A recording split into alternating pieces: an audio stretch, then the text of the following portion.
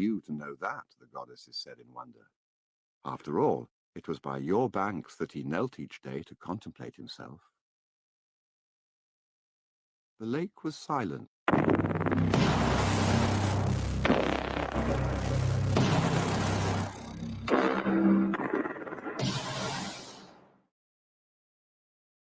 Harper Audio presents The Alchemist by Paulo Coelho, read by Jeremy Irons.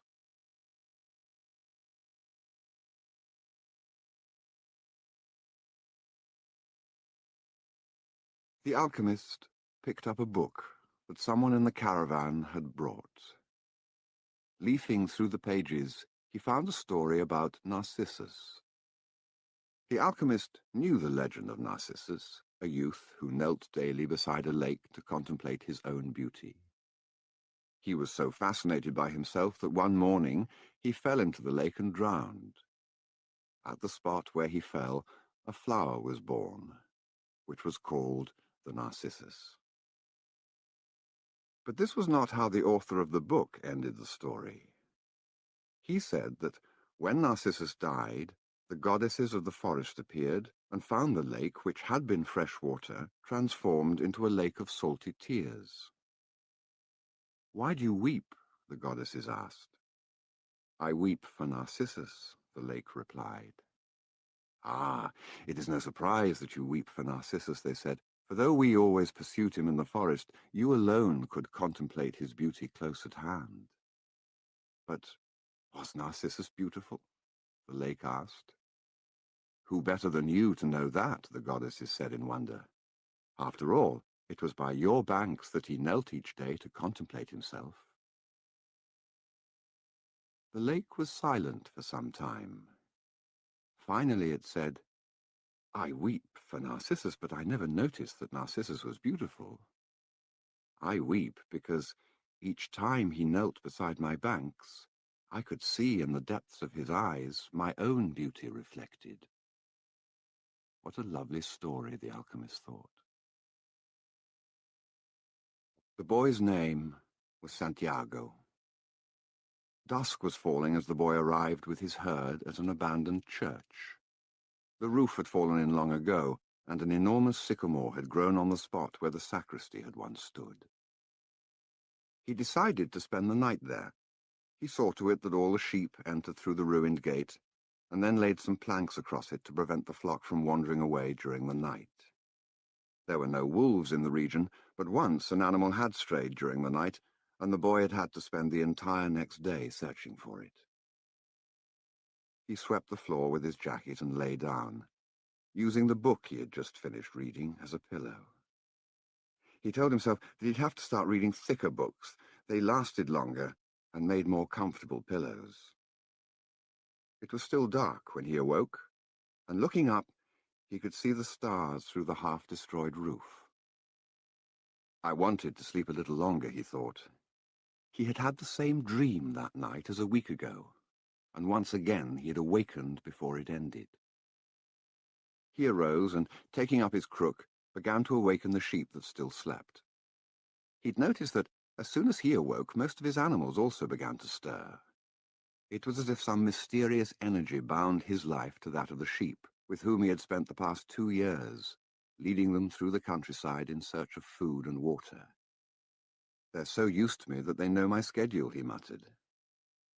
Thinking about that for a moment, he realized that it could be the other way round, that it was he who had become accustomed to their schedule. But there were certain of them who took a bit longer to awaken. The boy prodded them, one by one, with his crook, calling each by name.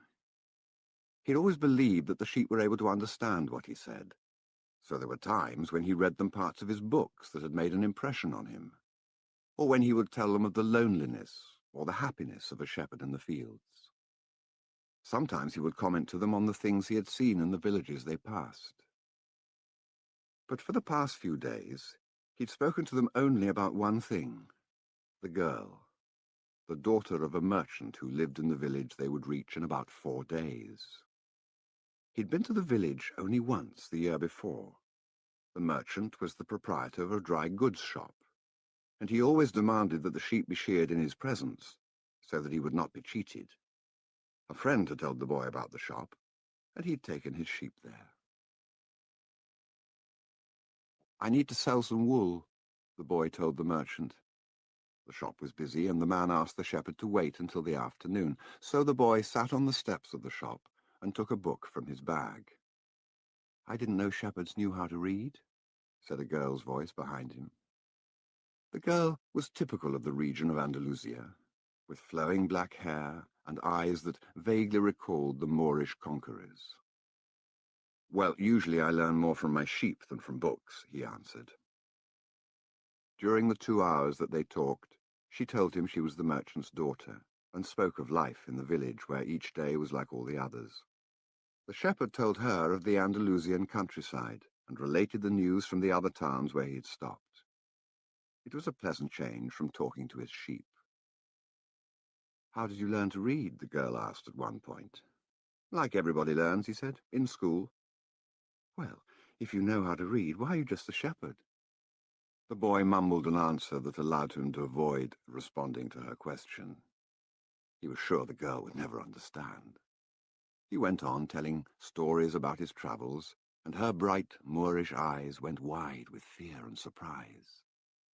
As the time passed, the boy found himself wishing that the day would never end, that her father would stay busy and keep him waiting for 3 days. He recognized that he was feeling something he had never experienced before, the desire to live in one place forever. With the girl with the raven hair, his days would never be the same again. But finally the merchant appeared and asked the boy to shear 4 sheep. He paid for the wool and asked the shepherd to come back the following year. And now it was only 4 days before he would be back in that same village. He was excited and at the same time uneasy. Maybe the girl had already forgotten him. Lots of shepherds passed through selling their wool. "It doesn't matter," he said to his sheep. "I know other girls in other places." But in his heart, he knew that it did matter. And he knew that shepherds, like seamen and like travelling salesmen, always found a town where there was someone who could make them forget the joys of carefree wandering. The day was dawning, and the shepherd urged his sheep in the direction of the sun. They never have to make any decisions, he thought. Maybe that's why they always stay close to me. The only things that concerned the sheep were food and water. As long as the boy knew how to find the best pastures in Andalusia, they would be his friends. Yes, their days were all the same, with the seemingly endless hours between sunrise and dusk. And they'd never read a book in their young lives, and didn't understand when the boy told them about the sights of the cities. They were content with just food and water, and in exchange, they generously gave of their wool, their company, and once in a while, their meat. If I became a monster today and decided to kill them one by one, they would become aware only after most of the flock had been slaughtered, thought the boy. They trust me, and they've forgotten how to rely on their own instincts, because I lead them to nourishment. The boy was surprised at his thoughts. Maybe the church, with the sycamore growing from within, had been haunted. It had caused him to have the same dream for a second time, and it was causing him to feel anger towards his faithful companions. He drank a bit from the wine that remained from his dinner of the night before, and he gathered his jacket closer to his body. He knew that a few hours from now, with the sun at its zenith, the heat would be so great that he would not be able to lead his flock across the fields. It was the time of day when all of Spain slept during the summer. The heat lasted until nightfall, and all that time he had to carry his jacket. But when he thought to complain about the burden of its weight, he remembered that because he had the jacket, he had withstood the cold of the dawn. We have to be prepared for change, he thought, and he was grateful for the jacket's weight and warmth. The jacket had a purpose, and so did the boy. His purpose in life was to travel, and after 2 years of walking the Andalusian terrain, he knew all the cities of the region. He was planning on this visit to explain to the girl how it was that a simple shepherd knew how to read, that he had attended a seminary until he was 16, His parents had wanted him to become a priest and thereby a source of pride for a simple farm family. They had worked hard just to have food and water like the sheep. He had studied Latin, Spanish, and theology. But ever since he had been a child, he had wanted to know the world, and this was much more important to him than knowing God and learning about man's sins. One afternoon, on a visit to his family, he had summoned up the courage to tell his father that he didn't want to become a priest, that he wanted to travel. "People from all over the world have passed through this village, son," said his father. "They come in search of new things, but when they leave, they're basically the same people they were when they arrived. They climb the mountain to see the castle, and they wind up thinking that the past was better than what we have now. They have blonde hair or dark skin, but basically they're the same as the people who live right here." "But I'd like to see the castles in the towns where they live," the boy explained. "Those people, when they see our land, say they would like to live here forever," his father continued. "Well, I'd like to see their land and see how they live," said his son. "People who come here have a lot of money to spend, so they can afford to travel," his father said. "Amongst us, the only ones who travel are the shepherds." "Well then, I'll be a shepherd." His father said no more. The next day, he gave his son a pouch that held 3 ancient Spanish gold coins. "I found these one day in the fields. I wanted them to be a part of your inheritance. But use them to buy your flock. Take to the fields, and someday you'll learn that our countryside is the best, and our women the most beautiful." And he gave the boy his blessing. The boy could see in his father's gaze a desire to be able himself to travel the world. A desire that was still alive, despite his father's having had to bury it over dozens of years under the burden of struggling for water to drink, food to eat, and the same place to sleep every night of his life. The horizon was tinged with red, and suddenly the sun appeared. The boy thought back to that conversation with his father and felt happy. He had already seen many castles and met many women, but none the equal of the one who awaited him several days hence. He owned a jacket, a book that he could trade for another, and a flock of sheep, but most important, he was able every day to live out his dream. If he were to tire of the Andalusian fields, he could sell his sheep and go to sea. By the time he had had enough of the sea, he would already have known other cities, other women, and other chances to be happy. "I couldn't have found God in the seminary," he thought, as he looked at the sunrise. Whenever he could, he sought out a new road to travel. He had never been to that ruined church before, in spite of having travelled through those parts many times. The world was huge and inexhaustible. He had only to allow his sheep to set the route for a while, and he would discover other interesting things. The problem is that they don't even realize that they're walking a new road every day. They don't see that the fields are new and the seasons change. All they think about is food and water. "Maybe we're all that way," the boy mused, "even me. I haven't thought of other women since I met the merchant's daughter." Looking at the sun, he calculated that he would reach Tarifa before midday.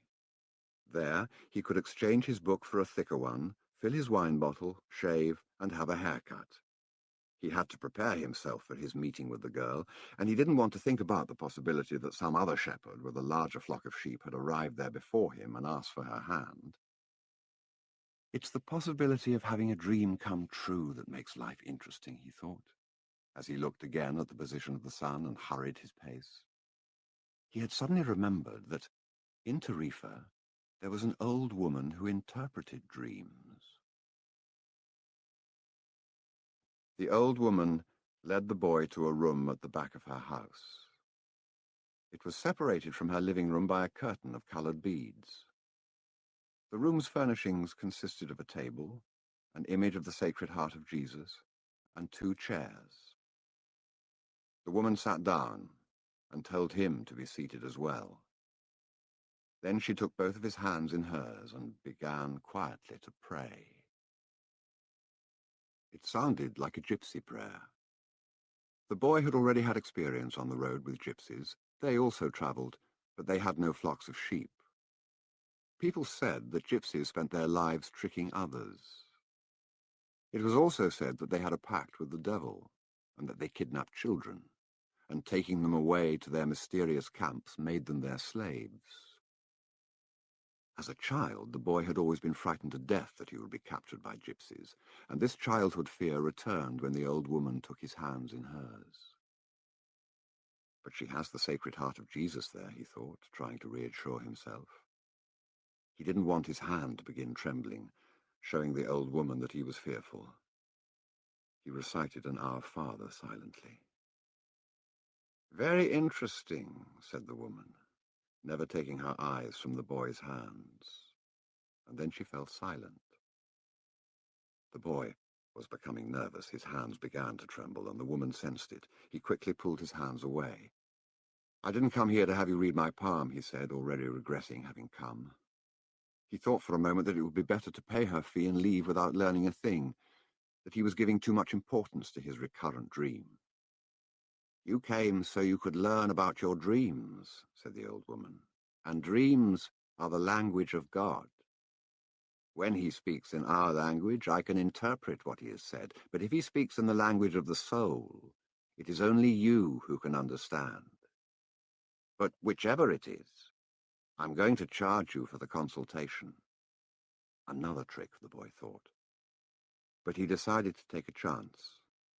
A shepherd always takes his chances with wolves and with drought, and that's what makes a shepherd's life exciting. "I've had the same dream twice," he said. "I dreamed that I was in a field with my sheep, when a child appeared and began to play with the animals. I don't like people to do that because the sheep are afraid of strangers. But children always seem to be able to play with them without frightening them. I don't know why. I don't know how animals know the age of human beings." "Tell me more about your dream," said the woman. "I have to get back to my cooking, and since you don't have much money, I can't give you a lot of time." "Well, the child went on playing with my sheep for quite a while," continued the boy, a bit upset. "And suddenly the child took me by both hands and transported me to the Egyptian pyramids." He paused for a moment to see if the woman knew what the Egyptian pyramids were, but she said nothing.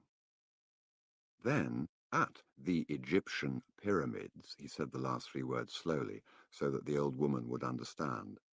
"The child said to me, 'If you come here, you will find a hidden treasure.' And just as she was about to show me the exact location, I woke up, both times." The woman was silent for some time. Then she again took his hands and studied them carefully. "I'm not going to charge you anything now," she said, "but I want 1/10 of the treasure, if you find it." The boy laughed, out of happiness. He was going to be able to save the little money he had because of a dream about hidden treasure. "Well, interpret the dream," he said. "First, swear to me. Swear you will give me 1/10 of your treasure in exchange for what I am going to tell you." The shepherd swore that he would.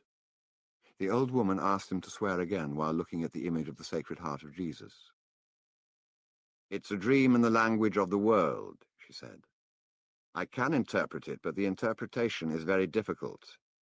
That's why I feel that I deserve a part of what you find. And this is my interpretation. You must go to the pyramids in Egypt. I have never heard of them, but if it was a child who showed them to you, they exist. There you will find a treasure that will make you a rich man." The boy was surprised and then irritated. He didn't need to seek out the old woman for this.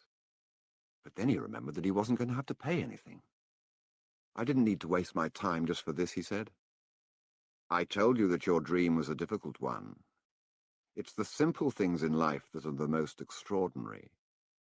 Only wise men are able to understand them, and since I am not wise, I have had to learn other arts, such as the reading of palms." "Well, how am I going to get to Egypt?" "I only interpret dreams. I don't know how to turn them into reality. That's why I have to live off what my daughters provide me with." "And what if I never get to Egypt?" Then I don't get paid. It wouldn't be the first time. And the woman told the boy to leave, saying she'd already wasted too much time with him. So the boy was disappointed.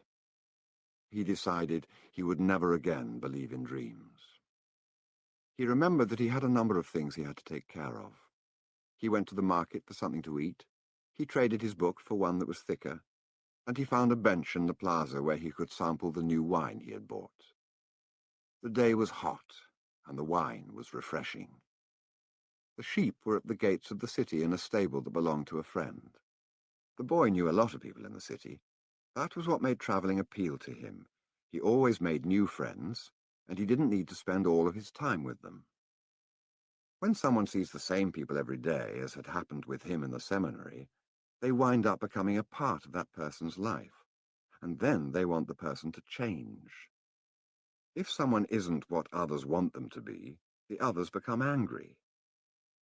Everyone seems to have a clear idea of how other people should lead their lives, but none about his or her own. He decided to wait until the sun had sunk a bit lower in the sky before following his flock back through the fields. 3 days from now, he would be with the merchant's daughter. He started to read the book he had bought. On the very first page, it described a burial ceremony, and the names of the people involved were very difficult to pronounce. If he ever wrote a book, he thought, he would present one person at a time so that the reader wouldn't have to worry about memorizing a lot of names. When he was finally able to concentrate on what he was reading, he liked the book better. The burial was on a snowy day, and he welcomed the feeling of being cold. As he read on, an old man sat down at his side and tried to strike up a conversation. "What are they doing?" the old man asked, pointing at the people in the plaza. "Working," the boy answered dryly, making it look as if he wanted to concentrate on his reading. Actually, he was thinking about shearing his sheep in front of the merchant's daughter, so that she could see that he was someone who was capable of doing difficult things. He had already imagined the scene many times. Every time the girl became fascinated when he explained that the sheep had to be sheared from back to front. He also tried to remember some good stories to relate as he sheared his sheep. Most of them he had read in books, but he would tell them as if they were from his personal experience. She would never know the difference because she didn't know how to read. Meanwhile, the old man persisted in his attempt to strike up a conversation. He said he was tired and thirsty, and asked if he might have a sip of the boy's wine. The boy offered his bottle, hoping that the old man would leave him alone. But the old man wanted to talk, and he asked the boy what book he was reading. The boy was tempted to be rude and moved to another bench, but his father had taught him to be respectful of the elderly. So he held out the book to the man for 2 reasons. First, that he himself wasn't sure how to pronounce the title, and second, that if the old man didn't know how to read, he would probably feel ashamed and decide of his own accord to change benches. "Hmm," said the old man, looking at all sides of the book, as if it were some strange object. "This is an important book, but it's really irritating." The boy was shocked. The old man knew how to read, and had already read the book. And if the book was irritating, as the old man had said, the boy still had time to change it for another. "It's a book that says the same thing almost all the other books in the world say," continued the old man. "It describes people's inability to choose their own personal legends. And it ends up saying that everyone believes the world's greatest lie." "What's the world's greatest lie?" the boy asked, completely surprised. "It's this, that at a certain point in our lives, we lose control of what's happening to us, and our lives become controlled by fate. That's the world's greatest lie." "That's never happened to me," the boy said. "They wanted me to be a priest, but I decided to become a shepherd." "Much better," said the old man, "because you really like to travel." He knew what I was thinking, the boy said to himself. The old man, meanwhile, was leafing through the book without seeming to want to return it at all. The boy noticed that the man's clothing was strange. He looked like an Arab, which was not unusual in those parts. Africa was only a few hours from Tarifa. One only had to cross the narrow straits by boat. Arabs often appeared in the city, shopping and chanting their strange prayers several times a day.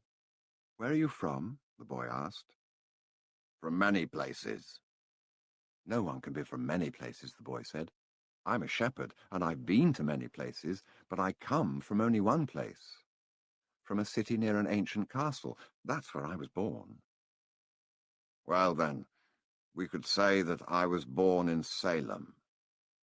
The boy didn't know where Salem was, but he didn't want to ask, fearing that he would appear ignorant. He looked at the people in the plaza for a while. They were coming and going, and all of them seemed to be very busy. "So, what is Salem like?" he asked, trying to get some sort of clue. "It's like it always has been." No clue yet, but he knew that Salem wasn't in Andalusia. If it were, he would already have heard of it. "And what do you do in Salem?" he insisted. "What do I do in Salem?" the old man laughed.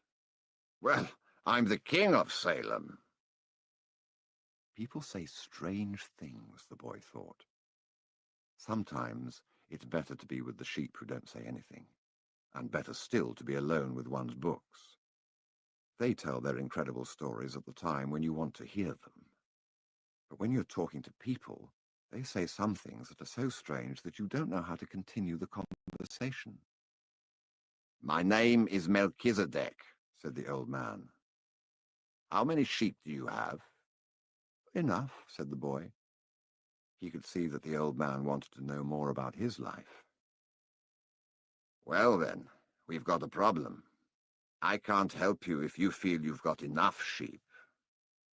The boy was getting irritated. He wasn't asking for help. It was the old man who had asked for a drink of his wine and had started the conversation. "Give me my book," the boy said. "I have to go and gather my sheep and get going." "Give me 1/10 of your sheep," said the old man, "and I'll tell you how to find the hidden treasure." The boy remembered his dream, and suddenly everything was clear to him. The old woman hadn't charged him anything, but the old man, maybe he was her husband, was going to find a way to get much more money in exchange for information about something that didn't even exist. The old man was probably a gypsy too. But before the boy could say anything, the old man leaned over, picked up a stick, and began to write in the sand of the plaza. Something bright reflected from his chest with such intensity that the boy was momentarily blinded. With a movement that was too quick for someone of his age, the man covered what it was with his cape. When his vision returned to normal, the boy was able to read what the old man had written in the sand. There, in the sand of the plaza of that small city, the boy read the names of his father and his mother, and the name of the seminary he had attended. He read the name of the merchant's daughter, which he hadn't even known. And he read things he had never told anyone. "I'm the king of Salem," the old man had said. "Why would a king be talking with a shepherd?" the boy asked, awed and embarrassed. "For several reasons, but let's say the most important is that you have succeeded in discovering your personal legend." The boy didn't know what a person's personal legend was. "It's what you have always wanted to accomplish. Everyone, when they are young, knows what their personal legend is. At that point in their lives, everything is clear and everything is possible. They are not afraid to dream and to yearn for everything they would like to see happen to them in their lives. But as time passes, a mysterious force begins to convince them that it will be impossible for them to realize their personal legend." None of what the old man was saying made much sense to the boy. But he wanted to know what the mysterious force was. The merchant's daughter would be impressed when he told her about that. "It's a force that appears to be negative," but actually shows you how to realize your personal legend. It prepares your spirit and your will, because there is one great truth on this planet. Whoever you are, or whatever it is that you do, when you really want something, it's because that desire originated in the soul of the universe. It's your mission on Earth. Even when all you want to do is travel, or marry the daughter of a textile merchant. Yes, or even search for treasure. The soul of the world is nourished by people's happiness, and also by unhappiness, envy, and jealousy. To realize one's personal legend is a person's only real obligation. All things are one. And when you want something, all the universe conspires in helping you to achieve it. They were both silent for a time, observing the plaza and the townspeople. It was the old man who spoke first. "Why do you tend a flock of sheep?" "Because I like to travel." The old man pointed to a baker standing in his shop window at one corner of the plaza. "When he was a child, that man wanted to travel too. But he decided first to buy his bakery and put some money aside. When he's an old man, he's going to spend a month in Africa. He never realized that people are capable at any time of their lives of doing what they dream of." "He should have decided to become a shepherd," the boy said. "Well, he thought about that," the old man said. "But bakers are more important people than shepherds. Bakers have homes, while shepherds sleep out in the open. Parents would rather see their children marry bakers than shepherds." The boy felt a pang in his heart, thinking about the merchant's daughter. There was surely a baker in her town. The old man continued, "In the long run, what people think about shepherds and bakers becomes more important for them than their own personal legends." The old man leafed through the book and fell to reading a page he came to. The boy waited, and then interrupted the old man just as he himself had been interrupted. "Why are you telling me all this?" "Because you are trying to realize your personal legend, and you are at the point where you are about to give it all up." "And that's when you always appear on the scene?" "Not always in this way, but I always appear in one form or another. Sometimes I appear in the form of a solution or a good idea. At other times, at a crucial moment, I make it easier for things to happen. There are other things I do too, but most of the time people don't realize I've done them." The old man related that the week before he'd been forced to appear before a miner and had taken the form of a stone. The miner had abandoned everything to go mining for emeralds. For 5 years he had been working a certain river and had examined hundreds of thousands of stones looking for an emerald. The miner was about to give it all up, right at the point when, if he were to examine just one more stone, just one more, he would find his emerald. Since the miner had sacrificed everything to his personal legend, the old man decided to become involved. He transformed himself into a stone that rolled up to the miner's foot. The miner, with all the anger and frustration of his 5 fruitless years, picked up the stone and threw it aside. But he had thrown it with such force that it broke the stone it fell upon, and there, embedded in the broken stone, was the most beautiful emerald in the world. "People learn early in their lives what is their reason for being," said the old man with a certain bitterness. "Maybe that's why they give up on it so early, too. But that's the way it is." The boy reminded the old man that he had said something about hidden treasure. "Treasure is uncovered by the force of flowing water, and it is buried by the same current," said the old man. "If you want to learn about your own treasure, you will have to give me 1/10 of your flock." "What about 1/10 of my treasure?" The old man looked disappointed. If you start out by promising what you don't even have yet, you'll lose your desire to work toward getting it. The boy told him that he'd already promised to give 1/10 of his treasure to the gypsy. Gypsies are experts at getting people to do that, sighed the old man. In any case, it's good that you've learned that everything in life has its price. That is what the warriors of the light try to teach. The old man returned the book to the boy. Tomorrow, at this same time, bring me 1/10 of your flock, and I will tell you how to find the hidden treasure. Good afternoon. And he vanished around the corner of the plaza. The boy began again to read his book, but he was no longer able to concentrate. He was tense and upset because he knew that the old man was right. He went over to the bakery and bought a loaf of bread, thinking about whether or not he should tell the baker what the old man had said about him. Sometimes it's better to leave things as they are, he thought to himself, and decided to say nothing. If he were to say anything, the baker would spend 3 days thinking about giving it all up, even though he had gotten used to the way things were. The boy could certainly resist causing that kind of anxiety for the baker. So he began to wander through the city and found himself at the gates. There was a small building there, with a window at which people bought tickets to Africa, and he knew that Egypt was in Africa. "Can I help you?" asked the man behind the window.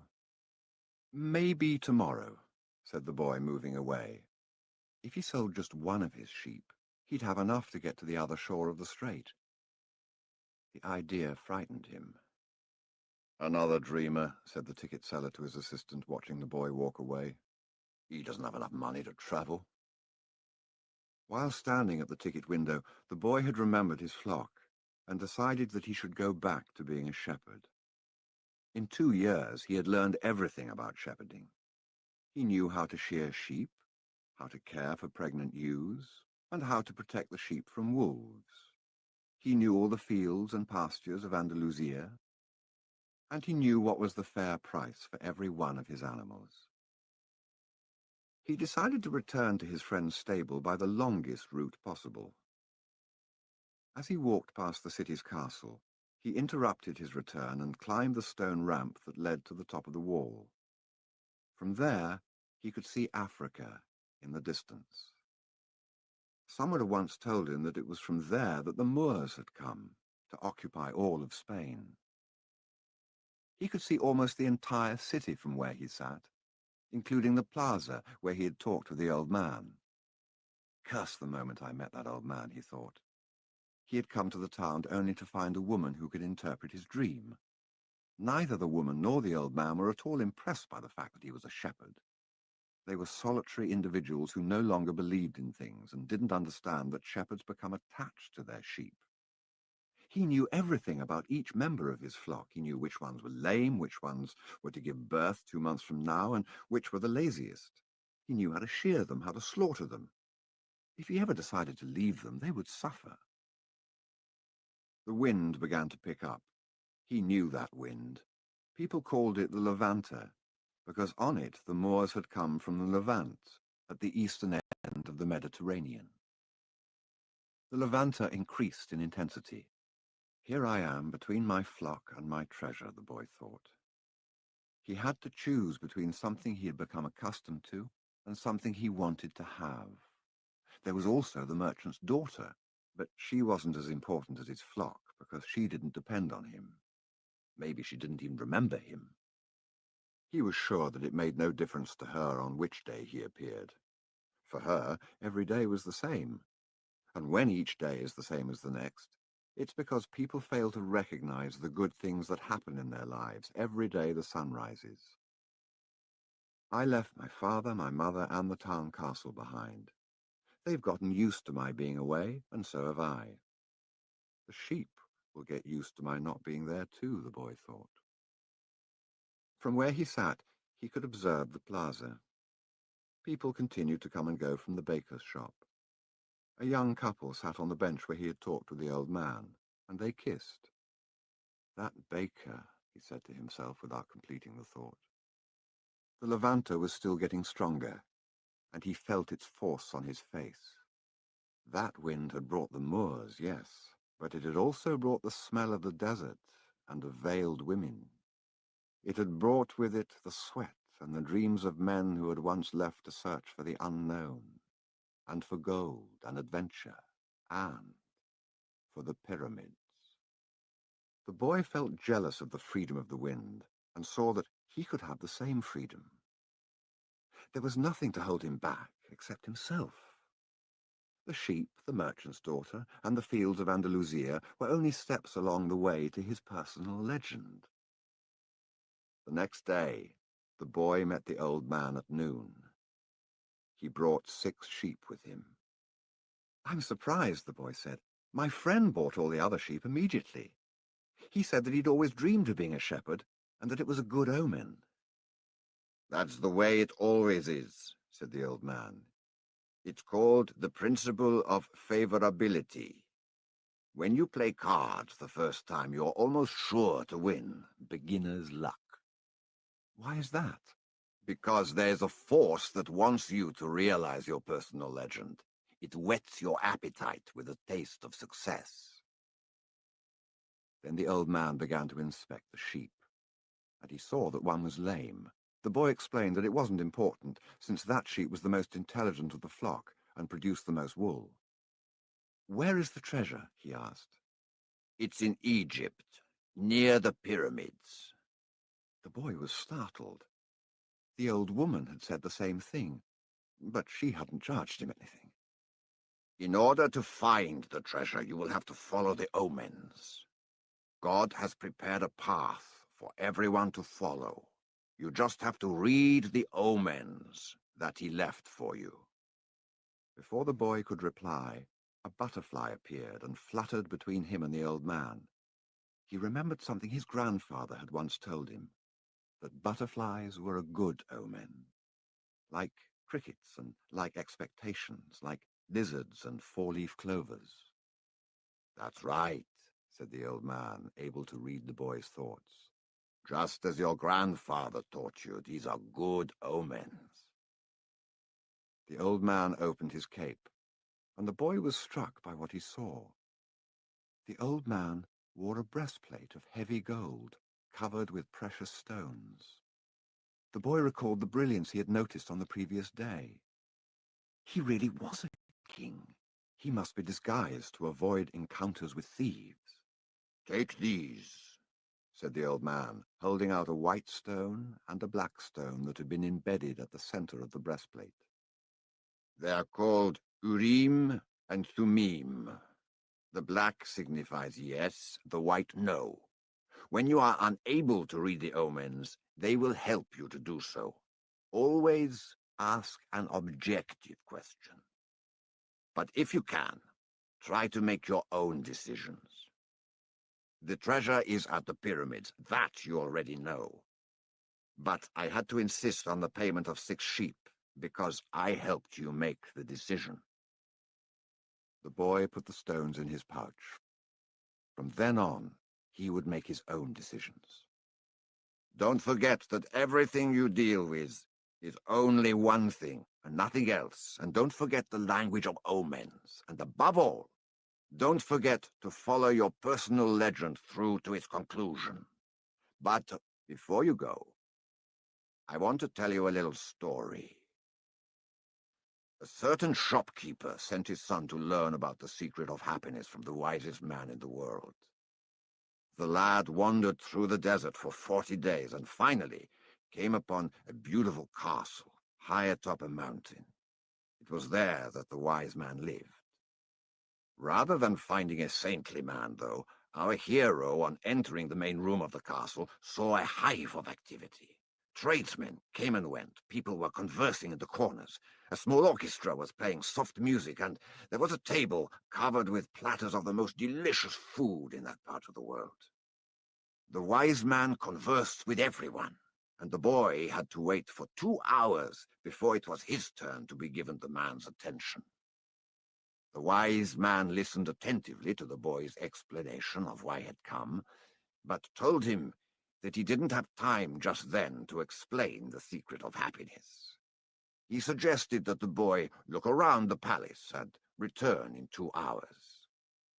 Meanwhile, I want to ask you to do something, said the wise man, handing the boy a teaspoon that held 2 drops of oil.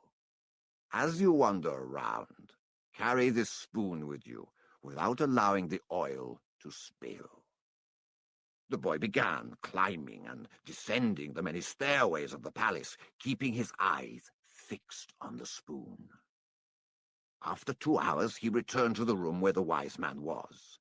"Well," asked the wise man, "did you see the Persian tapestries that are hanging in my dining hall? Did you see the garden that it took the master gardener 10 years to create? Did you notice the beautiful parchments in my library?" The boy was embarrassed and confessed that he had observed nothing.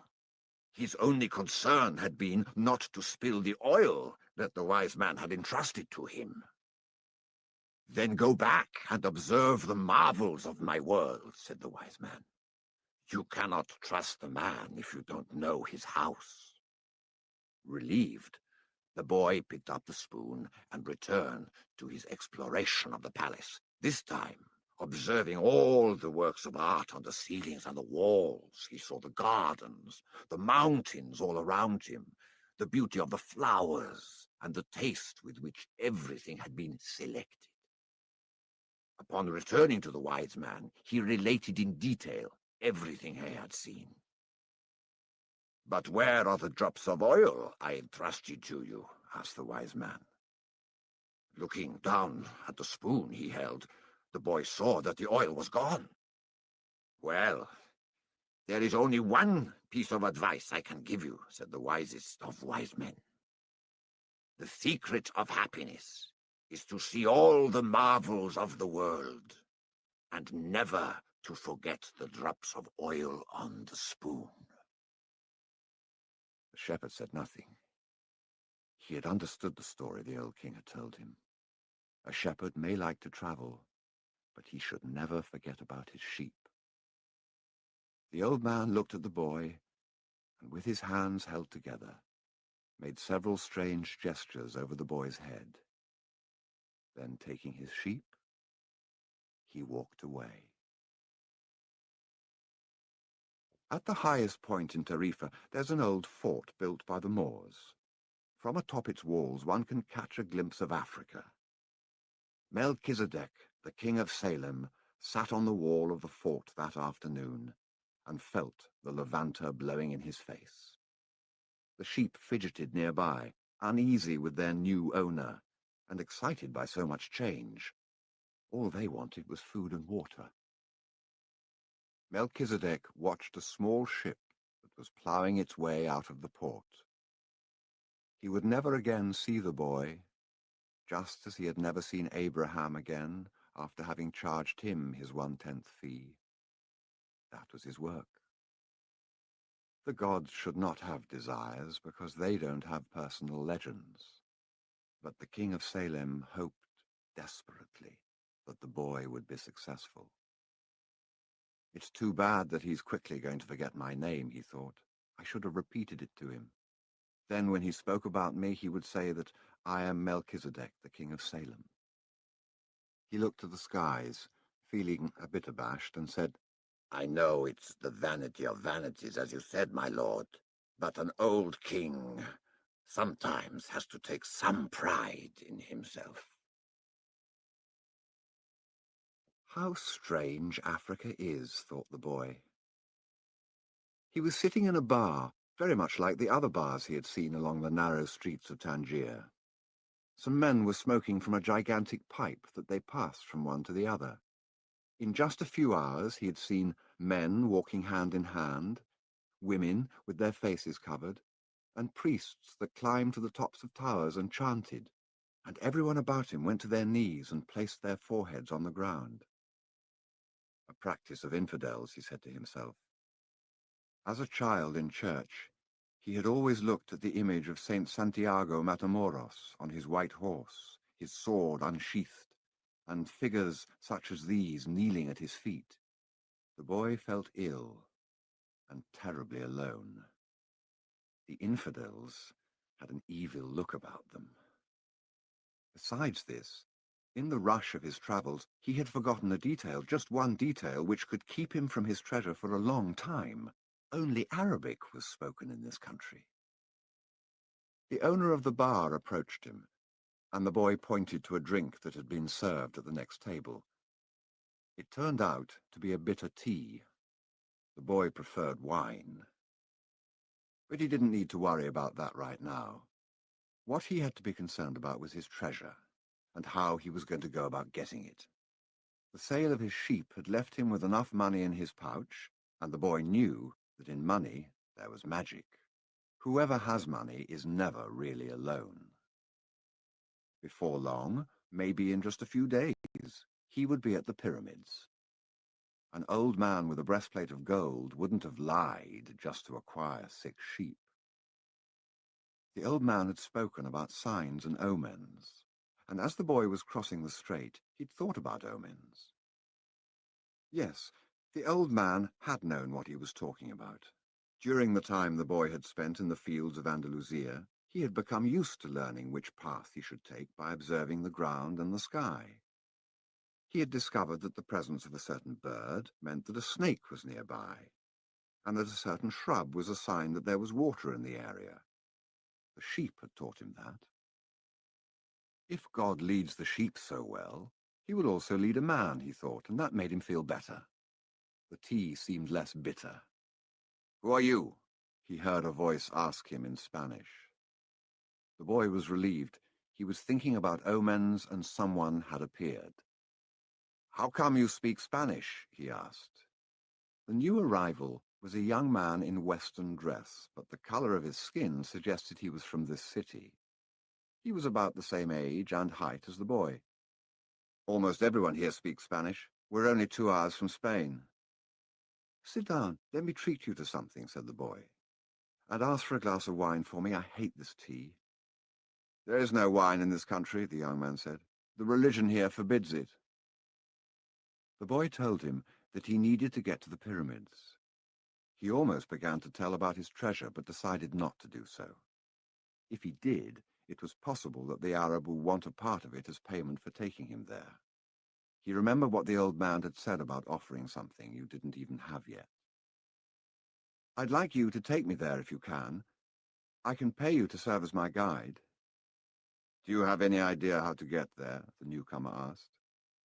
The boy noticed that the owner of the bar stood nearby, listening attentively to their conversation.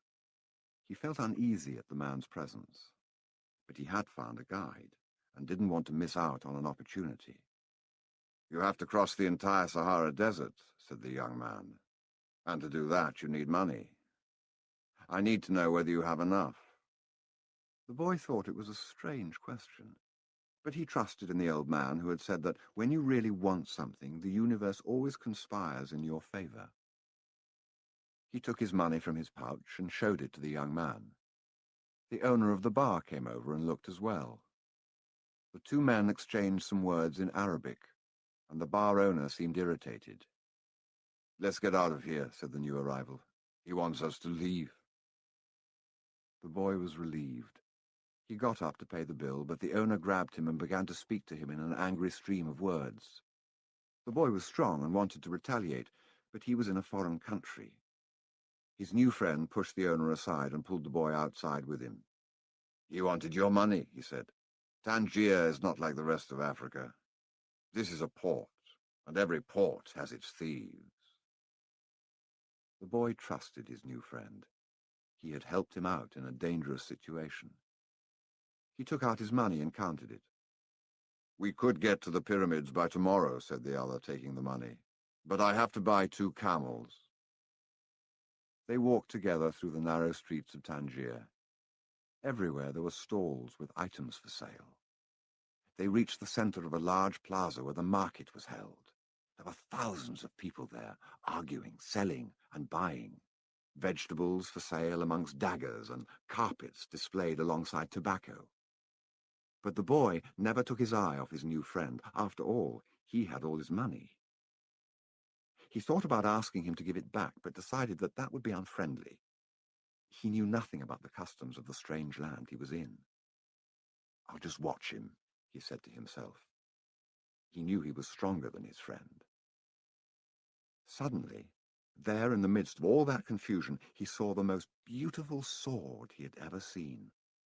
The scabbard was embossed in silver, and the handle was black and encrusted with precious stones. The boy promised himself that when he returned from Egypt, he would buy that sword. "Ask the owner of that stall how much the sword costs," he said to his friend. Then he realized that he'd been distracted for a few moments looking at the sword. His heart squeezed, as if his chest had suddenly compressed it. He was afraid to look around because he knew what he would find. He continued to look at the beautiful sword for a bit longer, until he summoned the courage to turn around. All around him was the market, with people coming and going, shouting and buying, and the aroma of strange foods, but nowhere could he find his new companion. The boy wanted to believe that his friend had simply become separated from him by accident. He decided to stay right there and await his return.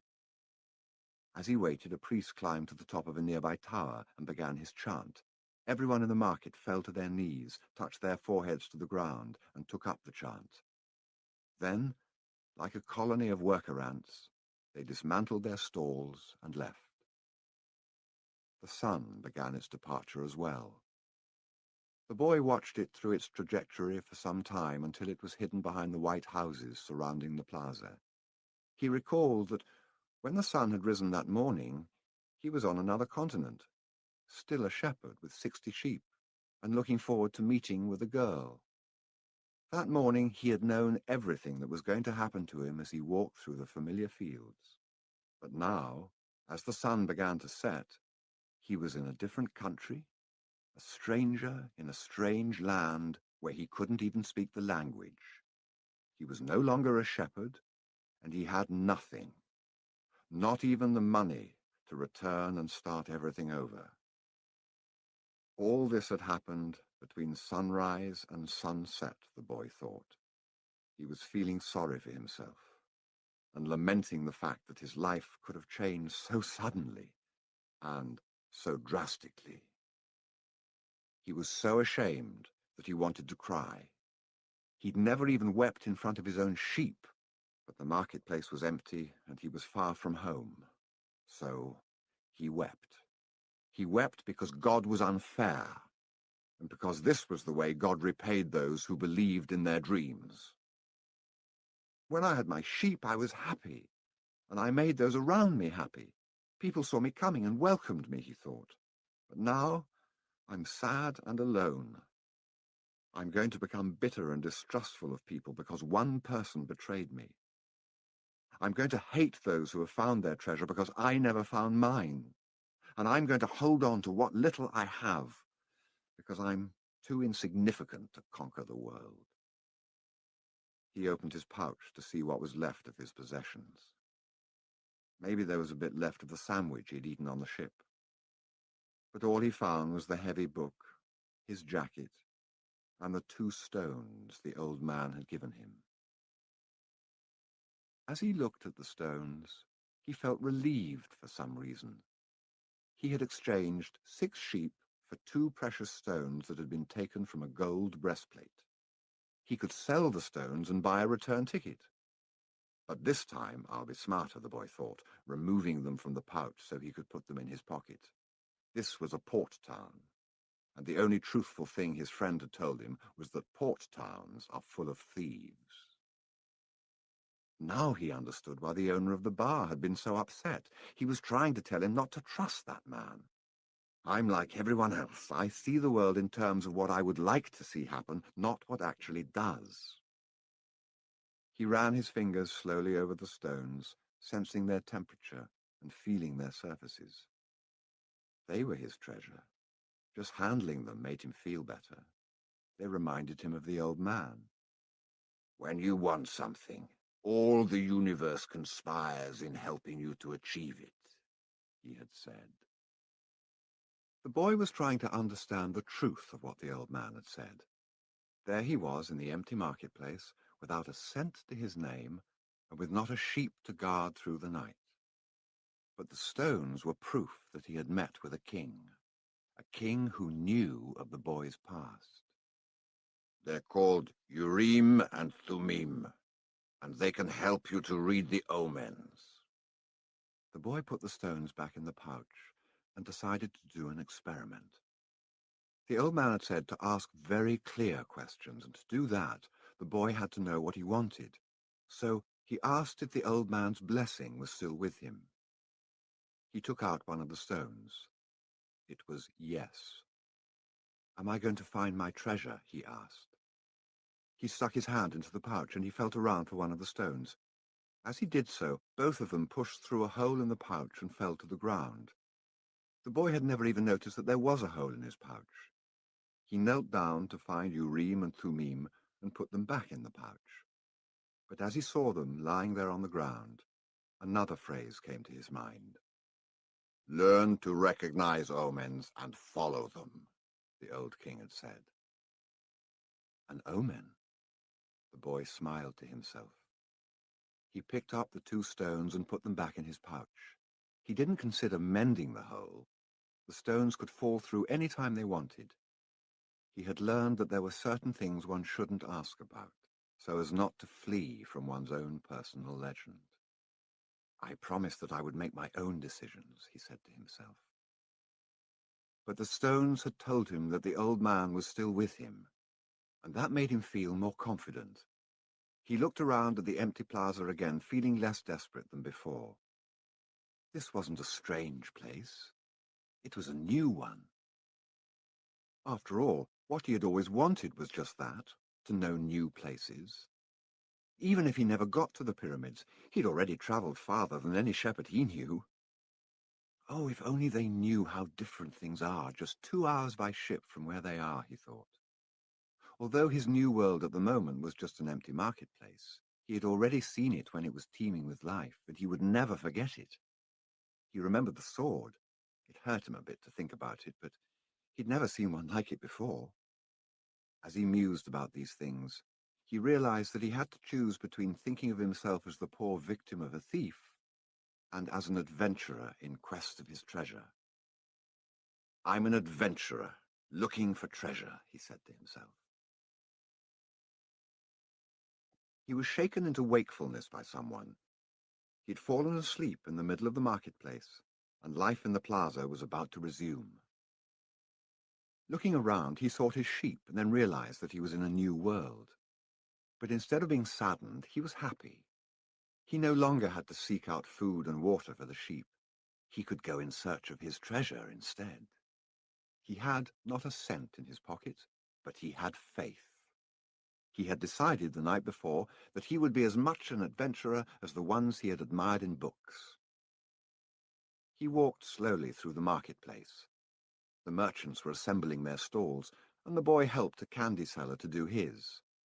The candy seller had a smile on his face. He was happy, aware of what his life was about, and ready to begin a day's work. His smile reminded the boy of the old man, the mysterious old king he had met. This candy merchant isn't making candy so that later he can travel or marry a shopkeeper's daughter. He's doing it because it's what he wants to do, thought the boy. He realized that he could do the same thing the old man had done. Sense whether a person was near to or far from his personal legend, just by looking at them. It's easy, and yet I've never done it before, he thought. When the stall was assembled, the candy seller offered the boy the first sweet he had made for the day.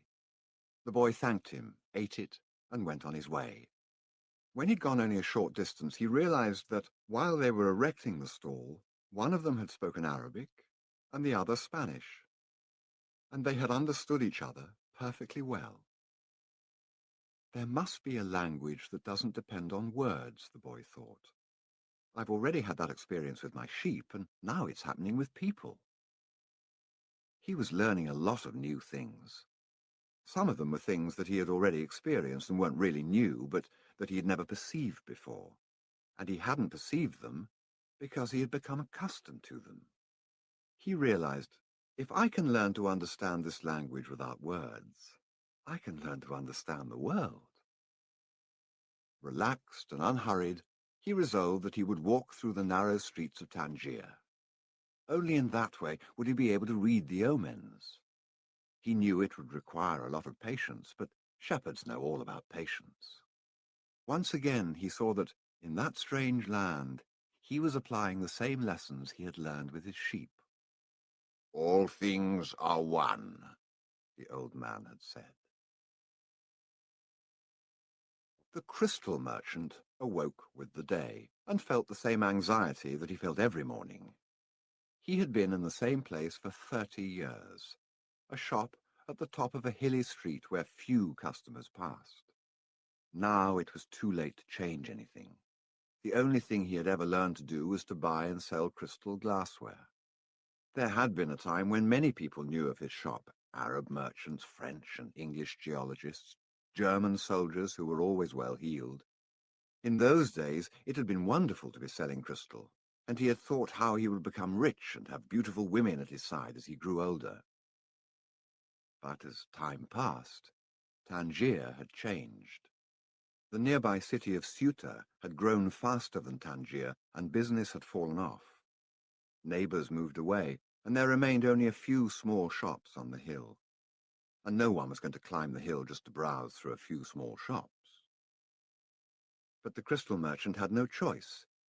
He had lived 30 years of his life buying and selling crystal pieces, and now it was too late to do anything else. He spent the entire morning observing the infrequent comings and goings in the street. He had done this for years and knew the schedule of everyone who passed. But just before lunchtime, a boy stopped in front of the shop. He was dressed normally, but the practiced eye of the crystal merchant could see that the boy had no money to spend. Nevertheless, the merchant decided to delay his lunch for a few minutes until the boy moved on. A card hanging in the doorway announced that several languages were spoken in the shop. The boy saw a man appear behind the counter. "I can clean up those glasses in the window if you want," said the boy. "The way they look now, no one's going to want to buy them." The man looked at him without responding. "In exchange, you could give me something to eat." The man still said nothing, and the boy sensed that he was going to have to make a decision. In his pouch, he had his jacket. He certainly wasn't going to need it in the desert. Taking the jacket out, he began to clean the glasses. In half an hour, he had cleaned all the glasses in the window, and as he was doing so, 2 customers had entered the shop and bought some crystal. When he had completed the cleaning, he asked the man for something to eat. "Let's go and have some lunch," said the crystal merchant. He put a sign on the door, and they went to a small cafe nearby. As they sat down at the only table in the place, the crystal merchant laughed. "You didn't have to do any cleaning," he said. "The Koran requires me to feed a hungry person." "Well, then why did you let me do it?" the boy asked.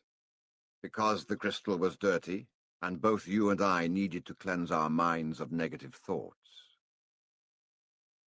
When they had eaten, the merchant turned to the boy and said, "I'd like you to work in my shop. 2 customers came in today while you were working, and that's a good omen." People talk a lot about omens, thought the shepherd, but they really don't know what they're saying. Just as I hadn't realized that for so many years I'd been speaking a language without words to my sheep. "Do you want to go to work for me?" the merchant asked. "I can work for the rest of today," the boy answered. "I'll work all night until dawn, and I'll clean every piece of crystal in your shop. In return, I need money to get to Egypt tomorrow." The merchant laughed. "Even if you clean my crystal for an entire year, even if you earned a good commission selling every piece, you would still have to borrow money to get to Egypt. There are thousands of kilometers of desert between here and there." There was a moment of silence, so profound that it seemed the city was asleep.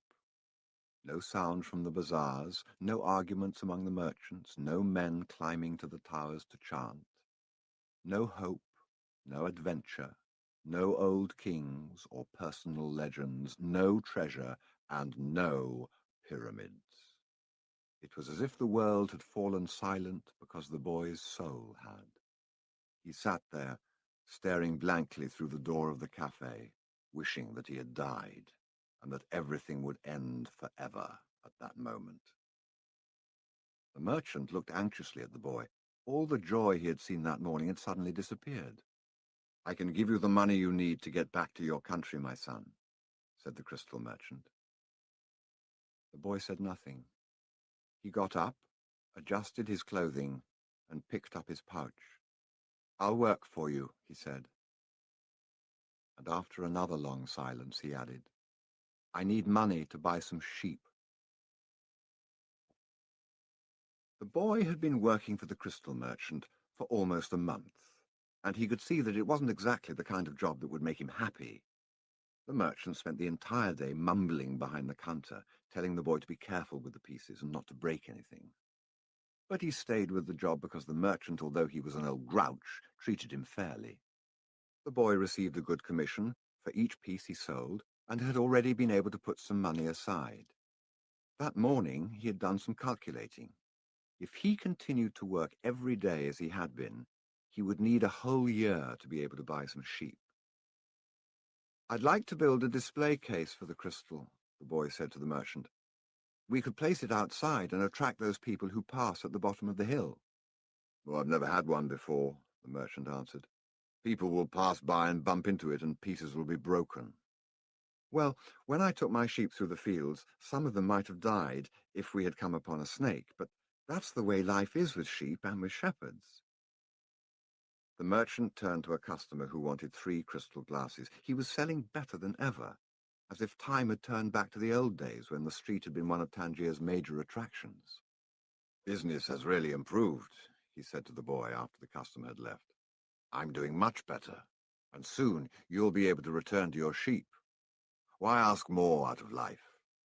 "Because we have to respond to omens," the boy said, almost without meaning to. Then he regretted what he had said, because the merchant had never met the king. "It's called the principle of favorability, beginner's luck.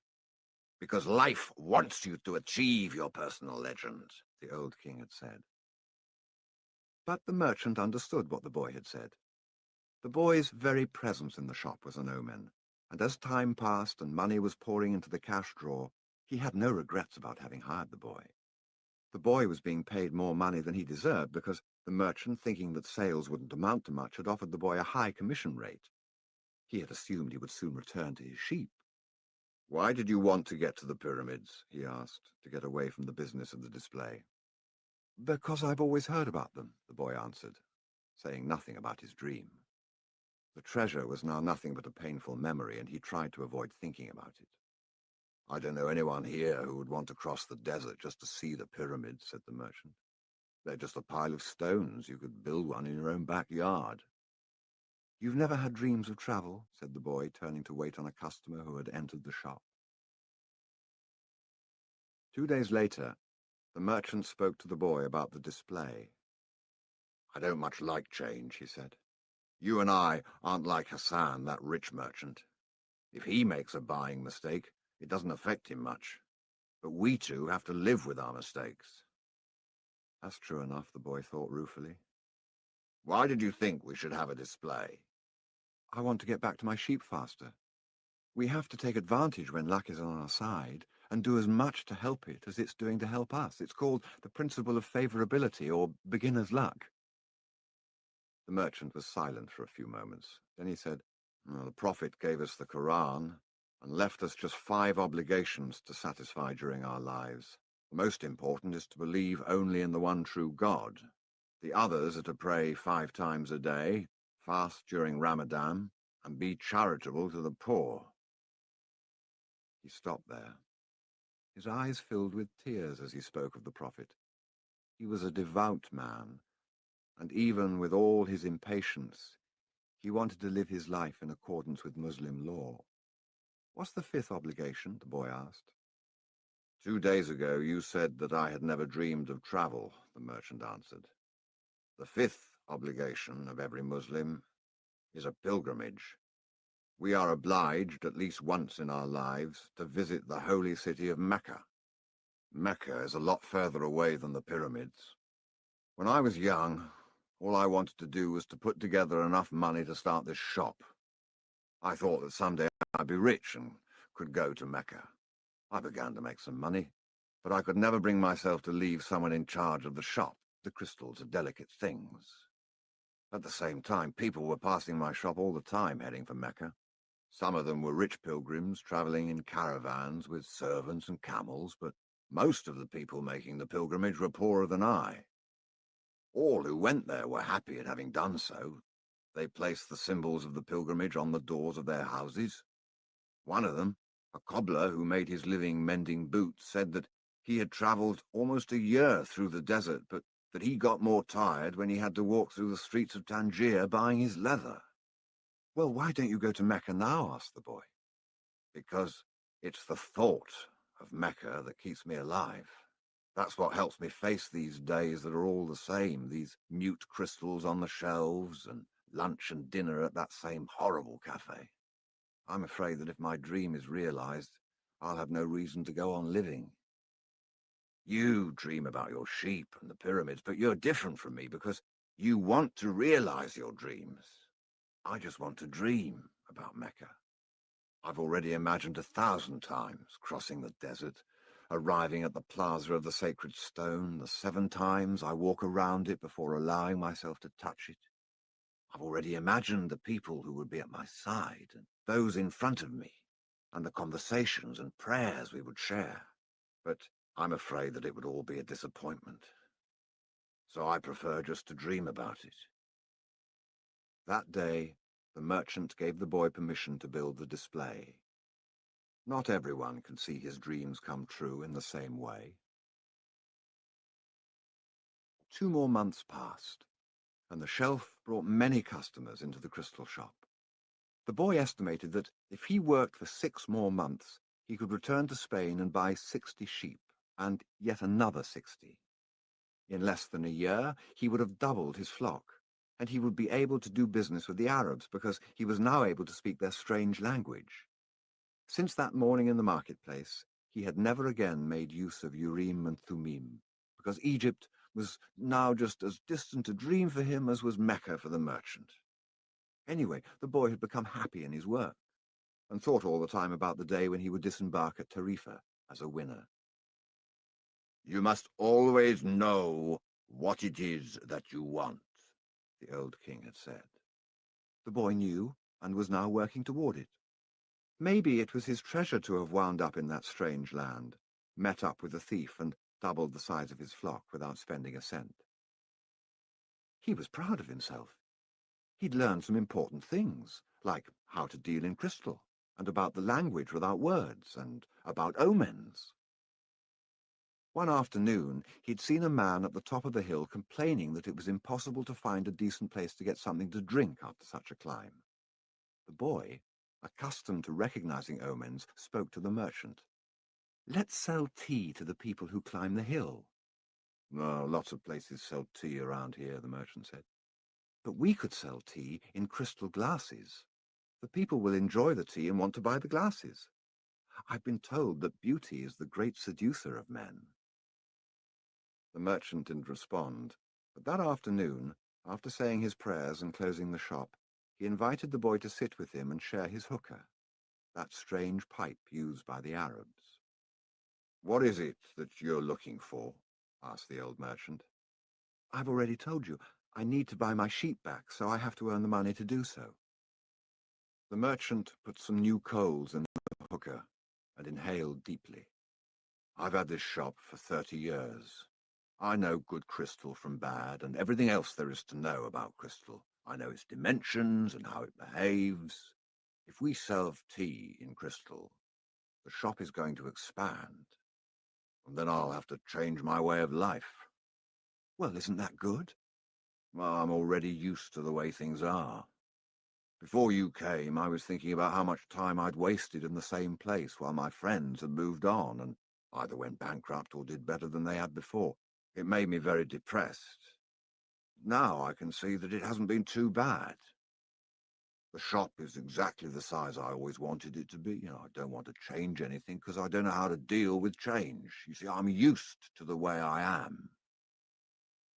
The boy didn't know what to say. The old man continued, "You've been a real blessing to me. Today I understand something I didn't see before. Every blessing ignored becomes a curse. I don't want anything else in life. But you are forcing me to look at wealth and at horizons I've never known. Now that I've seen them, and now that I see how immense my possibilities are, I'm going to feel worse than I did before you arrived. Because I know the things I should be able to accomplish, and I don't want to do so. It's good I refrained from saying anything to the baker and Tarifa, thought the boy to himself. They went on smoking the pipe for a while as the sun began to set. They were conversing in Arabic, and the boy was proud of himself for being able to do so. There had been a time when he thought that his sheep could teach him everything he needed to know about the world, but they could never have taught him Arabic.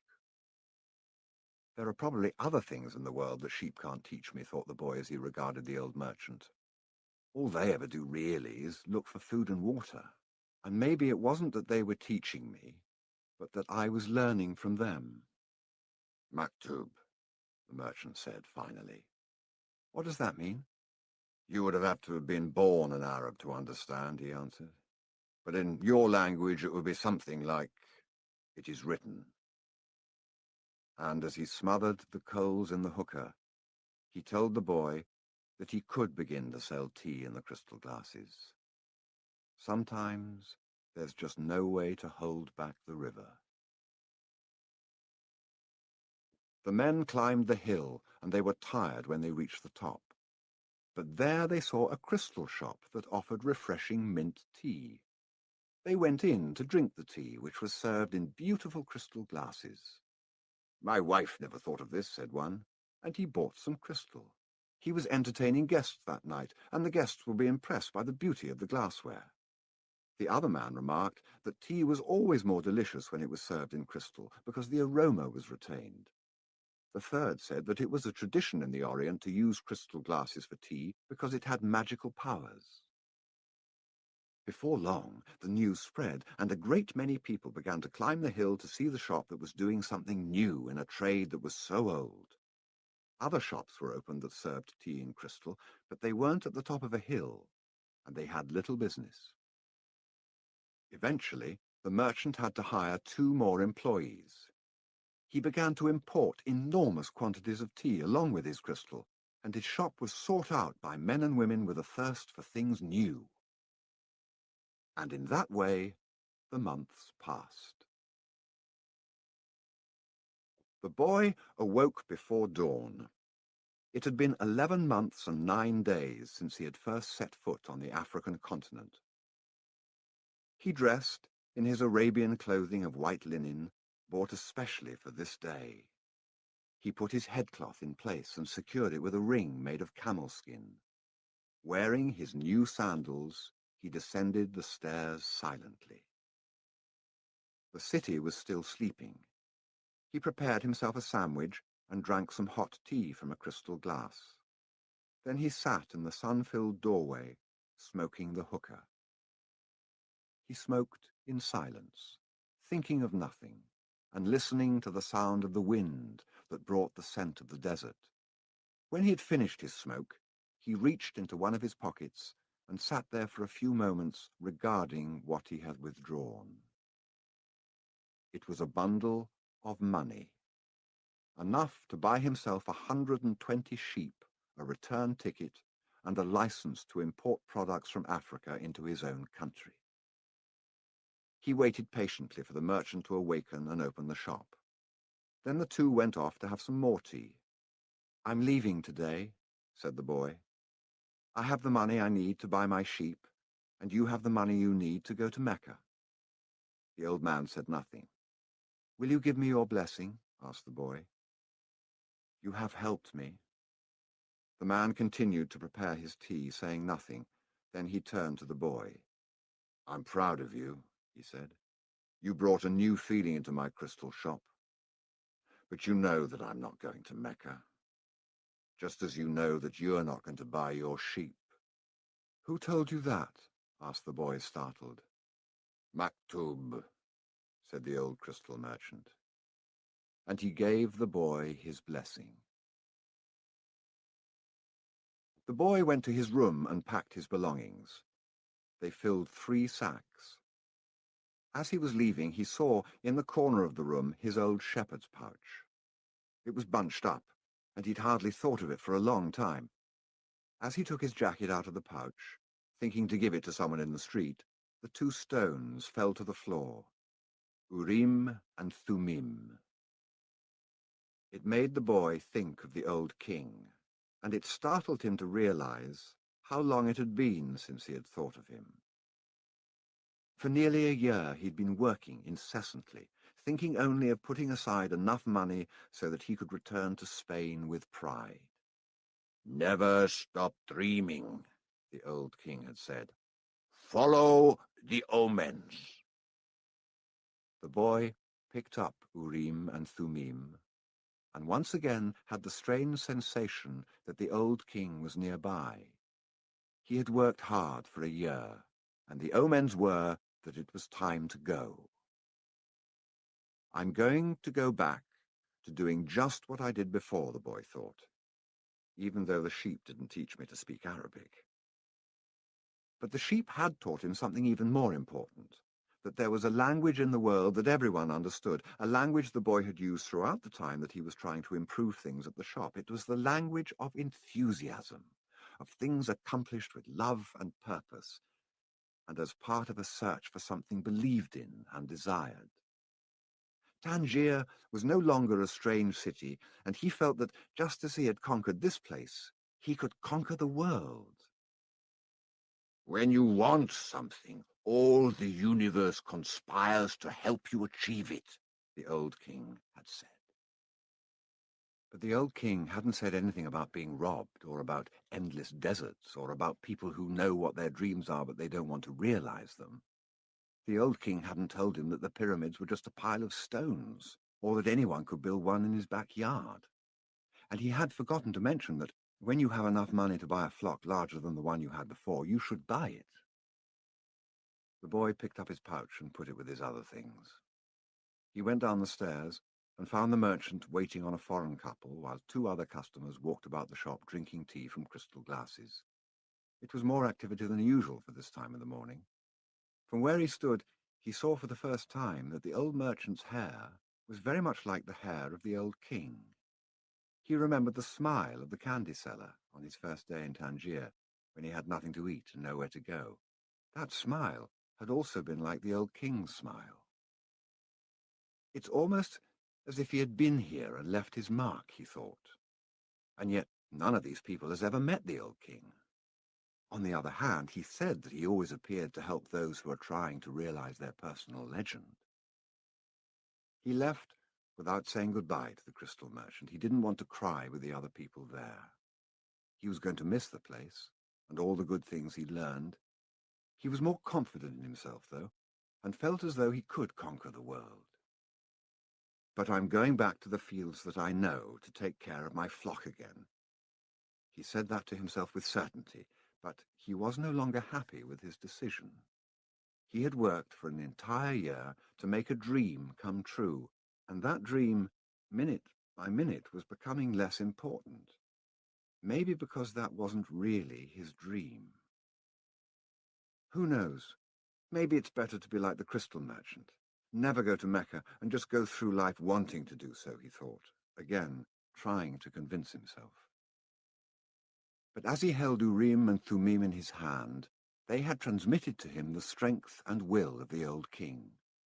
By coincidence, or maybe it was an omen, the boy thought, he came to the bar that he had entered on his first day there.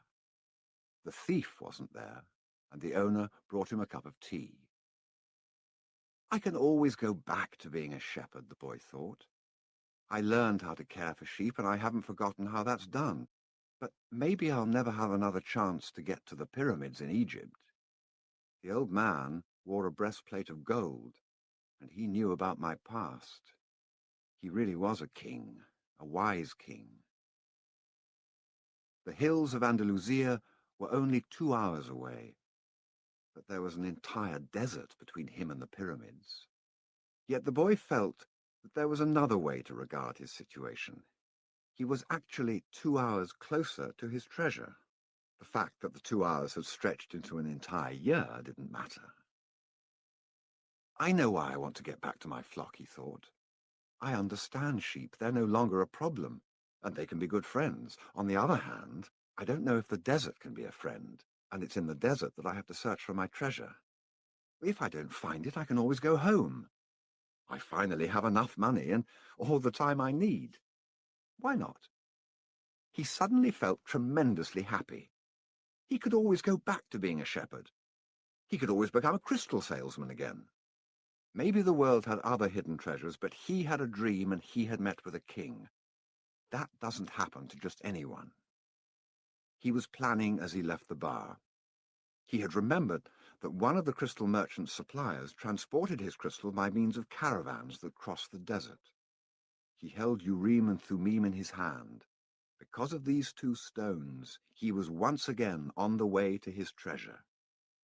I am always nearby when someone wants to realize their personal legend, the old king had told him. What could it cost to go over to the supplier's warehouse and find out if the pyramids were really that far away? The Englishman was sitting on a bench in a structure that smelled of animals, sweat, and dust. It was part warehouse, part corral. I never thought I'd end up in a place like this, he thought, as he leafed through the pages of a chemical journal. 10 years at the university, and here I am in a corral. But he had to move on. He believed in omens. All his life and all his studies were aimed at finding the one true language of the universe. First, he had studied Esperanto, then the world's religions, and now it was alchemy. He knew how to speak Esperanto. He understood all the major religions well, but he wasn't yet an alchemist. He had unraveled the truths behind important questions, but his studies had taken him to a point beyond which he couldn't seem to go. He had tried in vain to establish a relationship with an alchemist, but the alchemists were strange people who thought only about themselves and almost always refused to help him. Who knows, maybe they had failed to discover the secret of the masterwork, the philosopher's stone, and for this reason kept their knowledge to themselves. He had already spent much of the fortune left him by his father, fruitlessly seeking the philosopher's stone. He'd spent enormous amounts of time at the great libraries of the world and had purchased all the rarest and most important volumes on alchemy. In one, he had read that many years ago, a famous Arabian alchemist had visited Europe. It was said that he was more than 200 years old, and that he had discovered the philosopher's stone and the elixir of life.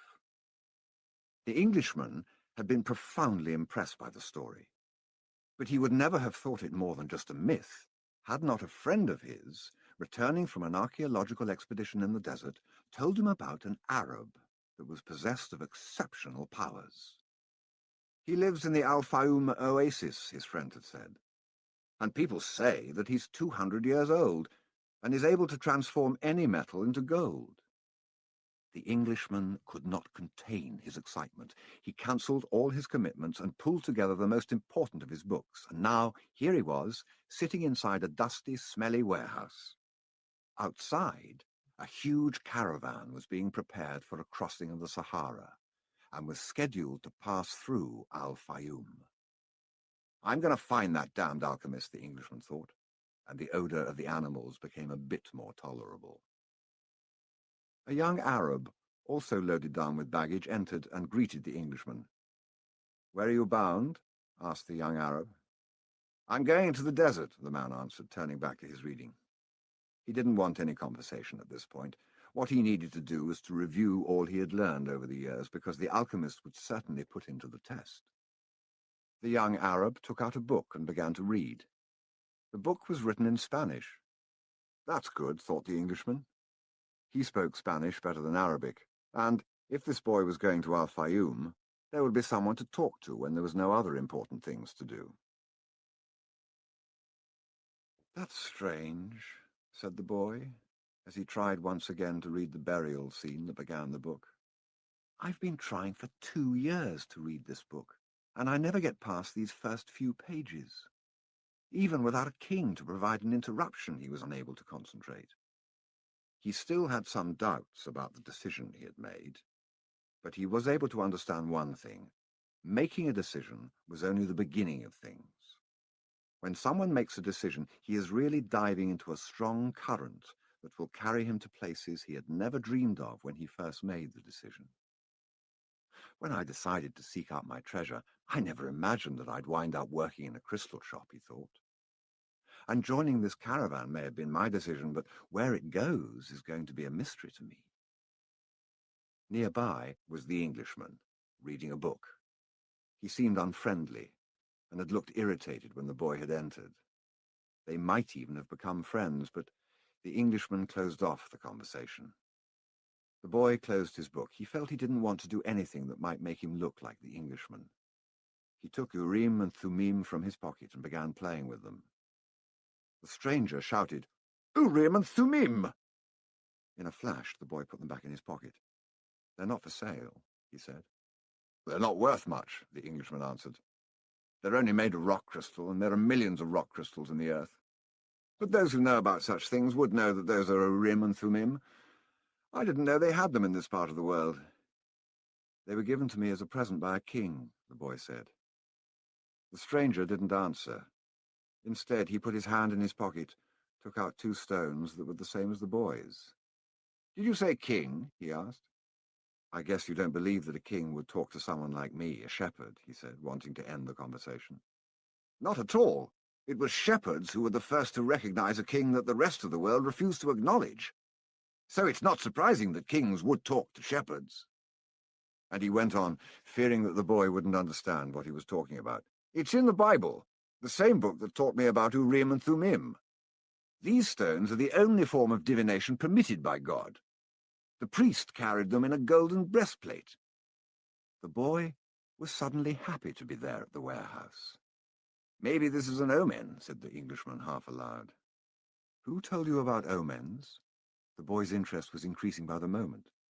"Everything in life is an omen," said the Englishman, now closing the journal he was reading.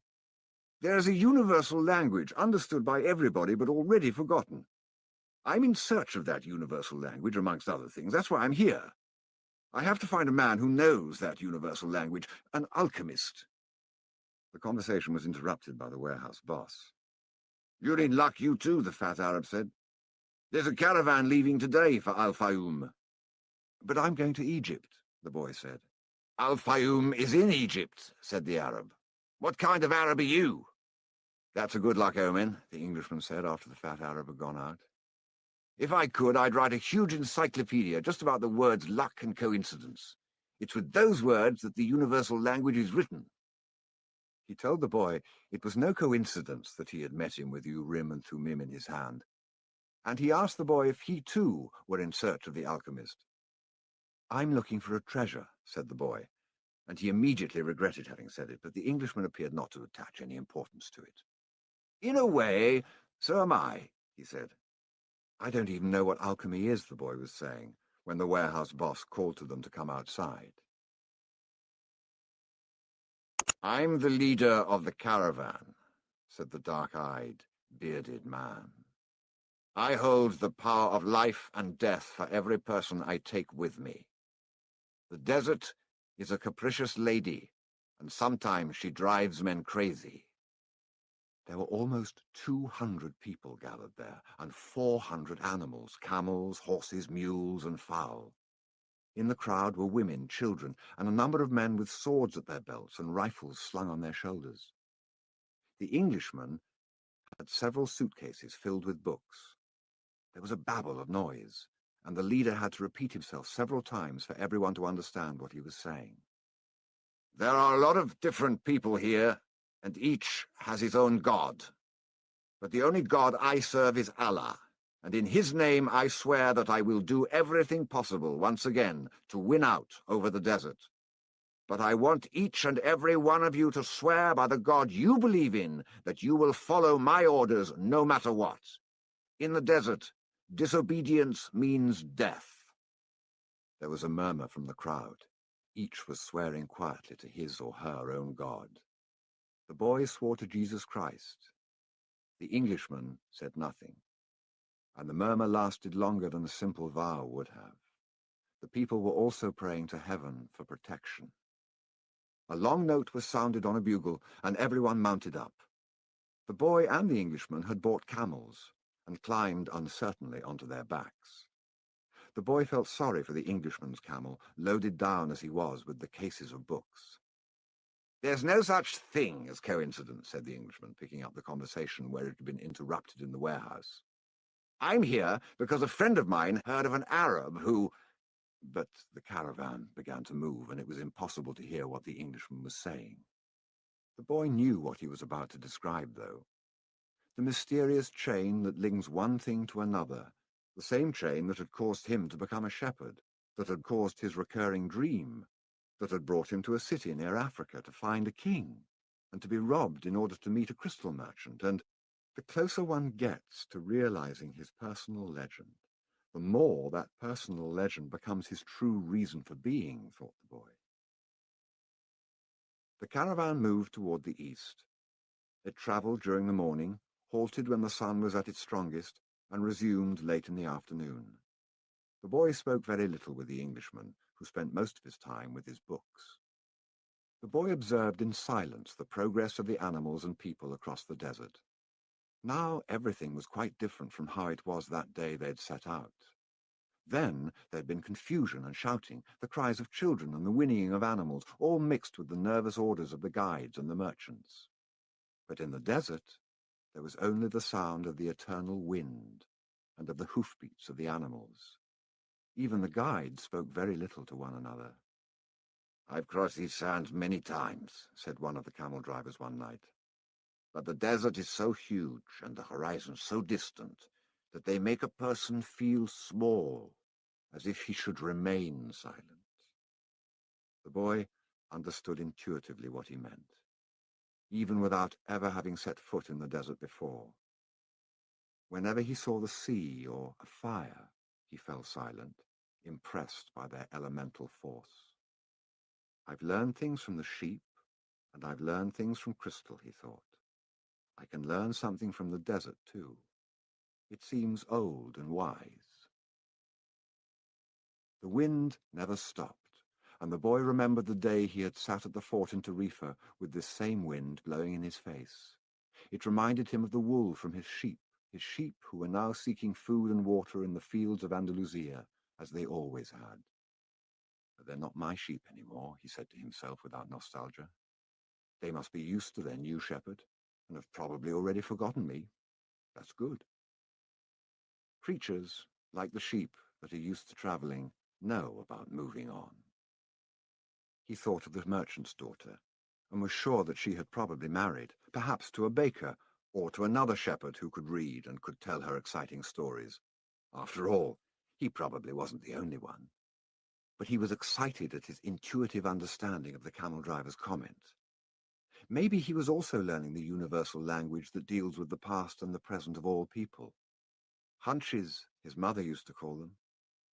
The boy was beginning to understand that intuition is really a sudden immersion of the soul into the universal current of life, where the histories of all people are connected, and we are able to know everything because it's all written there. "Maktub," the boy said, remembering the crystal merchant. The desert was all sand in some stretches and rocky in others. When the caravan was blocked by a boulder, it had to go around it. If there was a large rocky area, they had to make a major detour. If the sand was too fine for the animals' hooves, they sought a way where the sand was more substantial. In some places, the ground was covered with the salt of dried-up lakes. The animals balked at such places, and the camel drivers were forced to dismount and unburden their charges. The drivers carried the freight themselves over such treacherous footing, and then reloaded the camels. If a guide were to fall ill or die, the camel drivers would draw lots and appoint a new one. But all this happened for one basic reason. No matter how many detours and adjustments it made, the caravan moved toward the same compass point. Once obstacles were overcome, it returned to its course, sighting on a star that indicated the location of the oasis. When the people saw that star shining in the morning sky, They knew they were on the right course toward water, palm trees, shelter, and other people. It was only the Englishman who was unaware of all this. He was, for the most part, immersed in reading his books. The boy, too, had his book, and he had tried to read it during the first few days of the journey, but he found it much more interesting to observe the caravan and listen to the wind. As soon as he had learned to know his camel better, and to establish a relationship with him, he threw the book away. Although the boy had developed a superstition that each time he opened the book he would learn something important, he decided it was an unnecessary burden. He became friendly with the camel driver who travelled alongside him. At night, as they sat around the fire, the boy related to the driver his adventures as a shepherd. During one of these conversations, the driver told of his own life. "I used to live near El Kairum," he said. "I had my orchard, my children, and a life that would not change at all until I died. One year, when the crop was the best ever, we all went to Mecca, and I satisfied the only unmet obligation in my life. I could die happily, and that made me feel good. One day, the earth began to tremble and the Nile overflowed its banks. It was something I thought could only happen to others, never to me. My neighbors feared they would lose all their olive trees in the flood, and my wife was afraid we would lose our children. I thought that everything I owned would be destroyed. The land was ruined, and I had to find some other way to earn a living, so now I'm a camel driver. But that disaster taught me to understand the word of Allah. People need not fear the unknown if they are capable of achieving what they need and want. We are afraid of losing what we have, whether it's our life or our possessions and property. But this fear evaporates when we understand that our life stories and the history of the world were written by the same hand. Sometimes their caravan met with another. One always had something that the other needed, as if everything were indeed written by one hand. As they sat around the fire, the camel drivers exchanged information about windstorms and told stories about the desert. At other times, mysterious hooded men would appear. They were Bedouins who did surveillance along the caravan route. They provided warnings about thieves and barbarian tribes. They came in silence and departed the same way, dressed in black garments that showed only their eyes. One night, a camel driver came to the fire where the Englishman and the boy were sitting. "There are rumors of tribal wars," he told them. The three fell silent. The boy noted that there was a sense of fear in the air, even though no one said anything. Once again, he was experiencing the language without words, the universal language. The Englishman asked if they were in danger. "Once you get into the desert, there's no going back," said the camel driver. "And when you can't go back, you have to worry only about the best way of moving forward. The rest is up to Allah, including the danger." And he concluded by saying the mysterious word, Maktub. "You should pay more attention to the caravan," the boy said to the Englishman after the camel driver had left. "We make a lot of detours, but we're always heading for the same destination." "And you ought to read more about the world," answered the Englishman. "Books are like caravans in that respect." The immense collection of people and animals began to travel faster. The days had always been silent, but now even the nights, when the travellers were accustomed to talking around the fires, had also become quiet. And one day, the leader of the caravan made the decision that the fires should no longer be lighted, so as not to attract attention to the caravan. The travellers adopted the practice of arranging the animals in a circle at night, sleeping together in the centre as protection against the nocturnal cold. And the leader posted armed sentinels at the fringes of the group. The Englishman was unable to sleep one night. He called to the boy, and they took a walk along the dunes surrounding the encampment. There was a full moon, and the boy told the Englishman the story of his life. The Englishman was fascinated with the part about the progress achieved at the crystal shop after the boy began working there. "That's the principle that governs all things," he said. "In alchemy, it's called the soul of the world. When you want something with all your heart, that's when you are closest to the soul of the world. It's always a positive force. He also said that this was not just a human gift, that everything on the face of the earth had a soul, whether mineral, vegetable, or animal, or even just a simple thought. Everything on earth is being continuously transformed because the earth is alive and it has a soul. We are part of that soul, so we really recognize that it is working for us. But in the crystal shop, you probably realize that even the glasses were collaborating in your success. The boy thought about that for a while as he looked at the moon and the bleached sands. I've watched the caravan as it crossed the desert, he said. The caravan and the desert speak the same language, and it's for that reason that the desert allows it the crossing. It's going to test the caravan's every step to see if it's in time, and if it is, we will make it to the oasis. If either of us had joined this caravan based only on personal courage, but without understanding that language, this journey would have been much more difficult. They stood there looking at the moon. That's the magic of omens, said the boy. I've seen how the guides read the signs of the desert, and how the soul of the caravan speaks to the soul of the desert. The Englishman said, I'd better pay more attention to the caravan. And I'd better read your books, said the boy. They were strange books. They spoke about Mercury, salt, dragons, and kings, and he didn't understand any of it. But there was one idea that seemed to repeat itself throughout all the books. All things are the manifestation of one thing only. In one of the books, he learned that the most important text in the literature of alchemy contained only a few lines and had been inscribed on the surface of an emerald. It's the emerald tablet, said the Englishman, proud that he might teach something to the boy. Well, then why do we need all these books? The boy asked.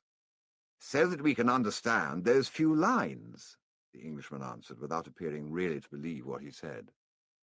The book that most interested the boy told the stories of the famous alchemists. They were men who had dedicated their entire lives to the purification of metals in their laboratories.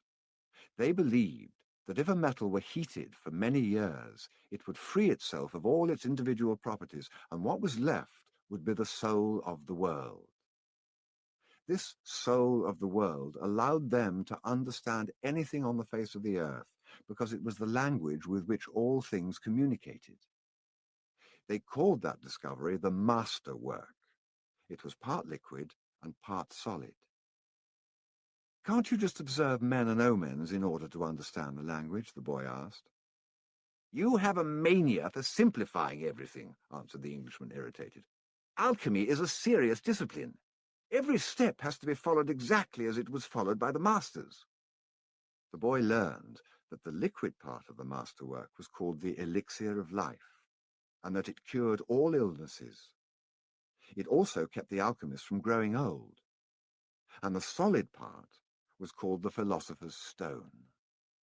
It's not easy to find the philosopher's stone, said the Englishman. The alchemists spent years in their laboratories observing the fire that purified the metals. They spent so much time close to the fire that gradually they gave up the vanities of the world. They discovered that the purification of the metals had led to a purification of themselves. The boy thought about the crystal merchant. He had said that it was a good thing for the boy to clean the crystal pieces so that he could free himself from negative thoughts. The boy was becoming more and more convinced that alchemy could be learned in one's daily life. Also, said the Englishman, the philosopher's stone has a fascinating property. A small sliver of the stone can transform large quantities of metal into gold. Having heard that, the boy became even more interested in alchemy. He thought that, with some patience, he'd be able to transform everything into gold. He read the lives of the various people who had succeeded in doing so.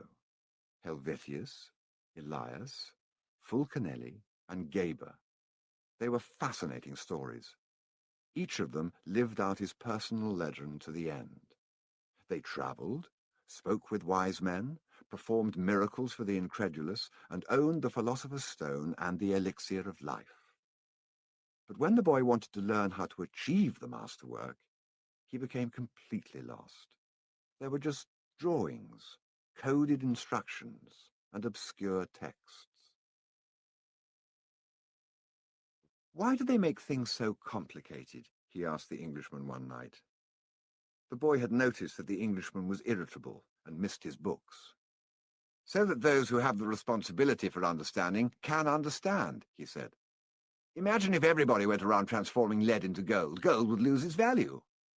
It's only those who are persistent and willing to study things deeply who achieve the masterwork. That's why I'm here in the middle of the desert. I'm seeking a true alchemist who will help me to decipher the codes." "When were these books written?" the boy asked. "Many centuries ago." "They didn't have the printing press in those days," the boy argued. "There was no way for everyone to know about alchemy. Why do they use such strange language with so many drawings?" The Englishman didn't answer him directly. He said that for the past few days he'd been paying attention to how the caravan operated, and that he hadn't learned anything new. The only thing he'd noticed was that the talk of war was becoming more and more frequent. Then, one day, the boy returned the books to the Englishman. "Did you learn anything?" the Englishman asked, eager to hear what it might be. He needed someone to talk to, so as to avoid thinking about the possibility of war. "I learned that the world has a soul, and that whoever understands that soul can also understand the language of things. I learned that many alchemists realized their personal legends and wound up discovering the soul of the world, the philosopher's stone, and the elixir of life. But above all, I learned that these things are all so simple that they could be written on the surface of an emerald." The Englishman was disappointed. The years of research, the magic symbols, the strange words, and the laboratory equipment, none of this had made any impression on the boy. His soul must be too primitive to understand those things, he thought. He took back his books and packed them away again in their bags. "Go back to watching the caravan," he said. "That didn't teach me anything either." The boy went back to contemplating the silence of the desert and the sand raised by the animals. "Everyone has his or her own way of learning things," he said to himself. "His way isn't the same as mine, nor mine as his. But we're both in search of our personal legends, and I respect him for that." The caravan began to travel day and night. The hooded Bedouins reappeared more and more frequently, and the camel driver, who had become a good friend of the boys, explained that the war between the tribes had already begun. The caravan would be very lucky to reach the oasis. The animals were exhausted, and the men talked among themselves less and less. The silence was the worst aspect of the night, when the mere groan of a camel, which before had been nothing but the groan of a camel, now frightened everyone because it might signal a raid. The camel driver, though, seemed not to be very concerned with the threat of war. "I'm alive," he said to the boy as they ate a bunch of dates one night with no fires and no moon. "When I'm eating, that's all I think about. If I'm on the march, I just concentrate on marching. If I have to fight, it'll be just as good a day to die as any other. Because I don't live in either my past or my future, I'm interested only in the present. If you can concentrate always on the present, you'll be a happy man. You'll see that there is a life in the desert, that there are stars in the heavens, and that tribesmen fight because they are part of the human race. Life will be a party for you, a grand festival, because life is the moment we're living right now." 2 nights later, as he was getting ready to bed down, the boy looked for the star they followed every night. He thought that the horizon was a bit lower than it had been, because he seemed to see stars on the desert itself. "It's the oasis," said the camel driver. "Well, why don't we go there right now?" the boy asked. "Because we have to sleep." The boy awoke as the sun rose. There, in front of him, where the small stars had been the night before, was an endless row of date palms stretching across the entire desert. "We've done it," said the Englishman, who had also awakened early. But the boy was quiet. He was at home with the silence of the desert, and he was content just to look at the trees. He still had a long way to go to reach the pyramids, And someday this morning would be just a memory. But this was the present moment, the party the camel driver had mentioned, and he wanted to live it as he did the lessons of his past and his dreams of the future. Although the vision of the date palms would someday be just a memory, right now it signified shade, water, and a refuge from the war. Yesterday the camel's drone signaled danger, and now a row of date palms could herald a miracle. The world speaks many languages, the boy thought. The times rush past, and so do the caravans, thought the alchemist, as he watched the hundreds of people and animals arriving at the oasis. People were shouting at the new arrivals, dust obscured the desert sun, and the children of the oasis were bursting with excitement at the arrival of the strangers. The alchemist saw the tribal chiefs greet the leader of the caravan and converse with him at length. But none of that mattered to the alchemist. He'd already seen many people come and go, and the desert remained as it was. He'd seen kings and beggars walking the desert sands. The dunes were changed constantly by the wind, yet these were the same sands he had known since he was a child. He always enjoyed seeing the happiness that the travellers experienced when, after weeks of yellow sand and blue sky, they first saw the green of the date palms. Maybe God created the desert so that man could appreciate the date trees, he thought. He decided to concentrate on more practical matters. He knew that in the caravan there was a man to whom he was to teach some of his secrets. The omens had told him so.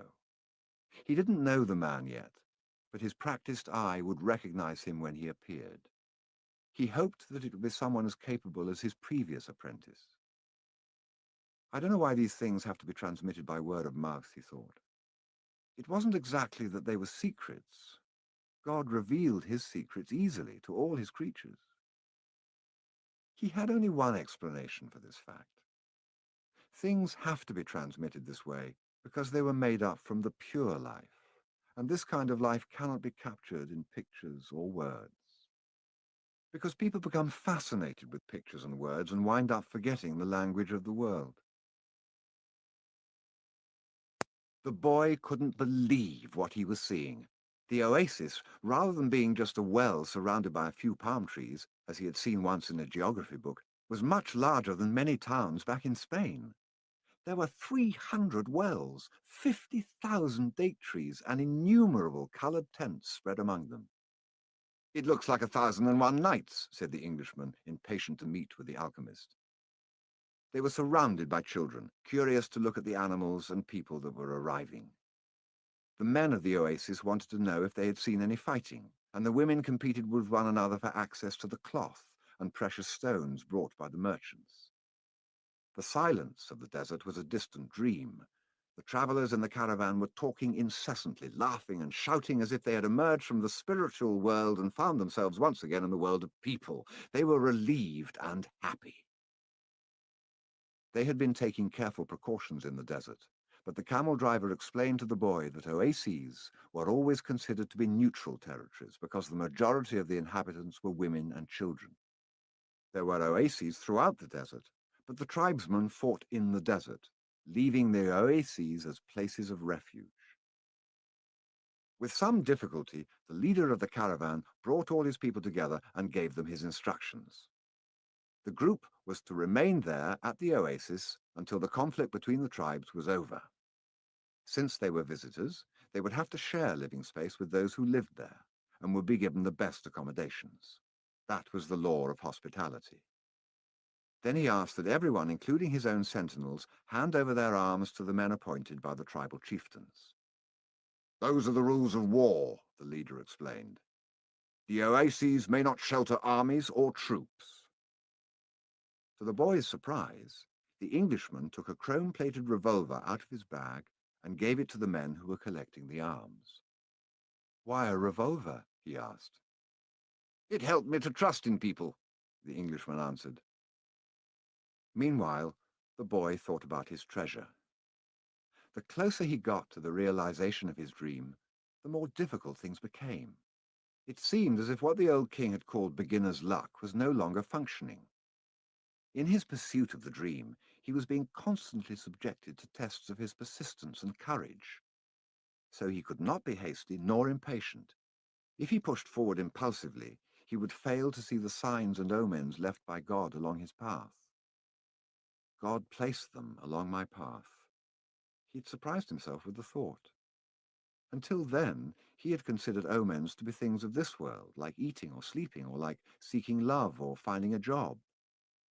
He'd never thought of them in terms of a language used by God to indicate what he should do. Don't be impatient, he repeated to himself. It's like the camel driver said, eat when it's time to eat, and move along when it's time to move along. That first day, everyone slept from exhaustion, including the Englishman. The boy was assigned a place far from his friend in a tent with 5 other young men of about his age. They were people of the desert and clamoured to hear his stories about the great cities. The boy told them about his life as a shepherd and was about to tell them of his experiences at the crystal shop when the Englishman came into the tent. "I've been looking for you all morning," he said, as he led the boy outside. "I need you to help me to find out where the alchemist lives." First, they tried to find him on their own. An alchemist would probably live in a manner that was different from that of the rest of the people at the oasis, and it was likely that in his tent an oven was continuously burning. They searched everywhere and found that the oasis was much larger than they could have imagined. There were hundreds of tents. "We've wasted almost the entire day," said the Englishman, sitting down with the boy near one of the wells. "Maybe we'd better ask someone," the boy suggested. The Englishman didn't want to tell others about his reasons for being at the oasis and couldn't make up his mind.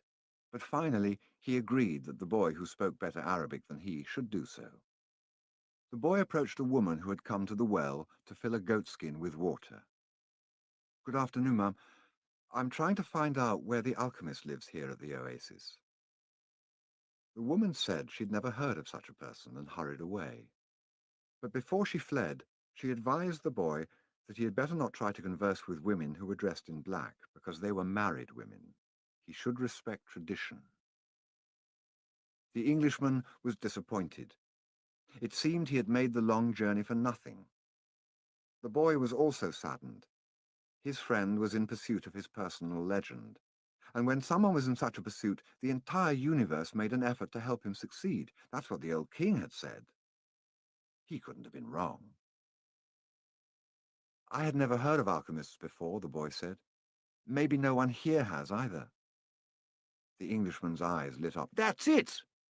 Maybe no one here knows what an alchemist is.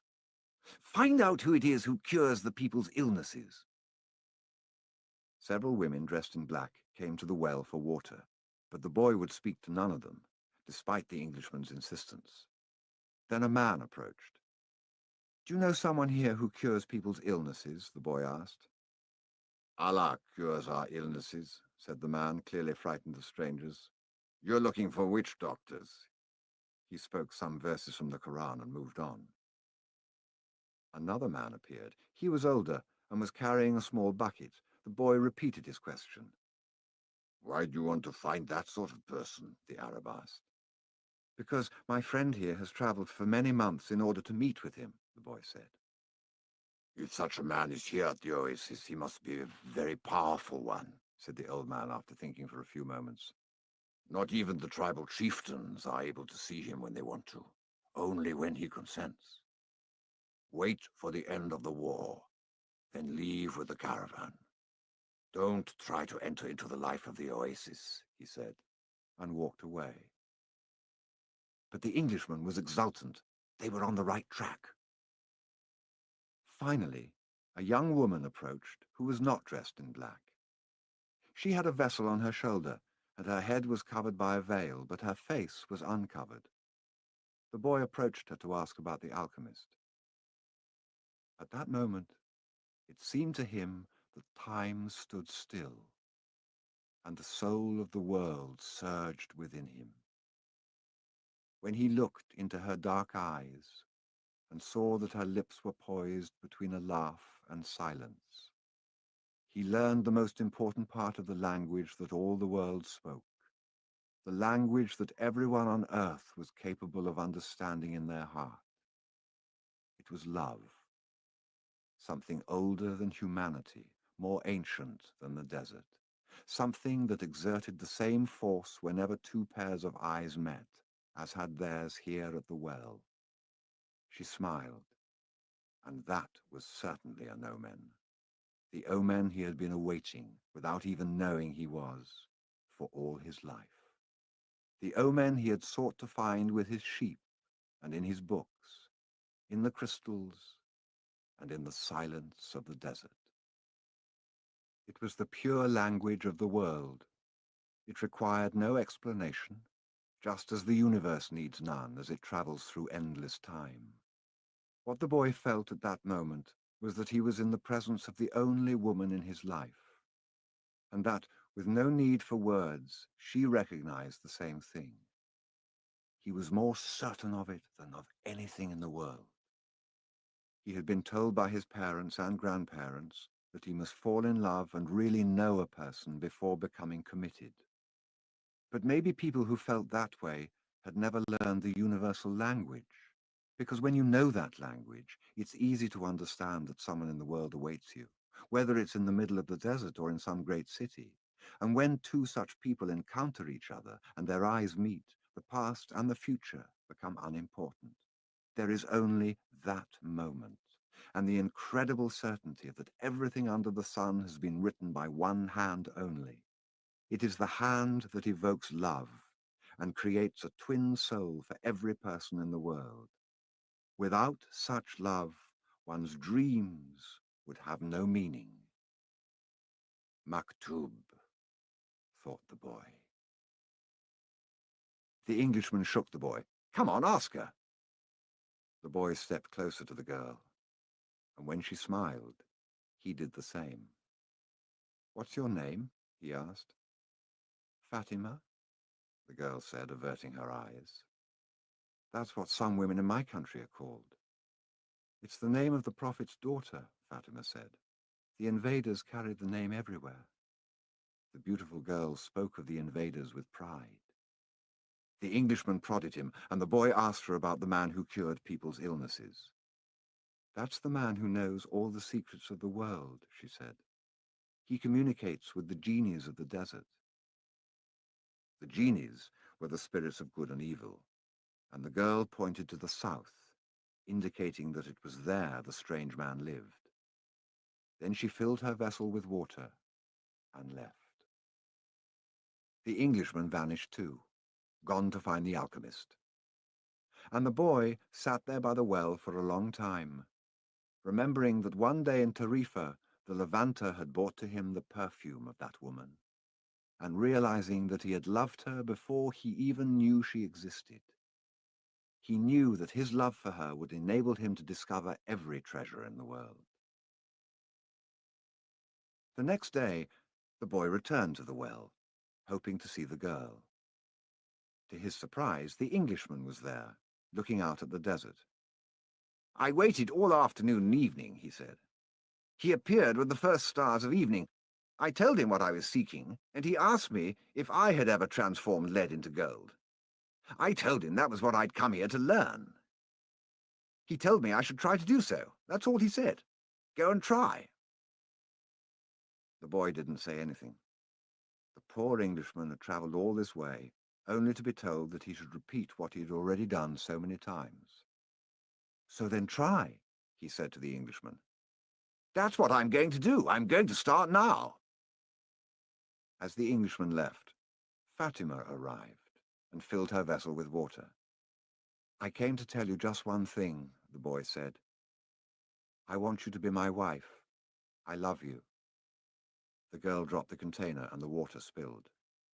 I'm going to wait here for you every day. I've crossed the desert in search of a treasure that is somewhere near the pyramids. And for me, the war seemed a curse. But now it's a blessing, because it brought me to you. The war is going to end someday, the girl said. The boy looked around him at the date palms. He reminded himself that he had been a shepherd, and that he could be a shepherd again. Fatima was more important than his treasure.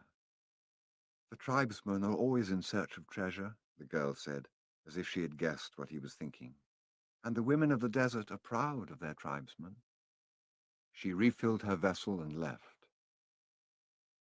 The boy went to the well every day to meet with Fatima. He told her about his life as a shepherd, about the king, and about the crystal shop. They became friends, and except for the 15 minutes he spent with her, each day seemed that it would never pass. When he had been at the oasis for about a month, the leader of the caravan called a meeting of all the people traveling with him. "We don't know when the war will end, so we can't continue our journey," he said. "The battles may last for a long time, perhaps even years. There are powerful forces on both sides, and the war is important to both armies. It's not a battle of good against evil, it's a war between forces that are fighting for the balance of power. And when that type of battle begins, it lasts longer than others, because Allah is on both sides." The people went back to where they were living, and the boy went to meet with Fatima that afternoon. He told her about the morning's meeting. "The day after we met," Fatima said, "you told me that you loved me. Then you taught me something of the universal language and the soul of the world. Because of that, I have become a part of you." The boy listened to the sound of her voice and thought it to be more beautiful than the sound of the wind in the date palms. "I have been waiting for you here at this oasis for a long time. I have forgotten about my past, about my traditions, and the way in which men of the desert expect women to behave. Ever since I was a child, I have dreamed that the desert would bring me a wonderful present. Now my present has arrived, and it's you." The boy wanted to take her hand, but Fatima's hands held to the handles of her jug. "You have told me about your dreams, about the old king and your treasure, and you've told me about omens. So now I fear nothing, because it was those omens that brought you to me. I am a part of your dream, a part of your personal legend, as you call it. That's why I want you to continue toward your goal. If you have to wait until the war is over, then wait. But if you have to go before then, go on in pursuit of your dream. The dunes are changed by the wind, but the desert never changes. That's the way it will be with our love for each other." "Maktub," she said, "if I am really a part of your dream, you'll come back one day." The boy was sad as he left her that day. He thought of all the married shepherds he had known. They had a difficult time convincing their wives that they had to go off into distant fields. Love required them to stay with the people they loved. He told Fatima that at their next meeting. "The desert takes our men from us, and they don't always return," she said. "We know that, and we are used to it. Those who don't return become a part of the clouds, a part of the animals that hide in the ravines, and of the water that comes from the earth. They become a part of everything. They become the soul of the world. Some do come back, and then the other women are happy because they believe that their men may one day return as well. I used to look at those women and envy them their happiness. Now I too will be one of the women who wait. I'm a desert woman, and I'm proud of that. I want my husband to wander as free as the wind that shapes the dunes. And if I have to, I will accept the fact that he's become a part of the clouds and the animals and the water of the desert." The boy went to look for the Englishman. He wanted to tell him about Fatima. He was surprised when he saw that the Englishman had built himself a furnace outside his tent. It was a strange furnace fueled by firewood with a transparent flask heating on the top.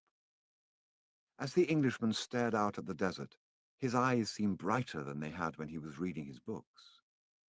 "This is the first phase of the job," he said.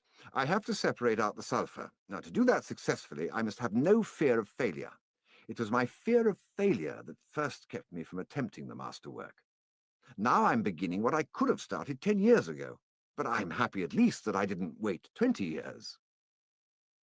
He continued to feed the fire, and the boy stayed on until the desert turned pink in the setting sun.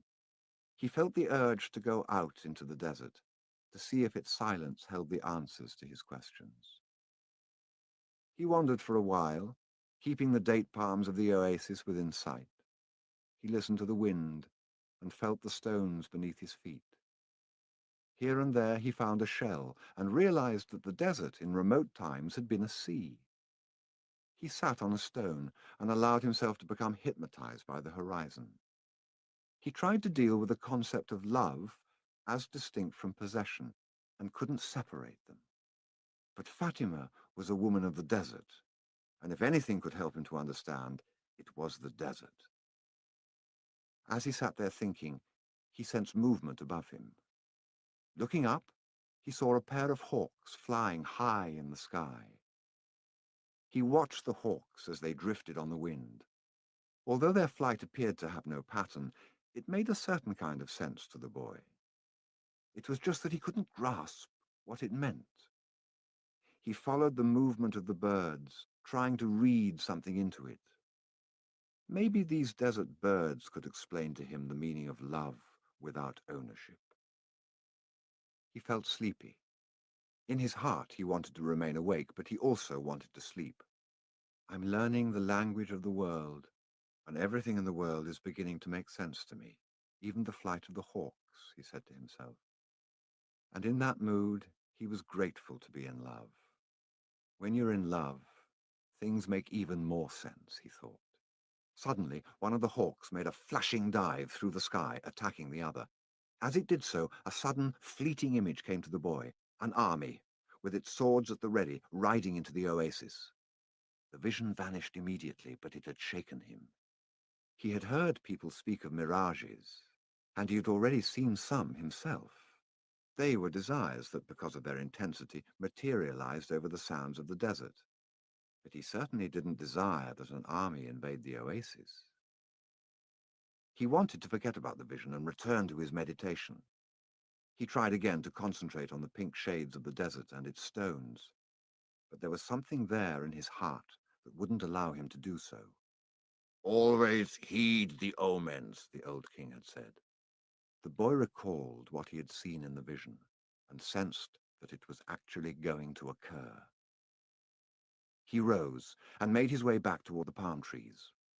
Once again, he perceived the many languages in the things about him.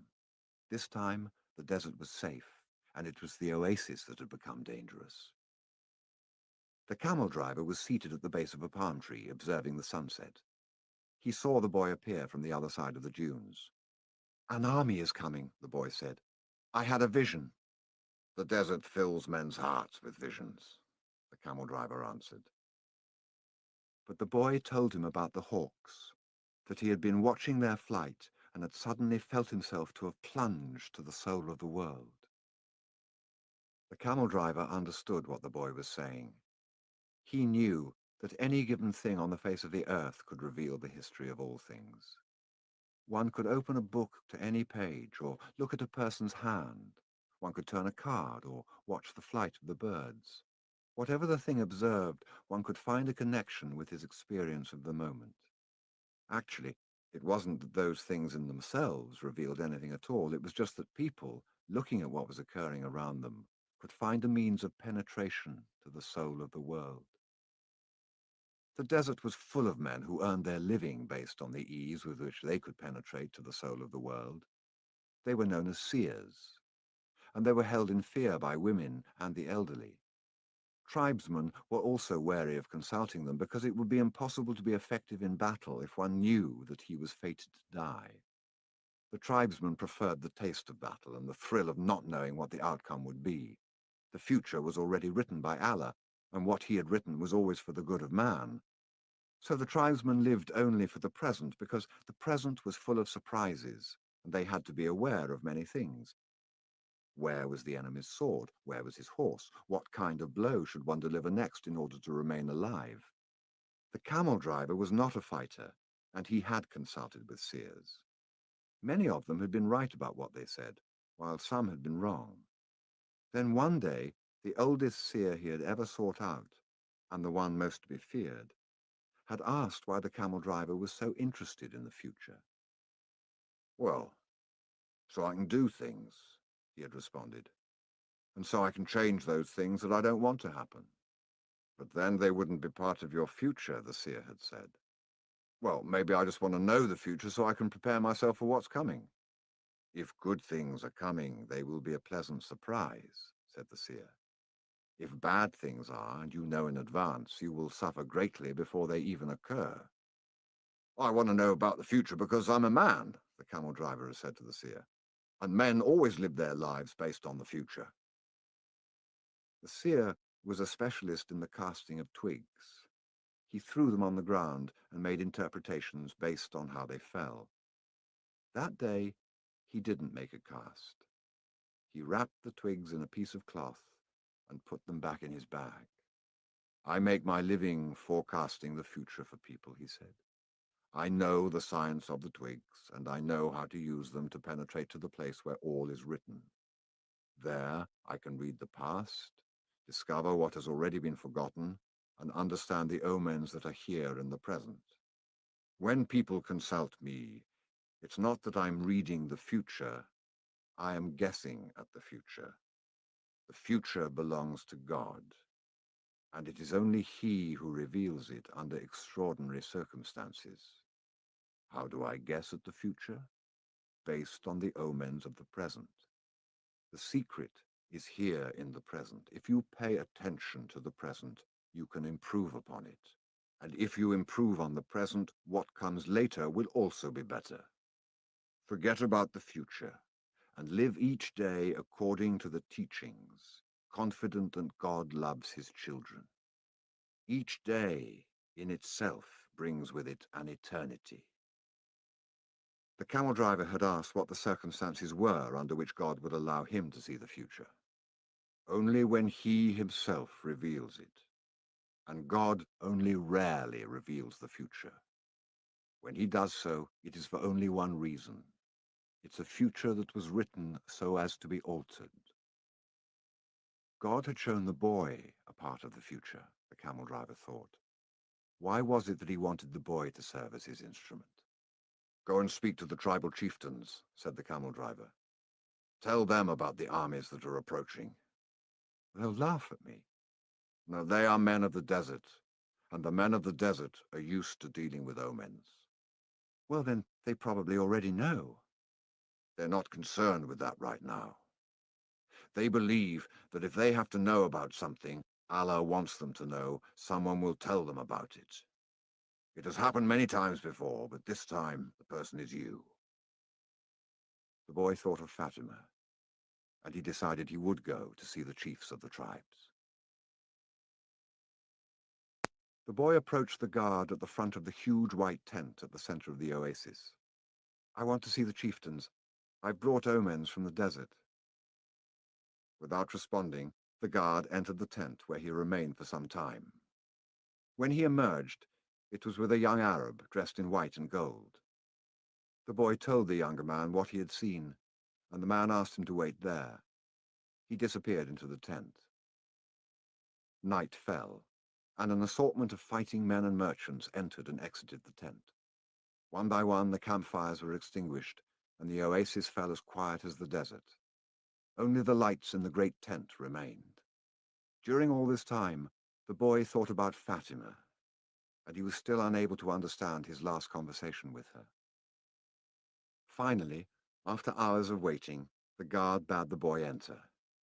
The boy was astonished by what he saw inside. Never could he have imagined that here, in the middle of the desert, there existed a tent like this one. The ground was covered with the most beautiful carpets he'd ever walked upon, and from the top of the structure hung lamps of hand-wrought gold, each with a lighted candle. The tribal chieftains were seated at the back of the tent in a semicircle, resting upon richly embroidered silk cushions. Servants came and went with silver trays laden with spices and tea. Other servants maintained the fires in the hookahs. The atmosphere was suffused with the sweet scent of smoke. There were 8 chieftains, but the boy could see immediately which one of them was the most important. An Arab dressed in white and gold, seated at the center of the semicircle. At his side was the young Arab the boy had spoken with earlier. "Who is this stranger who speaks of omens?" asked one of the chieftains, eyeing the boy. "It is I," the boy answered, and he told what he had seen. "Why would the desert reveal such things to a stranger when it knows that we have been here for generations?" said another of the chieftains. "Because my eyes are not yet accustomed to the desert," the boy said. "I can see things that eyes habituated to the desert might not see. And also because I know about the soul of the world," he thought to himself. "The oasis is neutral ground. No one attacks an oasis," said the third chieftain. "I can only tell you what I saw. If you don't want to believe me, you don't have to do anything about it." The men fell into animated discussion. They spoke in an Arab dialect the boy didn't understand, but when he made to leave, the guard told him to stay. The boy became fearful. The omens told him that something was wrong. He regretted having spoken to the camel driver about what he had seen in the desert. Suddenly, the elder at the center smiled almost imperceptibly, and the boy felt better. The man hadn't participated in the discussion, and in fact hadn't said a word up to that point. But the boy was already used to the language of the world, and he could feel the vibrations of peace throughout the tent. Now his intuition was that he'd been right in coming. The discussion ended. The chieftains were silent for a few moments as they listened to what the old man was saying. Then he turned to the boy. This time his expression was cold and distant. 2,000 years ago, in a distant land, a man who believed in dreams was thrown into a dungeon and then sold as a slave, the old man said, now in the dialect the boy understood. Our merchants bought that man and brought him to Egypt. All of us know that whoever believes in dreams also knows how to interpret them. The elder continued. When the pharaoh dreamed of cows that were thin and cows that were fat, this man I'm speaking of rescued Egypt from famine. His name was Joseph. He too was a stranger in a strange land like you, and he was probably about your age. He paused, and his eyes were still unfriendly. We always observe the tradition. The tradition saved Egypt from famine in those days and made the Egyptians the wealthiest of peoples. The tradition teaches men how to cross the desert and how their children should marry. The tradition says that an oasis is neutral territory because both sides have oases, and so both are vulnerable. No one said a word as the old man continued. But the tradition also says that we should believe the messages of the desert. Everything we know was taught to us by the desert. The old man gave a signal, and everyone stood. The meeting was over. The hookahs were extinguished and the guards stood at attention. The boy made ready to leave, but the old man spoke again. Tomorrow we are going to break the agreement that says no one at the oasis may carry arms. Throughout the entire day, we will be on the lookout for our enemies. When the sun sets, the men will once again surrender their arms to me. For every 10 dead men among our enemies, you will receive a piece of gold. But arms cannot be drawn unless they also go into battle. Arms are as capricious as the desert, and if they are not used, the next time they might not function. If at least one of them hasn't been used by the end of the day tomorrow, one will be used on you. When the boy left the tent, the oasis was illuminated only by the light of the full moon. He was 20 minutes from his tent and began to make his way there. He was alarmed by what had happened. He had succeeded in reaching through to the soul of the world, and now the price for having done so might be his life. It was a frightening bet. But he had been making risky bets ever since the day he had sold his sheep to pursue his personal legend.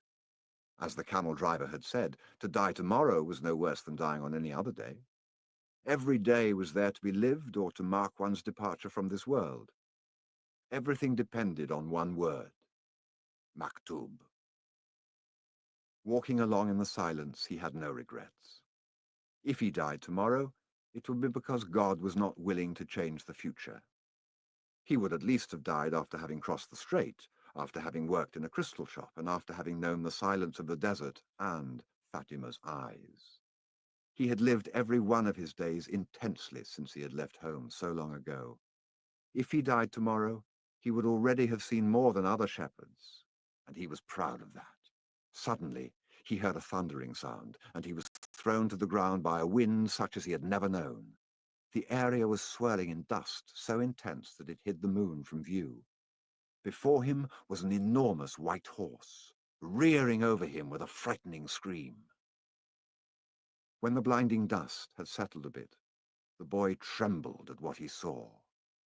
Astride the animal was a horseman dressed completely in black, with a falcon perched on his left shoulder. He wore a turban, and his entire face, except for his eyes, were covered with a black kerchief. He appeared to be a messenger from the desert, but his presence was much more powerful than that of a mere messenger. The strange horseman drew an enormous curved sword from a scabbard mounted on his saddle. The steel of its blade glittered in the light of the moon. "Who dares to read the meaning of the flight of the hawks?" he demanded, so loudly that his words seemed to echo through the 50,000 palm trees of Al-Fayoum. "It is I who dare to do so," said the boy. He was reminded of the image of Santiago Matamoros, mounted on his white horse with the infidels beneath his hooves. This man looked exactly the same, except that now the roles were reversed. "It is I who dared to do so," he repeated, and he lowered his head to receive a blow from the sword. "Many lives will be saved because I was able to see through to the soul of the world." The sword didn't fall.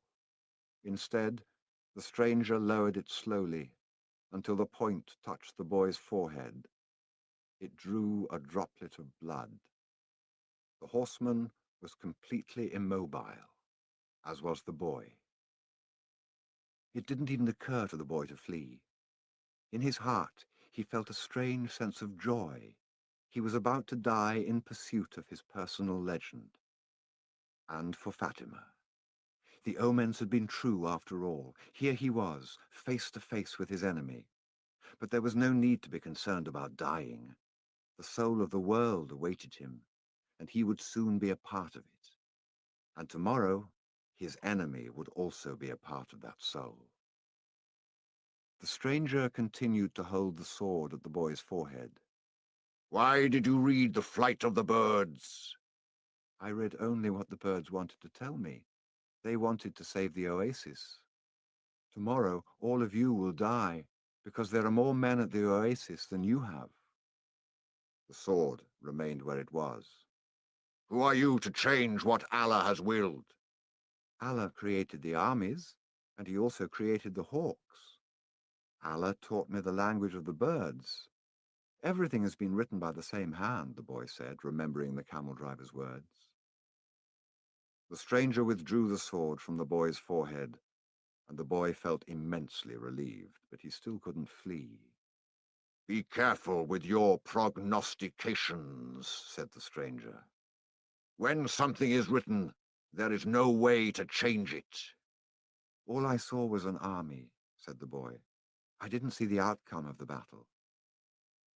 The stranger seemed satisfied with the answer, but he kept the sword in his hand.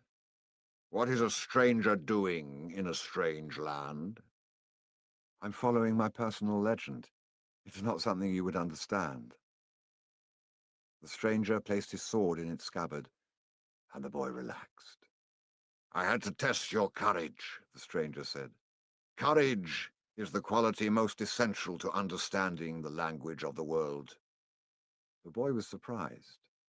The stranger was speaking of things very few people knew about. "You must not let up, even after having come so far," he continued. "You must love the desert, but never trust it completely. Because the desert tests all men. It challenges every step and kills those who become distracted. What he said reminded the boy of the old king. If the warriors come here, and your head is still on your shoulders at sunset, come and find me, said the stranger. The same hand that had brandished the sword now held a whip. The horse reared again, raising a cloud of dust. "Where do you live?" shouted the boy as the horseman rode away. The hand with the whip pointed to the south. The boy had met the alchemist. Next morning, there were 2,000 armed men scattered throughout the palm trees at Al-Fayoum. Before the sun had reached its high point, 500 tribesmen appeared on the horizon. The mounted troops entered the oasis from the north. It appeared to be a peaceful expedition, but they all carried arms, hidden in their robes. When they reached the white tent at the center of Al-Fayoum, they withdrew their scimitars and rifles, and they attacked an empty tent. The men of the oasis surrounded the horsemen from the desert, and within half an hour all but one of the intruders were dead. The children had been kept at the other side of a grove of palm trees and saw nothing of what had happened. The women had remained in their tents, praying for the safekeeping of their husbands, and saw nothing of the battle either. Were it not for the bodies there on the ground, it would have appeared to be a normal day at the oasis. The only tribesman spared was the commander of the battalion. That afternoon, he was brought before the tribal chieftains, who asked him why he had violated the tradition. The commander said that his men had been starving and thirsty, exhausted from many days of battle, and had decided to take the oasis so as to be able to return to the war. The tribal chieftain said that he felt sorry for the tribesmen, but that the tradition was sacred. He condemned the commander to death without honor. Rather than being killed by a blade or a bullet, he was hanged from a dead palm tree, where his body twisted in the desert wind. The tribal chieftain called for the boy and presented him with 50 pieces of gold. He repeated his story about Joseph of Egypt and asked the boy to become the counselor of the oasis. When the sun had set and the first stars made their appearance, the boy started to walk to the south. He eventually sighted a single tent, and a group of Arabs passing by told the boy that it was a place inhabited by genies. But the boy sat down and waited. Not until the moon was high did the alchemist ride into view. He carried 2 dead hawks over his shoulder. "I'm here," the boy said. "You shouldn't be here," the alchemist answered. "Or is it your personal legend that brings you here?" "With the wars between the tribes, it's impossible to cross the desert, so I've come here." The alchemist dismounted from his horse and signaled that the boy should enter the tent with him. It was a tent like many at the oasis. The boy looked around for the ovens and other apparatus used in alchemy, but saw none. There were only some books in a pile, a small cooking stove, and the carpets, covered with mysterious designs. "Sit down. We'll have something to drink and eat these hawks," said the alchemist. The boy suspected that they were the same hawks he had seen on the day before, but he said nothing. The alchemist lighted the fire, and soon a delicious aroma filled the tent. It was better than the scent of hookahs. "Why did you want to see me?" the boy asked. "Because of the omens," the alchemist answered. "The wind told me you would be coming, and that you would need help." "It's not I the wind spoke about. It's the other foreigner, the Englishman.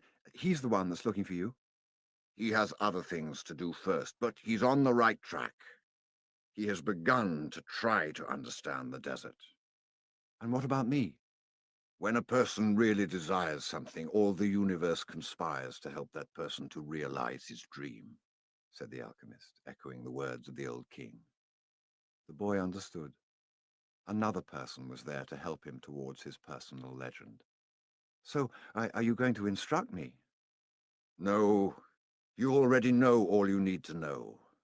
I am only going to point you in the direction of your treasure." "But there's a tribal war," the boy reiterated. I know what's happening in the deserts.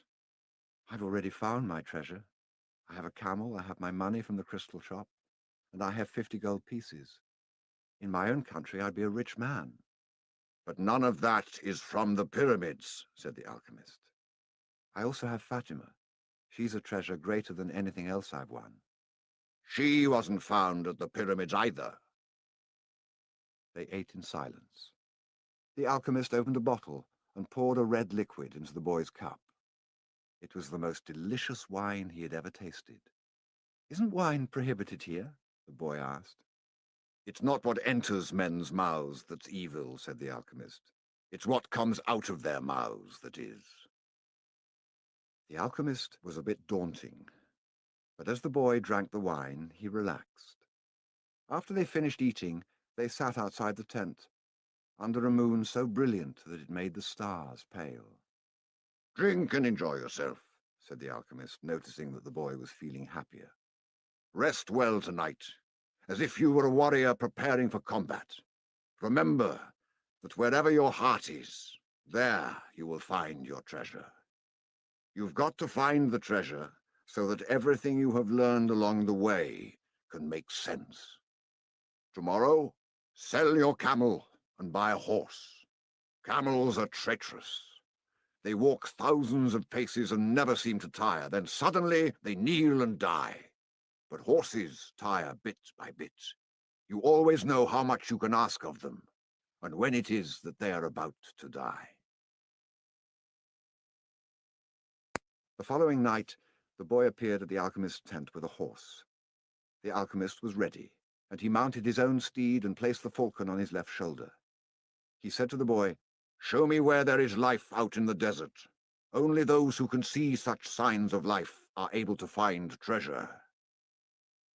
They began to ride out over the sands, with the moon lighting their way. I don't know if I'll be able to find life in the desert, the boy thought. I don't know the desert that well yet. He wanted to say so to the alchemist, but he was afraid of the man. They reached the rocky place where the boy had seen the hawks in the sky, but now there was only silence and the wind. I don't know how to find life in the desert, the boy said. I know that there's life here, but I don't know where to look. Life attracts life, the alchemist answered.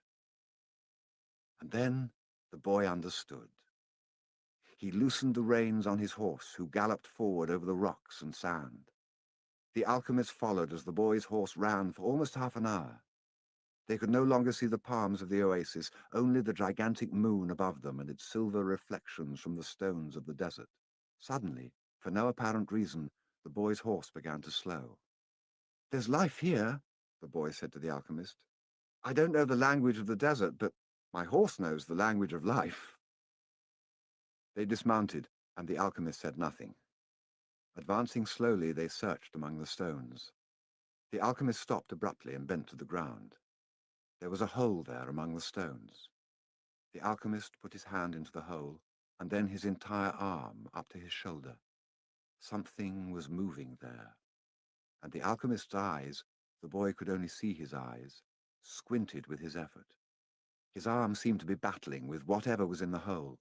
Then, with a motion that startled the boy, he withdrew his arm and leapt to his feet. In his hand, he grasped a snake by the tail. The boy leapt as well, but away from the alchemist. The snake fought frantically, making hissing sounds that shattered the silence of the desert. It was a cobra, whose venom could kill a person in minutes. Watch out for his venom, the boy said.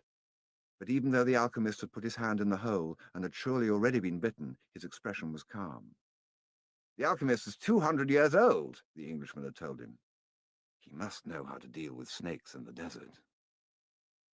The boy watched as his companion went to his horse and withdrew a scimitar. With its blade, he drew a circle in the sand, and then he placed the snake within it. The serpent relaxed immediately. Not to worry, said the alchemist.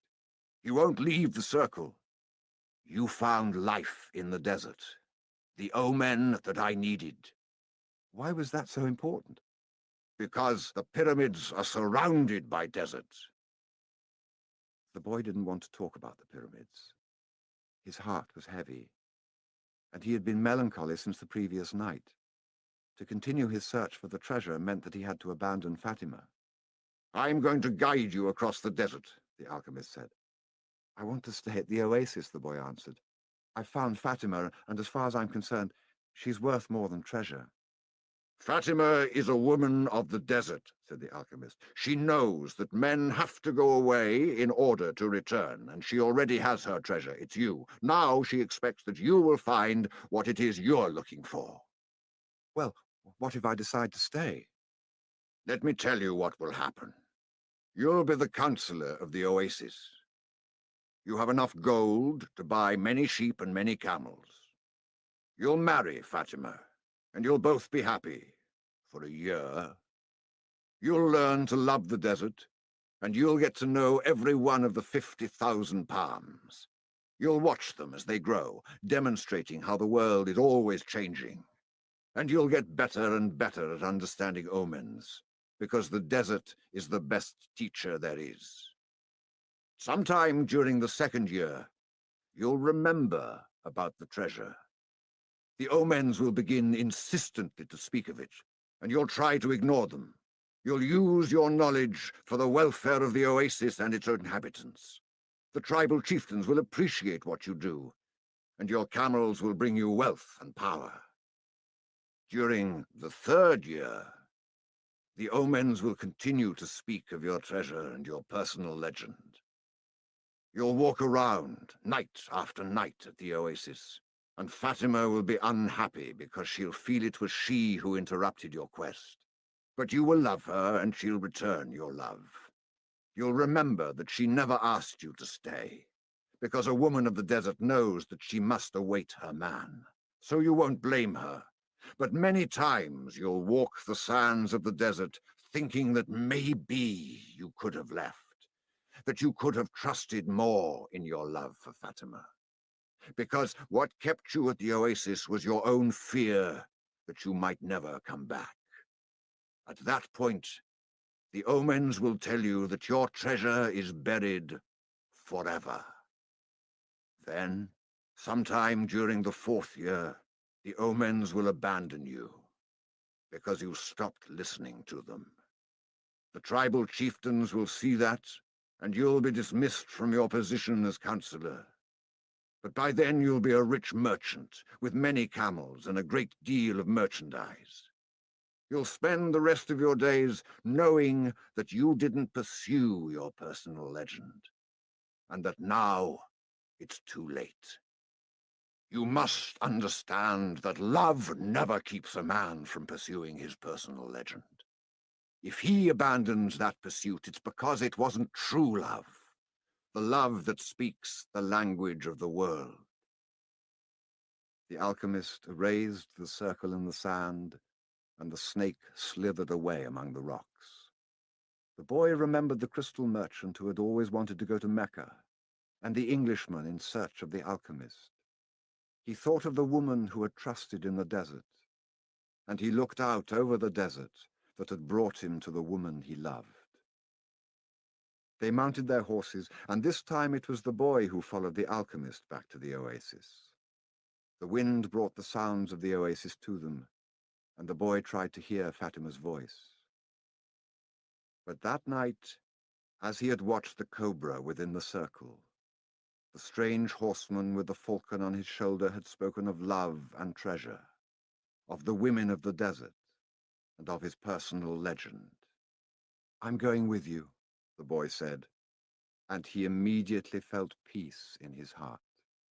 "We'll leave tomorrow before sunrise," was the alchemist's only response. The boy spent a sleepless night. 2 hours before dawn, he awoke one of the boys who slept in his tent and asked him to show him where Fatima lived. They went to her tent, and the boy gave his friend enough gold to buy a sheep. Then he asked his friend to go into the tent where Fatima was sleeping, and to awaken her and tell her that he was waiting outside. The young Arab did as he was asked, and was given enough gold to buy yet another sheep. "Now leave us alone," said the boy to the young Arab. The Arab returned to his tent to sleep, proud to have helped the counselor of the oasis, and happy at having enough money to buy himself some sheep. Fatima appeared at the entrance to the tent. The two walked out among the palms. The boy knew it was a violation of the tradition, but that didn't matter to him now.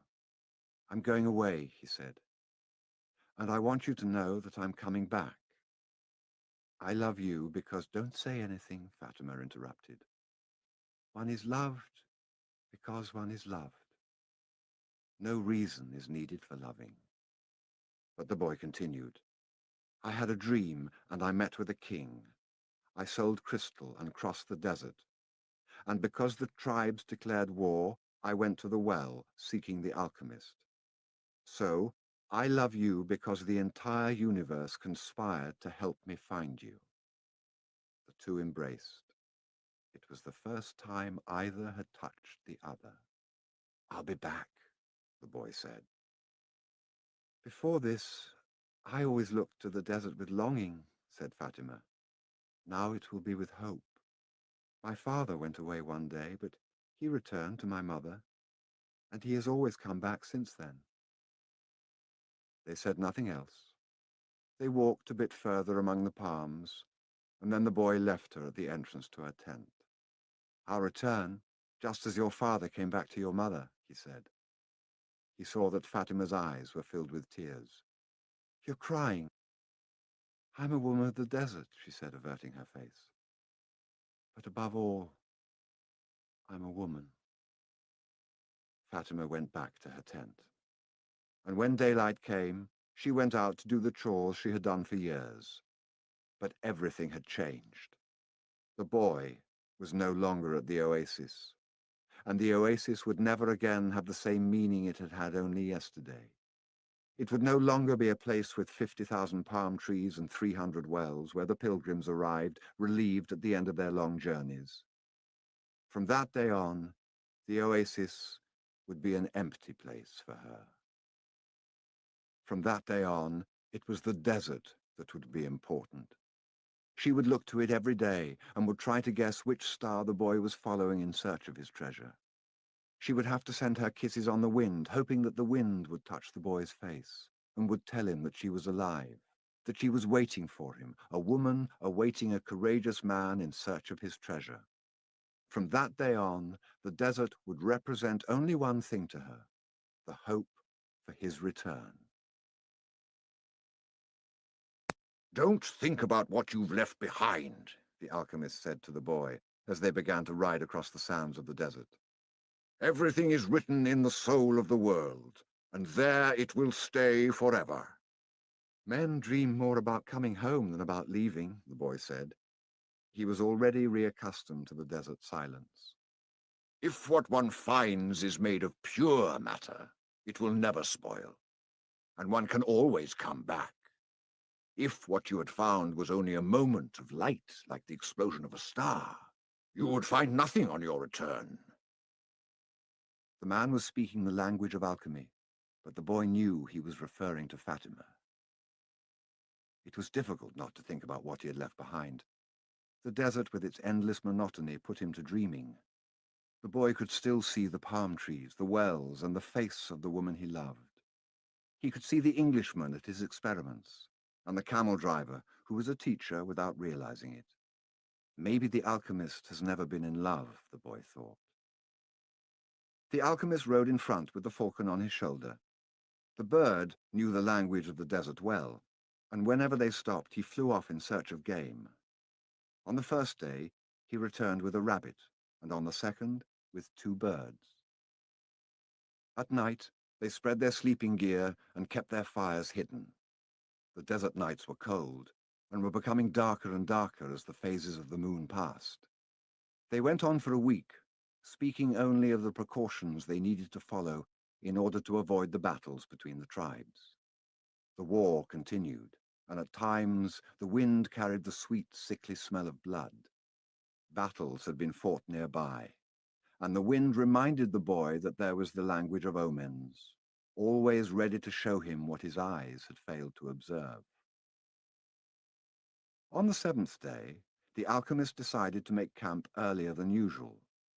The falcon flew off to find game, and the alchemist offered his water container to the boy. "You are almost at the end of your journey," said the alchemist. "I congratulate you, for having pursued your personal legend. And you've told me nothing along the way, said the boy. I thought you were going to teach me some of the things you know. A while ago, I rode through the desert with a man who had books on alchemy, but I wasn't able to learn anything from them. There is only one way to learn, the alchemist answered. It's through action. Everything you need to know, you have learned through your journey. You need to learn only one thing more. The boy wanted to know what that was, but the alchemist was searching the horizon, looking for the falcon. Why are you called the alchemist? Because that's what I am. And what went wrong when other alchemists tried to make gold and were unable to do so? They were looking only for gold, his companion answered. They were seeking the treasure of their personal legend without wanting actually to live out the personal legend. What is it that I still need to know? The boy asked. But the alchemist continued to look to the horizon, and finally the falcon returned with their meal. They dug a hole and lit their fire in it so that the light of the flames would not be seen. I'm an alchemist simply because I'm an alchemist, he said as he prepared the meal. I learned the science from my grandfather, who learned it from his father, and so on, back to the creation of the world. In those times, the master work could be written simply on an emerald. But men began to reject simple things, and to write tracts, interpretations, and philosophical studies. They also began to feel that they knew a better way than others had. Yet the emerald tablet is still alive today. What was written on the emerald tablet? The boy wanted to know. The alchemist began to draw in the sand, and completed his drawing in less than 5 minutes. As he drew, the boy thought of the old king and the plaza where they had met that day. It seemed as if it had taken place years and years ago. This is what was written on the emerald tablet, said the alchemist when he had finished. The boy tried to read what was written in the sand. It's a code, said the boy, a bit disappointed. It looks like what I saw in the Englishman's books. No, the alchemist answered. It's like the flight of those two hawks. It can't be understood by reason alone. The emerald tablet is a direct passage to the soul of the world. The wise men understood that this natural world is only an image and a copy of paradise. The existence of this world is simply a guarantee that there exists a world that is perfect. God created the world so that through its visible objects men could understand his spiritual teachings and the marvels of his wisdom. That's what I mean by action. Should I understand the emerald tablet? The boy asked. Perhaps. If you were in a laboratory of alchemy, this would be the right time to study the best way to understand the emerald tablet. But you are in the desert, so immerse yourself in it. The desert will give you an understanding of the world. In fact, anything on the face of the earth will do that. You don't even have to understand the desert. All you have to do is contemplate a simple grain of sand, and you will see in it all the marvels of creation. How do I immerse myself in the desert? Listen to your heart. It knows all things because it came from the soul of the world, and it will one day return there. They crossed the desert for another 2 days in silence. The alchemist had become much more cautious because they were approaching the area where the most violent battles were being waged. As they moved along, the boy tried to listen to his heart. It was not easy to do. In earlier times, his heart had always been ready to tell its story, but lately that wasn't true. There had been times when his heart spent hours telling of its sadness, and at other times it became so emotional over the desert sunrise that the boy had to hide his tears. His heart beat fastest when it spoke to the boy of treasure, and more slowly when the boy stared entranced at the endless horizons of the desert. But his heart was never quiet, even when the boy and the alchemist had fallen into silence. Why do we have to listen to our hearts? The boy asked when they had made camp that day. Because wherever your heart is, that is where you'll find your treasure. But my heart is agitated, the boy said. It has its dreams, it gets emotional, and it's become passionate over a woman of the desert. It asks things of me, and it keeps me from sleeping many nights when I'm thinking about her. Well, that's good. Your heart is alive. Keep listening to what it has to say. During the next 3 days, the two travelers passed by a number of armed tribesmen and saw others on the horizon. The boy's heart began to speak of fear. It told him stories it had heard from the soul of the world, stories of men who sought to find their treasure and never succeeded. Sometimes it frightened the boy with the idea that he might not find his treasure, or that he might die there in the desert. At other times, it told the boy that it was satisfied. It had found love and riches. My heart is a traitor, the boy said to the alchemist when they had paused to rest their horses. It doesn't want me to go on. Well, that makes sense, the alchemist answered. Naturally, it's afraid that in pursuing your dream you might lose everything you've won. Well then, why should I listen to my heart? Because you will never again be able to keep it quiet. Even if you pretend not to have heard what it tells you, it will always be there inside you, repeating to you what you're thinking about life and about the world. You mean I should listen even if it's treasonous? Treason is a blow that comes unexpectedly. If you know your heart well, it will never be able to do that to you, because you'll know its dreams and wishes, and will know how to deal with them. You will never be able to escape from your heart, so it's better to listen to what it has to say. That way, you'll never have to fear an unanticipated blow. The boy continued to listen to his heart as they crossed the desert.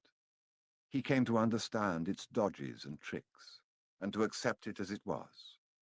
He lost his fear and forgot about his need to go back to the oasis, because one afternoon his heart told him that it was happy. Even though I complain sometimes, it said, it's because I'm the heart of a person, and people's hearts are that way. People are afraid to pursue their most important dreams, because they feel they don't deserve them or that they'll be unable to achieve them. We, their hearts, become fearful just thinking of loved ones who go away forever, or of moments that could have been good but weren't, or of treasures that might have been found but were forever hidden in the sands. Because when these things happen, we suffer terribly. My heart's afraid that it'll have to suffer, the boy told the alchemist one night as they looked up at the moonless sky. Tell your heart that the fear of suffering is worse than the suffering itself, and that no heart has ever suffered when it goes in search of its dreams, because every second of the search is a second's encounter with God and with eternity. Every second of the search is an encounter with God, the boy told his heart. When I have been truly searching for my treasure, every day has been luminous, because I've known that every hour was a part of the dream that I would find it. When I have been truly searching for my treasure, I've discovered things along the way that I never would have seen had I not had the courage to try things that seemed impossible for a shepherd to achieve. So his heart was quiet for an entire afternoon. That night, the boy slept deeply, and when he awoke, his heart began to tell him things that came from the soul of the world. It said that all people who are happy have God within them, and that happiness could be found in a grain of sand from the desert, as the alchemist had said, because a grain of sand is a moment of creation, and the universe has taken millions of years to create it. Everyone on earth has a treasure that awaits him, his heart said. We, people's hearts, seldom say much about those treasures because people no longer want to go in search of them. We speak of them only to children. Later, we simply let life proceed in its own direction, towards its own fate. But unfortunately, very few follow the path laid out for them, the path to their personal legends and to happiness. Most people see the world as a threatening place, and because they do, the world turns out indeed to be a threatening place. So we, their hearts, speak more and more softly. We never stop speaking out, but we begin to hope that our words won't be heard. We don't want people to suffer because they don't follow their hearts. Why don't people's hearts tell them to continue to follow their dreams? The boy asked the alchemist. Because that's what makes a heart suffer most, and hearts don't like to suffer. From then on, the boy understood his heart. He asked it, please, never to stop speaking to him. He asked that, when he wandered far from his dreams, his heart press him and sound the alarm. The boy swore that every time he heard the alarm, he would heed its message. That night, he told all of this to the alchemist, and the alchemist understood that the boy's heart had returned to the soul of the world. So what should I do now? The boy asked. Continue in the direction of the pyramids, said the alchemist, and continue to pay heed to the omens. Your heart is still capable of showing you where the treasure is. Is that the one thing I still needed to know? No, the alchemist answered. What you still need to know is this. Before a dream is realized, the soul of the world tests everything that was learned along the way. It does this not because it is evil, but so that we can, in addition to realizing our dreams, master the lessons we've learned as we've moved toward that dream. That's the point at which most people give up. It's the point at which, as we say in the language of the desert, one dies of thirst just when the palm trees have appeared on the horizon. Every search begins with beginner's luck, and every search ends with the victors being severely tested. The boy remembered an old proverb from his country. It said that the darkest hour of the night came just before the dawn. On the following day, the first clear sign of danger appeared. 3 armed tribesmen approached and asked what the boy and the alchemist were doing there. I'm hunting with my falcon, the alchemist answered. We're going to have to search you to see whether you're armed, one of the tribesmen said. The alchemist dismounted slowly, and the boy did the same. Why are you carrying money? Asked the tribesman when he had searched the boy's bag. I need to get to the pyramids, he said. The tribesman who was searching the alchemist's belongings found a small crystal flask filled with a liquid and a yellow glass egg that was slightly larger than a chicken's egg. What are these things? He asked. That's the philosopher's stone and the elixir of life. It's the master work of the alchemists. Whoever swallows that elixir will never be sick again, and a fragment from that stone turns any metal into gold. The Arabs laughed at him, and the alchemists laughed along. They thought his answer was amusing, and they allowed the boy and the alchemist to proceed with all of their belongings. Are you crazy? The boy asked the alchemist when they'd moved on. What did you do that for? To show you one of life's simple lessons, the alchemist answered. When you possess great treasures within you, and try to tell others of them, seldom are you believed. They continued across the desert. With every day that passed, the boy's heart became more and more silent. It no longer wanted to know about things of the past or future. It was content simply to contemplate the desert and to drink with the boy from the soul of the world. And the boy and his heart had become friends, and neither was capable now of betraying the other. When his heart spoke to him, it was to provide a stimulus to the boy and to give him strength, because the days of silence there in the desert were wearisome. His heart told the boy what his strongest qualities were. His courage in having given up his sheep and in trying to live out his personal legend, and his enthusiasm during the time he had worked at the crystal shop. And his heart told him something else that the boy had never noticed. It told the boy of dangers that had threatened him, but that he had never perceived.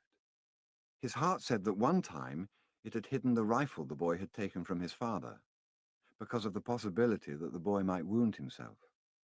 And it reminded the boy of the day when he had been ill and vomiting out in the fields, after which he had fallen into a deep sleep.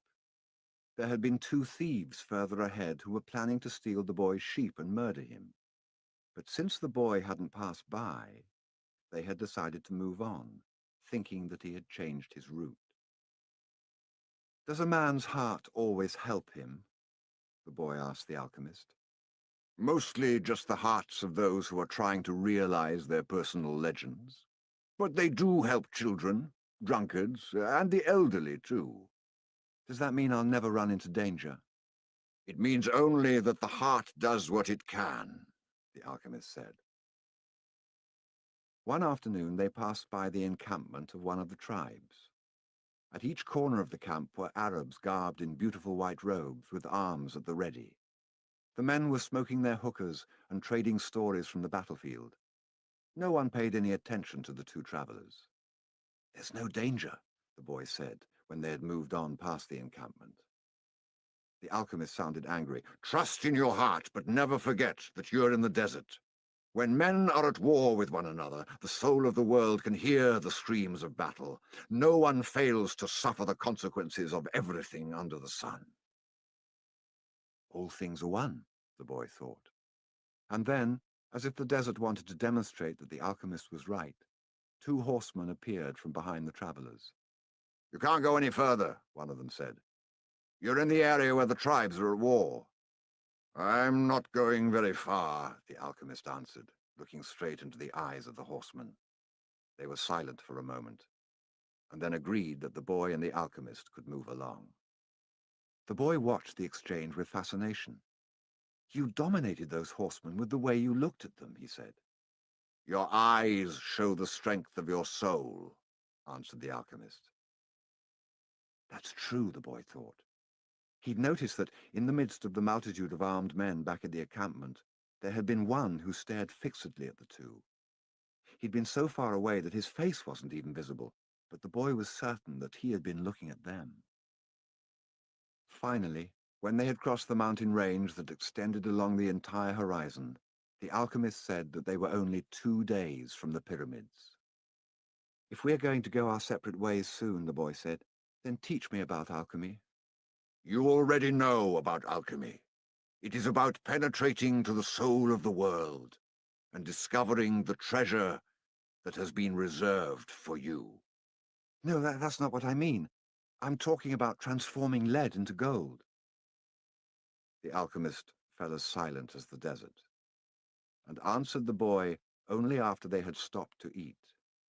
"Everything in the universe evolved," he said. "And, for wise men, gold is the metal that evolved the furthest. Don't ask me why, I don't know why. I just know that the tradition is always right. Men have never understood the words of the wise. So gold, instead of being seen as a symbol of evolution, became the basis for conflict." "There are many languages spoken by things," the boy said. "There was a time when, for me, a camel's whinnying was nothing more than whinnying. Then it became a signal of danger. And finally, it became just a whinny again." But then he stopped. The alchemist probably already knew all that. "I have known true alchemists," the alchemist continued. "They locked themselves in their laboratories and tried to evolve, as gold had. And they found the philosopher's stone because they understood that when something evolves, everything around that thing evolves as well. Others stumbled upon the stone by accident. They already had the gift, and their souls were readier for such things than the souls of others. They don't count. They're quite rare. And then there were the others who were interested only in gold. They never found the secret. They forgot that lead, copper, and iron have their own personal legends to fulfill. And anyone who interferes with the personal legend of another thing never will discover his own." The alchemist's words echoed out like a curse. He reached over and picked up a shell from the ground. "This desert was once a sea," he said. "I noticed that," the boy answered. The alchemist told the boy to place the shell over his ear. He had done that many times when he was a child, and had heard the sound of the sea. "The sea has lived on in this shell because that's its personal legend. It will never cease doing so until the desert is once again covered by water. They mounted their horses and rode out in the direction of the pyramids of Egypt. The sun was setting when the boy's heart sounded a danger signal. They were surrounded by gigantic dunes, and the boy looked at the alchemist to see whether he had sensed anything. But he appeared to be unaware of any danger. 5 minutes later, the boy saw 2 horsemen waiting ahead of them. Before he could say anything to the alchemist, the 2 horsemen had become 10, and then 100. And then they were everywhere in the dunes. They were tribesmen dressed in blue, with black rings surrounding their turbans.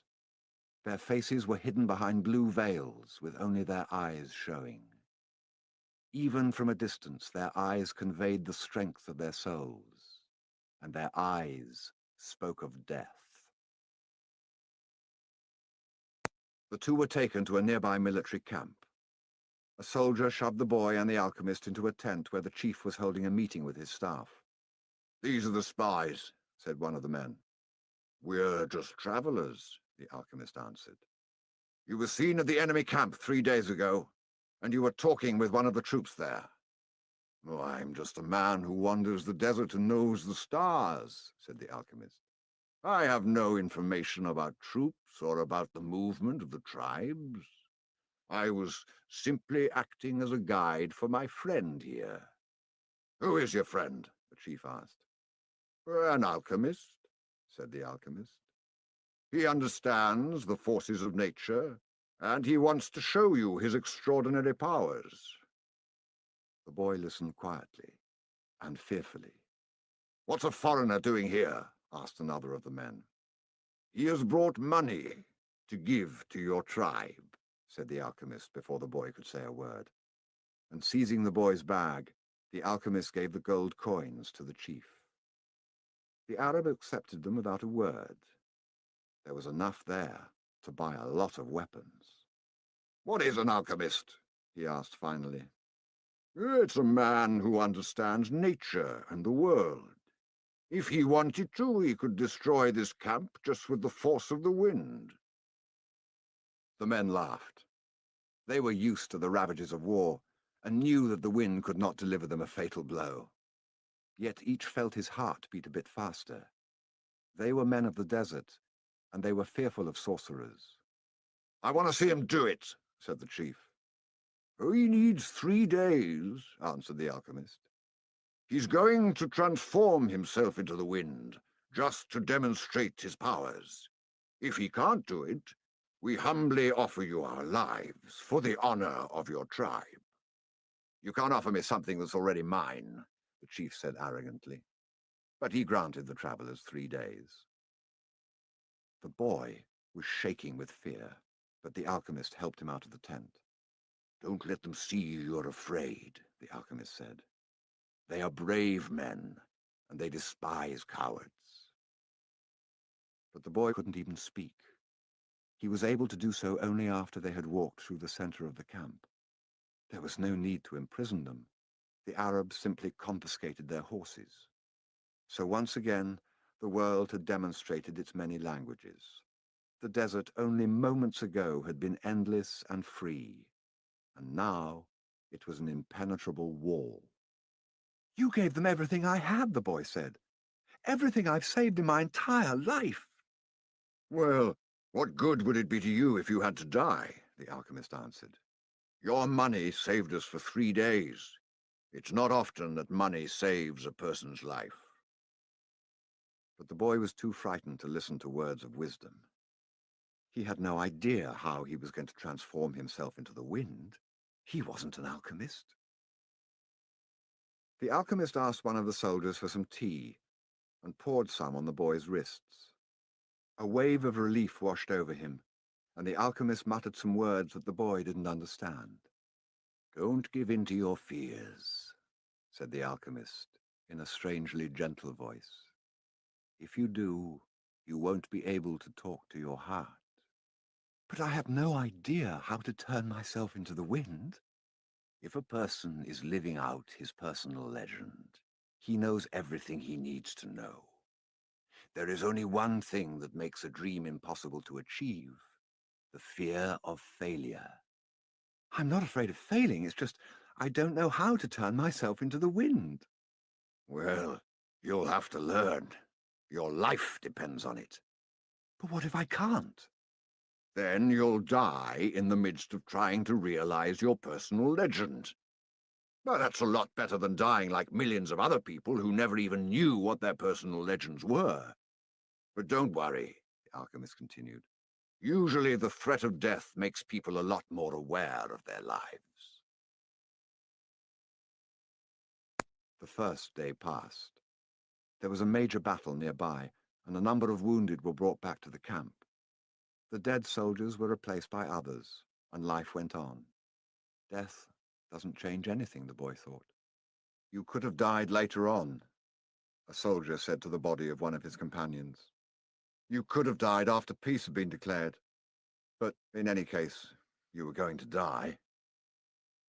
At the end of the day, the boy went looking for the alchemist, who had taken his falcon out into the desert.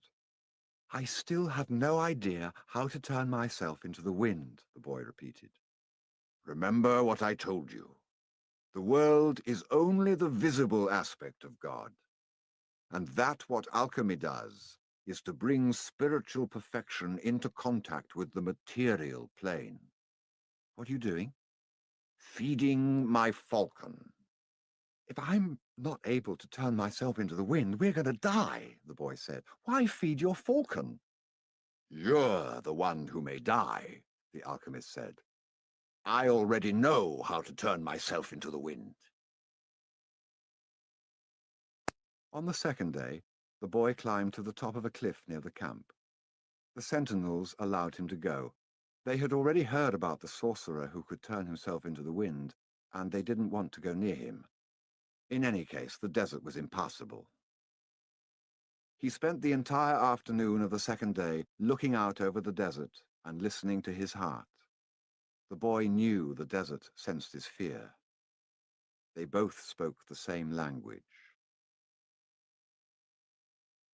On the third day, the chief met with his officers. He called the alchemist to the meeting and said, Let's go and see the boy who turns himself into the wind. Let's, the alchemist answered. The boy took them to the cliff where he had been on the previous day. He told them all to be seated. It's going to take a while, the boy said. We're in no hurry, the chief answered. We are men of the desert.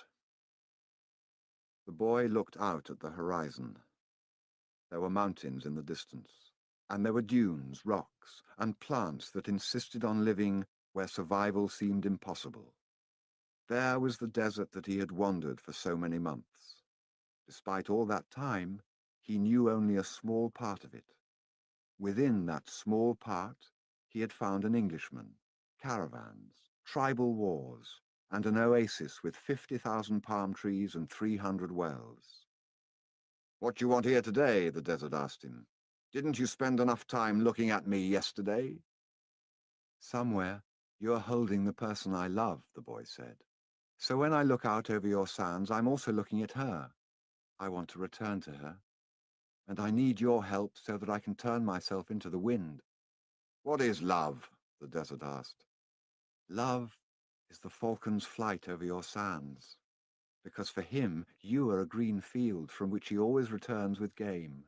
He knows your rocks, your dunes, and your mountains, and you are generous to him.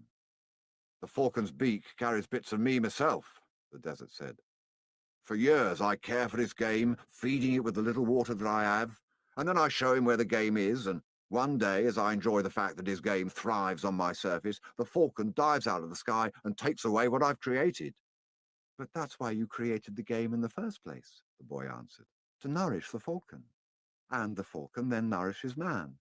And eventually, man will nourish your sands, where the game will once again flourish. That's how the world goes.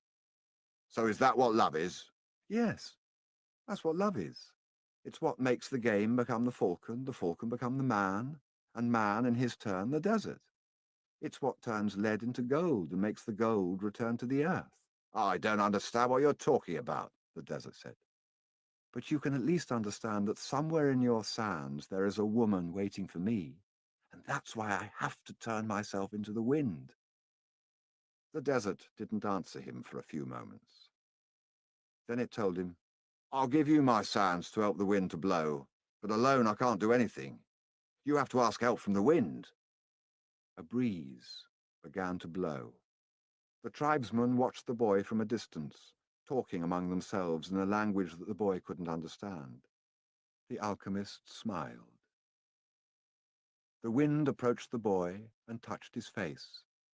It knew of the boy's talk with the desert because the winds know everything. They blow across the world without a birthplace and with no place to die. Help me, the boy said. One day you carried the voice of my loved one to me. Who taught you to speak the language of the desert and the wind? My heart, the boy answered. The wind has many names. In that part of the world, it was called the Sirocco, because it brought moisture from the oceans to the east. In the distant land the boy came from, they called it the Levanta, because they believed that it brought with it the sounds of the desert and the screams of the Moorish wars. Perhaps, in the places beyond the pastures where his sheep lived, men thought that the wind came from Andalusia. But actually, the wind came from no place at all, nor did it go to any place. That's why it was stronger than the desert. Someone might one day plant trees in the desert and even raise sheep there, but never would they harness the wind. You can't be the wind, the wind said. We're two very different things. That's not true, the boy said. I learned the alchemist's secrets in my travels. I have inside me the winds, the deserts, the oceans, the stars, and everything created in the universe. We were all made by the same hand, and we all have the same soul. I want to be like you, able to reach every corner of the world, cross the seas, blow away the sands that cover my treasure, and carry the voice of the woman I love. I heard what you were talking about the other day with the alchemist, the wind said. He said that everything has its own personal legend, but people can't turn themselves into the wind. Just teach me to be the wind for a few moments, the boy said, so you and I can talk about the limitless possibilities of people and the winds. The wind's curiosity was aroused, something that had never happened before. It wanted to talk about those things, but it didn't know how to turn a man into the wind. And look how many things the wind already knew how to do. It created deserts, sank ships, felled entire forests, and blew through cities filled with music and strange noises. It felt that it had no limits, yet here was a boy saying that there were other things the wind should be able to do. This is what we call love, the boy said, seeing that the wind was close to granting what he requested. When you're loved, you can do anything in creation. When you are loved, there's no need at all to understand what's happening because everything happens within you, and even men can turn themselves into the wind, as long as the wind helps, of course. The wind was a proud being, and it was becoming irritated with what the boy was saying.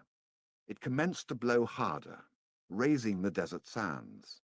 But finally, it had to recognize that, even making its way around the world, it didn't know how to turn a man into the wind, and it knew nothing about love.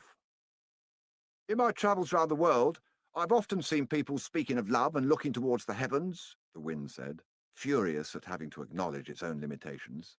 Maybe it's better to ask heaven. Well then, help me to do that, the boy said. Fill this place with a sandstorm so strong that it blots out the sun. Then I can look to heaven without blinding myself. So the wind blew with all its strength, and the sky was filled with sand. The sun was turned into a golden disk. At the camp, it was difficult to see anything. The men of the desert were already familiar with that wind. They called it the simum, and it was worse than a storm at sea. Their horses cried out, and all their weapons were filled with sand. On the heights, one of the commanders turned to the chief and said, "Maybe we'd better end this." They could barely see the boy. Their faces were covered with the blue cloths, and their eyes showed fear. "Let's stop this," another commander said. "I want to see the greatness of Allah," the chief said with respect. "I want to see how a man turns himself into the wind." but he made a mental note of the names of the two men who had expressed their fear. As soon as the wind stopped, he was going to remove them from their commands, because true men of the desert are not afraid. "The wind told me that you know about love," the boy said to the sun. "If you know about love, you must also know about the soul of the world, because it's made of love."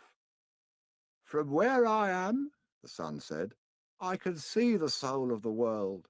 It communicates with my soul, and together we cause the plants to grow and the sheep to seek out shade. From where I am, and I'm a long way from the earth, I learned how to love.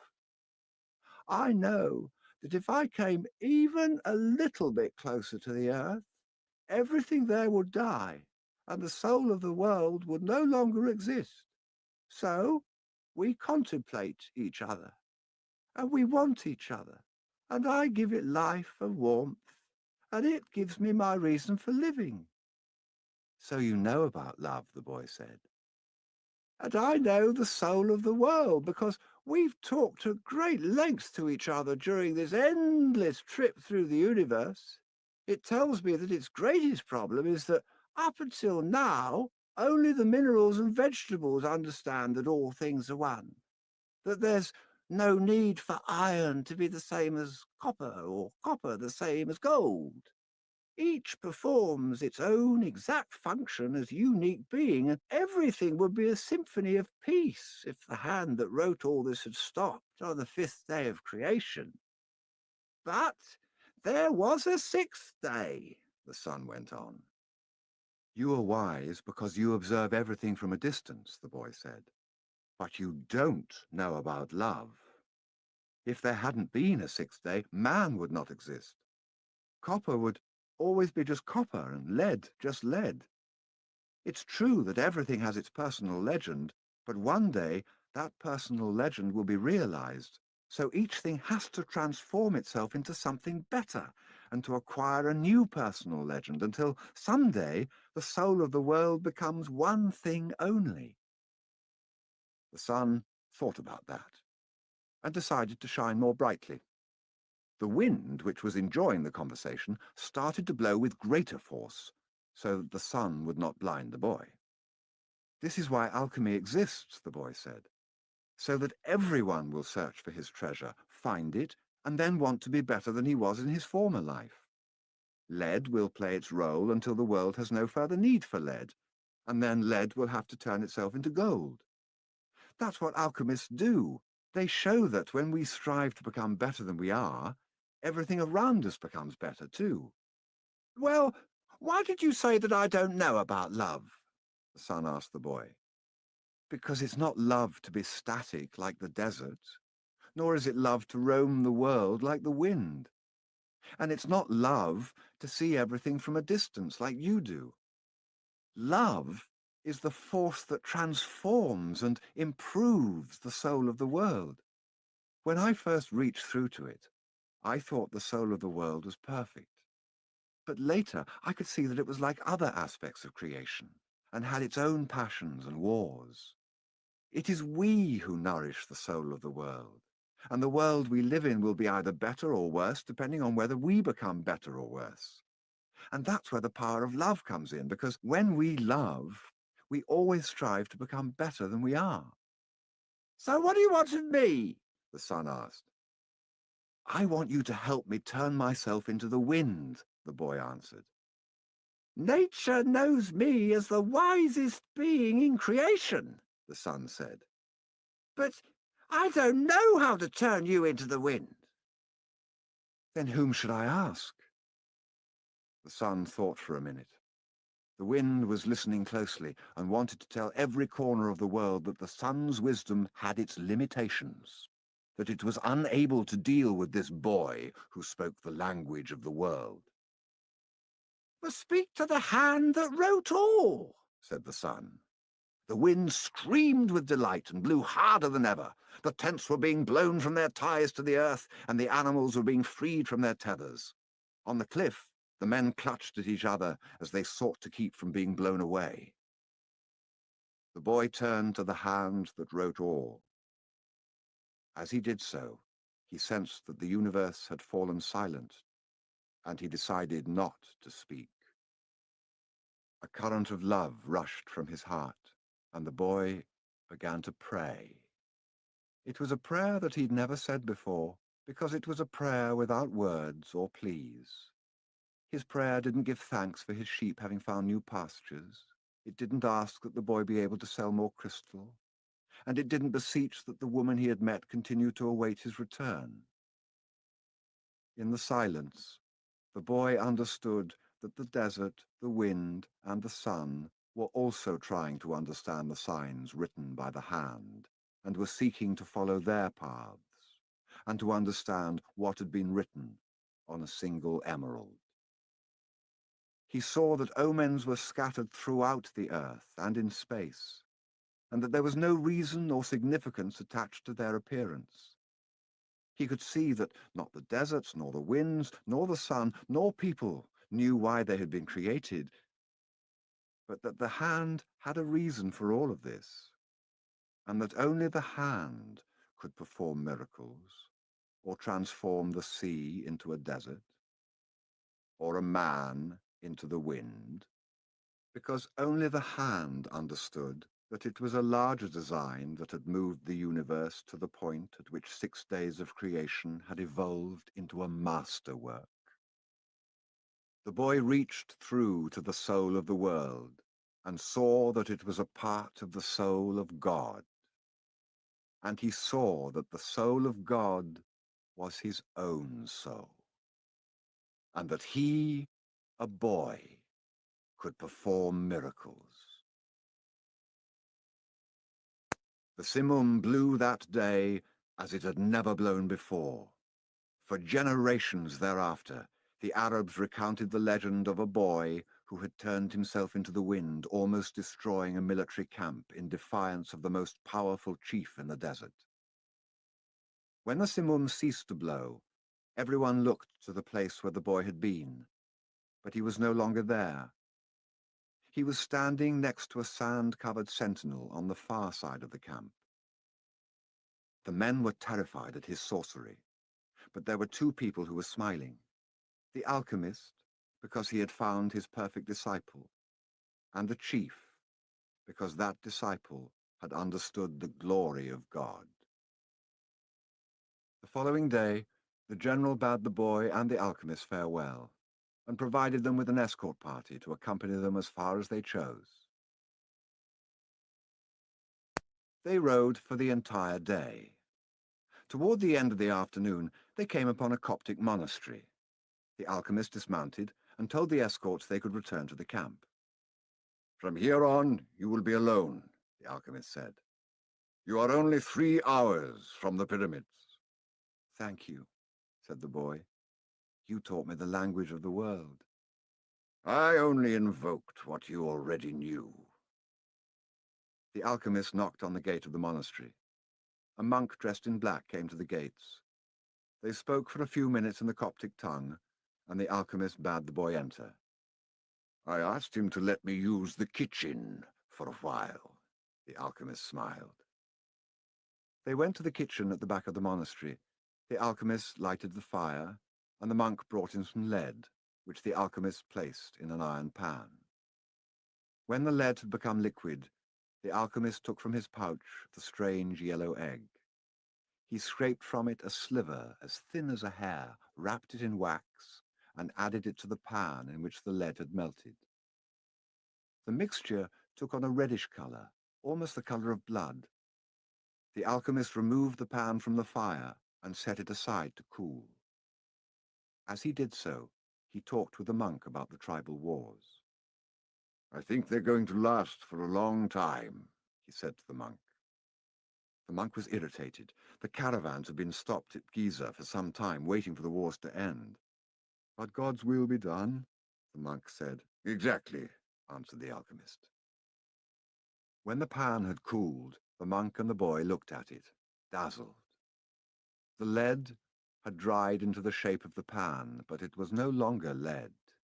It was gold. "Will I learn to do that someday?" the boy asked. "This was my personal legend, not yours," the alchemist answered. "But I wanted to show you that it was possible." They returned to the gates of the monastery. There, the alchemist separated the disc into 4 parts. "This is for you," he said, holding one of the parts out to the monk. "It's for your generosity to the pilgrims." "But this payment goes well beyond my generosity," the monk responded. "Don't say that again. Life might be listening, and give you less the next time." The alchemist turned to the boy. "This is for you, to make up for what you gave to the general." The boy was about to say that it was much more than he had given to the general, but he kept quiet because he had heard what the alchemist said to the monk. "And this is for me," said the alchemist, keeping one of the parts, "because I have to return to the desert where there are tribal wars." He took the 4th part and handed it to the monk. "This is for the boy, if he ever needs it." "But I'm going in search of my treasure," the boy said. "I'm very close to it now." "And I'm certain you'll find it," the alchemist said. "Then why this?" "Because you have already lost your savings twice, once to the thief and once to the general. I'm an old, superstitious Arab, and I believe in our proverbs. There's one that says, 'Everything that happens once can never happen again, but everything that happens twice will surely happen a 3rd time.'" They mounted their horses. "I want to tell you a story about dreams," said the alchemist. The boy brought his horse closer. "In ancient Rome, at the time of Emperor Tiberius, there lived a good man who had 2 sons. One was in the military and had been sent to the most distant regions of the empire. The other son was a poet and delighted all of Rome with his beautiful verses. One night, the father had a dream. An angel appeared to him and told him that the words of one of his sons would be learned and repeated throughout the world for all generations to come. The father woke from his dream grateful and crying, because life was generous and had revealed to him something any father would be proud to know. Shortly thereafter, the father died as he tried to save a child who was about to be crushed by the wheels of a chariot. Since he had lived his entire life in a manner that was correct and fair, he went directly to heaven, where he met the angel that had appeared in his dream. "You were always a good man," the angel said to him. "You lived your life in a loving way and died with dignity. I can now grant you any wish you desire." "Life was good to me," the man said. "When you appeared in my dream, I felt that all my efforts had been rewarded because my son's poems will be read by men for generations to come. I don't want anything for myself, but any father would be proud of the fame achieved by one whom he had cared for as a child and educated as he grew up. Sometime in the distant future, I would like to see my son's words." The angel touched the man's shoulder, and they were both projected far into the future. They were in an immense setting, surrounded by thousands of people speaking in a strange language. The man wept with happiness. "I knew that my son's poems were immortal," he said to the angel through his tears. "Can you please tell me which of my son's poems these people are repeating?" The angel came closer to the man, and with tenderness led him to a bench nearby, where they sat down. "The verses of your son, who was the poet, were very popular in Rome," the angel said. "Everybody loved them and enjoyed them. But when the reign of Tiberius ended, his poems were forgotten. The words you're hearing now are those of your son in the military." The man looked at the angel in surprise. "Your son went to serve at a distant place and became a centurion. He was just and good. One afternoon, one of his servants fell ill, and it appeared that he would die. Your son had heard of a rabbi who was able to cure illnesses, and he rode out for days and days in search of this man. Along the way, he learned that the man he was seeking was the Son of God. He met others who had been cured by him, and they instructed your son in the man's teachings. And so, despite the fact he was a Roman centurion, he converted to their faith. Shortly thereafter, he reached the place where the man he was looking for was visiting. He told the man that one of his servants was gravely ill, and the rabbi made ready to go to his house with him. But the centurion was a man of faith, and looking into the eyes of the rabbi, he knew that he was surely in the presence of the Son of God. And this is what your son said, the angel told the man. These are the words he said to the rabbi at that point, and they have never been forgotten. My Lord, I am not worthy that you should come under my roof, but only speak a word, and my servant will be healed. The alchemist said, no matter what he does, every person on earth plays a central role in the history of the world, and normally he doesn't know it. The boy smiled. He had never imagined that questions about life would be of such importance to a shepherd.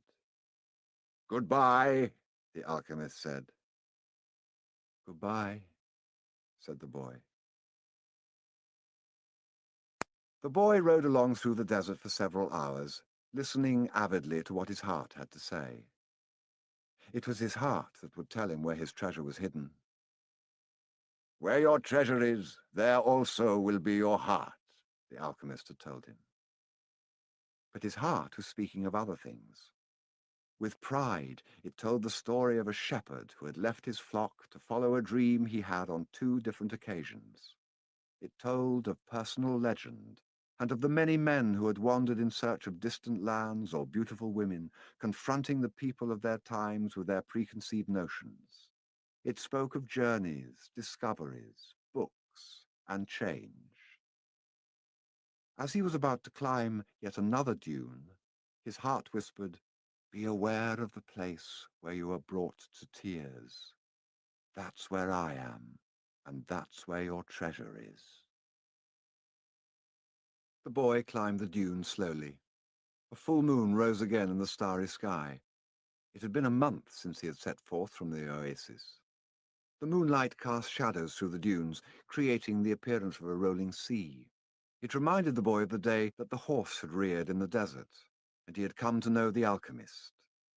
And the moon fell on the desert silence, and on a man's journey in search of treasure. When he reached the top of the dune, his heart leapt. There, illuminated by the light of the moon and the brightness of the desert, stood the solemn and majestic pyramids of Egypt. The boy fell to his knees and wept. He thanked God for making him believe in his personal legend and for leading him to meet a king, a merchant, an Englishman, and an alchemist. And above all, for his having met a woman of the desert who had told him that love would never keep a man from his personal legend. If he wanted to, he could now return to the oasis, go back to Fatima, and live his life as a simple shepherd. After all, the alchemist continued to live in the desert, even though he understood the language of the world and knew how to transform lead into gold. He didn't need to demonstrate his science and art to anyone. The boy told himself that, on the way toward realizing his own personal legend, he had learned all he needed to know and had experienced everything he might have dreamed of. But here he was, at the point of finding his treasure, and he reminded himself that no project is completed until its objective has been achieved.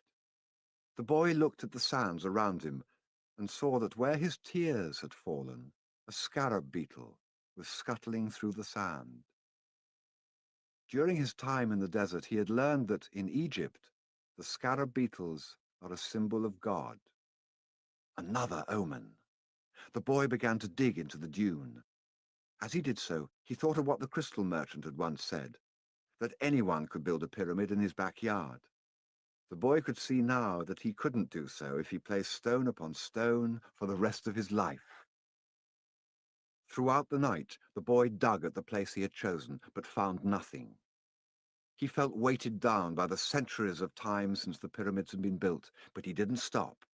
He struggled to continue digging as he fought the wind, which often blew the sand back into the excavation. His hands were abraded and exhausted, but he listened to his heart. It had told him to dig where his tears fell. As he was attempting to pull out the rocks he encountered, he heard footsteps. Several figures approached him. Their backs were to the moonlight, and the boy could see neither their eyes nor their faces. "What are you doing here?" one of the figures demanded. Because he was terrified, the boy didn't answer. He had found where his treasure was, and was frightened of what might happen. "We're refugees from the tribal wars, and we need money," the other figure said. "What are you hiding there?" "I'm not hiding anything," the boy answered. But one of them seized the boy and yanked him back out of the hole. Another, who was searching the boy's bags, found the piece of gold. "There's gold here," he said. The moon shone on the face of the Arab who had seized him, and in the man's eyes the boy saw death. "He's probably got more gold hidden in the ground." They made the boy continue digging, but he found nothing. As the sun rose, the men began to beat the boy. He was bruised and bleeding. His clothing was torn to shreds, and he felt that death was near. "What good is money to you if you're going to die?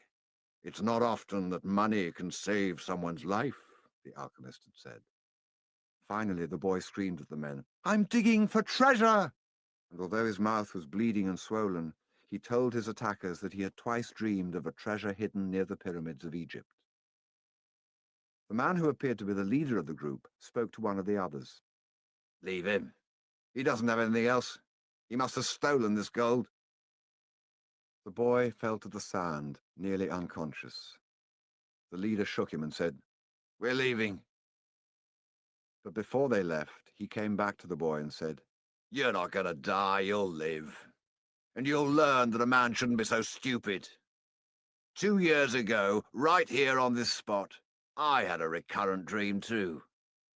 I dreamed that I should travel to the fields of Spain and look for a ruined church where shepherds and their sheep slept.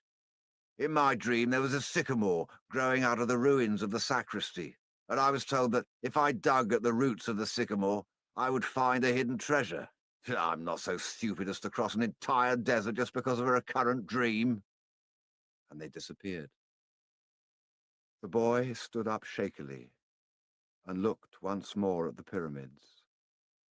They seemed to laugh at him, and he laughed back, his heart bursting with joy, because now he knew where his treasure was.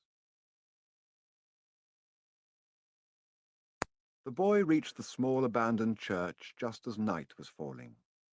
The sycamore was still there in the sacristy, and the stars could still be seen through the half-destroyed roof. He remembered the time he had been there with his sheep. It had been a peaceful night, except for the dream.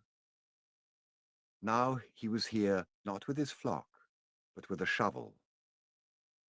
He sat, looking at the sky for a long time. Then he took from his knapsack a bottle of wine and drank some. He remembered the night in the desert when he had sat with the alchemist as they looked at the stars and drank wine together. He thought of the many roads he had traveled, and of the strange way God had chosen to show him his treasure. If he hadn't believed in the significance of recurrent dreams, he would not have met the gypsy woman, the king, the thief, or, well, it's a long list. But the path was written in the omens, and there was no way I could go wrong, he said to himself. He fell asleep, and when he awoke the sun was already high. He began to dig at the base of the sycamore. "You old sorcerer!" the boy shouted up to the sky. "You knew the whole story. You even left a bit of gold at the monastery so I could get back to this church." The monk laughed when he saw me come back in tatters. "Couldn't you have saved me from that?" "No," he heard the voice on the wind say. "If I had told you, you wouldn't have seen the pyramids. They're beautiful, aren't they?" The boy smiled. and continued digging. Half an hour later, his shovel hit something solid. An hour later, he had before him a chest of Spanish gold coins. There were also precious stones, gold masks adorned with red and white feathers, and stone statues embedded with jewels.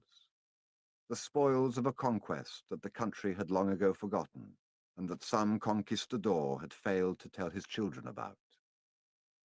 The boy took out Urim and Thummim from his bag. He had used the stones only once, one morning when he was at a marketplace. His life and his path had always provided him with enough omens. He placed Urim and Thummim in the chest. They were also a part of his new treasure, because they were a reminder of the old king, whom he would never see again. It's true. Life really is generous to those who pursue their personal legend, the boy thought. Then he remembered that he had to get to Tarifa, so he could give 1/10 of his treasure to the gypsy woman, as he had promised. Those gypsies are really smart, he thought. Maybe it was because they moved around so much. The wind began to blow again. It was the Levanta, the wind that came from Africa. It didn't bring with it the smell of the desert, nor the threat of Moorish invasion. Instead, it brought the scent of a perfume he knew well, and the touch of a kiss that came from far away, slowly, slowly, until it rested on his lips. The boy smiled. It was the first time she had done that. "I'm coming, Fatima," he said.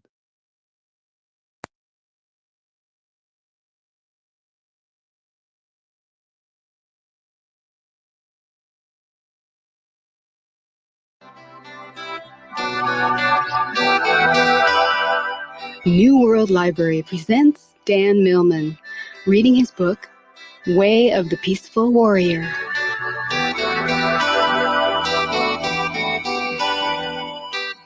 Preface. An extraordinary series of events took place in my life beginning in December 1966, during my junior year at the University of California at Berkeley. It all began at 3:20 a.m. when I first stumbled upon Socrates in an all-night gas station. He didn't volunteer his real name, but after spending time with him that first night, I named him on impulse after the ancient Greek sage. He liked the name, so it stuck. That chance encounter and the adventures that followed were to transform my life. The years prior to 1966 had smiled upon me. Raised by loving parents in a secure environment, I was later to win the World Trampoline Championship in London, travel through Europe, and receive many honors. Life brought rewards, but no lasting peace or satisfaction.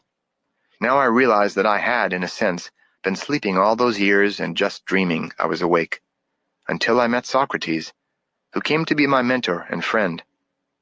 Before that time, I'd always believed that a life of quality, enjoyment, and wisdom were my human birthright, and would be automatically bestowed upon me as time passed. I never suspected that I would have to learn how to live, that there were specific disciplines and ways of seeing the world I had to master before I could awaken to a simple, happy, uncomplicated life.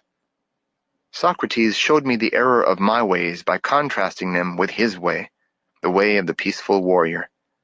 He constantly poked fun at my own serious, concerned, problematic life until I came to see through his eyes of wisdom, compassion, and humor. And he never let up until I discovered what it means to live as a warrior. Often I sat with him far into the early morning hours, listening to him, arguing with him, and in spite of myself, laughing with him. This story is based on my adventure, but it is a novel. The man I called Socrates did, in fact, exist. Yet he had a way of blending into the world, so it's been difficult at times to tell where he left off and other teachers and life experiences began. I have taken liberties with the dialogue and with some time sequences, and have sprinkled anecdotes and metaphors into the story to highlight the lessons Socrates would want me to convey. Life is not a private affair. A story and its lessons are only made useful if shared. So I've chosen to honor my teacher by sharing his piercing wisdom and humor with you. Life begins, I thought, as I waved goodbye to Mom and Dad and pulled away from the curb in my reliable old Valiant, its faded white body stuffed with belongings I'd packed for my first year at college. I felt strong, independent, ready for anything. Just before dusk, my winding descent through the Oakland hills brought me a shimmering view of the San Francisco Bay. My excitement grew as I neared the Berkeley campus. After finding my dormitory, I unpacked and gazed out the window at the Golden Gate Bridge and the lights of San Francisco sparkling in the distance. 5 minutes later, I was walking along Telegraph Avenue, looking in shop windows, breathing the fresh Northern California air, savoring the smells drifting out of tiny cafes. Overwhelmed by it all, I walked the beautifully landscaped paths of the campus until after midnight. The next morning, immediately after breakfast, I walked down to Harmon Gymnasium, where I'd be training 6 days a week, 4 muscle-straining, somersaulting, sweaty hours each day, pursuing my dreams of becoming a champion. 2 days passed, and I was already drowning in a sea of people, papers, and class schedules. Soon the months blended together, passing and changing softly, like the mild California seasons. In my classes, I survived. In the gym, I thrived. A friend once told me I was born to be an acrobat. I certainly looked the part. Clean cut, short brown hair, a lean, wiry body. I'd always had a penchant for daredevil stunts. Even as a child, I enjoyed playing on the edge of fear. The gymnastics room had become my sanctuary, where I found excitement, challenge, and a measure of satisfaction. By the end of my first 2 years, I'd flown to Germany, France, and England, representing the United States Gymnastics Federation. I won the World Trampoline Championship. My gymnastics trophies were piling up in the corner of my room. My picture appeared in the Daily Californian with such regularity that people began to recognize me.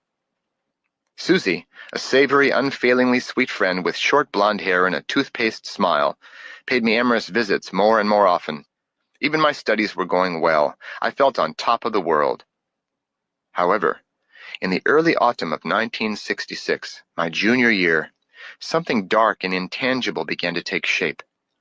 By then, I'd moved out of the dorm and was living alone in a small studio behind my landlord's house.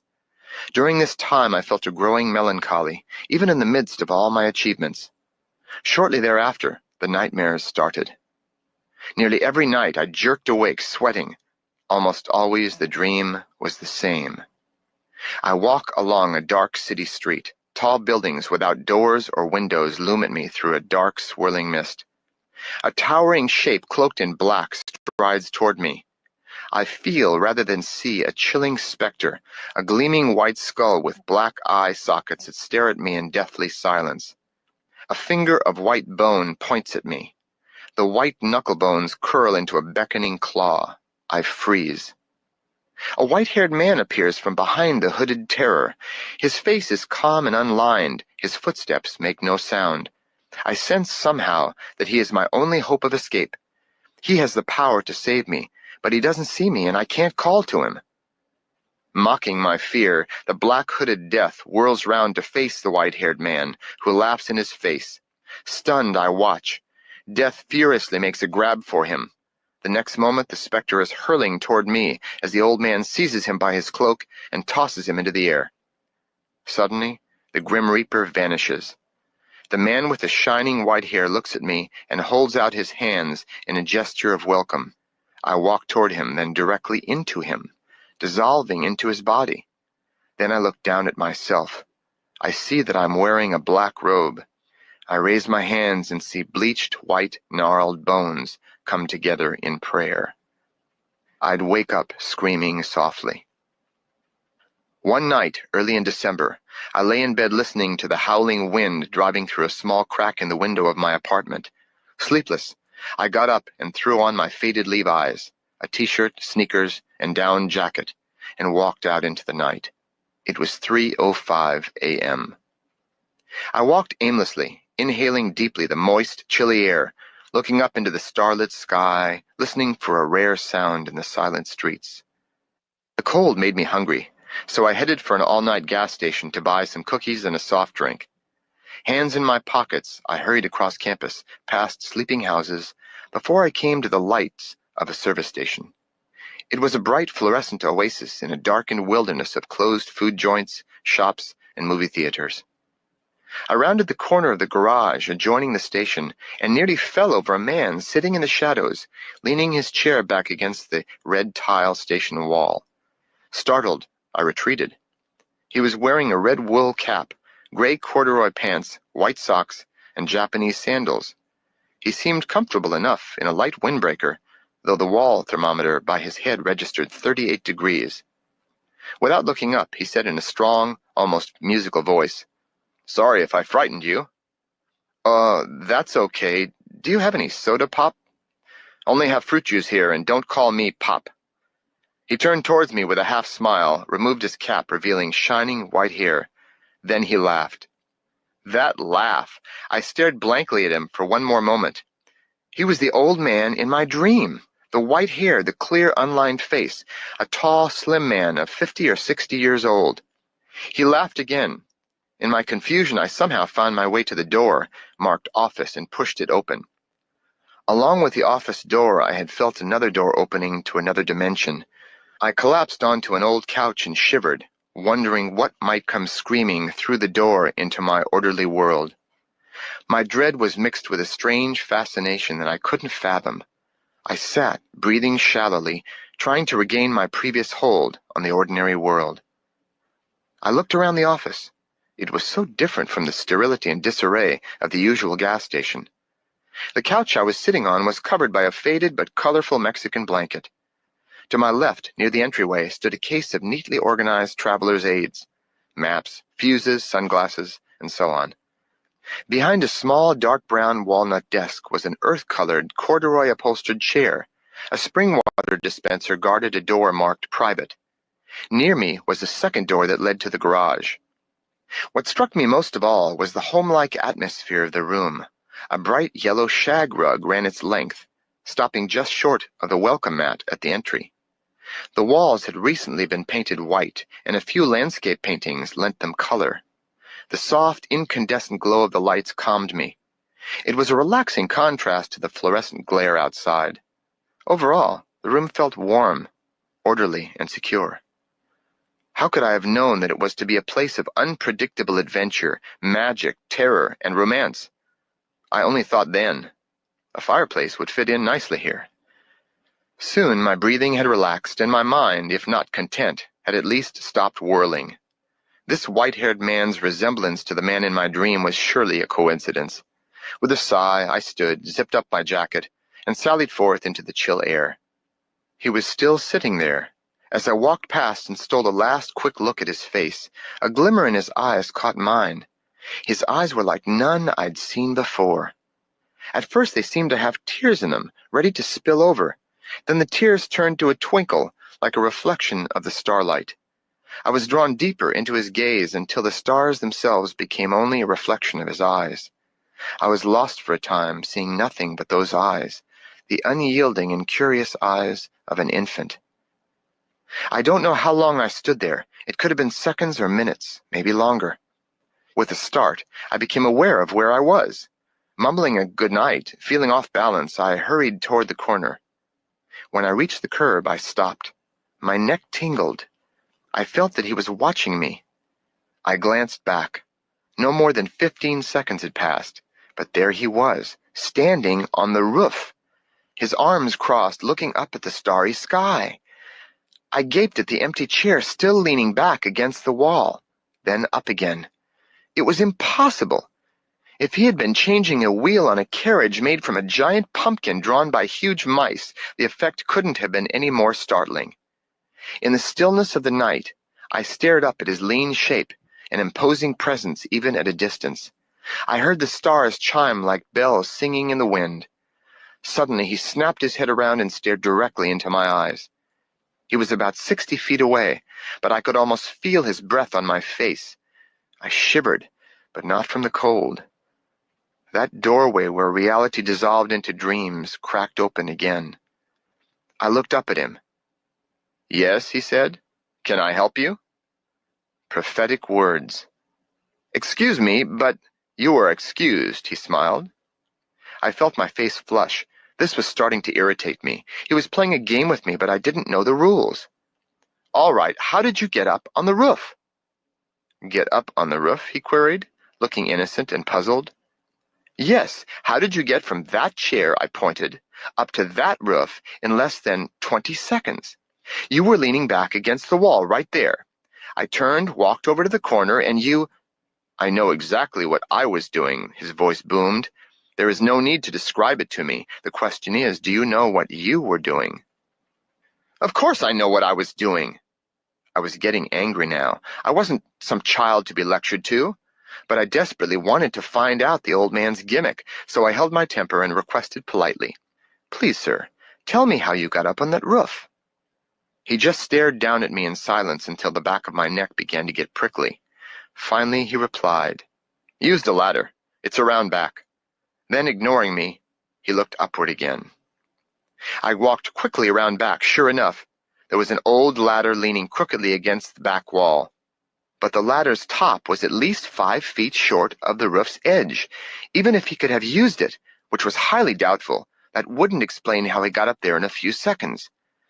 Something landed on my shoulder in the darkness. I gasped and whirled around to see his hand. Somehow he'd gotten off the roof and crept up on me. Then I guessed the only possible answer. He had a twin. They obviously got their kicks scaring the wits out of innocent visitors. I accused him immediately. All right, mister, where's your twin? I'm nobody's fool. He frowned slightly, then started to roar with laughter. Ha!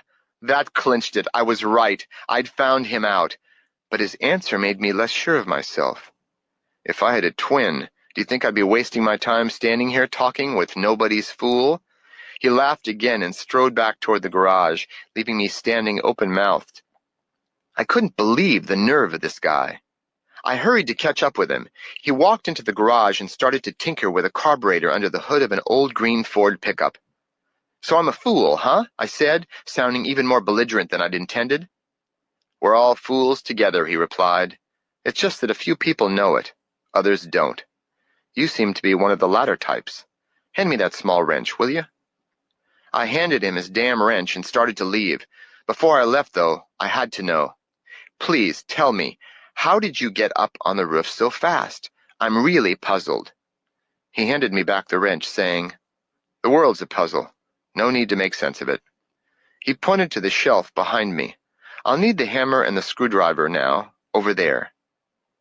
Frustrated, I watched him for another minute, trying to figure out how to get him to tell me what I wanted to know, but he seemed oblivious to my presence. I gave up and started toward the door when I heard him say, Don't go. He wasn't pleading. He wasn't commanding. It was a matter-of-fact statement. I looked at him. His eyes were soft.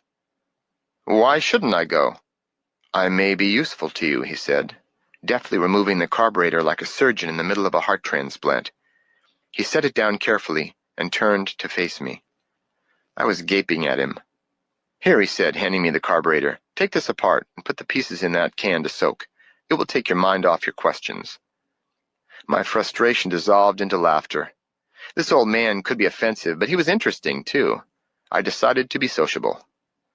My name's Dan, I said, reaching out to shake his hand, smiling insincerely.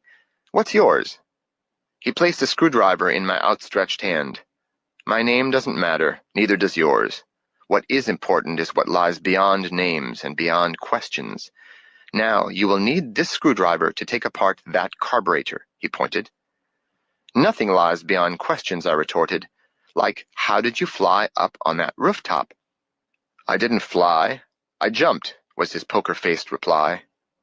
It's not magic, so don't get your hopes up. In your case, however, I may have to perform some very difficult magic. It looks as if I'm going to have to transform a jackass into a human being. Who the hell do you think you are anyway to be saying these things to me? I am a warrior, he snapped. Beyond that, who I am depends on who you want me to be. Can't you just answer a straight question? I attacked the carburetor with a vengeance. Ask me one, and I'll try, he said, smiling innocently. The screwdriver slipped and I skinned my finger. Damn, I yelled, going to the sink to wash the cut. Socrates handed me a Band-Aid. All right then, here is a straight question. I determined to keep my voice patient. "How can you be useful to me?" "I have already been useful to you," he replied, pointing to the bandage on my finger. That did it. "Look, I can't waste my time here any longer. I need to get some sleep." I put the carburetor down and got ready to leave. "How do you know you haven't been asleep your whole life? How do you know you're not asleep right now?" he intoned, a twinkle in his eye. "Whatever you say." I was too tired to argue anymore. "One thing, though. Before I leave, will you tell me how you pulled off that stunt earlier?" He walked up to me, reached out, and grasped my hand.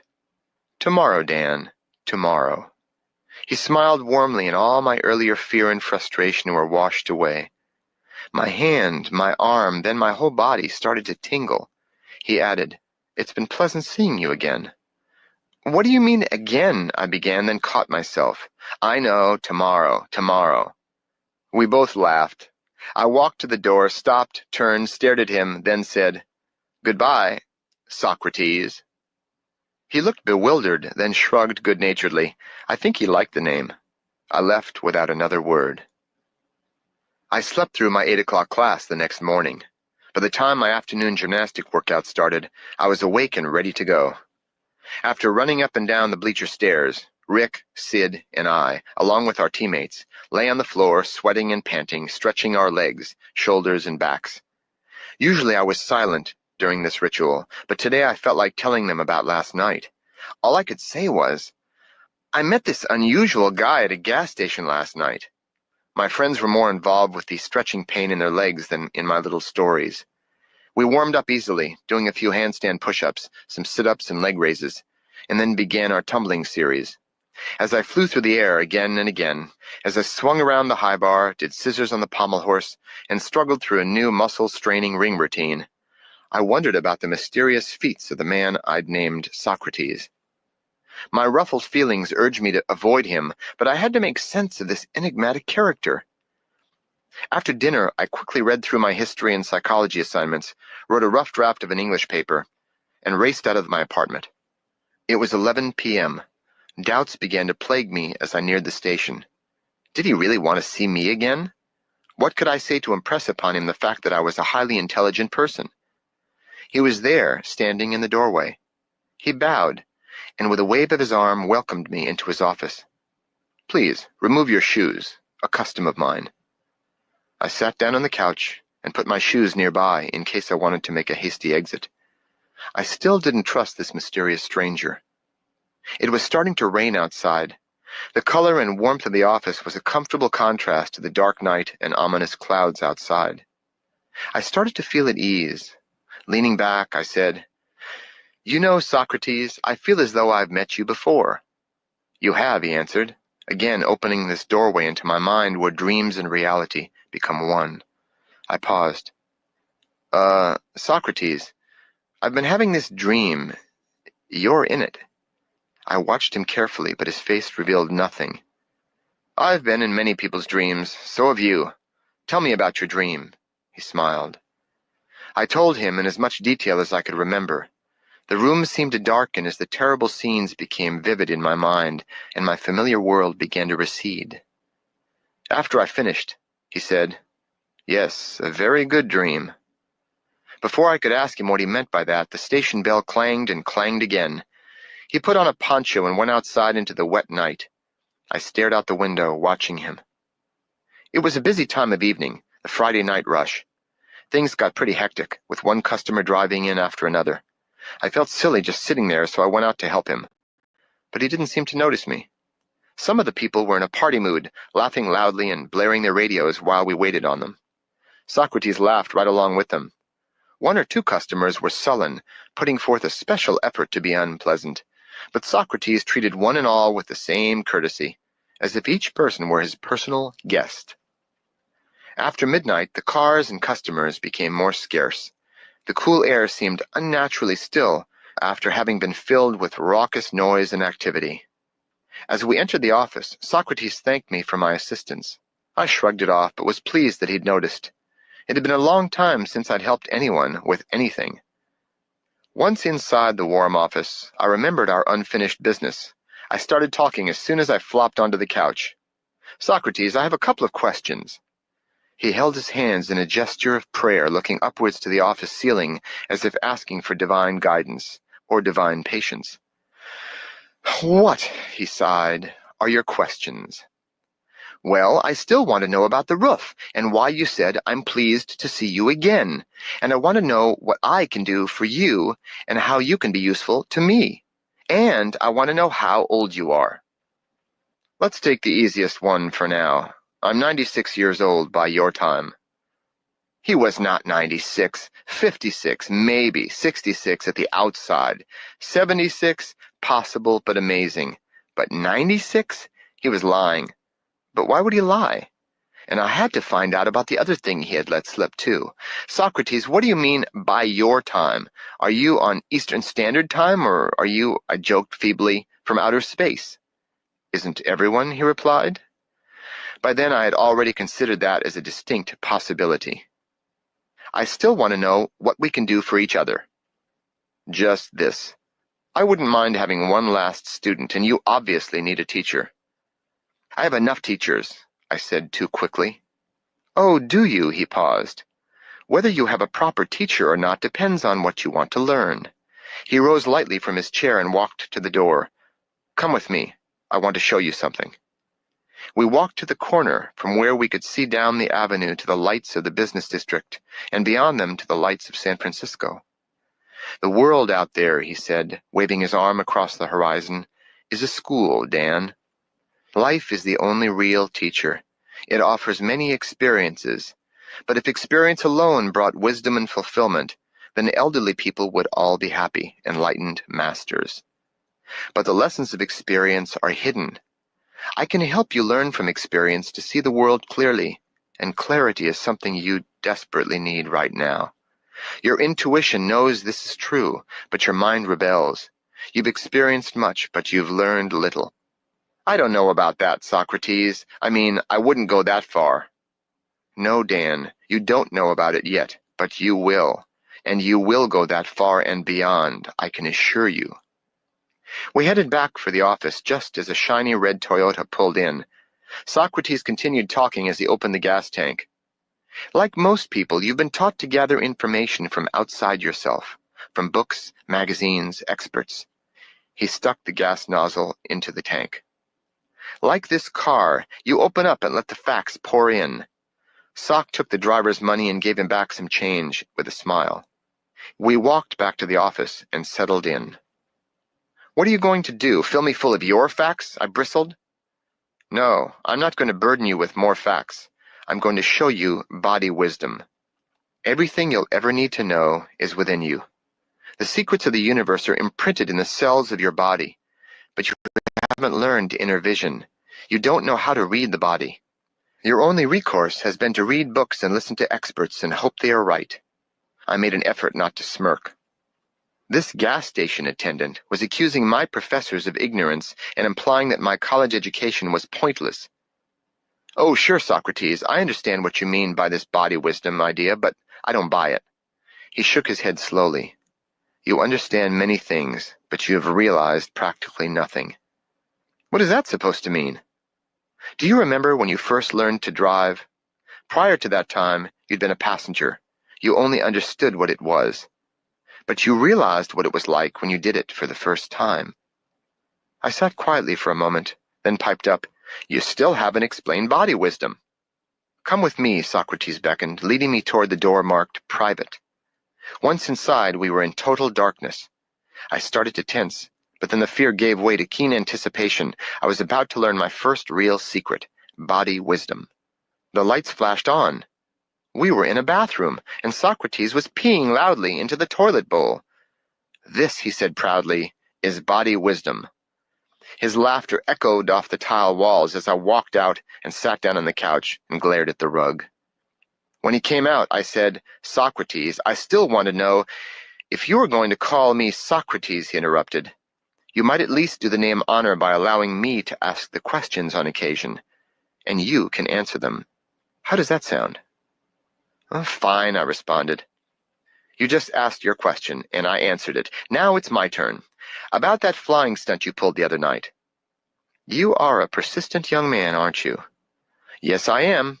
I didn't get where I am today without persistence. And that's another question you got a straight answer for. Now, can we deal with some of mine? Ignoring me, he asked, "Where are you today, right now?" Eagerly, I started talking about myself. However, I noticed that I was being sidetracked from getting answers to my questions.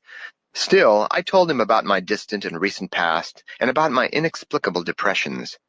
He listened patiently and intently, as if he had all the time in the world, until I finished, several hours later. "Very well," he said, "but you have still not answered my question about where you are." "Yes, I did, remember? I told you how I got where I am today, by hard work." "Where are you?" "What do you mean, where am I?" "Where are you?" he repeated softly. "I'm here." "Where is here?" "In this office, in this gas station." I was getting impatient with this game. "Where is this gas station?" "In Berkeley." "Where is Berkeley?" "In California." "Where is California?" "In the United States." "Where is the United States?" "On a landmass, one of the continents in the Western Hemisphere." "Socrates, Where are the continents?" I sighed. "On the Earth." "Are we done yet?" "Where is the Earth?" "In the solar system, third planet from the sun."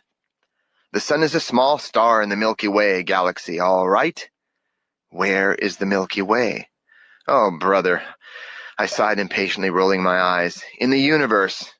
I sat back and crossed my arms with finality. "And where," Socrates smiled, "is the universe?" "The universe is, well, there are theories about how it's shaped." "That's not what I asked. Where is it?" "I don't know. How can I answer that?" "That is the point. You cannot answer it, and you never will. There is no knowing about it. You are ignorant of where the universe is and thus where you are. In fact, you have no knowledge of where anything is, nor do you know what anything is or how it came to be. It's a mystery. My ignorance, Dan, is based on this understanding. Your understanding is based on ignorance. I am a humorous fool, and you are a serious jackass. "Listen," I said, "there are things you should know about me. For one thing, I'm already a warrior of sorts. I'm a damn good gymnast."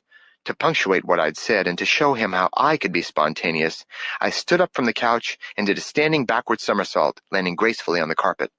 "Hey," he said, "that's great. Do it again."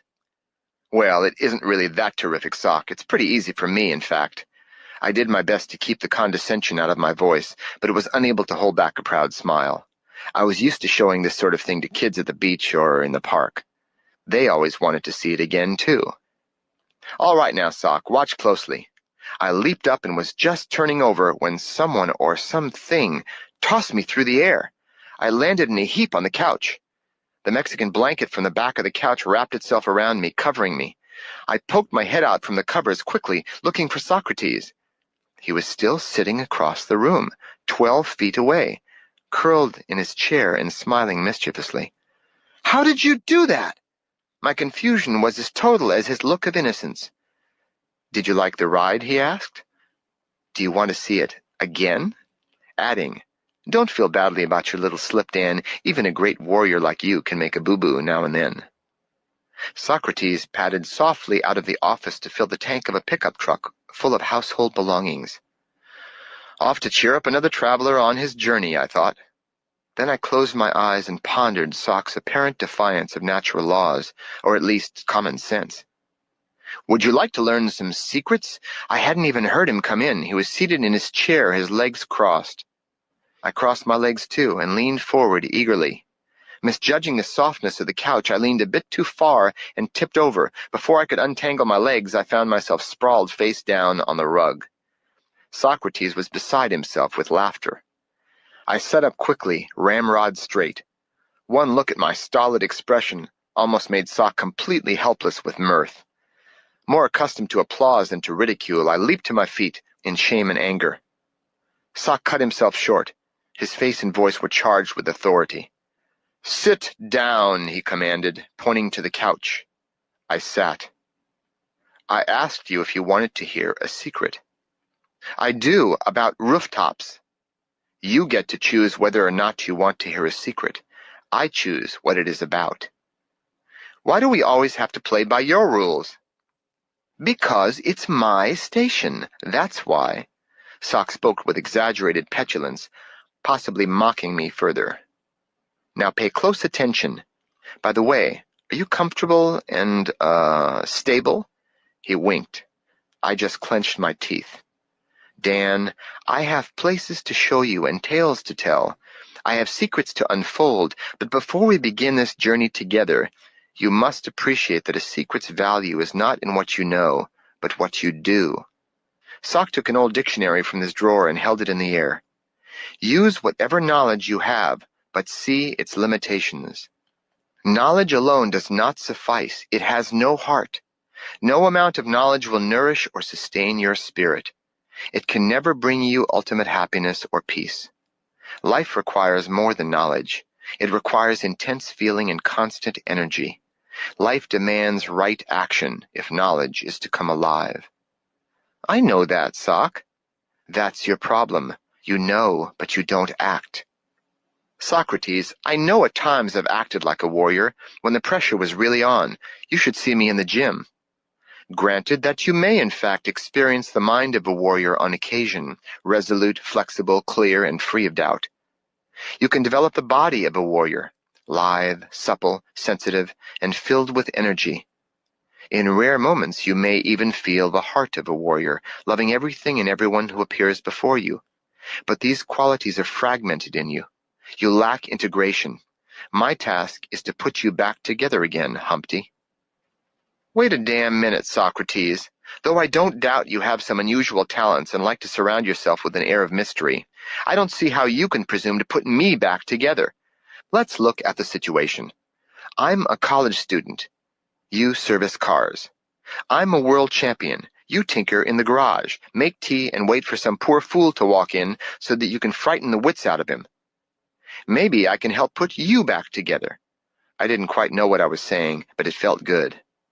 Socrates just laughed, shaking his head as if he couldn't quite believe what I'd said. Then he came over to me and knelt down at my side, saying, You put me back together? Maybe you will have that chance someday.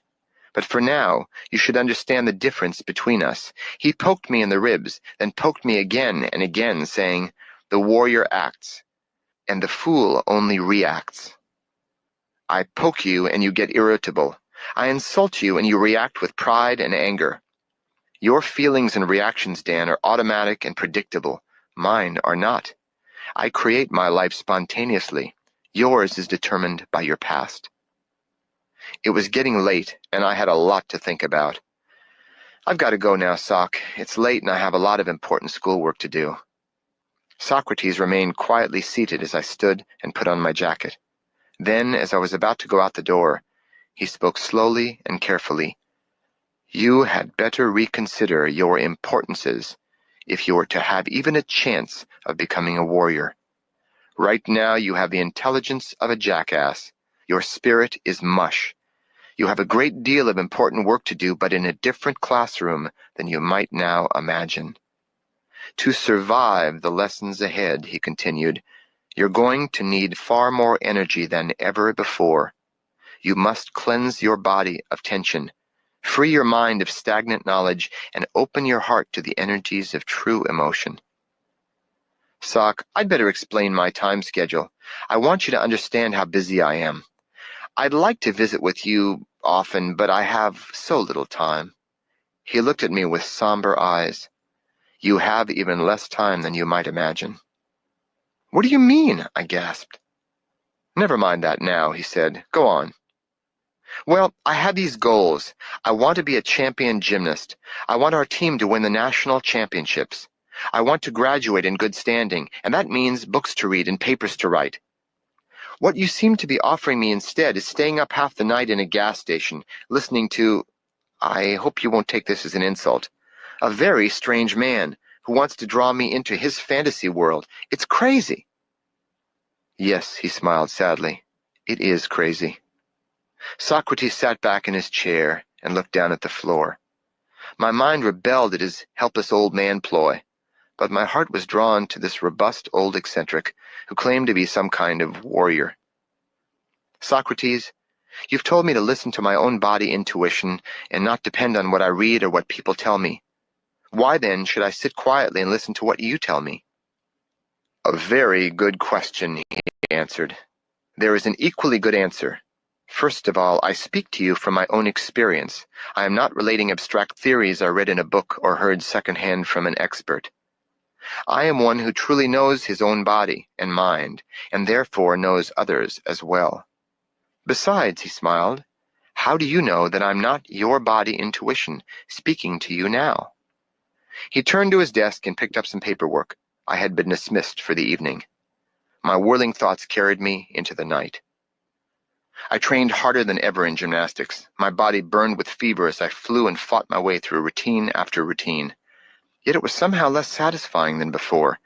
Every time I learned a new move or received a compliment, I remembered being tossed through the air onto the couch by that old man. Hal, my coach, became concerned about me and wanted to know if anything was wrong. I reassured him that everything was fine, but it wasn't. I didn't feel like joking around with the guys in the team anymore. I was just confused. That night I had my Grim Reaper dream again. The next day I found a note in my mailbox. All it said was, Rooftop Secrets. When Socrates arrived that night, I was already sitting on the station steps waiting for him. I'd come early to question the day attendants about Socrates, to find out his real name, maybe even where he lived, but they didn't know anything about him. Who cares anyway, one yawned. He's just some old geezer who likes the night shift. Sock removed his windbreaker. Well, I pounced, are you finally going to tell me how you got up on the roof? Yes, I am. I think you're ready to hear it, he said seriously. In ancient Japan, there existed an elite group of warrior assassins. He said the last word with a hissing sound, making me acutely aware of the dark silence lurking outside. My neck started to get that prickly feeling again. These warriors, he continued, were named ninja. The legends and reputations surrounding them were fearful. It was said that they could change themselves into animals. It was even said that they could fly. For short distances only, of course. Of course, I agreed, feeling the door to the dream world blow open with a chill gust. I wondered what he was leading up to when he beckoned me into the garage where he was working on a Japanese sports car. Got to change the plug, Socrates said, ducking his head under the sleek hood. Yes, but what about the rooftop, I urged. I'll get to it in a moment, as soon as I change these plugs. Be patient. What I'm about to tell you is worth waiting for, believe me. Suddenly, he put down the plugs, ran over to the light switch, and flicked it. In a darkness so total that I couldn't even see my hands in front of me, I began to get nervous. I never knew what Socrates would do, and after that talk about ninja. Sock? Sock? Where are you? He yelled from directly behind me. I spun around and fell onto the hood of a Chevy. I don't know, I stammered. Absolutely right, he said, turning on the lights. I guess you are getting smarter, he continued with a Cheshire cat grin. As he deftly screwed in the new plugs, unsnapped the distributor cap, and examined the rotors, he continued. These ninja were not practitioners of magic. Their secret was the most intense physical and mental training known to man. Socrates, where is all this leading? To see where something leads, it's best to wait until you reach the end, he replied, and continued with his story. The ninja could swim wearing heavy armor. They could climb sheer walls like lizards, using only fingers and toes in tiny cracks. They designed imaginative scaling ropes, dark and nearly invisible, and used clever means of hiding, tricks of distraction, illusion, and escape. The ninja, he finally added, were also great jumpers. Now we're getting somewhere, I almost rubbed my hands in anticipation. The young warrior, when still a child, he said, would be trained in jumping in the following manner. He was given a corn seed and told to plant it. Just as the stalk was beginning to grow, the young warrior would jump over the small stalk many, many times. Each day the stalk would grow. Each day the child would jump. Soon the stalk was higher than the child's head, but that wouldn't stop him. Finally, if he failed to clear the stalk, he would be given a new seed and would begin over. Eventually, there was no stock that the young ninja could not leap over. Well, then what? What is the secret? I asked, waiting for the final revelation. Socrates paused and took a deep breath. So you see, the young ninja practiced with cornstalks. I practiced with gas stations. Silence filled the room. Then suddenly Sock's musical laughter pealed through the station. He was laughing so hard that he had to lean against the Datsun he'd been working on. So that's it, huh? That's what you were going to tell me about rooftops? Dan, that is all you can know until you can do, he answered. You mean you're going to teach me how to jump up on the roof? I asked, my demeanor suddenly brightening. Perhaps so, perhaps not. Each of us has our own unique talents. You may learn to jump up on rooftops, he grinned. For now, toss me that screwdriver, will you? I threw it to him. I swear he grabbed it out of the air while looking in the other direction. He finished with it quickly and tossed it back to me, yelling, "Heads up!" I dropped it, and it fell to the floor with a loud clatter. The weeks passed quickly, and my sleepless nights became commonplace. Somehow I adjusted. And there was another change. I found that my visits with Socrates were becoming even more interesting to me than gymnastics practice. Each night while we serviced cars, he put the gas in, I did the windows, and both of us joked with customers. He would encourage me to talk about my life. He was strangely silent about his own, meeting my questions with a terse "later," or answering in complete non-sequiturs. As the days passed, I started to notice more and more differences between us. In the office, I would devour candy bars when I got hungry. Sock munched on a fresh apple or pear, or made himself herb tea. I fidgeted around on the couch while he sat serenely still on his chair, like a Buddha. My movements were awkward and noisy compared to the way he softly glided across the floor, and he was an old man, mind you. There were many small lessons that awaited me each night, even in the early days. One night I made the mistake of complaining about how people at school just didn't seem to act very friendly toward me. Softly he said, "Here's a story about a guy like you, Dan. On a construction site in the Midwest, when the lunch whistle blew, all the workers would sit down together to eat. And with singular regularity, Sam would open his lunch pail and start to complain. 'Son of a gun,' he'd cry, 'not peanut butter and jelly sandwiches again. I hate peanut butter and jelly.' Sam moaned about his peanut butter and jelly sandwiches day after day after day. Weeks passed, and the other workers were getting irritated by his behavior. Finally, another man on the work crew said, 'For Christ's sake, Sam, if you hate peanut butter and jelly so much, why don't you just tell your old lady to make you something different?' 'What do you mean, my old lady?' Sam replied. 'I'm not married. I make my own sandwiches.'" Socrates paused, then added, "So you see, we all make our own sandwiches in this life." He handed me a brown bag with 2 sandwiches in it. "Do you want cheese and tomato, or tomato and cheese?" he asked, grinning. "Oh, just give me either," I jested back. As we munched, Socrates said, "When you become fully responsible for your life, you can become fully human. Once you become human, you may discover what it means to be a warrior." I bowed grandly. Then I put on my jacket and got ready to leave. I won't be by for a couple of weeks. Finals are coming up, and I also have some hard thinking to do. Before he could comment, I waved goodbye and left for home.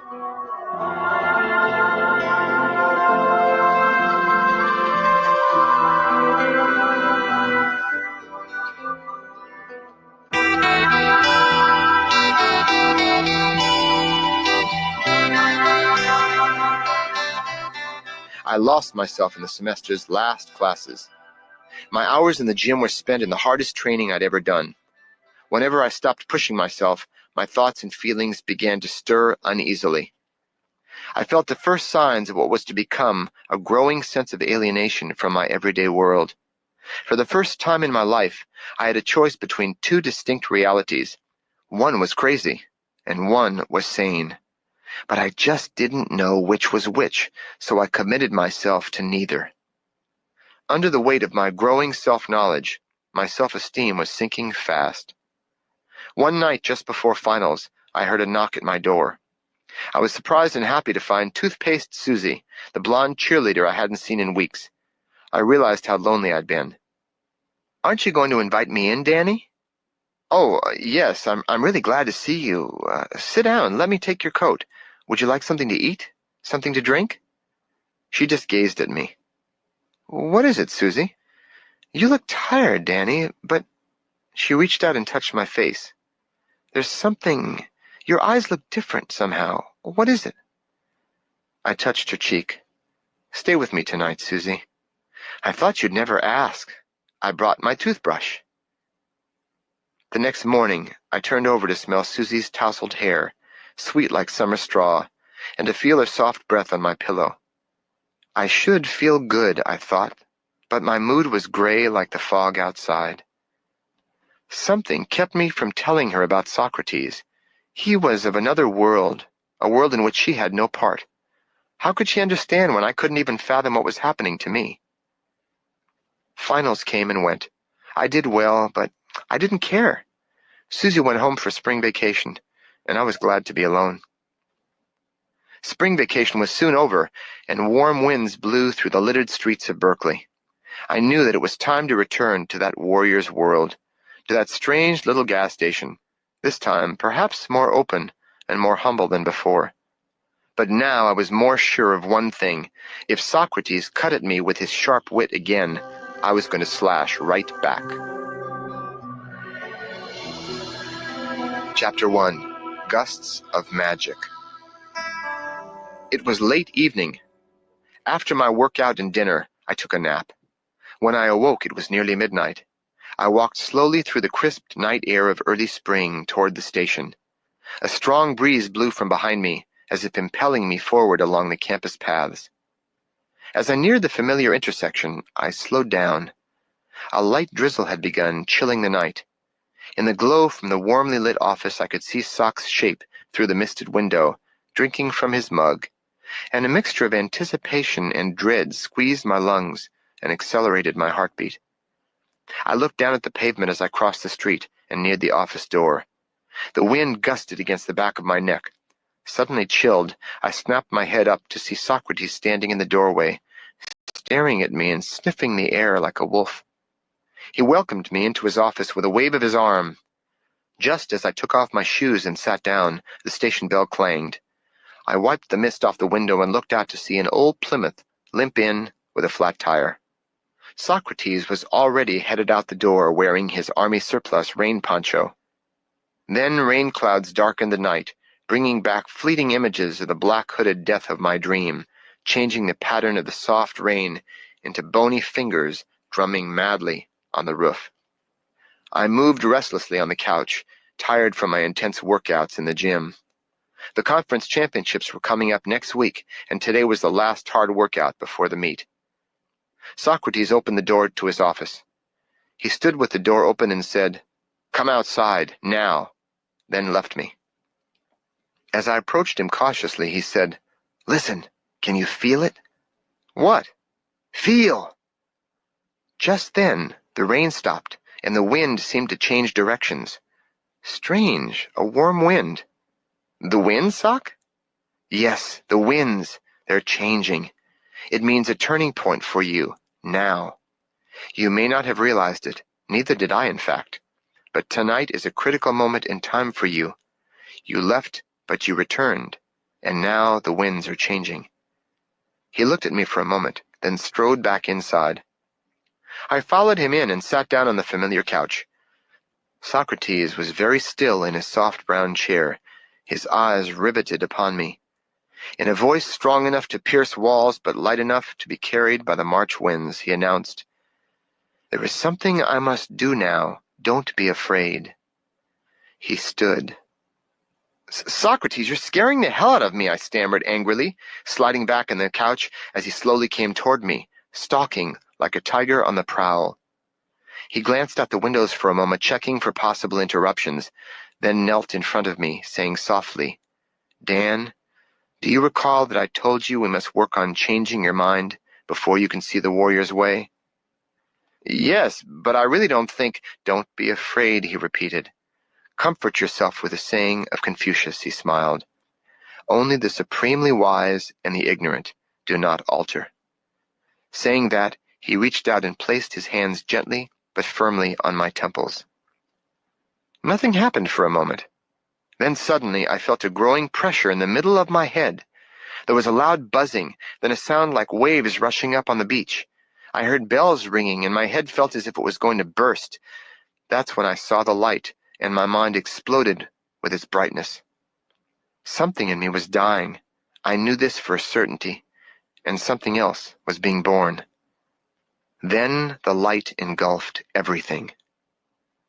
I found myself lying back on the couch. Socrates was offering me a cup of tea, shaking me gently. What happened to me? Let's just say I manipulated your energies and opened a few new circuits. The fireworks were just your brain's delight in the energy bath. The result is that you are relieved of your lifelong illusion of knowledge. From now on, ordinary knowledge is no longer going to satisfy you, I'm afraid. I don't get it. You will, he said, without smiling. I was very tired. We sipped our tea in silence. Then, excusing myself, I rose, put on my sweater, and walked home as if in a dream. The next day was full of classes and full of professors babbling words that had no meaning or relevance to me. In History 101, Watson lectured on about how Churchill's political instincts had affected the war. I stopped taking notes. I was too busy taking in the colors and textures of the room, feeling the energies of the people around me. The sounds of my professors' voices were far more interesting than the concepts they conveyed.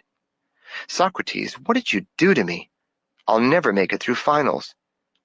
I was walking out of class, fascinated by the knobby textures of the carpet, when I heard a familiar voice. Hi, Danny. I haven't seen you for days. I've called every night, but you're never home. Where have you been hiding? Oh, hi, Susie. It's good to see you again. I've been studying. Her words had danced through the air. I could hardly understand them, but I could feel what she was feeling, hurt and a little jealous. Yet her face was beaming as usual. I'd like to talk more, Susie, but I'm on my way to the gym. Oh, I forgot. I felt her disappointment. Well, she said, I'll see you soon, huh? Sure. Hey, she said, wasn't Watson's lecture great? I just love hearing about Churchill's life. Isn't it interesting? Yeah, great lecture. Well, bye for now, Danny. Bye. Turning away, I recalled what Sock had said about my patterns of shyness and fear. Maybe he was right. I wasn't really that comfortable with people. I was never sure of what to say. In the gym that afternoon, however, I certainly knew what to do. I came alive, turning on the faucet of my energy full blast. I played, swung, leaped. I was a clown, a magician, a chimpanzee. It was one of my best days ever. My mind was so clear that I felt exactly how to do anything I tried. My body was relaxed, supple, light, and quick. In tumbling, I invented a 1.5 backward somersault with a half twist to a roll. From the high bar, I swung into a full twisting double flyaway, both moves the first ever done in the United States. A few days later, the team flew up to Oregon for the conference championships. We won the meet and flew home. It was like a dream of fanfare, action, and glory. But I couldn't escape the concerns that plagued me. I considered the events that had occurred since the other night's experience of the bursting light. Something had certainly happened, as Sock had predicted, but it was frightening, and I didn't think I liked it at all. Perhaps Socrates was not what he seemed. Perhaps he was something more clever, or more evil, than I'd suspected. These thoughts vanished as I stepped through the doorway of the lighted office and saw his eager smile. As soon as I'd sat down, Socrates said, "Are you ready to go on a journey?" A journey, I echoed. Yes, a trip, travel, sojourn, vacation, an adventure. No, thanks, I'm not dressed for it. Nonsense, he bellowed so loudly that we both looked around to see if any passers-by had heard. Shh, he whispered loudly. Not so loud, you'll wake everyone. Taking advantage of his affability, I blurted out, Socrates, my life no longer makes sense. Nothing works except when I'm in the gym. Aren't you supposed to make things better for me? I thought that's what a teacher did. He started to speak, but I interrupted. And another thing, I've always believed that we have to find our own paths in life. No one can tell another how to live. Socrates slapped his forehead with his palm, then looked upward in resignation. I am part of your path, baboon, and I didn't exactly rob you from the cradle and lock you here, you know. You can take off whenever you like. He walked to the door and held it open. Just then, a black limousine pulled into the station, and Sock affected a British accent. Your car is ready, sir. Disoriented, I actually thought we were going on a trip in a limousine. I mean, why not? So, befuddled, I walked straight out to the limo and started to climb into the back seat. I found myself staring into the wrinkled old face of a little man, sitting with his arm around a girl of about 16, probably off the streets of Berkeley. He stared at me like a hostile lizard. Sock's hand grabbed me by the back of my sweater and dragged me out of the car. Closing the door, he apologized. Excuse my young friend. He's never been in a beautiful car like this and just got carried away. Didn't you, Jack? I nodded dumbly. What's going on? I whispered fiercely out of the side of my mouth. But he was already washing the windows. When the car pulled away, I flushed with embarrassment. Why didn't you stop me, Socrates? Well, frankly, it was pretty funny. I hadn't realized you could be so gullible. We stood there in the middle of the night, staring each other down. Socrates grinned as I clenched my teeth. I was getting angry. I'm really tired of playing the fool around you, I yelled. Well, you have to admit you've been practicing the role so diligently you've got it nearly perfect. I wheeled around, kicked the trash can, and stomped back toward the office. Then it occurred to me. Why did you call me Jack a while ago? Oh, short for jackass, he said, passing me. All right, damn it, I said as I ran out to enter the office. Let's go on your journey. Whatever you want to give, I can take. Now tell me, where are we headed? Where am I headed? I should be in control, not you. Socrates took a deep breath. Come with me. He led me to a cubbyhole I hadn't noticed before, hidden behind the racks of tools in the garage, and furnished with a small rug and a heavy straight-back chair. The predominant color of the nook was gray. My stomach felt queasy.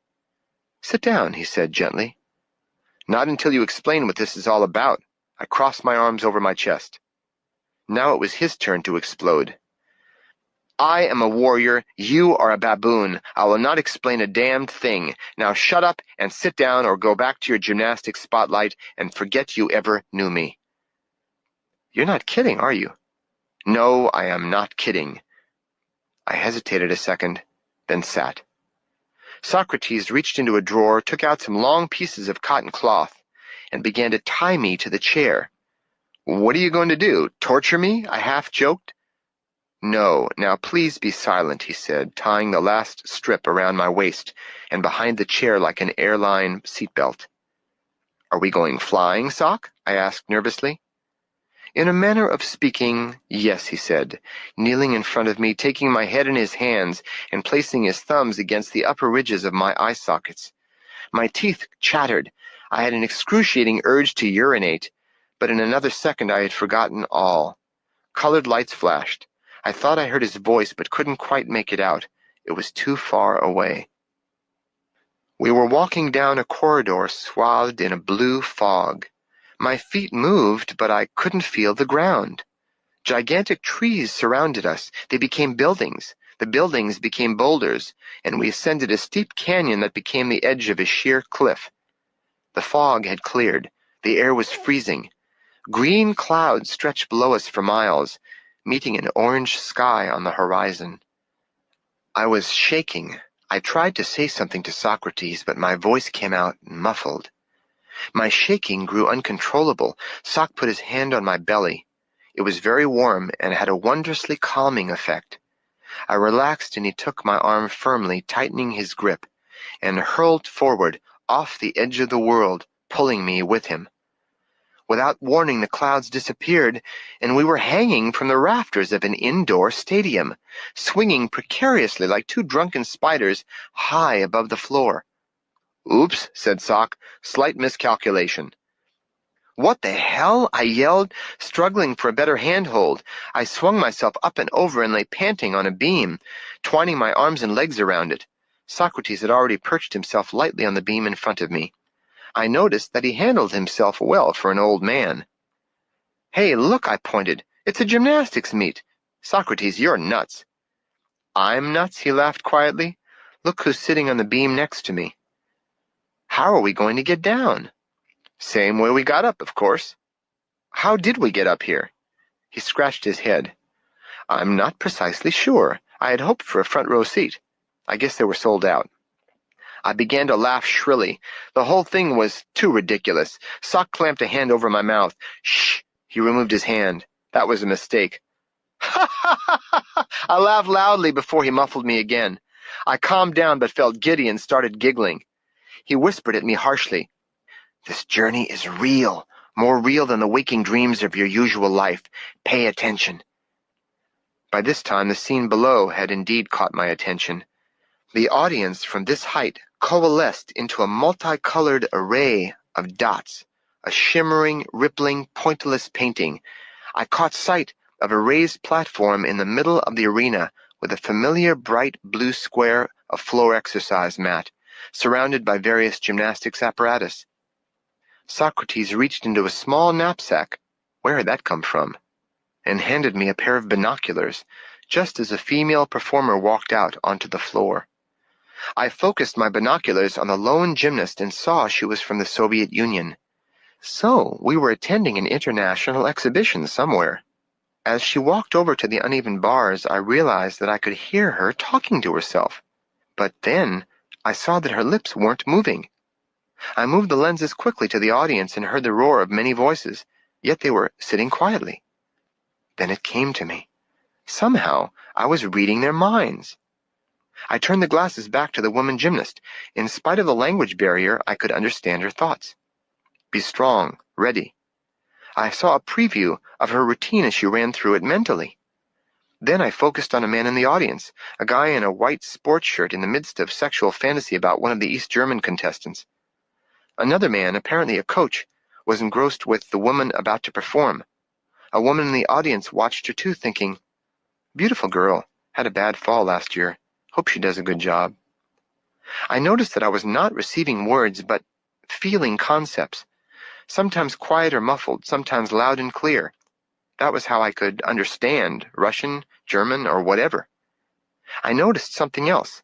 When the Soviet gymnast was doing her routine, her mind was quiet. When she finished and returned to her chair, her mind started up again. It was the same for the East German gymnast on the rings and the American on the horizontal bar. Furthermore, the best performers had the quietest minds during their moment of truth.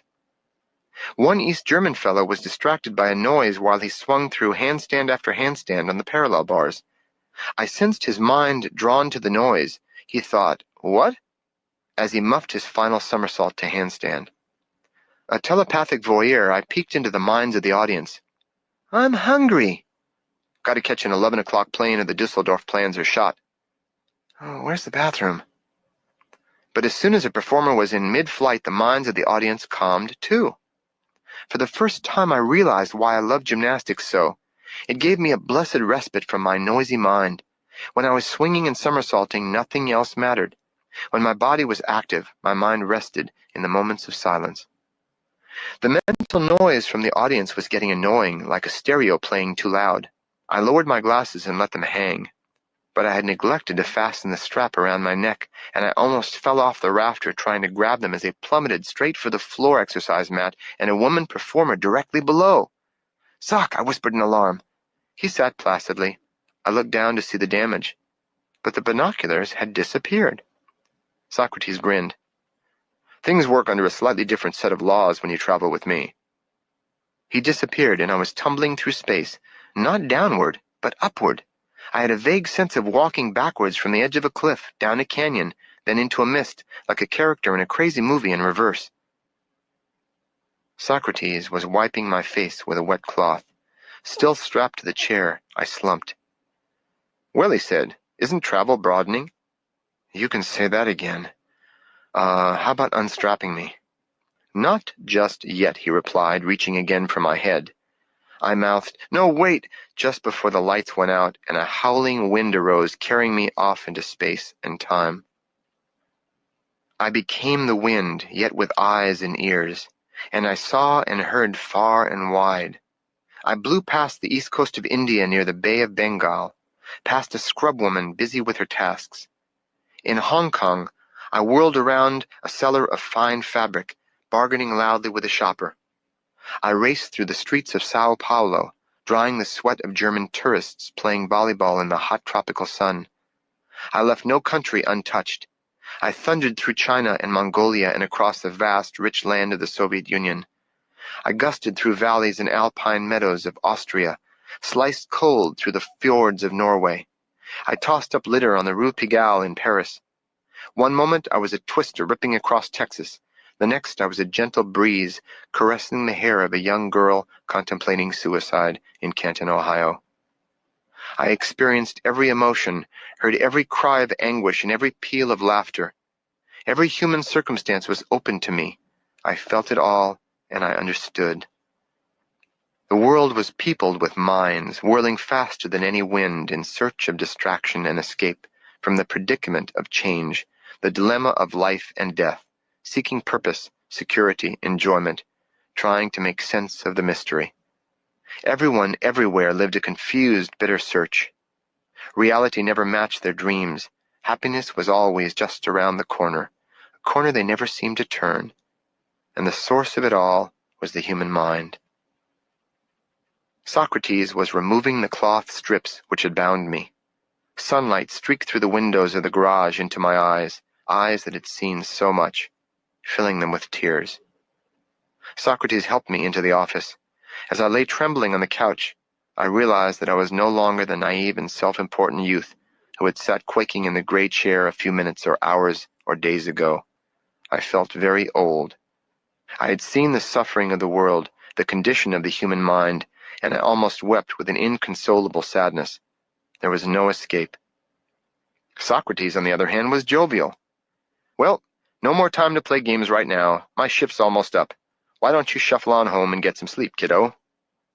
I creaked to my feet and put my arm in the wrong sleeve of my jacket. Extricating myself, I asked weakly, "Socrates, why did you tie me down?" "Never too weak for questions, I see. I tied you down so you wouldn't fall off the chair while you were thrashing around playing Peter Pan." Did I really fly? It felt like it. I sat down again heavily. Let's say for now that it was a flight of the imagination. "Did you hypnotize me or what?" "Not in the way you mean. Certainly not to the same degree you've been hypnotized by your own confused mental processes." He laughed, picked up his knapsack. Where had I seen it before? And prepared to leave. "What I did was draw you into one of many parallel realities, for your amusement and instruction." "How?" "It's a bit complicated. Why don't we leave it for another time?"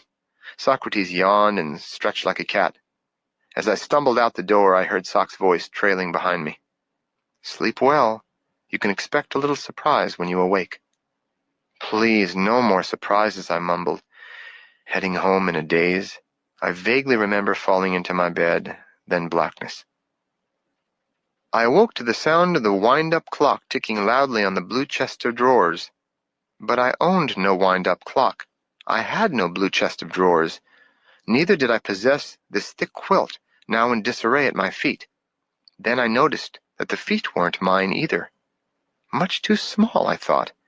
The sun poured through an unfamiliar picture window. Who and where was I? I held on to a quickly fading memory, then it was gone. My small feet kicked off the remaining covers and I leaped out of bed just as Mom yelled, "Danny, time to get up, sweetheart." It was February 22nd, 1952, my 6th birthday. I let my pajamas fall to the floor and kicked them under the bed, then ran downstairs in my Lone Ranger underwear. In a few hours, my friends would be arriving with presents, and we'd have cake and ice cream and lots of fun. Later, after all the party decorations were thrown out and everyone had gone, I played listlessly with my new toys. I was bored. I was tired and my stomach hurt. I closed my eyes and floated off to sleep. I saw each day pass like the next.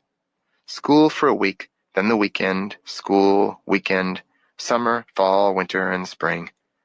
The years passed, and before long I was one of the top high school gymnasts in Los Angeles.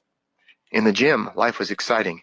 Outside the gym, it was a general disappointment. My few moments of fun consisted of bouncing on the trampoline or cuddling in the backseat of my Valiant with Phyllis, my first curvy girlfriend. One day, Coach Harold Fry called me from Berkeley, California, and offered me a scholarship to the university. I couldn't wait to head up the coast to a new life. Phyllis, however, didn't share my enthusiasm. We began arguing about my going away, and we finally broke up.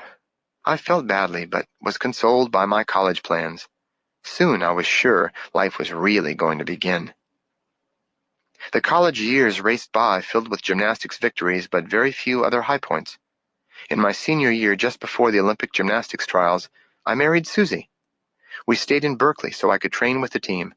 I was so busy, I didn't have much time or energy for my new wife. The final trials were held at UCLA. When the scores were tallied, I was ecstatic. I had made the Olympic team. But my performances at the Olympiad didn't live up to my expectations or hopes. I returned home and slipped into relative anonymity. My newborn son arrived, and I began to feel a growing responsibility and pressure. I found a job selling life insurance, which took up most of my days and nights. I never seemed to have time for my family. Within a year, Susie and I were separated. Eventually, she got a divorce. A fresh start, I reflected sadly. One day I looked in the mirror and realized that 40 years had passed. I was old. Where had my life gone? With the help of my psychiatrist, I had overcome my drinking problem, and I had money, houses, and women. But I had no one now. I was lonely. I lay in bed late at night and wondered where my son was. It had been years since I'd seen him. I wondered about Susie and about my friends from the good old days. I now passed the days in my favorite rocking chair, sipping wine, watching TV, and thinking about old times. I watched children play in front of the house. It had been a good life, I supposed. I'd gotten everything I'd gone after, so why wasn't I happy? One day, one of the children playing on the lawn came up to the porch, a friendly little boy smiling, and asked me how old I was. "I'm 200 years old," I said. He giggled, said, "No, you're not," put his hands on his hips.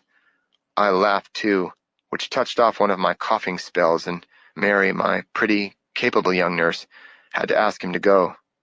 After she had helped me regain my breath, I gasped, "Mary, will you let me be alone for a while?" "Of course, Mr. Millman." I didn't watch her walk away. That was one of life's pleasures that had died long ago. I sat alone. I'd been alone my whole adult life, it seemed. I lay back on my rocker and breathed, my last pleasure. And soon that too would be gone. I cried soundlessly and bitterly. Damn it, I thought. Why did my marriage have to fail? How might I have done things differently? How could I really have lived? Suddenly, a terrible nagging fear, the worst of my life. Was it possible that I had missed something very important? Something that would have made a real difference? No, impossible, I assured myself. I cited all my achievements aloud. The fear persisted. I stood up slowly, looking down at the town from the porch of my hilltop house, and wondered, where had life gone? What was it for? Was everyone... Oh, my heart! Oh, my arm! The pain! I tried to call out, but I couldn't breathe. My knuckles grew white as I clutched the railing, trembling. Then my body turned to ice and my heart to stone. I fell back into the chair. My head dropped forward. The pain left abruptly, and there were lights I'd never seen before, and sounds I'd never heard.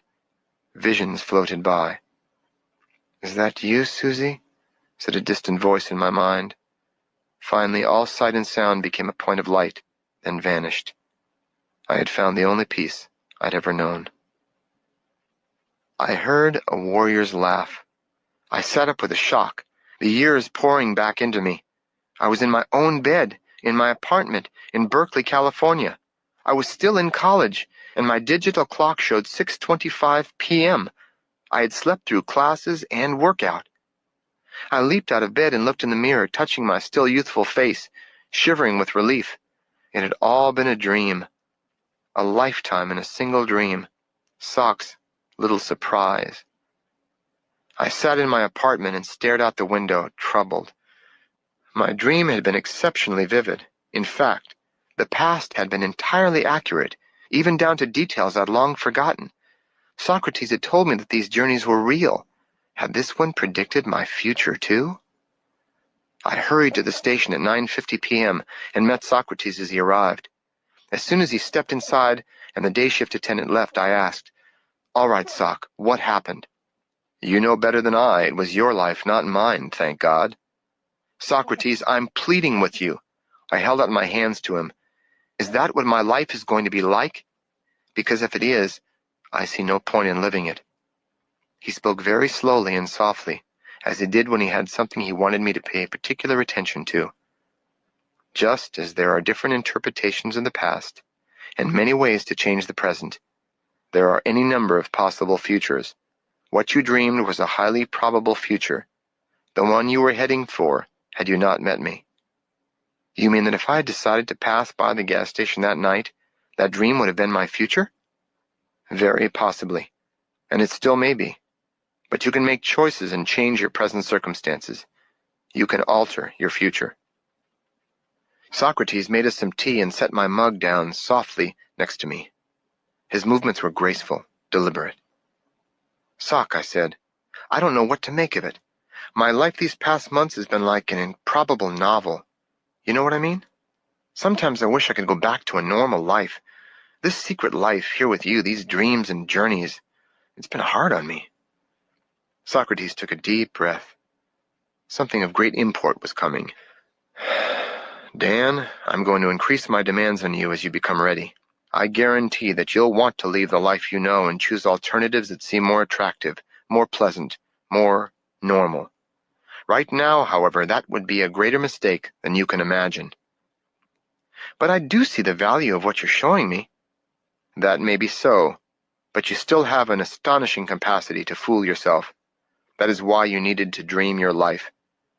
Remember it when you're tempted to run off and pursue your illusions." "Don't worry about me, Socrates. I can handle it. If I had known what was ahead, I would have kept my mouth shut." Chapter 2. The Web of Illusion. The March winds were calming. Colorful spring blossoms spread their fragrance through the air, even into the shower room where I washed the sweat and soreness from my body after an energy-filled workout. I dressed quickly and skipped down the rear steps of Harmon Gym to watch the sky over Edwards Field turn orange with the sun's final glow. I ambled down to get a cheeseburger on the way to the UC Theater. Tonight they were showing The Great Escape, an exciting film about a daring escape of British and American prisoners of war. When the film was over, I jogged up University Avenue toward campus, heading left up Shattuck, and arrived at the station soon after Socrates came on duty. It was a busy night, so I helped him until just after midnight. We went into the office and washed our hands, after which he surprised me by starting to fix a Chinese dinner and beginning a new phase of his teaching. It started when I told him about The Great Escape. "Sounds like an exciting film," he said, unpacking the bag of fresh vegetables he'd brought in. "And an appropriate one, too." "Oh, how's that?" "You too, Dan, need to escape. You're a prisoner of your own illusions, about yourself and about the world. I don't feel like I'm in prison except when you have me strapped to a chair." Over the sound of running water, he commented, "You don't see your prison because its bars are invisible. Part of my task is to point out your predicament, and I hope it is the most disillusioning experience of your life." "Well, thanks a lot, friend," I said, shocked at his ill will. "I don't believe you have understood me." He pointed a turnip at me, then sliced it into a bowl. "Disillusion is the greatest gift I can give you. However, because of your fondness for illusion, you consider the term negative. You commiserate with a friend by saying, 'Oh, what a disillusioning experience that must have been,' when you ought to be celebrating with him. The word disillusion is literally a freeing from illusion. But you cling to your illusions. You, Dan, in your quest for achievement and entertainment, avoid the fundamental source of your suffering." "That was not something you really wanted to hear, was it?" he said. "No, not particularly. How about giving me something a little more upbeat?" "Sure," he said, picking up his vegetables and resuming his chopping. "The truth is, Dan, that life is going wonderfully for you, and that you're not really suffering at all. You don't need me, and you're already a warrior. How does that sound?" "Better," I laughed. "The truth probably lies somewhere in between, don't you think?" Without taking his eyes off the vegetable, Socrates said, I think that your in-between is hell from my perspective. Is it just me who's the moron, or do you specialize in working with the spiritually handicapped? You might say that, he smiled, pouring sesame oil into a wok and setting it on a hot plate to warm. But nearly all of humanity shares your predicament. And what predicament is that? I thought I had already explained that, he said patiently. If you don't get what you want, you suffer. If you get what you don't want, you suffer. Even when you get exactly what you want, you still suffer, because you can't hold on to anything forever. Your mind is your predicament. It wants to be free of change, free of pain, free of the obligation of life and death. But change is a law, and no amount of pretending will alter that reality. Socrates, you can be really depressing, you know that? If life is nothing but suffering, then why even bother at all? Life is not suffering. It's just that you suffer it, rather than enjoy it, until you let go of your mind's attachments and just go for the ride freely, no matter what happens. While Socrates finished his meal, I asked him, "So what are the positive uses of the mind?" He looked up from his plate. "Aren't any." With that, he calmly returned to his meal. "Aren't any? Socrates, that's really crazy. What about the creations of the mind? The books, libraries, arts? What about all the advances of our society that were generated by brilliant minds?" He grinned, put down his chopsticks, and said, "There aren't any brilliant minds." Then he carried the plates to the sink. "Socrates, stop making these irresponsible statements and explain yourself." He emerged from the bathroom, bearing aloft 2 shining plates. "I'd better redefine some terms for you. Mind is one of those slippery terms like love. The proper definition depends on your state of consciousness. Look at it this way. You have a brain that directs the body, stores information, and plays with that information. We refer to the brain's abstract processes as the intellect. Nowhere have I mentioned mind. The brain and the mind are not the same. The brain is real, the mind isn't. Mind is an illusory outgrowth of cerebral processes. It is like a tumor. It comprises all the random, uncontrolled thoughts that bubble into awareness from the subconscious. Consciousness is not mind. Awareness is not mind. Attention is not mind. Mind is an obstruction, an aggravation. It is a kind of evolutionary mistake in the human being, a primal weakness in the human experiment. I have no use for the mind." "I'm not sure what you're talking about, but you sound really sincere." He just smiled and shrugged. "Do I cut off my head to get rid of my mind?" "That's one cure, but it has undesirable side effects. The brain can be a tool. It can recall phone numbers, solve math puzzles, or create poetry. In this way, it works for the rest of the body like a tractor. But when you can't stop thinking of that math problem or phone number, or when troubling thoughts and memories arise without your intent, it's not your brain working, but your mind wandering. Then the mind controls you, then the tractor has run wild." "I get it." "To really get it, you must observe yourself to see what I mean. You have an angry thought bubble up, and you become angry. It is the same with all your emotions. They're your knee-jerk responses to thoughts you can't control. Your thoughts are like wild monkeys stung by a scorpion." "Socrates, you think too much." "I was just going to tell you that I'm really willing to change. That's one thing about me. I've always been open to change." "That," said Socrates, "is one of your biggest illusions. You've been willing to change clothes, hairstyles, women, apartments, and jobs. You were all too willing to change anything except yourself. But change you will. Either I help you open your eyes or time will. But time is not always gentle," he said ominously. "Take your choice. But first realize that you're in prison. Then we can plot your escape." With that, he pulled up to his desk, picked up a pencil, and began checking off receipts, looking like a busy executive. I got the distinct feeling I'd been dismissed for the evening. I was glad class was out. For the next couple of days, which soon stretched to weeks, I was too busy, I told myself, to drop in and visit with Socrates. But his words rattled around in my mind. I became preoccupied with its contents. I started keeping a small notebook in which I wrote down my thoughts during the day, except for workouts when my thoughts gave way to action. In 2 days, I had to buy a bigger notebook. In a week, that too was full. I was astounded to see the bulk and general negativity of my thought processes. This practice increased my awareness of my mental noise. I had turned up the volume on my thoughts, which had only been subliminal background music before. I stopped writing, but still the thoughts blared. Maybe Sock could help me with a volume control. I decided to visit him that night. I found him in the garage, steam cleaning the engine of an old Chevrolet. I was just about to speak when the small, dark-haired figure of a young woman appeared in the doorway. Not even Sock had heard her enter, which was very unusual. He saw her just before I did and glided toward her with open arms.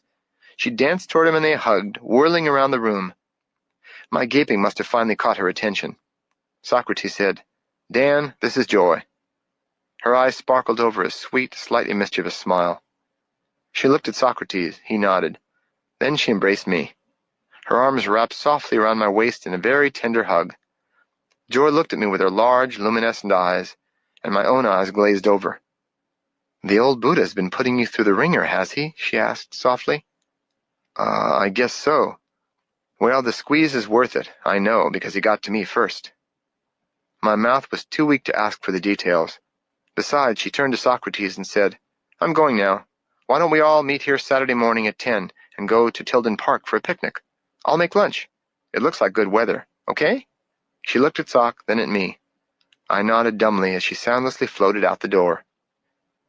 I was no help to Socrates for the rest of the evening. In fact, the rest of the week was a total loss. Finally, when Saturday came, I walked shirtless to the bus station.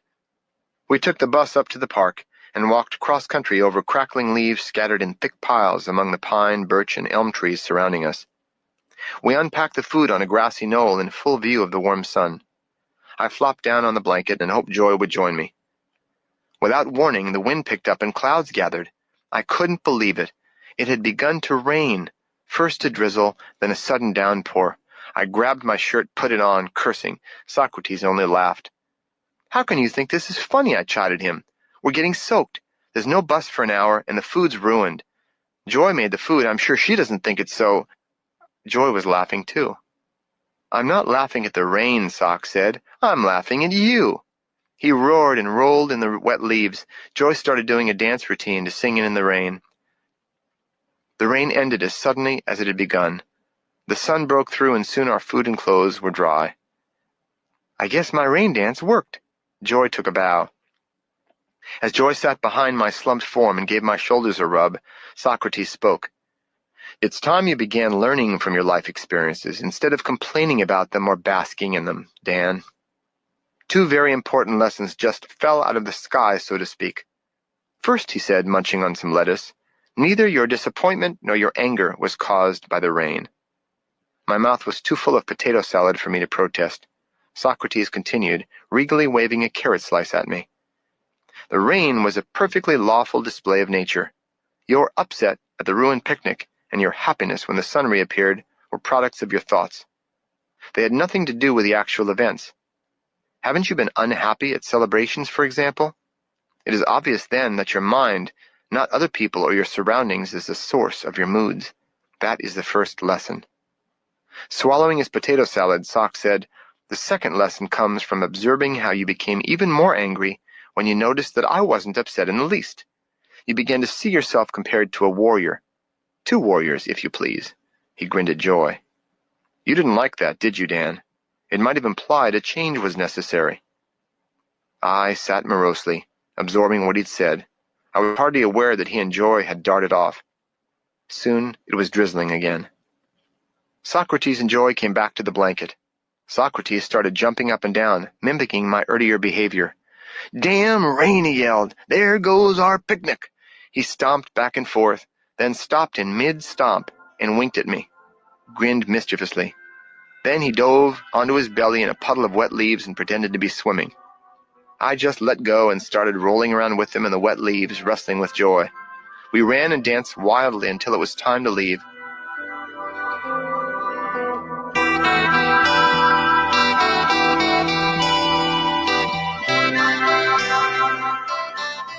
As the bus rocked and rolled its way down the curving hills overlooking the bay, the sky turned pink and gold in the sunset.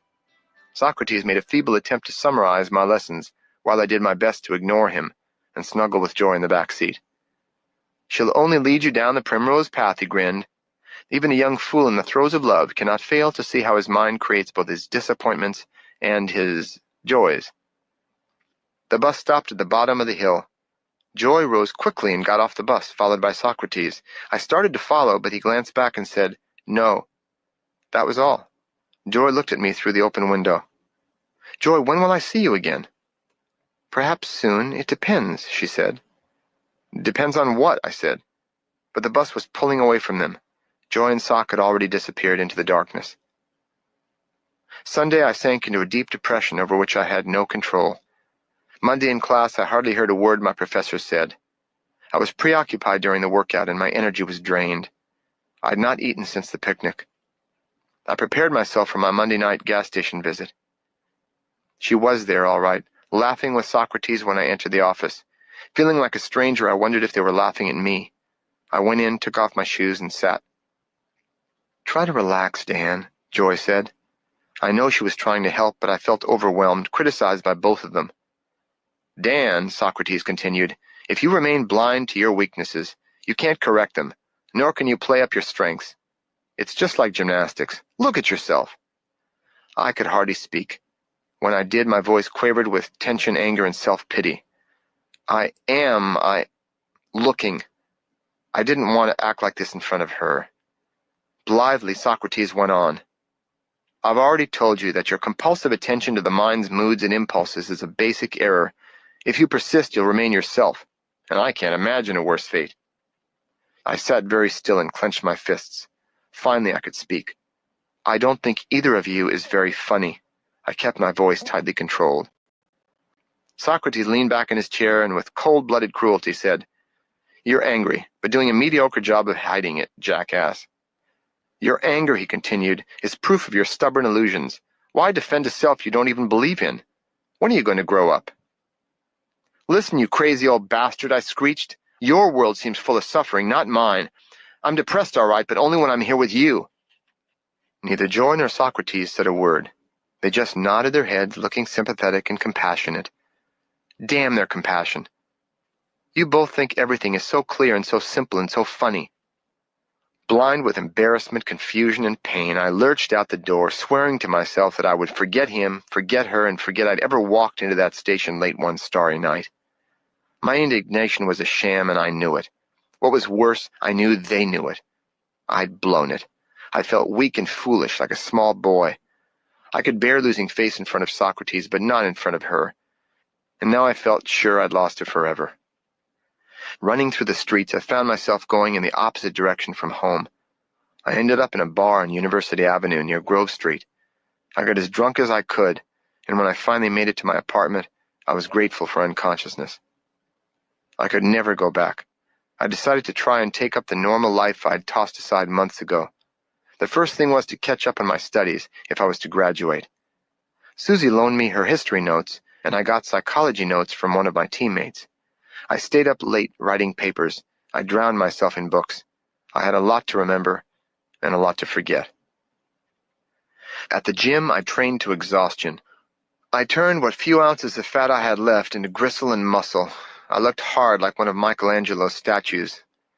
I went to movies almost every night but couldn't get the image of Socrates sitting in the station, maybe with Joy, out of my mind. Sometimes I had a dark vision of them both sitting there laughing at me. I didn't spend time with Susie or any other women I knew. What sexual urges I had were spent in training, washed away by sweat. My life became an ordeal. Other people's laughter hurt my ears. I imagined Socrates and Joy cackling like warlock and witch, plotting against me. The movies I sat through had lost their colors. The food I ate tasted like paste. I'd begun to drift through the routine of school like a phantom. My world was turning inside out and upside down. I had tried to rejoin the old ways I knew, to motivate myself in my studies and training, but nothing made sense anymore. Meanwhile, professors rattled on and on about the Renaissance, the instincts of the rat, and Milton's middle years. I walked through Sproul Plaza each day amid campus demonstrations, and walked through sit-ins as if in a dream. None of it meant anything to me. Student power gave me no comfort. Drugs could give me no solace. So I drifted, a stranger in a strange land, caught between two worlds without a handhold in either one. Late one afternoon, I sat in a redwood grove near the bottom of campus, waiting for the darkness, thinking about the best ways to kill myself. I no longer belonged on this earth. Somehow I'd lost my shoes. I had on one sock, and my feet were brown with dried blood. I felt no pain, nothing. I became unaccountably sad then, and started to cry. My body shook with anguish. I turned and ran a few hundred yards and collapsed on the path. I was too weary to go home to do anything. Maybe that's what saved me. I awoke in the infirmary. There was an IV needle in my arm. Someone had shaved me and cleaned me up. I was released the next afternoon. I felt rested at least. That night, I dragged myself to the station. Joy was not there. Part of me suffered exquisite disappointment. I wanted so much to look into her eyes again, to hold her and be held, but part of me was relieved. I was one-on-one again, Sock and me. When I sat down, he said nothing of my absence, only, "You look tired and depressed," he said without a trace of pity. My eyes filled with tears. "Yes, I'm depressed. I came to say goodbye. I owe you that. I'm stuck halfway and I can't stand it anymore. I don't want to live." "You're wrong about two things, Dan." He came over and sat beside me on the couch. "First, you're not halfway yet, not by a long shot. But you are very close to the end of the tunnel. And the second thing," he said, reaching for my temple, "is that you're not going to kill yourself." I glared at him. "Says who?" Then I realized we were no longer in the office. We were sitting in a cheap hotel room. There was no mistaking the musty smell, the thin gray carpets, the two tiny beds, and the small, cracked, second-hand mirror. What's going on? For the moment, the life was back in my voice. These journeys were always a shock to my system. I felt a rush of energy. "A suicide attempt is in progress. Only you can stop it." "I'm not trying to kill myself just yet," I said. "Not you, fool. The young man outside the window on the ledge. He's attending the University of Southern California. His name is Donald. He plays soccer and he's a philosophy major. He's in his senior year and he doesn't want to live. Go to it." Socrates gestured toward the window. "Socrates, I can't." "Then he'll die." I looked out the window and saw about 15 stories below groups of tiny people looking up from the streets of downtown Los Angeles. Peeking around the side of the window, I saw a light-haired young man in brown Levi's and a T-shirt standing 10 feet away on the narrow ledge looking down. He was getting ready to jump. Not wanting to startle him, I called his name softly. He didn't hear me. I called again. "Donald." He jerked his head up and almost fell. "Don't come near me," he warned. Then, "How do you know my name?" "A friend of mine knows you, Donald. May I sit on the ledge here and talk to you? I won't come any closer." No, no more words. His face was lax. His monotone voice had already lost its life. "Don, do people call you Don?" "Yeah," he answered automatically. "Okay, Don. I guess it's your life. Anyway, 99% of the people in this world kill themselves." "What the hell is that supposed to mean?" he said, an edge of life coming back into his voice. He started gripping the wall more tightly. "Well, I'll tell you. The way most people live kills them. You know what I mean, Don? They may take 30 or 40 years to kill themselves by smoking or drinking or stress or overeating, but they kill themselves just the same." I edged a few feet closer. I had to choose my words carefully. "Don, my name is Dan. I wish we could spend more time talking. We might have some things in common. I'm an athlete too, up at UC Berkeley." "Well," he stopped and started to shake. "Listen, Don, it's getting a little scary for me to sit up here on this ledge. I'm going to stand up so I can hold on to something." I stood slowly. I was shaking a little myself. Jesus, I thought, what am I doing out here on this ledge? I spoke softly, trying to find a bridge to him. "Don, I hear there's going to be a beautiful sunset tonight. The Santa Ana winds are blowing some storm clouds in. Are you sure you never want to see another sunset or sunrise? Are you sure you never want to go hiking in the mountains again?" "I've never been to the mountains," he said. "You wouldn't believe it, Don. Everything is pure up there. The water, the air. You can smell pine needles everywhere. Maybe we could go hiking together. What do you think?" "Hell, if you want to kill yourself, you can always do it after you've at least seen the mountains." There, I'd said all I could say. Now it was up to him. As I talked, I'd wanted more and more for him to live. I was only a few feet from him now. "Stop," he said. "I want to die now." I gave up. All right, I said. Then I'm going with you. I've already seen the goddamn mountains anyway. He looked at me for the first time. You're serious, aren't you? Yeah, I'm serious. Are you going first or am I? But he said, why do you want to die? It's crazy. You look so healthy. You must have a lot to live for. Look, I said, I don't know what your troubles are, but my problems dwarf yours. You couldn't even begin to grasp them. I'm through talking. I looked down. It would be so easy, just lean out and let gravity do the rest. And for once, I'd prove smug old Socrates wrong. I could exit laughing, yelling, You were wrong, you old bastard, all the way down until I smashed my bones and crushed my organs and cut myself off from the coming sunsets forever. Wait! It was Don, reaching out for me. I hesitated, then grasped his hand. As I looked into his eyes, Don's face began to change. It narrowed. His hair grew darker. His body grew smaller. I was standing there looking at myself. Then the mirror image disappeared, and I was alone. Startled, I took a step backward and slipped. I fell, tumbling over and over. In my mind's eye, I saw the terrible hooded specter waiting expectantly below. I heard Sock's voice, yelling from somewhere above. 10th floor, lingerie, bedspreads, 8th floor, housewares, cameras. I was lying on the office couch, looking up into Sock's gentle smile. Well, he said, are you going to kill yourself? No. But with that decision, the weight and responsibility of my life once again fell upon me. I told him how I felt. Socrates grasped my shoulders and only said, Stay with it, Dan. Before I left that night, I asked him, Where's Joy? I want to see her again. In good time. She'll come to you, later perhaps. But if I could only talk to her, it would make things so much easier. Whoever told you it would be easy? Socrates, I said, I have to see her. You don't have to do anything except to stop seeing the world from the viewpoint of your own personal cravings. Loosen up. When you lose your mind, you'll come to your senses. Until then, however, I want you to continue to observe as much as possible the debris of your mind. If I could just call her. Get to it, he said.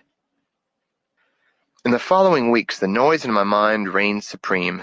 Wild, random, stupid thoughts, guilt, anxieties, cravings, noise. Even in sleep, the deafening soundtrack of my dreams assaulted my ears. Socrates had been right all along. I was in prison. It was a Tuesday night when I ran to the station at 10 o'clock, bursting into the office. I moaned, Socrates, I'm going to go mad if I can't turn down the noise. My mind is wild. It's everything you told me. Very good, he said, the first realization of a warrior. If this is progress, I want to regress. Dan, when you get on a wild horse that you believe is tame, what happens? It throws you or kicks your teeth in. Life has, in its own amusing way, kicked your teeth in many times. I couldn't deny it. But when you know the horse is wild, you can deal with it appropriately. I think I understand, Socrates.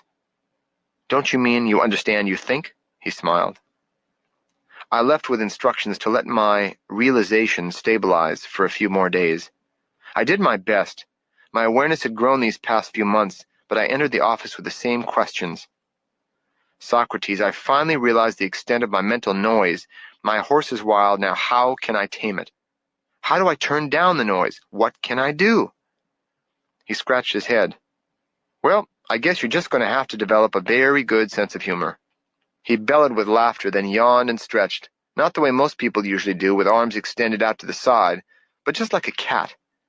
He rounded his back, and I heard his spine go crack, crack, crack, crack.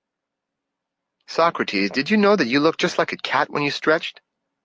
I suppose I do, he replied nonchalantly. It's a good practice to copy the positive traits of various animals, just as we might imitate positive qualities of some humans. I happen to admire the cat. It moves like a warrior. And as it happens, you have modeled yourself after the jackass.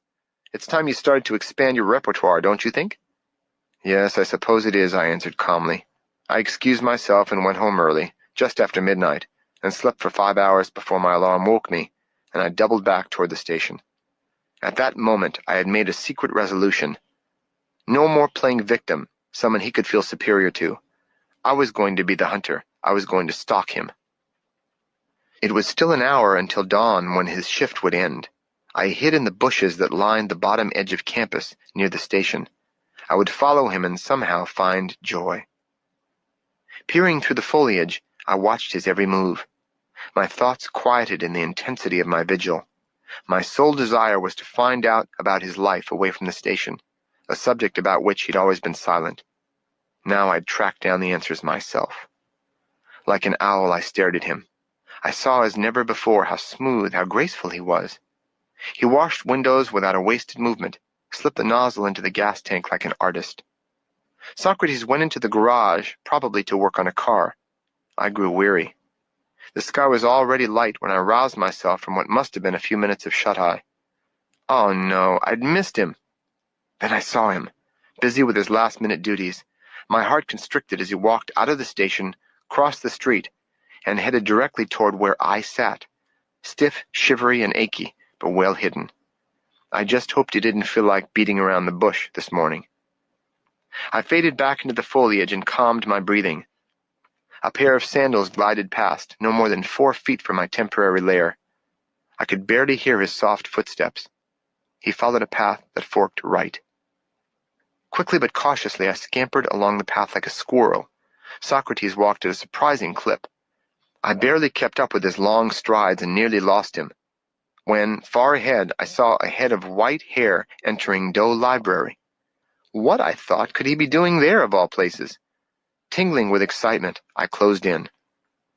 Once past the large oak door, I cut past a group of early bird students who turned and laughed, watching me.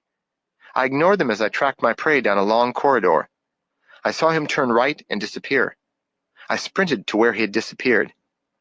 There could be no mistake. He had entered this door. It was the men's room, and there was no other exit. I didn't dare go in. I stationed myself in a nearby phone booth. 10 minutes passed. 20 minutes. Could I have missed him? My bladder was sending out emergency signals. I had to go in. Not only to find Socrates, but to make use of the facilities. And why not? This was my domain, after all, not his. I could make him explain. Still, it would be awkward. Entering the tiled bathroom, I saw no one at first. After finishing my own business, I started to search more carefully.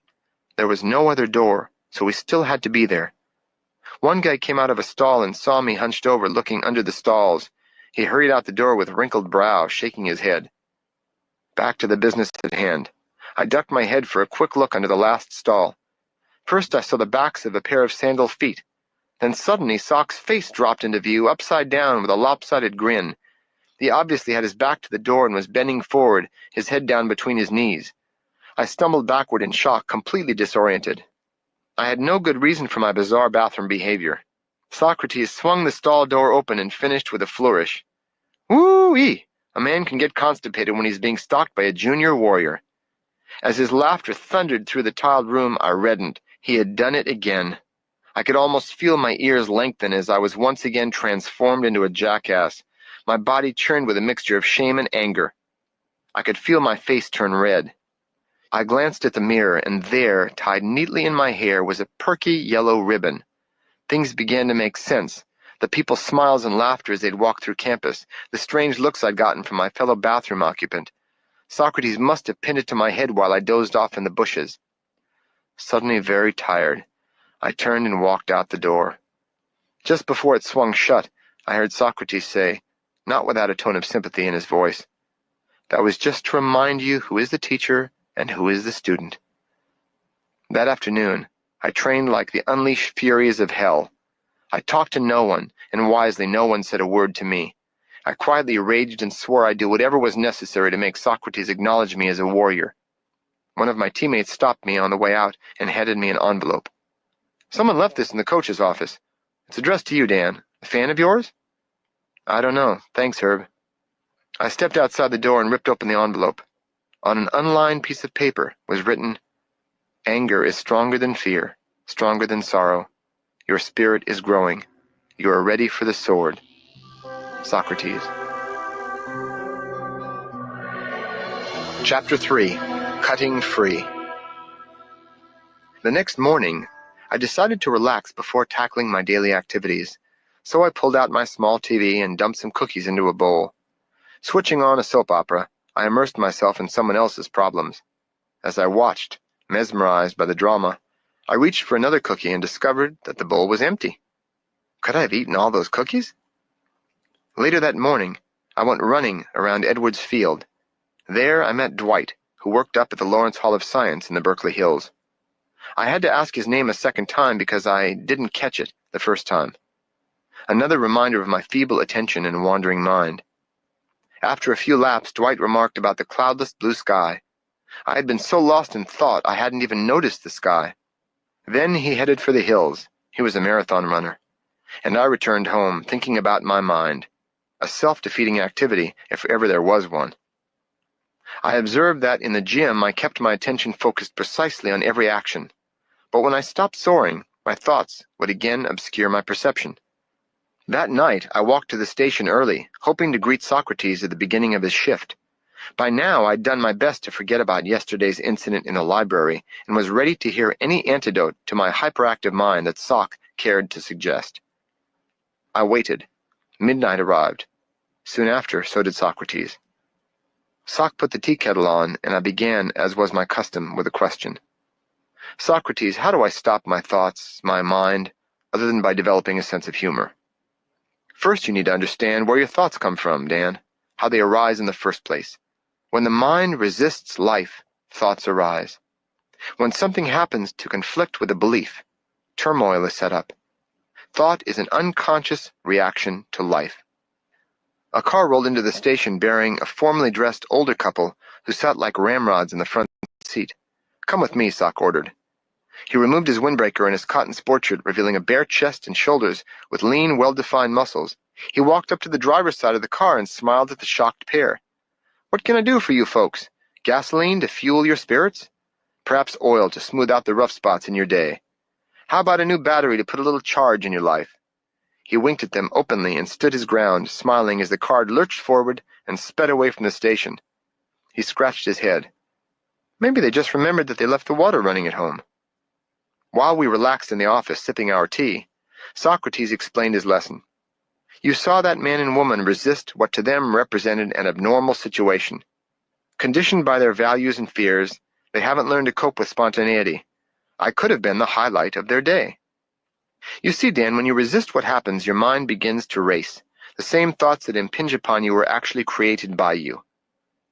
And your mind works differently, I asked. My mind is like a pond without ripples. Your mind, on the other hand, is full of waves because you feel separated from and often threatened by an unplanned, unwelcome occurrence. Your mind is like a pond into which has been dropped a boulder. As I listened, I gazed into the depths of my teacup when I felt a touch just behind my ears. Suddenly my attention intensified. I stared deeper and deeper into the cup, down, down. I was underwater, looking up. This was ridiculous. Had I fallen into my own teacup? I had fins and gills. Very fishy. I whipped my tail and darted to the bottom, where it was silent and peaceful. Suddenly, a huge rock crashed into the water's surface. Shock waves slapped me backwards. My fins whipped the water again, and I took off, seeking shelter.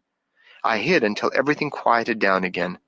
As time passed, I became accustomed to the little stones that sometimes fell into the water, making ripples. The large plunks, however, still startled me. In a world filled with sound and dryness again, I lay on the couch looking up, wide-eyed, at Soc's smile. You were a very nervous fish, fleeing from every large ripple. Later you became used to the ripples, but still had no insight into their cause. You can see, he continued, that a magnificent leap of awareness is required for the fish to extend its vision beyond the water in which it is immersed to the source of the ripples. A similar leap of awareness will be required of you. When you understand the source clearly, you'll see that the ripples of your mind have nothing to do with you. You'll just watch them, without attachment, no longer compelled to overreact every time a pebble drops. You will be free of the world's turbulence as you calm your thoughts. Remember, when you are troubled, let go of your thoughts and deal with your mind. Socrates, how? A not-so-bad question, he exclaimed. As you've learned from your physical training, leaps of gymnastics or of awareness don't happen all at once. They require time and practice. And the practice of insight into the source of your own ripples is called meditation. With that grand announcement, he excused himself and went to the bathroom. Now it was time to spring my surprise on him. I yelled from the couch so he could hear me through the bathroom door. "I'm one step ahead of you, Socrates. I joined a meditation group a week ago. I thought I'd do something myself about this old mind of mine," I explained. "We sit together for half an hour each evening. I'm already starting to relax more and get some control over my thoughts. Have you noticed I've been calmer? Say, Soc, do you practice meditation? If not, I can show you what I've learned." The bathroom door blasted open just then, and Socrates came straight at me, screaming a blood-curdling shriek, holding a gleaming samurai sword over his head. Before I could move, the sword slashed at me, cutting silently through the air and stopped inches over my head. I looked up at the hovering sword, then at Socrates. He grinned at me. "Oh, you sure know how to make an entrance. You scared the crap out of me," I gasped. The blade ascended slowly. Poised over my head, it seemed to capture and intensify all the light in the room. It shone in my eyes and made me squint. I decided to shut up. But Socrates only knelt on the floor in front of me, gently placed the sword between us, closed his eyes, took a deep breath, and sat perfectly still. I watched him for a while, wondering if this sleeping tiger would awaken and leap at me if I moved. 10 minutes passed, then 20. I started to fidget and got up quietly to get a drink of water. I was filling my mug when he put his hand on my shoulder. Water sloshed over my shoes as my hand jerked. "Socrates, I wish you wouldn't sneak up on me like that. Couldn't you make some noise?" He smiled and spoke. "Silence is the warrior's art, and meditation is his sword. It is the central weapon you'll use to cut through your illusions. But the sword's usefulness depends upon the swordsman. You don't yet know how to use the weapon, so it can become a dangerous, deluding, or useless tool in your hands.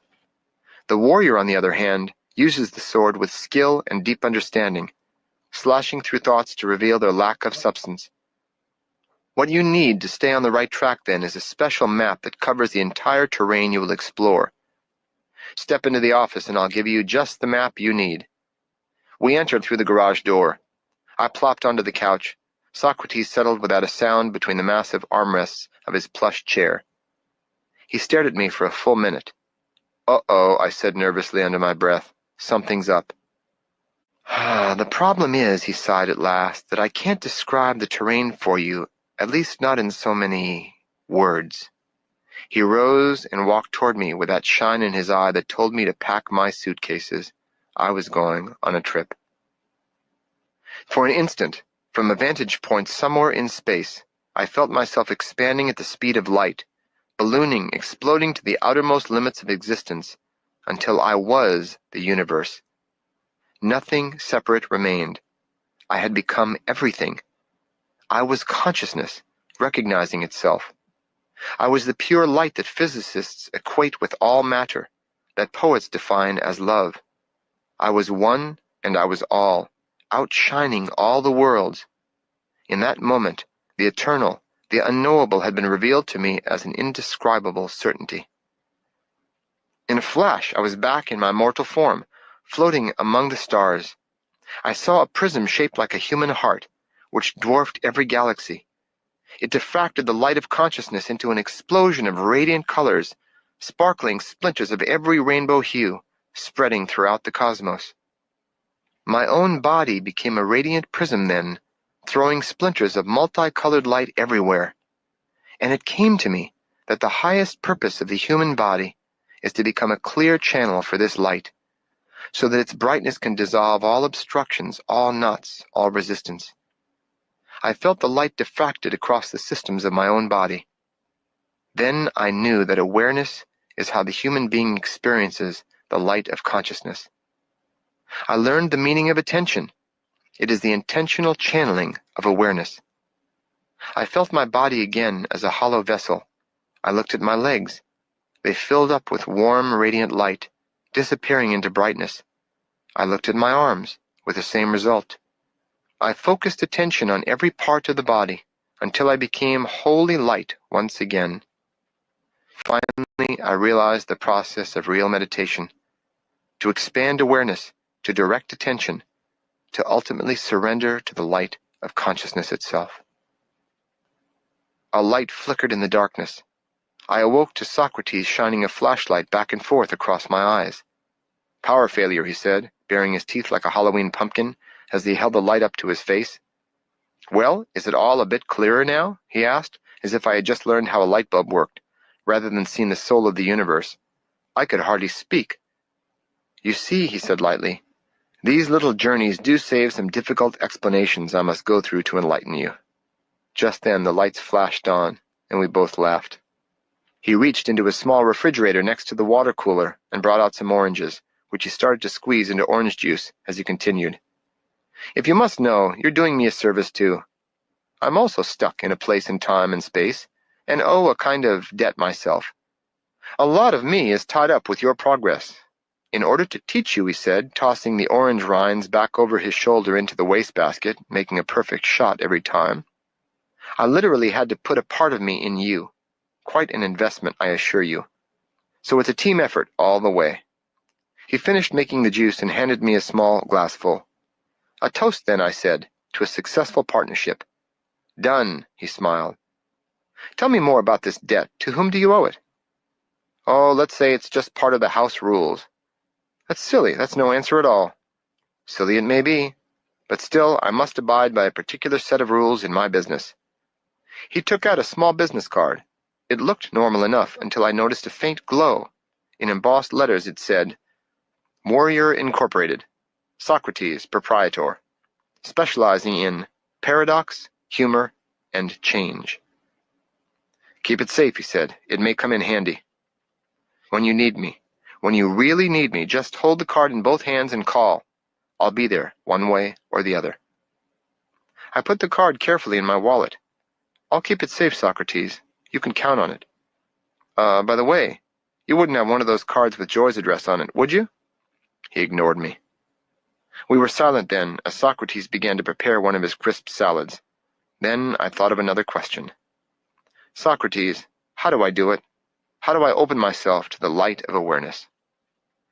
Well, he asked, answering a question with a question, what do you do when you want to see? I laughed. I look. Oh, you mean meditation, don't you? Yep, he answered. And here's the core of it, he said, as he finished cutting the vegetables. There are two simultaneous processes. One is insight, the willing of attention, the channeling of awareness to focus precisely on what you want to see. The other process is surrender, letting go of all arising thoughts. That is real meditation. That is how you cut free of the mind. We ate. I stabbed at my vegetables with a fork. He picked up each small bite with wooden chopsticks, breathing quietly as he chewed. He never picked up another bite until he was completely done with the first, as if each bite was a small meal in itself. I kind of admired the way he ate, as I chomped merrily away. I finished first, sat back, and announced, I guess I'm ready to have a go at real meditation. Ah, yes, he put down his chopsticks, conquering the mind. If only you were interested. I am interested. I want self-awareness. That's why I'm here. You want self-image, not self-awareness. You're here because you have no better alternatives. Because your deepest craving is survival. You want forever. You desire eternity. In your deluded belief that you are this mind or spirit or soul, you find the escape clause in your contract with mortality. Perhaps as mind you can wing free of the body when it dies, It's a thought, I grinned. That's exactly what it is, Dan, a thought, no more real than the shadow of a shadow.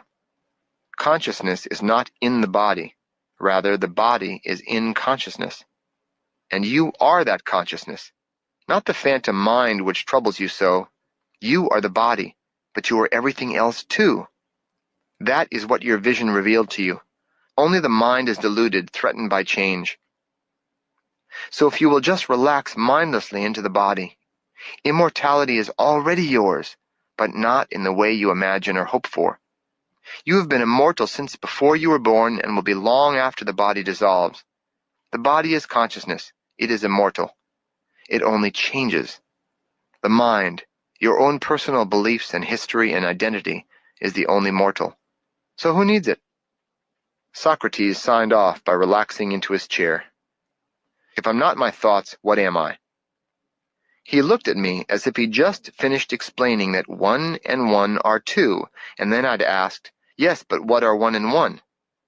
He reached over to the refrigerator, grasped an onion, and shoved it into my hand. "Peel it, layer by layer," he demanded.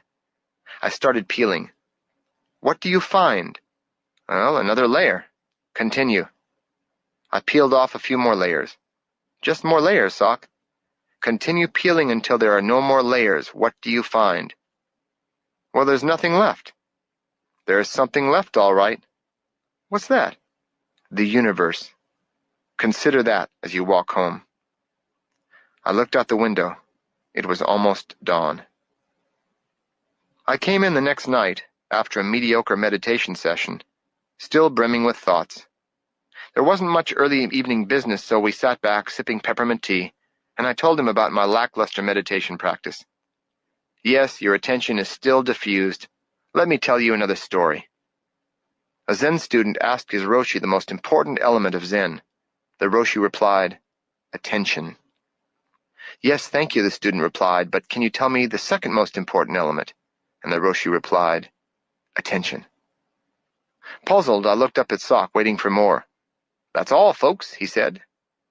I stood up to get some water, and Socrates asked me, "Are you paying close attention to your standing?" Yes," I answered, not at all sure that I was. I walked over to the dispenser. "Are you paying close attention to your walking?" he asked. "Yes, I am," I answered, starting to catch on to the game. "Are you paying close attention to how you talk?" "Well, I guess so," I said, listening to my voice. I was getting flustered. "Are you paying attention to how you think?" he asked. "Socrates, give me a break. I'm doing the best I can." He leaned toward me. "Your best is not good enough. The intensity of your attention must burn. Aimlessly rolling around a gym mat doesn't develop a champion.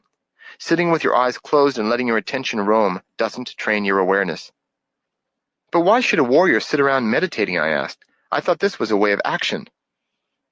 Meditation is the action of inaction. Yet you are quite correct that the warrior's way is more dynamic. Ultimately, you will learn to meditate your every action. Yet at the beginning, sitting meditation serves as a ceremony, a special time set aside to increase the intensity of practice. You must master the ritual before you can expand it properly into daily life. As a teacher, I will use every method and artifice in my command to get you interested and to help you persevere with the work ahead. If I had just walked up to you and told you the secret of happiness, you would not have heard me. You needed a guy to fascinate you, do a soft shoe, or jump up on rooftops before you could get a little interested. Well, I'm willing to play games, for a little while at least, but there comes a time when every warrior must walk the path alone. For now, I'll do what is necessary to keep you here, learning this way. I felt manipulated and angry. So I can grow old sitting in this gas station like you, waiting to pounce on innocent students? I regretted my remark as soon as it slipped out. Socrates, unfazed, smiled and spoke softly. "Don't mistake this place or your teacher, Dan. Things and people are not always as they seem. I am defined by the universe, not by this station. As to why you should stay, what you can gain, isn't it obvious? I am completely happy, you see. Are you?" A car pulled in just then, clouds of steam surrounding its radiator. "Come," Sock said. "This car is suffering, and we may have to put it out of its misery." We both went out to the stricken car, whose radiator was boiling and whose owner was in a foul mood, fuming. "What took you so long? I can't wait around here all night, damn it." Socrates looked at him with nothing less than loving compassion. "Let's see if we can help you, sir, and make this only a minor inconvenience." He had the man drive into the garage, where he put a pressure cap on the radiator and found the leak. Within a few minutes he'd welded the hole shut, but told the man that he would still need a new radiator in the near future. Everything dies and changes, even radiators. He winked at me. As the man drove away, the truth of Sock's words sank in. He really was completely happy. Nothing seemed to affect his happy mood.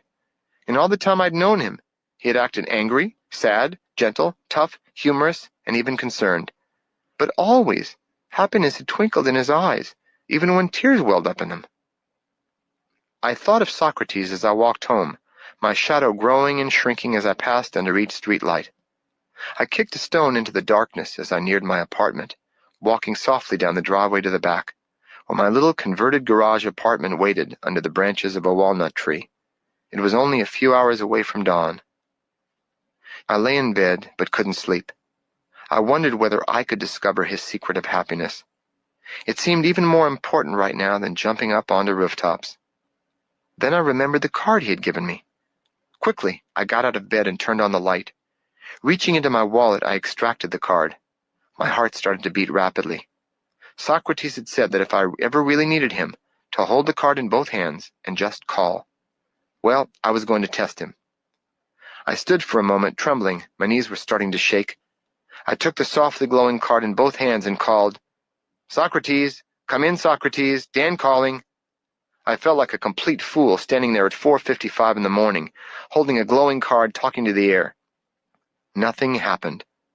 I tossed the card carelessly onto the dresser in disappointment. That's when the lights went out. "What?" I yelled as I spun around trying to sense if he was there. In classic movie style, I took a step backwards, tripped over my chair, bounced off the edge of the bed, and sprawled on the floor. The lights went back on. If someone had been within earshot, that person might have assumed I was a student having trouble with ancient Greek studies. Why else would I be yelling at 5:02 in the morning, "God damn it, Socrates!" I'd never know whether the blackout had been a coincidence or not. Socrates had only said he'd come. He hadn't said how. I sheepishly picked up the card to put it back in my wallet, when I noticed it had changed. Underneath the last lines, paradox, humor, and change, appeared two words in bold print, "Emergencies only." Laughing, I fell asleep in no time at all. Summer workouts had begun. It was good to see old familiar faces. Herb was growing a beard. Rick and Sid were cultivating their dark summer tans and looked slimmer and stronger than ever.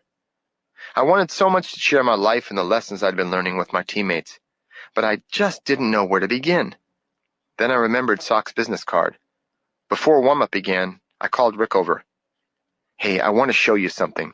Once he saw that glowing card and Sock's specialties, I knew he'd want to know more about it. Maybe they all would. After a dramatic pause, I pulled the card out and flipped it over to him.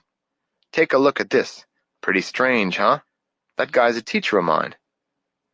Rick looked down at the card, turned it over, then looked back up at me, his face blank as the card. "Is this a joke, Dan? I don't get it." I looked at the card, then turned it over. I grunted, stuffing the piece of paper back into my wallet. "Just a mistake, Rick. Let's warm up." I sighed inwardly. Socrates, I thought, what a cheap trick, disappearing ink. That night I had the card in my hand when I walked into the office. I threw it down on the desk. "I wish you'd quit playing practical jokes, Socrates. I'm tired of looking like an idiot." He looked at me sympathetically. "Oh? Have you been looking like an idiot again?" "Socrates, come on. I'm asking you, will you please quit it?" "Quit what?" "The gag with the disappear—" Out of the corner of my eye, I caught a soft glow from the vicinity of the desk. The card stood face up, saying, "Warrior Incorporated, Socrates, proprietor specializing in paradox, humor, and change. Emergencies only." "I don't get it," I murmured. "Does this card change?" "Everything changes," he replied. "Yes, I know, but does it disappear and appear again?" "Everything disappears and appears again." "Socrates, when I showed it to Rick, there was nothing there." "It's the house rules," he shrugged, smiling. "You're not being particularly helpful. I want to know how—" "Let it go," he said. "Let it go." Summer passed quickly, with intensive workouts and late nights with Socrates. We spent half the time practicing meditation and the other half working in the garage or just relaxing over tea. At times like these, I would ask about Joy. I longed to see her again. Socrates would tell me nothing. With vacation's end imminent, my mind drifted back to the coming classes. I was walking down Telegraph Avenue to do some shopping and had just come out of the pharmacy with toothpaste when a scrawny teenager came up to me, so close I could smell stale alcohol and sweat. "Spare some change, can't you?" he asked, not looking at me. "No, sorry," I said, not feeling sorry at all. As I walked away, I thought, get a job. Then vague guilt came into my mind. I'd said no to a penniless beggar. Angry thoughts arose. He shouldn't walk up to people like that. I was halfway down the block before I realized all the mental noise I had tuned into and the tension it was causing, just because some guy had asked me for money and I'd said no. In that instant, I let it go. Feeling lighter, I took a deep breath, shook off the tension, and turned my attention to the beautiful day.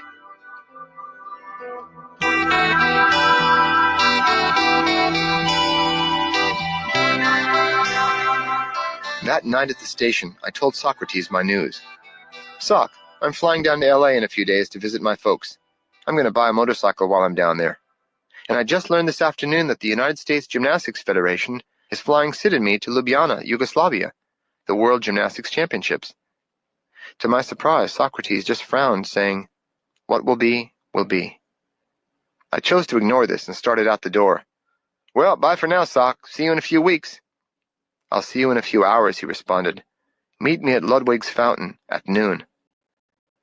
"Okay," I answered, wondering what was up. Then I said goodnight. I got 6 hours sleep and ran to the fountain just outside the Student Union. Ludwig's Fountain was named after a dog who used to frequent the spot. Several other dogs were romping and splashing there, cooling off from the August heat. A few little kids were wading in the shallow water. Just as the Campanile, Berkeley's famous bell tower, began to chime the noon hour, I saw Soc's shadow at my feet. I was still a little sleepy. "Let's walk," he said. We strolled up through campus, past Sproul Hall, beyond the optometry school and Cowell Hospital, up beyond the football stadium into the hills of Strawberry Canyon. Finally, he spoke. "For you, Dan, a conscious process of transformation has begun. It cannot be reversed. There's no going back. To try and do so would end in madness. You can only go forward now. You're committed." "Ah, you mean like in an institution?" I tried to joke. He grinned. "There are similarities." We walked silently then, in the shade of the overgrown bushes along the running path. "No one can help you beyond a certain point, Dan. I'll be guiding you for a while, but then even I must stand back, and you will be alone. You'll be tested severely before you're done. You'll have to develop great inner strength. I only hope it comes in time." The mild bay breeze had stopped and the air was hot. Still, I felt a chill. Shivering in the heat, I watched a lizard scurrying through the underbrush. Soc's last words had just registered. I glanced over at him. He was gone. Frightened, not knowing why, I hurried down the path. I didn't know it then, but my preparation had ended. My training was about to begin. And it was to begin with an ordeal I almost didn't survive. Chapter 4. The Sword is Sharpened. After storing the Valiant in a rented garage, I boarded the F bus to San Francisco, connecting with airport transit, which got caught in a traffic jam. It looked as if I'd be late for my flight. Anxious thoughts began to arise. I felt my belly tense. Then, as soon as I noticed it, I let it all go as I'd been trained. I relaxed and enjoyed the scenery along Bayshore Freeway, reflecting on my growing mastery over stressful thoughts, which had habitually plagued me in the past. And, as it turned out, I caught my plane with seconds to spare. Dad, an older version of me with thinning hair, wearing a bright blue sports shirt over his muscular chest, met me at the airport with a strong handshake and warm smile. Mom's face crinkled sweetly as she greeted me at the door of their apartment.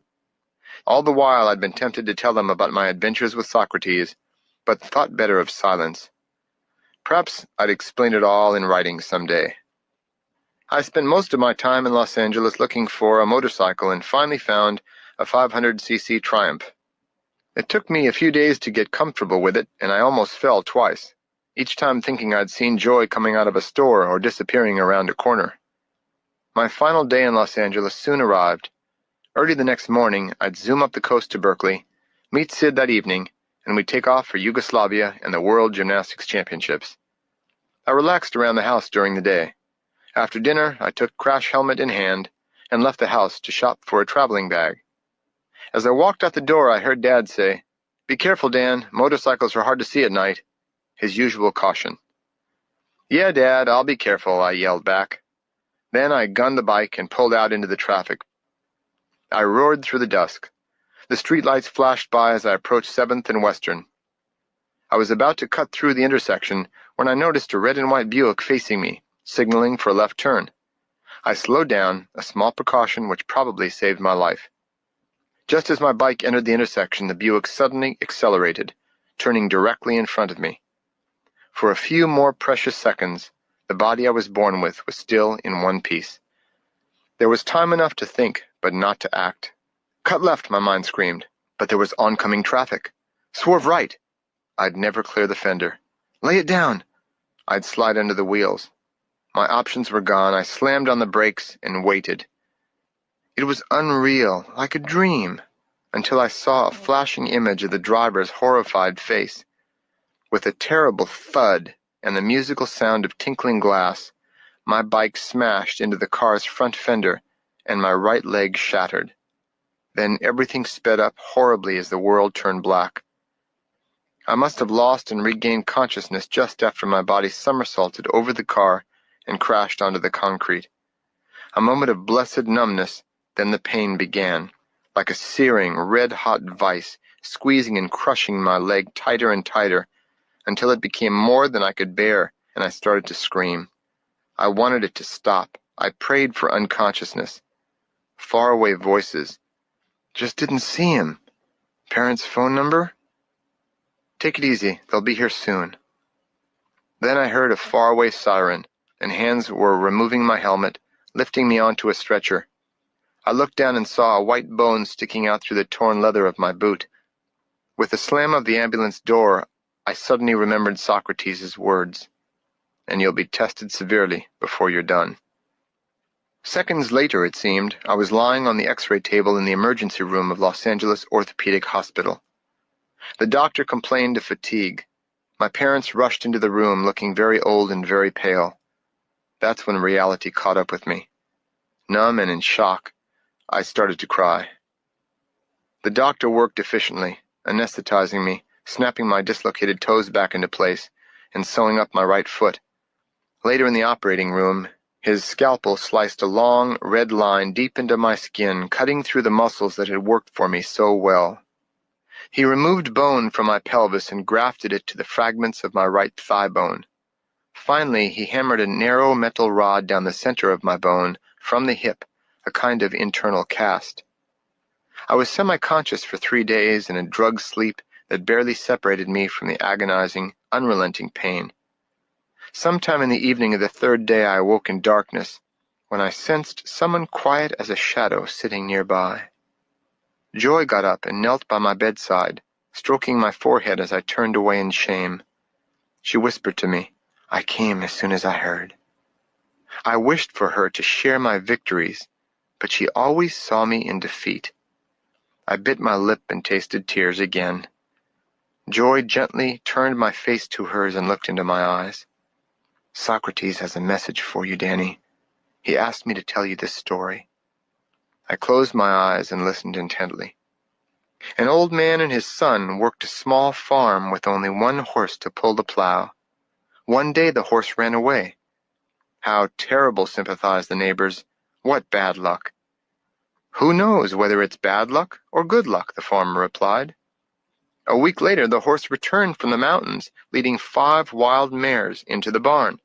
"What wonderful luck," said the neighbors. "Good luck? Bad luck? Who knows?" answered the old man. The next day the son, trying to tame one of the wild horses, fell and broke his leg. "How terrible! What bad luck!" "Good luck? Bad luck?" said the farmer. The army came to all the farms then to take the young men for war. The farmer's son, because of his broken leg, was of no use to them, so he was spared. Good? Bad? I smiled sadly as Joy finished the story, then bit my lip again as I was assaulted by a wave of pain. Joy soothed me with her voice. "There are no accidents, Danny. Everything is a lesson. Everything has a purpose, a purpose, a purpose," she repeated, whispering in my ear. "But my gymnastics, my training, it's over." "This is your training. The pain can purify the mind and body. It burns out many obstructions." She saw the questioning look in my eyes and added, "A warrior doesn't seek pain, but if pain comes, he uses it. Now rest, Danny. rest.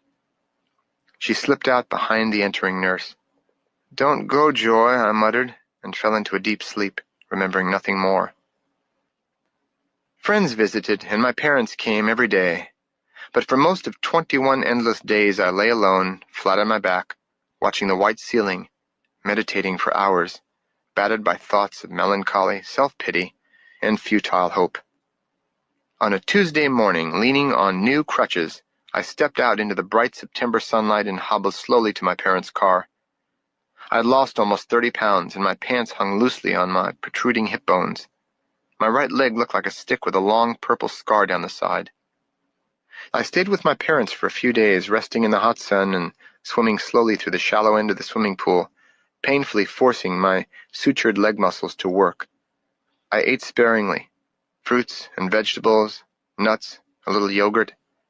I was beginning to regain my vitality. Friends invited me to stay with them for a few weeks at their home in Santa Monica, 5 blocks from the beach. I accepted, welcoming the chance to spend more time in the open air. Each morning I walked slowly to the warm sand and, laying my crutches down, sat by the waves. I listened to the gulls and the surf, then closed my eyes and meditated for hours, oblivious to the world around me. Berkeley, Socrates, and my past seemed lost in another dimension. Soon I began to exercise, slowly at first, then more intensely, until I was spending hours each day sweating in the hot sun, doing push-ups, sit-ups, curls. I carefully pressed up to handstands, then pumped up and down, again and again, puffing with exertion until every muscle had worked to its limit and my body glistened.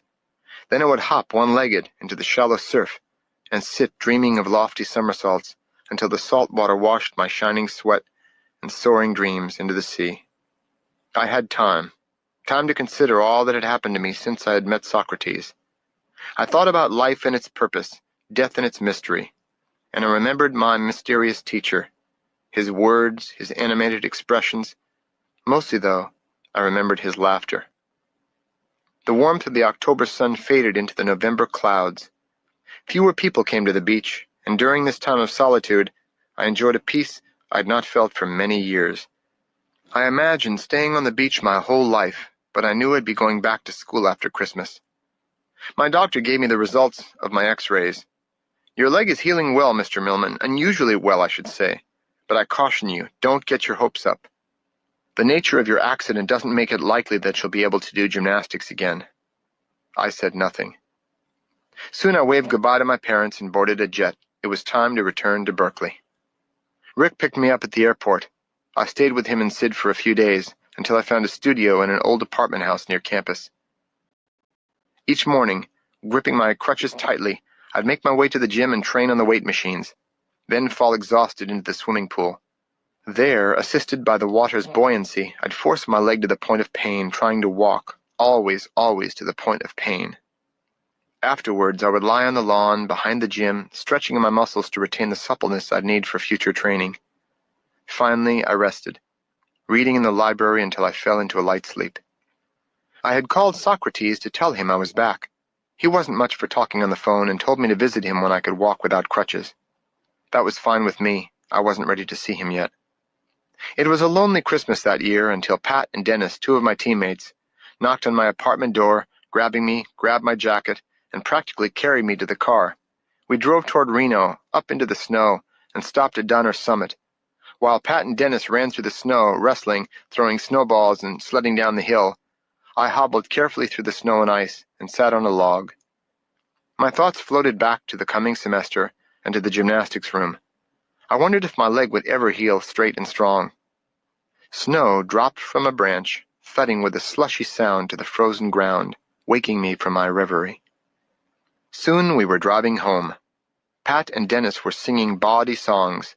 I watched white crystals float down around us, glittering in our car's lights as the sun began to set. I thought about my derailed future and wished that I could leave my whirling mind behind me, buried in a white grave beside the road in the snowy mountains. Just after Christmas, I made a brief visit to LA to see my doctor, who let me trade in my crutches for a shiny black cane. Then I headed back to school and to Socrates. It was Wednesday night at 11:40 p.m. when I limped through the doorway of the office and saw Soc's radiant face I was home again.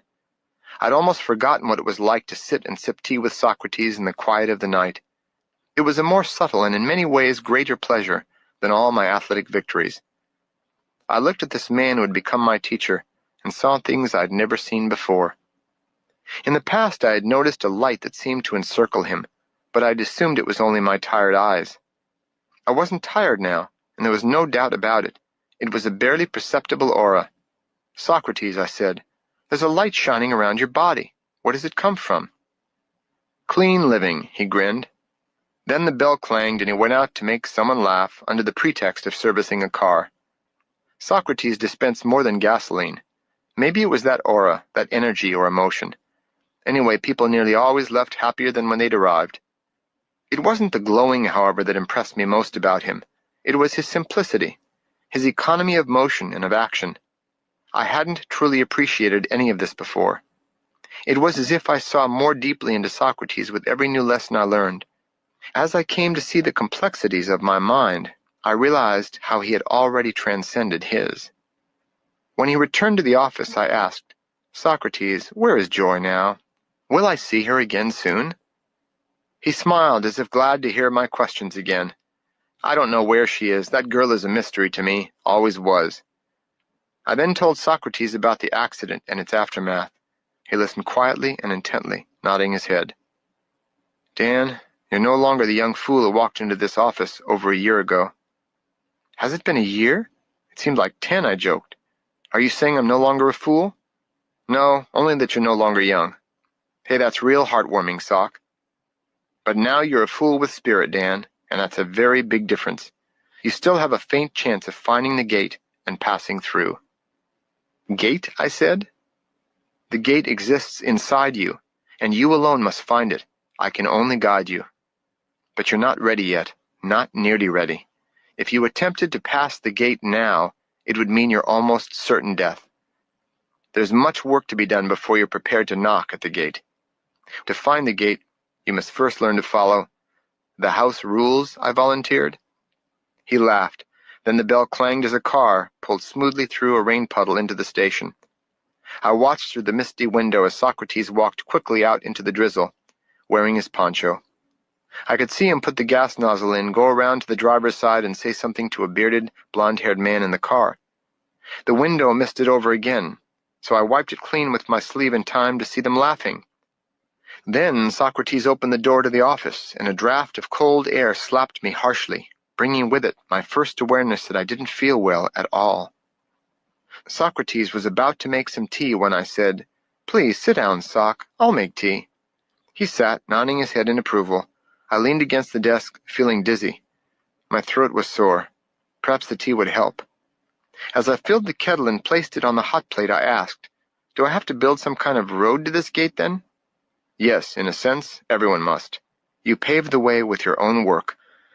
Anticipating my next question, he said, "Anyone, any human being, male or female, young or old, has within the capacity to find the gate and pass through. But very few are moved to do so. Few are interested. This is very important.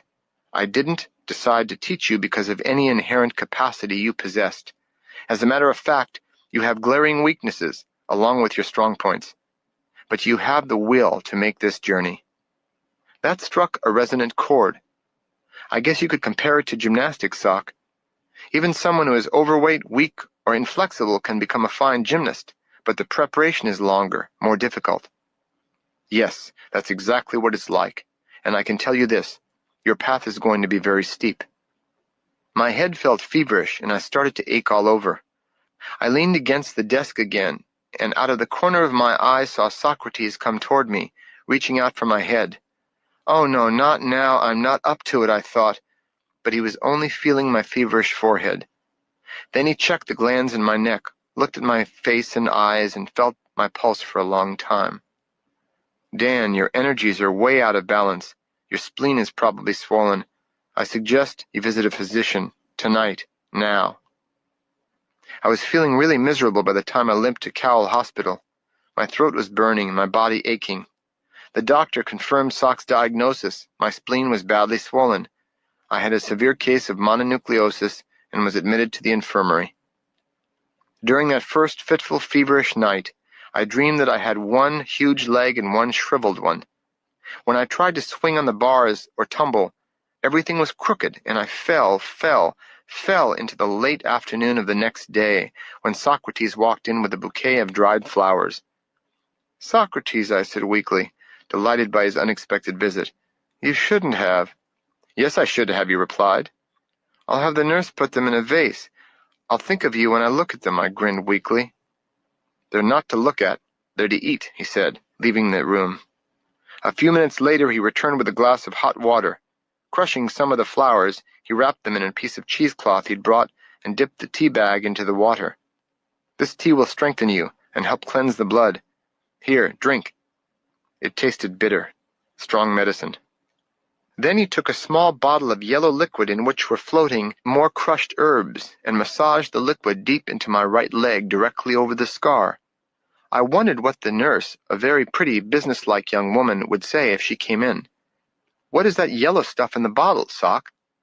"Oh, urine, with a few herbs." "Urine," I said, pulling my leg away from him with disgust. "Don't be silly," he said, grabbing my leg and pulling it back. "Urine is a very respected elixir in the ancient healing traditions." I closed my tired, aching eyes. My head was throbbing like jungle drums. I felt the fever starting to rise again. Socrates put his hand against my head, then felt the pulse in my wrist. "Good, the herbs are taking effect. Tonight should be the crisis. Tomorrow you'll feel better." I managed a barely audible, "Thank you, Doc Sock." He reached over and put his hand on my solar plexus. Almost immediately, everything in my body intensified. I thought my head would explode. The fever started to burn me up. My glands pulsated. Worst of all was a terrible burning pain in my right leg at the site of the injury. "Stop it, Socrates, stop it," I yelled. He took his hand away, and I collapsed onto the bed. "I've just introduced a little more energy into your body than you're used to," he explained. "It will accelerate the healing processes. It burns only where you have knots.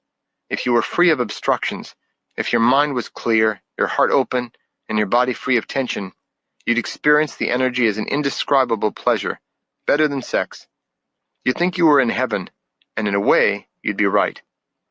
"Sometimes you scare me, Socrates." The nurse walked in. "Time to take your temperature, Mr. Millman." Socrates had risen politely when she entered. I lay in bed looking pale and miserable. The contrast between the two of us had never felt greater than at this moment. The nurse smiled at Socrates, who grinned back. "I think your son is going to be just fine with a little rest," she said. "Just what I keep telling him," Sock said. She smiled at him again. Was that a flirtatious look she gave him? With a rustle of white, she walked out of the room, looking blatantly appealing. Socrates sighed. There's something about a woman in uniform." Then he put his hand on my forehead. I fell into a deep sleep. The next morning I felt like a new man. The doctor's eyebrows rose as he checked my spleen, felt for my swollen glands, and rechecked my chart. He was dumbfounded. "I can't find anything wrong with you, Mr. Millman." He sounded almost apologetic. "You can go home after lunch. Get plenty of rest." He walked out staring at my chart. The nurse rustled by again. "Help," I yelled. "Yes," she said, stepping inside. "I can't understand it, nurse. I think I'm having heart trouble. Every time you go by, my pulse gets erratic." "Don't you mean erratic?" she said. "Oh, whatever." Smiling at me, she said, "It sounds like you're ready to go home." "That's what everyone keeps telling me, but you're all mistaken. I'm sure I'll need private nursing care." Smiling invitingly, she turned and walked away. "Nurse, don't leave me," I cried. That afternoon, walking home, I was astonished by the improvement in my leg. I still limped badly, throwing my hip out to the side whenever I took a step, but I could almost walk without my cane. Maybe there was something to Sock's magic urine treatment or the battery charge he had given me.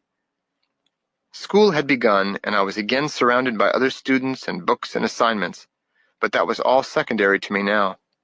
I could play the game without concern. I had much more important things to do in a small gas station west of campus. After a long nap, I walked to the station. The moment I sat down, Sock said, "Lots of work to do." "Oh, what is that?" I said, stretching and yawning. "A complete overhaul." "Oh, a big job. Especially big. We're going to overhaul you." Oh, yeah, I said. Oh, hell, I thought. Like the phoenix, you're going to throw yourself into the fire and rise from your ashes. I'm ready, I said. For my New Year's resolution, I'm going to give up donuts. Socrates grinned at me, saying, I wish it were that simple. Right now, you're a tangled mass of twisted circuits and outmoded habits. You're going to have to change habits of acting, of thinking, of dreaming, and of seeing the world. Most of what you are is a series of bad habits. He was starting to get to me. Damn it, Socrates, I've overcome some difficult hurdles, and I'm still doing the best I can. Can't you show me some respect? Socrates threw back his head and laughed. Then he walked over to me and pulled my shirt out. As I was tucking it back in, he mussed up my hair. Listen to me, O great buffoon. Everyone wants respect. But it is not just a matter of saying, please respect me. You must earn respect by acting respectable. And the respect of a warrior is not easily earned. I counted to 10, then asked, how then am I going to earn your respect? By changing your act. What act is that? Your poor me act, of course. Stop being so proud of mediocrity. Show some spirit. Grinning as usual, Socrates jumped up and slapped me playfully on my cheek. Then he poked me in the ribs. Stop it, I yelled, in no mood for his play. I reached out to grab his arm, but he leaped lightly up on the desk. Then he leaped over my head, spun, and pushed me backwards onto the couch. Climbing angrily to my feet, I tried to push him back, but just as I touched him, he leaped backward over the desk. I fell forwards onto the carpet. God damn it, I raged, seeing red. He slipped out the door into the garage. I limped after him in pursuit. Socrates perched on a fender and scratched his head. Why, Dan, you're angry. Stunning observation, I fumed, panting heavily. Good, he said. Considering your predicament, you should be angry, but make sure you direct that anger wisely. Sock deftly began to change the spark plugs on a VW. Anger is one of your main tools to transform old habits. He removed an old plug with the spark plug wrench and replaced them with new ones. He threaded a new plug into the block, tightening it with a firm tug of the wrench. Anger can burn away old habits. Fear and sorrow inhibit action, you see. Anger generates it. When you learn to make proper use of your anger, you can transmute fear and sorrow to anger, and anger to action. That's your body's secret of internal alchemy. Back in the office, Socrates drew some water from the spring water dispenser and put on the evening's tea specialty, rose hips, as he continued. You have many habits that weaken you. The secret of change is to focus all your energy not on fighting the old, but on building the new. How can I control my habits if I can't even control my emotions, Sock? He sat back in his chair. It is like this. When your mind creates a problem, when it resists life as it unfolds in the moment, your body tenses and feels this tension as an emotion, variously interpreted by words like fear, sorrow, or anger. True emotion, Dan, is pure energy flowing freely in the body. Sometimes it's appropriate to express fear, sorrow, or anger, but the energy should be directed completely outward, not held in. The expression of emotions should be complete and powerful, then should vanish without a trace. The way to control your emotions, then, is to let them flow, then let them go. I got up, took the whistling kettle off the hot plate, and poured our steaming tea. Can you give me a specific example, Socrates? All right, then, he said. Spend time with a baby. Smiling, I blew on my tea. Funny, I never thought of babies as masters of emotional control. When a baby is upset, he said, it expresses itself in banshee wails, pure crying. It doesn't wonder about whether it should be crying. Hold or feed that baby, and within seconds, no more tears. If the baby is angry, then it very definitely lets you know. But this, too, it lets go of very quickly. Can you imagine a baby's feeling guilty about its anger? Babies let it flow, then let it go. They express themselves fully, then shut up. Infants are fine teachers, and they demonstrate the right use of energy. Learn that, and you can transform any habit. A Ford ranchero wagon pulled into the station. Socrates went around to the driver's seat, while I, chuckling, grabbed the gas hose and removed the gas cap. Inspired by his enlightening revelation of how to control emotions, I yelled over the roof of the car, "Just tell me what to do, and set me loose, Sock. I'll tear those nasty habits to shreds." Then I got a look at the passengers, 3 shocked nuns. I choked on my words and, turning beet red, busied myself with washing the windows. Socrates just leaned against the pump and buried his face in his hands. After the ranchero pulled out, much to my relief, another customer drove in. It was the blond man again, the one with the curly beard.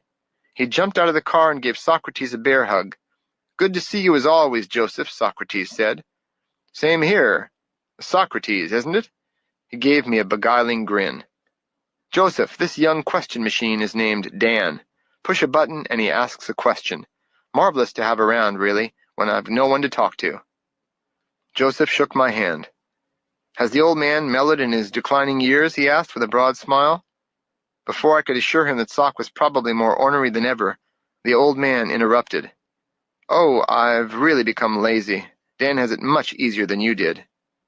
"Oh, I see," Joseph said, maintaining a serious countenance. "You haven't taken him on any 100-mile runs or worked with the burning coals yet, hmm?" "No, nothing like that. We're just about to start with the basics, like how to eat, walk, and breathe." Joseph laughed merrily. I found myself laughing with him. "Speaking of eating," he said, "why don't both of you come to my cafe this morning? You will be my private guests, and I'll whip up something for breakfast." I was just about to say, "Oh, I'd like to, but I really can't," when Socrates volunteered, "We'd be delighted. The morning shift gets on in half an hour. We'll walk over." "Great, see you then." He handed Sock a $5 bill for the gas and drove off. I wondered about Joseph. "Is he a warrior like you, Sock?" "No one is a warrior like me," he answered, laughing. "Nor would anyone want to be. Every man or woman has natural qualities. For example, while you've excelled in gymnastics, Joseph has mastered the preparation of food." "Oh, you mean cooking?" "Not exactly. Joseph doesn't heat food much. He prepares natural foods in a way you'll see for yourself. After a taste of Joseph's culinary magic, you'll have no tolerance for fast food joints ever again." "And what's so special about his cooking?" "Only two things, really, both subtle. First, he gives his complete attention to what he does. Second, love is literally one of the primary ingredients in everything he makes. You can taste it afterwards for a long time." Sock's replacement, a lanky teenager, came in with his usual grunted greeting. We left, crossed the streets, and headed south. My limping pace quickened to keep up with Sock's strides as we took the scenic route down side streets, avoiding early morning rush hour traffic. While we walked, we talked. Socrates began. "Dan, a tremendous amount of energy is necessary to cut through the mists of your mind and find the gate. We're going to clean you out, take you apart, and put you back together again. You're going to readapt your every human function, moving, sleeping, breathing, thinking, feeling, and eating. Of all the human activities, eating is one of the most important to stabilize first." "Wait a minute, Socrates. Eating isn't really a problem area for me. I'm slim. I generally feel pretty good, and my gymnastics proves I have enough energy. How is changing a few things in my diet going to make a difference?" "Your present diet," he said, glancing up through the sunlit branches of a beautiful tree, "may give you a normal amount of energy, but much of what you eat also makes you groggy, affects your moods, lowers your level of awareness, and interferes with your body's optimal vitality. Your impulsive diet results in toxic residues that have a long-range effect on your longevity. Most of your mental and emotional problems could be minimized by simple attention to proper eating." "How can changing my diet affect my energy?" I argued. "I mean, I take in calories, and they represent a certain amount of energy." "That is the traditional view, but it is a shallow one. The warrior must recognize more subtle influences. Our primary source of energy in this system," he said, waving his arm to indicate the solar system, "is the sun. A proper diet allows you to make the most direct use of the sun's energy. The ensuing store of energy will open your senses, expand your awareness, and sharpen your concentration into a slashing blade." "All that is going to happen by eliminating cupcakes from my diet?" "Yes, by eliminating cupcakes and a few other odds and ends." "Well, one of the Japanese Olympic gymnasts once told me that it's not your bad habits that count, but your good ones." "That means your good habits must become so strong that they dissolve those which are not useful." Socrates pointed ahead to a small cafe on Shattuck, near Ashby. I'd walked there many times without really noticing it. "So you believe in natural foods, Sock?" I said as we crossed the street. "It's not a matter of believing, but of doing. I can tell you this. I eat only what is wholesome, and I eat only as much as I need. In order to appreciate what you call natural foods, you have to sharpen your instincts. You have to become a natural man. Sounds positively ascetic to me. Don't you ever have a little ice cream now and then? My diet, he said, may at first seem Spartan compared to the indulgences you call moderation, but the way I eat is actually filled with pleasure, because I've developed the capacity to enjoy the simplest foods, and so will you. We knocked on the door and Joseph opened it. Come in, he said enthusiastically, as if welcoming us to his home. It did, in fact, look like a home. Morning light poured through a skylight overhead. We sat directly below it, in the warm rays of the sun, occasionally shaded by clouds drifting overhead. Joseph approached us carrying 2 plates over his head. With a flourish, he placed them in front of us, serving Socrates first, then me. Ah, it looks delicious, said Socrates, tucking his napkin around the neck of his shirt. I looked down. There before me on a white plate were a sliced carrot and a piece of lettuce. I stared at it in consternation. At my expression, Socrates almost fell out of his chair laughing, and Joseph had to lean against a table. Ah, I said with a sigh of relief. It is a joke, then. Without another word, Joseph took the plates and returned with 2 beautiful wooden bowls. In each bowl was a perfectly carved miniature replica of a mountain. The mountain itself was a blended combination of cantaloupe and honeydew melon. Small chunks of walnuts and almonds, individually carved, became brown boulders. The craggy cliffs were made from apples and thin slices of cheese. The trees were made of many pieces of parsley, each pruned to a perfect shape like bonsai trees. An icing of yogurt capped the peak. Around the base were halved grapes and a ring of fresh strawberries. I sat and stared. Joseph, it's too beautiful. I can't eat this. I want to take a picture of it. Socrates, I noticed, had already begun eating, nibbling slowly, as was his manner. I attacked the mountain with gusto and was soon done. When Socrates suddenly started gobbling up his food, I realized he was mimicking me. I did my best to take small bites, breathing deeply between each bite as he did, but it seemed frustratingly slow. The pleasure you get from eating, Dan, is limited to the taste of the food and the feeling of a full belly. You must learn to enjoy the entire process, the hunger beforehand, the careful preparation, setting an attractive table, chewing, breathing, smelling, tasting, swallowing, and the feeling of lightness and energy after the meal. Finally, you can enjoy the full and easy elimination of the food after it's digested. When you pay attention to all these elements, you'll begin to appreciate simple meals. You won't need as much food. The irony of your present eating habits is that while you fear missing a meal, you aren't fully aware of the meals you do eat. I'm not afraid of missing a meal, I argued. I'm glad to hear that, he said. It will make the coming week easier for you. This meal is the last one you'll be having for the next 7 days. Sock then proceeded to outline a purifying fast that I was to begin immediately. Diluted fruit juice or plain herb teas were to be my only fare. But Socrates, I need my protein and iron to help my leg heal. I need my energy for gymnastics. It was no use. Socrates could be a very unreasonable man. We helped Joseph with a few chores, talked for a while, thanked him, and left. I was already hungry. While we walked back toward campus, Socrates summarized the disciplines I was to follow until my body regained its natural instincts. In a few years, there will be no need for rules. For now, however, you're to eliminate all food that contains refined sugar, refined flour, meat, and eggs, as well as drugs including coffee, alcohol, tobacco, or any other non-useful food. Eat only fresh, unrefined, unprocessed foods. In general, make breakfast a fresh fruit meal, maybe with a little cottage cheese or yogurt. Your lunch, your main meal, should be a raw salad, baked or steamed potato, and whole grain bread or cooked grains. Dinner should be a raw salad, and on occasion, lightly steamed vegetables. Make good use of raw, unsalted seeds and nuts. I guess by now you're quite an expert on nuts, Sock, I grumbled. On the way home, we passed by a neighborhood grocery store. I was about to go inside and get some cookies when I remembered that I was no longer allowed to eat store-bought cookies for the rest of my life, and for the next 6 days and 23 hours, I wouldn't be eating anything at all. Socrates, I'm hungry. I never said that the training of a warrior would be a piece of cake, he replied. We walked through campus just between classes, so Sproul Plaza was filled with people. I gazed wistfully at the pretty co-eds. Socrates touched my arm. That reminds me, Dan. Culinary sweets aren't the only indulgence you're going to have to avoid for a while. Uh-oh, I stopped dead in my tracks. I want to make very sure I don't misunderstand you. Can you be more specific, Soc? Sure I can, he replied. While you may of course enjoy intimate, heartfelt relationships, until you are sufficiently mature, you are to refrain completely from your preoccupation with sexual release. To spell it out for you, keep it in your pants.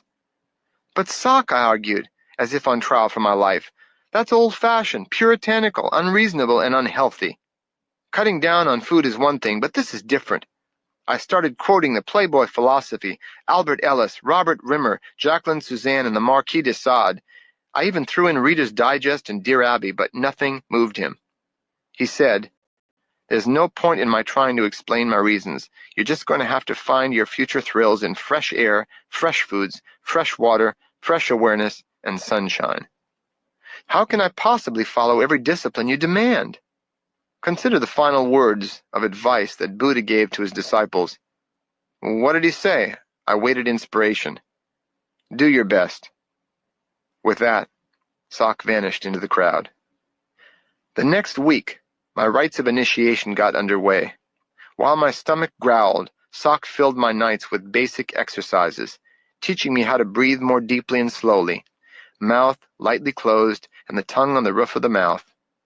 I plodded on, doing my best, feeling lethargic, looking forward to my, diluted fruit juice and herb tea, dreaming about steaks and sweet rolls, and I didn't even particularly like steaks or sweet rolls. He told me to breathe with my belly one day and to breathe with my heart the next. He began to criticize my walking, my talking, the way my eyes wandered around the room as my mind wandered around the universe. Nothing I did seemed to satisfy him. Over and over he corrected me, sometimes gently, sometimes harshly. Proper posture is a way of blending with gravity, Dan. Proper attitude is a way of blending with life. And so it went. The third day of the fast was the hardest. I was weak and cranky. I had headaches and bad breath. All part of the purification process, Dan. Your body is cleaning out, getting rid of stored toxins. At workout, all I did was lie around and stretch. I was actually feeling good, even cocky, the seventh day of the fast. I felt I could go longer. My hunger had disappeared long before. All I felt in its stead was a pleasant lassitude and feeling of lightness. Workouts actually improved. Limited only by my weak leg, I trained hard, feeling relaxed and more supple than ever. When I started eating on the 8th day, beginning with very small amounts of fruit, I had to use all my willpower not to start gorging myself on whatever I was allowed to eat. Socrates tolerated no complaints, no backtalk. In fact, he didn't want me to talk at all unless it was absolutely necessary. No more idle jabbering, he said. What comes out of your mouth is as important as what goes into it. I was thus able to censor the inane comments that used to make me appear a fool.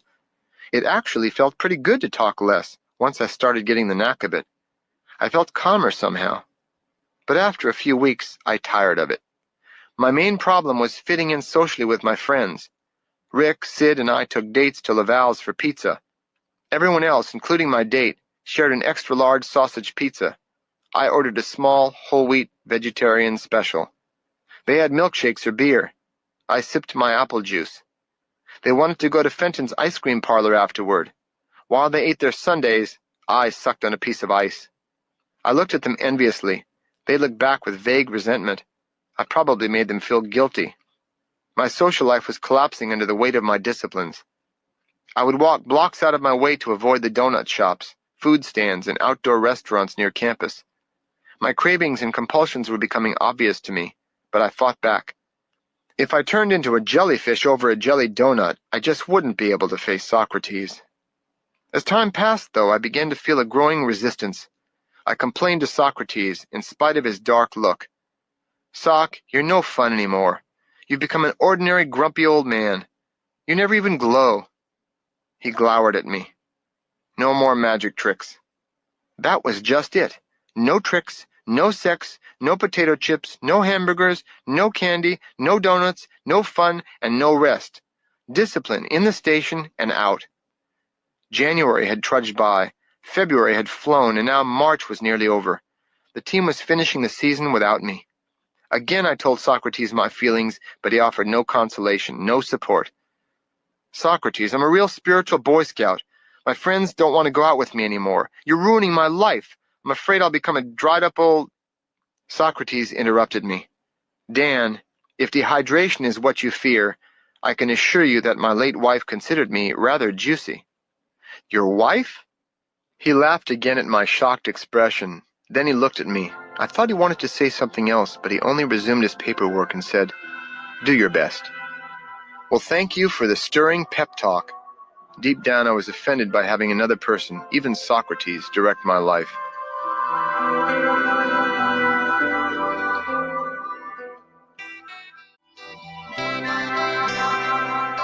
Still, I fulfilled every rule with teeth-clenching determination, until one day during workout, in walked the dazzling nurse who had starred in my erotic fantasies since my stay in the hospital. She sat down quietly and watched our aerial routines. Almost immediately I noticed everyone in the gym was inspired to a new level of energy. Pretending to be immersed in practice, I glanced at her every now and then out of the corner of my eyes. Her tight silk pants and halter top had snared my concentration. My mind kept drifting off to more exotic forms of gymnastics. For the rest of workout, I was acutely conscious of her attention. She disappeared just before the end of training. I showered, dressed, and headed up the stairs, and there she was at the top of the staircase, leaning seductively against the banister. I don't even remember walking up the final flight of stairs. Hi, Dan Millman. I'm Valerie. You look much better than when I cared for you in the hospital. I am better, Nurse Valerie, I grinned, and I'm so glad you cared. She laughed and stretched invitingly. Dan, I wonder if you'd do me a big favor. Would you walk me home? It's getting dark out, and a strange man has been following me.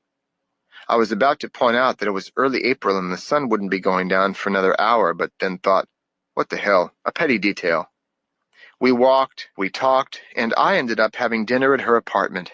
She opened her bottle of special wine for special occasions. I merely had a sip, but it was the beginning of the end. I was sizzling, hotter than the steak on the grill. There was a moment when a little voice asked, Are you a man or a jellyfish? Another little voice answered, I'm one horny jellyfish. That night, I washed out on every discipline I'd been given. I ate whatever she gave me. I started with a cup of clam chowder, then salad and steak, and for dessert, I had several helpings of Valerie. For the next 3 days, I couldn't sleep very well, preoccupied with how to present my true confession to Socrates. I was prepared for the worst. That night, I walked into the office and told him everything, without apology, and waited, holding my breath. Socrates didn't speak for a long time. Finally, he said, I noticed you haven't learned to breathe yet. Before I could reply, he held up his hand. Dan, I can understand how you might choose an ice cream cone or a fling with a pretty woman over the way I have shown you. But can you understand it? He paused. No praise, no blame. You now understand the compelling hungers in your belly and your loins. Socrates turned his eyes on, bright. They shone through me. Come back in a month, but only if you've strictly applied the disciplines. See you next month. I knew that if I forgot the disciplines again, it would be the end for me and Socrates. With a growing inner resolve, I said, I'll master my impulses or die.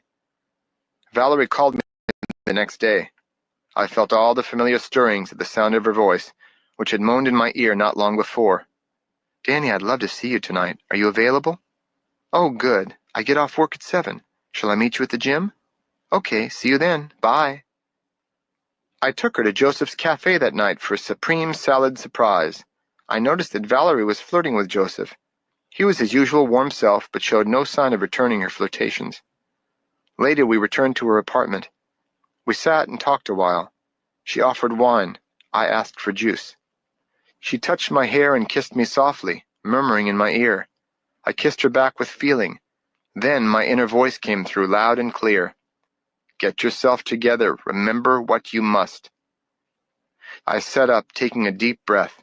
This wasn't going to be easy. She sat up too, straightening herself, patting her hair. Valerie, you know I find you very attractive and exciting, but I'm involved in some, personal disciplines that no longer allow for what was about to happen. I enjoy your company and want to see you again, but from now on I suggest you think of me as an intimate friend, a loving priest. I almost couldn't get it out. She took a deep breath and smoothed her hair again. Dan, it's really good to be with someone who isn't interested only in sex. Well, I said, encouraged, I'm glad to hear you feel that way, because I know we can share many things besides a bed. She looked at her watch. Oh, will you look at the time? And I have to work early tomorrow, too, so I'll say good night, Dan. Thank you for the dinner. It was lovely. I called her the next day, but her phone was busy. I called the following day and finally reached her. I'm going to be very busy with nursing exams for the next few weeks, she said. I saw her 1 week later when she appeared at the end of practice to meet Scott, one of the other guys on the team. They both walked right past me as I came up the stairs, so close that I could smell her perfume. She nodded politely and said hello. Scott leered back at me and gave me a meaningful wink. I didn't know a wink could hurt so much. With a desperate hunger that a raw salad repast couldn't possibly satisfy, I found myself in front of the charbroiler. I smelled the sizzling hamburgers, basted with special sauce. I remembered all the good times I'd had eating burgers with lettuce and tomatoes and friends. In a daze, I went in without thinking, walked right up to the woman behind the counter and heard myself say, 1 charbroiled with double cheese, please. She gave it to me and I sat down, held it to my mouth, and took a huge bite. Suddenly, I realized what I was doing, choosing between Socrates and a cheeseburger. I spit it out, threw it angrily in the trash, and walked out. It was over. I was through being a slave to random impulses. That night marked the beginning of a new glow of self-respect and a feeling of personal power. I knew it would get easier now. Small changes began to add up in my life. Ever since I was a kid, I'd suffered through all kinds of minor symptoms like a runny nose at night when the air cooled, headaches, stomach upsets, and mood swings, all of which I thought were normal and inevitable. Now they'd all vanished. I felt a constant sense of lightness and energy which radiated around me.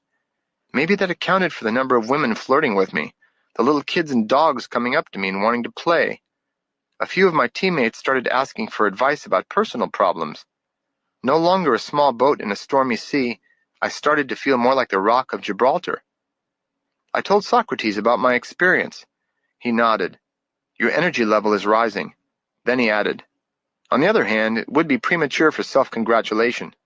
To keep your perspective, you'd better compare yourself to me. Then it will be clear that you've only graduated from kindergarten. School ended for the year almost without my noticing it. Exams went smoothly. The studies that had always seemed to be a major struggle for me had become a minor piece of business to get out of the way. The team left for a short vacation, then returned for summer workouts. I was beginning to walk without my cane and even tried to run very slowly a few times a week. I continued pushing myself to the limit of pain, discipline, and endurance, and of course, I continued to do my best with right eating, right moving, and right breathing. But my best was still not very good. Socrates started to increase his demands on me. Now that your energy is building, you can begin training in earnest, he said. I practiced breathing so slowly that it took 1 minute to complete each breath.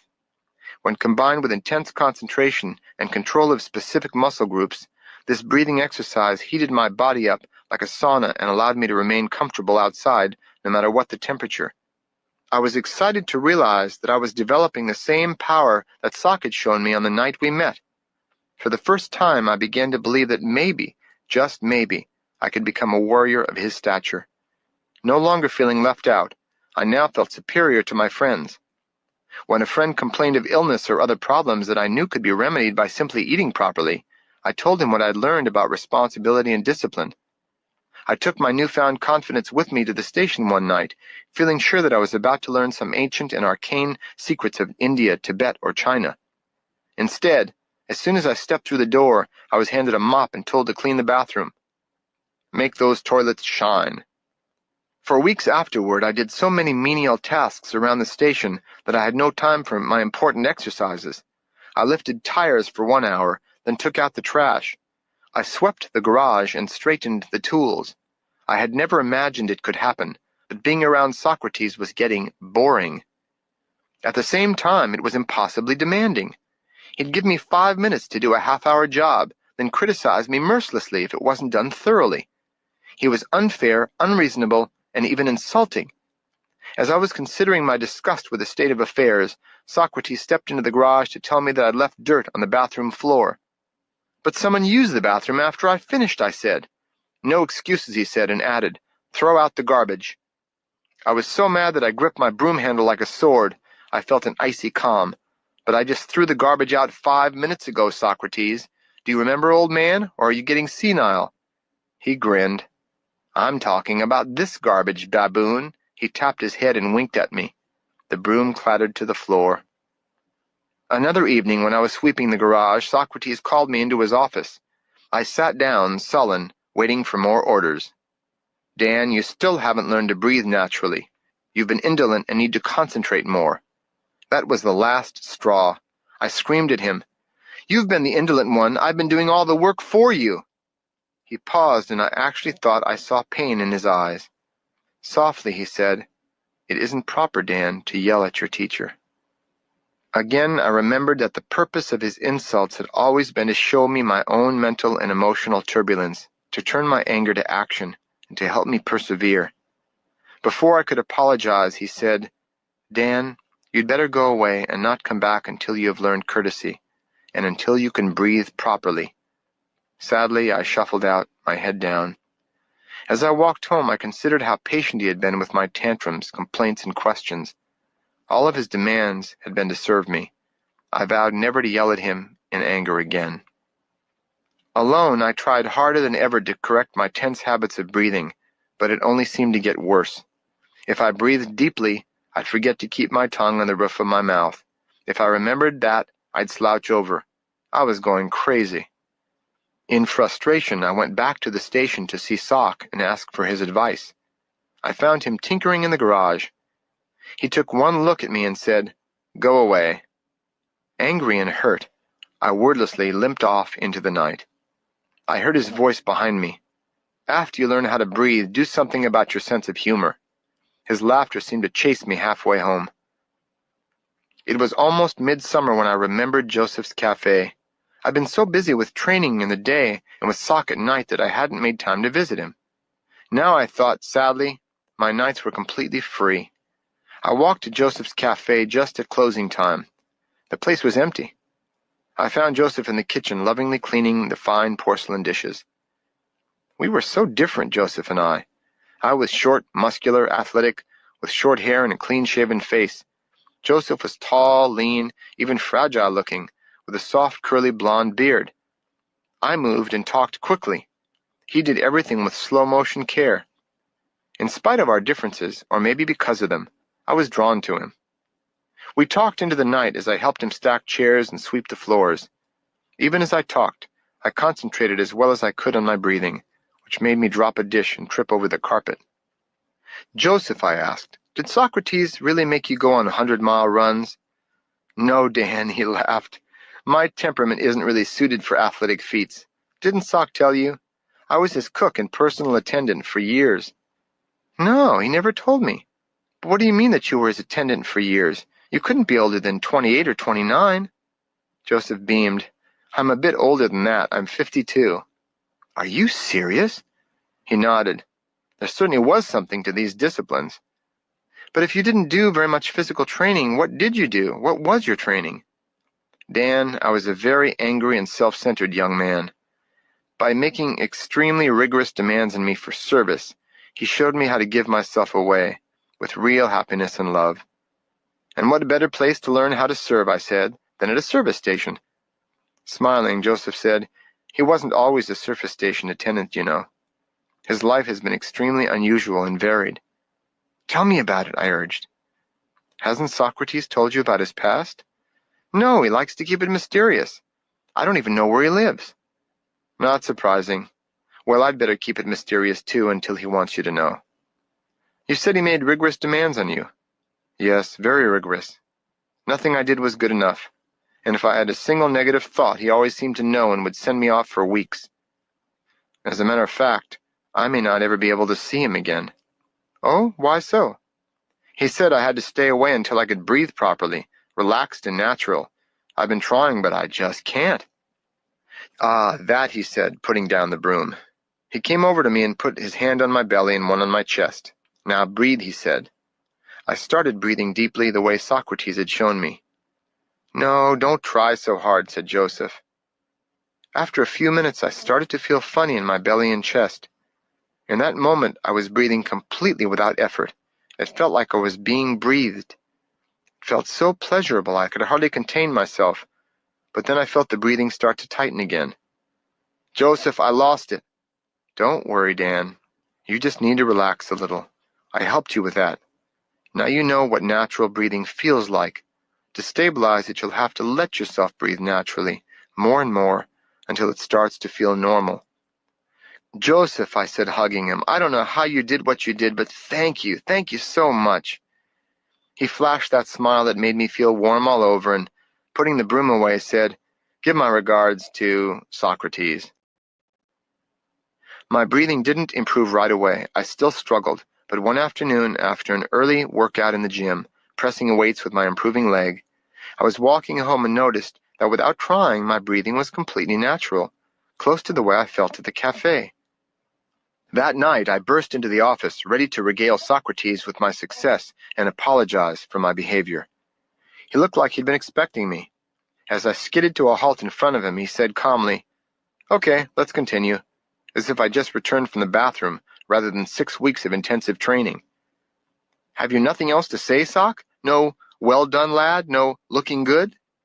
Praise and blame are forms of manipulation that you no longer require. I shook my head in exasperation, but at least I was back. When I wasn't cleaning toilets, I was learning new and more frustrating exercises, like meditating on internal sounds until I could hear several at once. One night, as I practiced that exercise, I found myself drawn into a state of peace and relaxation I'd never known before. For a period of time, I don't know for how long, I felt as if I were out of my body. This was the first time that my own efforts and energy resulted in a paranormal experience. I hadn't needed Sock's fingers pressing into my head. Excited, I told him about it. Instead of congratulating me, he said, Dan, don't get distracted by your experiences. Cut through the visions and sounds and see the lessons behind them. They are signs of transformation, but if you don't go beyond them, you never go anywhere. If you want an experience, go see a movie. It's easier than yoga. Meditate all day if you like. Hear sounds and see lights, or even see sounds and hear lights. You'll still remain a jackass if you become trapped by experience. Let it go. I've suggested that you become a vegetarian, not a vegetable. Frustrated, I said, I'm only experiencing, as you call it, because you told me to. Socrates looked at me as if surprised. Do I have to tell you everything? About to get furious, I found myself laughing. He laughed too, pointing at me. Dan, you just transmuted anger to laughter. This means your energy level is much higher than before. Barriers are breaking down. Maybe you're making a little progress after all. We were still chuckling when he handed me the mop. The following night, for the first time, Socrates was completely silent about my behavior. I got the message. I was going to have to be responsible for watching myself from now on. That's when I realized the kindness in all of his criticisms. I almost missed them. I wasn't aware of it then, nor would I realize it until months later, but that evening Socrates had stopped being my parent and started being my friend. I decided to pay Joseph a visit and tell him what had happened. As I walked down Shattuck, a couple of fire engines wailed by me. I didn't think anything about it until I neared the cafe and saw the orange sky. I began to run. The crowd was already dispersing when I arrived. Joseph had just arrived himself and was standing in front of his charred and gutted cafe. I was still 20 yards away from Joseph when I heard his cry of anguish and saw him drop slowly to his knees and cry. He leaped up with a scream of fury. Then he relaxed. He saw me. Dan, it's good to see you again. His face was serene. The fire chief came over to him and told him that the fire had probably started in the dry cleaners next door. Thank you, Joseph said. Oh, Joseph, I'm so sorry. Then my curiosity surfaced. Joseph, I saw you a minute ago. You were very upset. He smiled. Yes, I felt very upset, so I really let it out. I remembered Sock's words, let it flow and let it go. Until now it had just been a nice idea, but here, before the blackened, waterlogged remains of his beautiful cafe, this fragile warrior had actually demonstrated complete mastery of his emotions. Ah, it was such a beautiful place, Joseph, I sighed, shaking my head. Yes, he said wistfully, wasn't it? For some reason, his calm now bothered me. Aren't you upset now at all? He looked at me dispassionately, then said, I have a story you might enjoy, Dan. Want to hear it? Well, okay. In a small fishing village in Japan, there lived a young, unmarried woman who gave birth to a child. Her parents felt disgraced and demanded to know the identity of the father. Afraid, she refused to tell them. The fisherman she loved had told her secretly that he was going off to seek his fortune and would return to marry her. Her parents persisted. In desperation, she named Hakuin, a monk who lived in the hills, as the father. Outraged, the parents took the infant girl up to his door, pounded until he opened it, and handed him the baby, saying, This child is yours. You must care for it. Is that so? Hakuin said, taking the child in his arms, waving goodbye to the parents. A year passed, and the real father returned to marry the young woman. At once they went to Hakuin to beg for the return of their child. We must have our daughter, they said. Is that so? Said Hakuin, handing the child to them. Joseph smiled and waited for my response. An interesting story, Joseph, but I don't understand why you're telling it to me now. I mean, your cafe just burned down. Is that so? He said. Then we laughed as I shook my head in resignation. Joseph, you're as crazy as Socrates. Why, thank you, Dan. And you're upset enough for both of us. Don't worry about me, though. I've been ready for a change. I'll probably move south soon, or north. It makes no difference. Well, don't go without saying goodbye.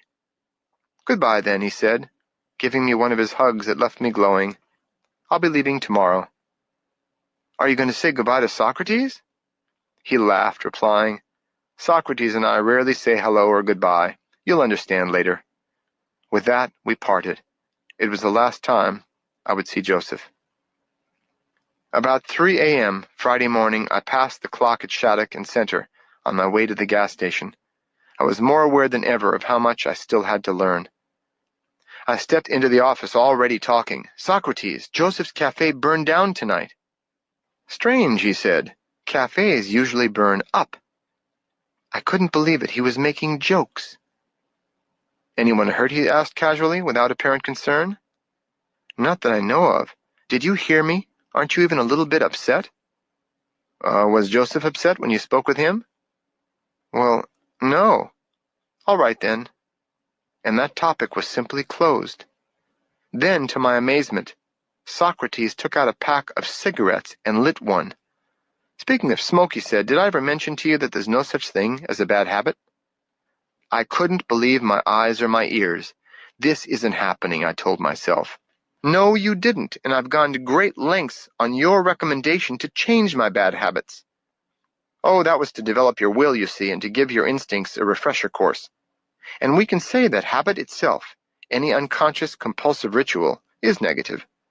But specific activities, smoking, drinking, taking drugs, eating sweets, or asking silly questions, are bad and good. Every action has its price and its pleasures. Recognizing both sides, you become realistic and responsible for your actions. And only then can you make the warrior's free choice to do or not to do. There is a saying, when you sit, sit. When you stand, stand. Whatever you do, don't wobble. Once you make your choice, do it with all your spirit. Don't be like the evangelist who thought about praying while making love to his wife and thought about making love to his wife while praying. I laughed at this image while Socrates blew perfect smoke rings. It's better to make a mistake with the full force of your being than to carefully avoid mistakes with a trembling spirit. Responsibility means recognizing both pleasure and price, making a choice based on that recognition, and then living with that choice without concern. Sock, I still think smoking is disgusting. Haven't I got the message across to you yet, Junior? Smoking is not disgusting. The habit is. I may smoke one cigarette a day, then not smoke one for 6 months. I may enjoy one cigarette a day or one a week without any unmanageable urges to have another. And when I do smoke, I don't pretend that my lungs won't pay a price. I follow appropriate action afterward to help counterbalance the negative effects. I just never imagined a warrior would smoke. He blew smoke rings at my nose. I never said that a warrior behaved in a way that you considered perfect, nor do all warriors act exactly as I do. But we all follow the house rules, you see. So whether or not my behavior meets your new standards or not, it should be clear to you that I have mastered all compulsions, all behavior. I have no habits. My actions are conscious, intentional, and complete.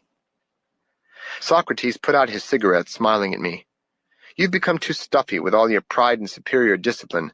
It's time we did a little celebrating. Then Socrates pulled out a bottle of gin from his desk. I just sat in disbelief, shaking my head. He mixed me a drink with gin and soda pop. Soda pop, I asked. We only have fruit juice here, and don't call me Pop, he said, reminding me of the words he'd spoken to me so long ago. Now here he was, offering me a gin and ginger ale, drinking his straight. So, he said, drinking the gin quickly, time to party, no holds barred. I like your enthusiasm, Sock, but I have a hard workout on Monday. Get your coat, Sonny, and follow me. I did. The only thing I remember clearly is that it was Saturday night in San Francisco. We started early and never stopped moving. The evening was a blur of lights, tinkling glasses, and laughter. I do remember Sunday morning. It was about 5 o'clock. My head was throbbing. We were walking down Mission, crossing 4th Street. I could barely see the street signs through the thick early morning fog that had rolled in. Suddenly, Sock stopped and stared into the fog. I stumbled into him, giggled, then woke up quickly. Something was wrong. A large, dark shape emerged from the mist. My half-forgotten dreams flashed into my mind, but vanished as I saw another shape, then a third. 3 men. 2 of them, tall, lean, tense, blocked our way. The third approached us and drew a stiletto from his worn leather jacket. I felt my pulse pounding through my temples. "Give me your money," he commanded. Not thinking clearly, I stepped toward him, reaching for my wallet, and stumbled forward. He was startled and rushed toward me, slashing with his knife. Socrates, moving faster than I'd ever seen before, caught the man's wrist, whirled around, and threw him into the street, just as another thug lunged for me. He never touched me. Socrates had kicked his legs out from under him with a lightning leg sweep. Before the third attacker could even move, Sock was upon him, taking him down with a wrist lock and a sweeping motion of his arm. One of the men started to get up when Socrates let out a powerful shout, and the man fell backward. But then the leader had picked himself out of the street, found his knife, and was limping furiously towards Socrates. Sock stood up, lifted the man he'd been sitting on, and threw him toward the knife man, yelling, "Catch!" They tumbled to the concrete. Then, in a wild rage, all 3 came screaming at us in a last, desperate assault. The next few minutes were blurred. I remember being pushed by Socrates and falling. Then it was quiet, except for a moan. Socrates stood still, then shook his arms loose and took a deep breath. He threw the knives into the sewer. Then he turned to me. "You okay?" "Oh, except for my head." "You get hit?" "Only by alcohol. What happened?" He turned to the 3 men stretched out on the pavement, knelt and felt their pulses. Turning them over almost tenderly, he gave gentle prodding motions, checking them for injuries. Only then did I realize he was doing his best to heal them. "Call a police ambulance," he said, turning to me. I ran to a nearby phone booth and called. Then we left them and walked quickly to the bus station. I looked at Socrates. There were faint tears in his eyes, and for the first time since I'd known him, he looked pale and very tired. We spoke little on the bus ride home. That was fine with me. Talking hurt too much. When the bus stopped at University in Shattuck, Socrates got off and said, "You're invited to my office next Wednesday for a few drinks." Smiling at my pained expression, he continued, "Of herb tea." I got off the bus a block from home. My head was ready to explode. I felt like we'd lost the fight, and they were still beating on my head. I tried to keep my eyes closed as much as possible, walking the last block to the apartment house. So this is what it feels like to be a vampire, I thought. Sunlight can kill. Our celebration, steeped in an alcoholic haze, had taught me two things. First, I had needed to loosen up and let loose. Second, I was making a responsible choice. No more drinking. It wasn't worth the price. Besides, its pleasure was insignificant compared to what I was beginning to enjoy. Monday's gymnastics workout, the best in many months, made me even more determined that I would again become physically and spiritually whole.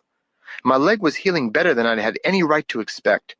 I had been taken under the wing of an extraordinary man.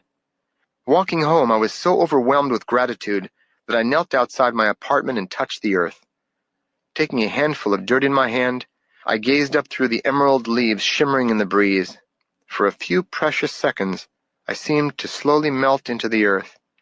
Then, for the first time since I was a tiny child, I felt a life-giving presence without a name. Just then my analytical mind piped in, "Ah, so this is a spontaneous mystical experience," and the spell was broken. I returned to my earthly predicament. I was an ordinary man again, standing under an elm tree, holding dirt in his hand. I entered my apartment in a relaxed daze, read for a while, and fell asleep. Tuesday was a day of quiet, the quiet before the storm. Wednesday morning, I plunged into the mainstream of classes. My feelings of serenity, which I thought were permanent, soon gave way to subtle anxieties and old urges. After all my disciplined training, I was profoundly disappointed. Then, something new happened. I felt the awakening of a powerful intuitive wisdom that could be translated into words. Old urges will continue to arise, perhaps for years. Urges do not matter. Actions do. At first I thought my mind was playing tricks on me, but it wasn't a thought, it wasn't a voice. It was a feeling certainty. I felt like Socrates was inside me, a warrior within. This feeling was to remain with me. That evening I went to the station to tell Socrates about my mind's recent hyperactivity and about the feeling. I found him replacing a generator in a battered Mercury. He looked up, greeted me, and said casually, "Joseph died this morning." I fell back against the station wagon behind me, sick at the news of Joseph's death and Soc's apparent callousness. Finally I was able to speak. "How did he die?" "Oh, very well, I imagine," Socrates smiled. "He had leukemia, you see. Joseph had been ill for a number of years. He hung in there for a long time. Fine warrior, that one." He spoke with affection, but almost casually, without a trace of sorrow. "Socrates, aren't you upset just a little?" He laid the wrench down. "There's no cause for unhappiness." "But Socrates, he's gone." Soc laughed softly. "Perhaps he's gone, perhaps not. Maybe he was never here." His laughter rang through the garage. "I want to understand you, but I can't. How can you be so casual about death? Will you feel the same way if I die?" "Of course," he laughed. "Dan, there are things you don't understand yet. For now, I can only say that death is a transformation. Perhaps a bit more radical than puberty," he smiled, "but nothing to be particularly upset about. It's one of the body's changes. When it happens, it happens. The warrior neither seeks death nor flees from it." His face grew more somber before he spoke again. "Death is not sad. The sad thing is that most people don't ever really live at all." Then his eyes filled with tears. We sat, two friends, in silence, before I walked home. I had just turned down a side street when the feeling came again. Tragedy is very different for the warrior and for the fool. Socrates hadn't been sad because he simply didn't consider Joseph's death a tragedy.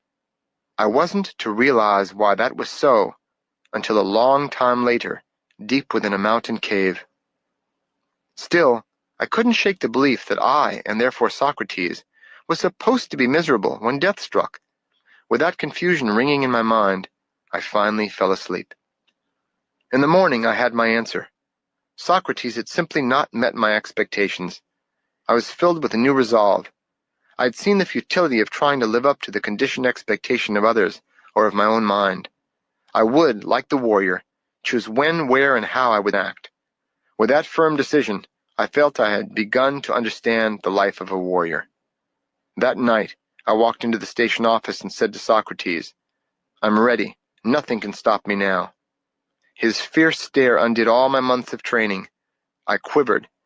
He whispered, yet his voice seemed piercing. "Do not be so flippant. Perhaps you are ready, perhaps not. One thing is for certain.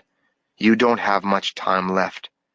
Each day that passes is one day closer to your death. We are not playing games here. Do you understand that?" I thought I heard the wind begin to howl outside. Without warning, I felt his warm fingers touch my temple. I was crouched in the brush. 10 feet away, facing my hiding place, was a swordsman over 7 feet tall. His massive, muscular body reeked of sulfur. His head, even his forehead, was covered by ugly, matted hair. His eyebrows were huge slashes on a hateful, twisted face. He stared malevolently at a young swordsman who faced him. 5 identical images of the giant materialized and encircled the young swordsman. All 6 of them laughed at once, a groaning, growling laugh deep in their bellies. I felt sick. The young warrior jerked his head right and left, swinging his sword frantically, whirling, dodging, and cutting through the air. He didn't have a chance. With a roar, all the images leaped toward him. Behind him, the giant's sword cut downward, hacking off his arm. He screamed in pain as the blood spurted and slashed blindly through the air in a last frenzied effort. The huge sword sliced again, and the young swordsman's head fell from his shoulders and rolled to the earth, a shocked expression on his face. "Ah!" I groaned involuntarily, nausea washing over me. The stink of sulfur overwhelmed me. A painful grip on my arm tore me from the bushes and flung me to the ground. When I opened my eyes, the dead eyes of the young swordsman's severed head, inches away from my face, silently warned me of my own impending doom. Then I heard the guttural voice of the giant. "Say farewell to life, young fool," the magician growled. His taunt enraged me, and I dove for the young warrior's sword and rolled to my feet, facing him. "I've been called a fool by far better than you slobbering eunuch." With a scream I attacked, swinging my sword. The force of his parry knocked me off my feet. Suddenly there were 6 of him. I tried to keep my eye on the original as I leaped to my feet, but was no longer sure. They began to chant, deep in their bellies. It became a low-pitched, horrible death rattle as they crept slowly toward me. Then the feeling came to me, and I knew what I had to do. The giant represents the source of all your woes. He is your mind. He is the demon you must cut through. Don't be deluded like the fallen warrior. Keep your focus. Absurdly, my mind commented, "One hell of a time for a lesson." Then I was back to my immediate predicament, feeling an icy calm. I lay down on my back and closed my eyes as if surrendering to my fate, the sword in my hands, its blade across my chest and cheek. The illusions could fool my eyes, but not my ears. Only the real swordsman would make a sound as he walked. I heard him behind me. He had only 2 choices, to walk away or to kill. He chose to kill. I listened intently. Just as I sensed his sword about to cut downward, I drove my blade upward with all my might and felt it pierce, tearing upward through cloth, flesh, and muscle. A terrible scream, and I heard the thud of his body. Face down, impaled on my sword, was the demon. "You almost didn't come back that time," said Socrates. I ran to the bathroom where I was immediately thoroughly sick. When I came out, he had made some chamomile tea with licorice, for the nerves and the stomach. I started to tell Socrates about the journey when he interrupted me. "I was hiding in the bush behind you watching the whole thing. I nearly sneezed once, sure glad I didn't. I certainly wasn't anxious to tangle with that character. For a moment I thought I was going to have to, but you handled yourself pretty well, Dan." "Why, thanks, Soc," I beamed. On the other hand, you seem to have missed the point that nearly cost you your life." Now it was my turn to interrupt.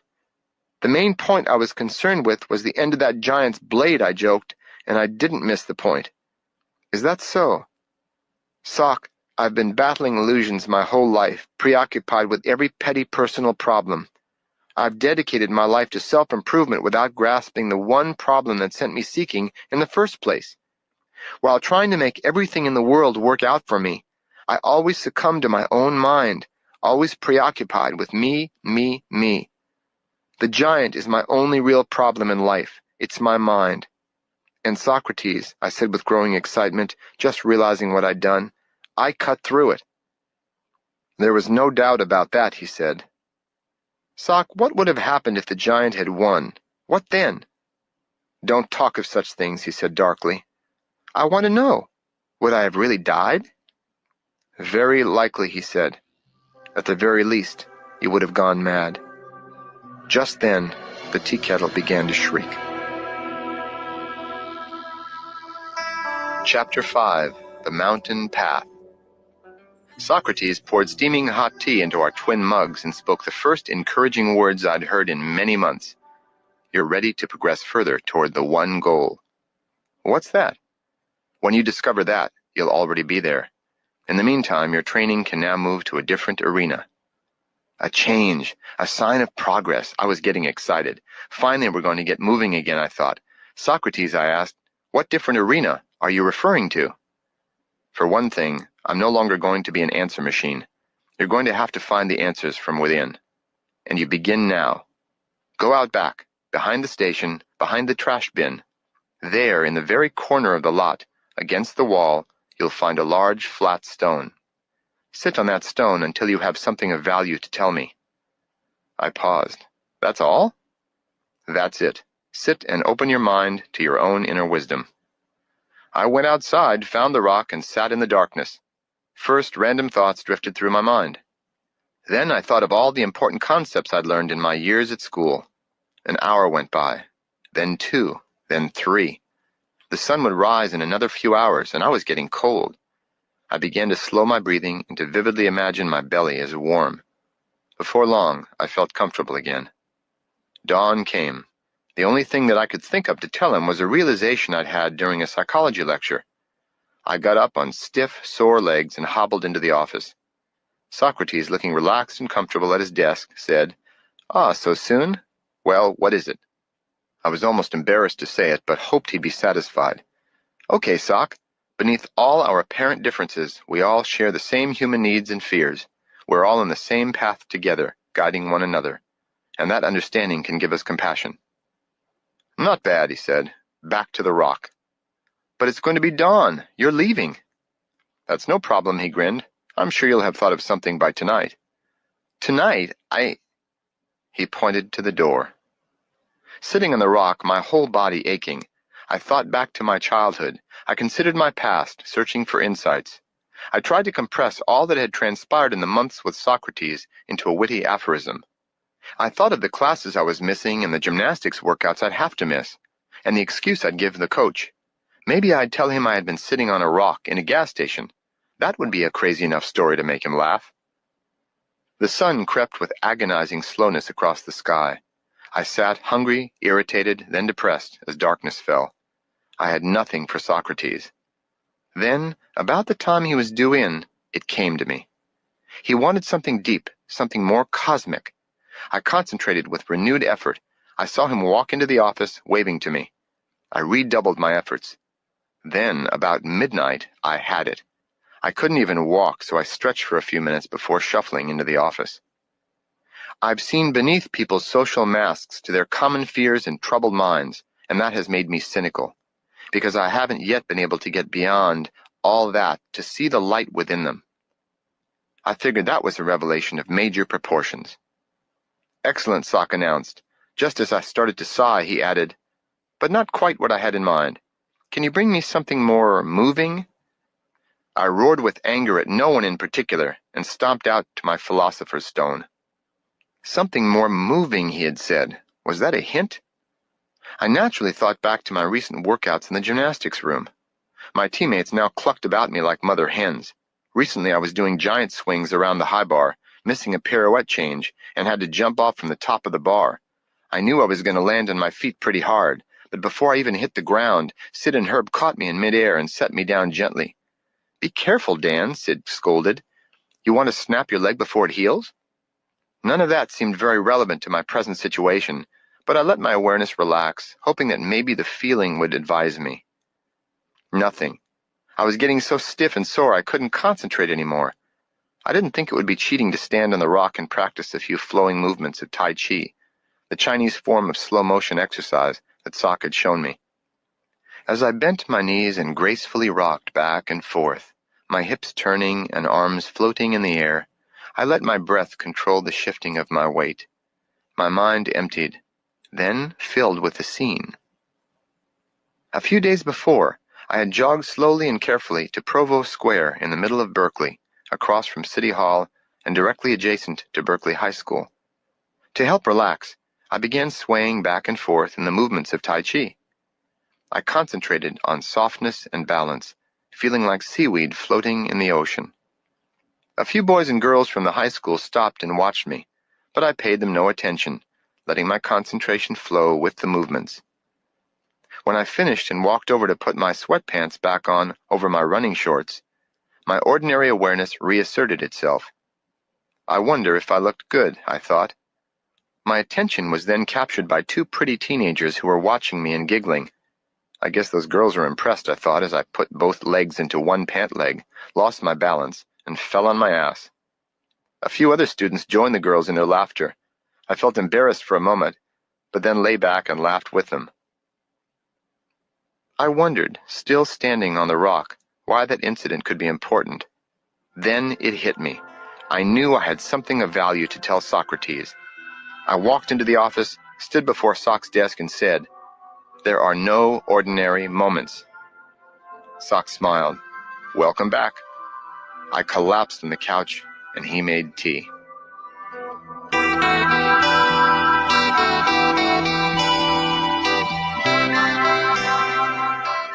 After that, I treated every moment in the gym, on the ground as well as in the air, as special, worthy of my full attention. Further lessons would be necessary, though, for as Socrates had explained to me more than once, the ability to extend razor-sharp attention to every moment in my daily life would require more practice. The next day in the early afternoon before workout, I took advantage of the blue sky and warm sunshine to sit shirtless in the redwood grove and meditate. I hadn't been sitting for more than 10 minutes when someone grabbed me and started shaking me back and forth. I rolled away panting and stood in a crouch. Then I saw who it was. "Socrates, you have absolutely no manners sometimes." "Wake up," he said. "No more sleeping on the job. There's work to be done." "I'm off duty now," I teased. "Lunch hour. See the next clerk." "It's time to get moving, Chief Sitting Bull. Go get your running shoes and meet me back here in 10 minutes. I went home and put on my old Nike shoes and hurried back to the redwood grove. Socrates was nowhere in sight. Then I saw her. Joy! She was wearing little blue satin running shorts, yellow tiger shoes, and a t-shirt tied at the waist. I ran up to her and hugged her. I wanted to talk, to tell her my feelings, my plans, but she held her fingers to my lips and said, "Time to talk later, Danny. Now, just follow me." She demonstrated a tricky warm-up, a combination of Tai Chi movements, visualizations, calisthenics, and coordination exercises to warm up the mind as well as the body. In a few minutes, I felt light, loose, and full of energy. Without warning, I heard Joy say, "On your mark, get set, go." She took off, running upwards through campus toward the hills of Strawberry Canyon. I followed, huffing and puffing. Not yet in running shape, I began to trail far behind. Angrily, I pushed harder, my lungs burning. Up ahead, Joy had stopped at the top of the rise overlooking the football stadium. I could hardly breathe by the time I reached her. "What took you so long, sweetheart?" she said, hands on her hips. Then she bounced off again, up the canyon, heading for the base of the fire trails, narrow dirt roads that wound up through the hills. Doggedly, I pursued her, hurting as I hadn't hurt in a long time, but determined to run her down. As we neared the trails, she slowed down and began running at a humane pace. Then, to my dismay, she reached the base of the lower trails, and instead of turning around, led me up another grade, far into the hills. I offered up a silent prayer of thanks as she turned around at the end of the lower trails, instead of heading up the agonizingly steep quarter-mile connector that joined the lower and upper trails. As we ran more easily back down a long grade, Joy began to talk. Danny, Socrates asked me to introduce you to your new phase of training. Meditation is a valuable exercise, but eventually you have to open your eyes and look around. This is a way of action, and action is what you'll get. I, meanwhile, had been listening thoughtfully, staring at the ground. I answered, Yes, I understand that, Joy. That's why I train in gymnastics. I looked up just in time to see her lovely figure disappear in the distance. I was completely drained when, later that afternoon, I walked into the gym. I lay on the mat and stretched and stretched and stretched until the coach came over and asked, Are you going to stretch all day, Danny? Or would you like to try one of our other nice activities we have? We call them gymnastics events. Okay, Hal, I smiled. I tried some very simple tumbling moves, for the first time testing my leg. Running was one thing, tumbling was another. Advanced tumbling moves could exert as much as 1,600 pounds of force as the legs drove into the ground, thrusting the body skyward. I also began to test my trampoline legs for the first time in a year. Bouncing rhythmically into the air, I somersaulted again and again. Pat and Dennis, my two trampoline mates, yelled, Millman, will you take it easy? You know your leg isn't healed yet. I wondered what they'd say if they knew I had just run for miles in the hills. Walking to the station that night, I was so tired I could hardly keep my eyes open. I stepped out of the cool October air and into the office, ready for some soothing tea and relaxing talk. I should have known better. Come over here and face me. Stand like this, Socrates demonstrated, his knees half bent, his hips forward, and his shoulders back. He put his hands out in front of him as if holding an invisible beach ball. Hold that position without moving and breathe slowly, while I tell you a few things you need to know about proper training. He sat down behind his desk and watched me. Right away my legs started to ache and tremble. How long do I have to stay this way? I groaned. Ignoring my question, he said, You move well, Dan, compared to the average man, but your body is nevertheless full of knots. Your muscles hold too much tension, and tense muscles require more energy to move. So first of all, you have to learn how to release stored tensions. My legs were starting to shake with pain and fatigue. This hurts. It only hurts because your muscles are like rocks. All right, you've made your point. Socrates only smiled and left the office abruptly, leaving me standing bent-legged, sweating and shaking. He came back with a wiry gray tomcat who had obviously seen some action on the front lines. You need to develop muscles like this cat so that you can move like us, he said, scratching the purring feline behind the ears.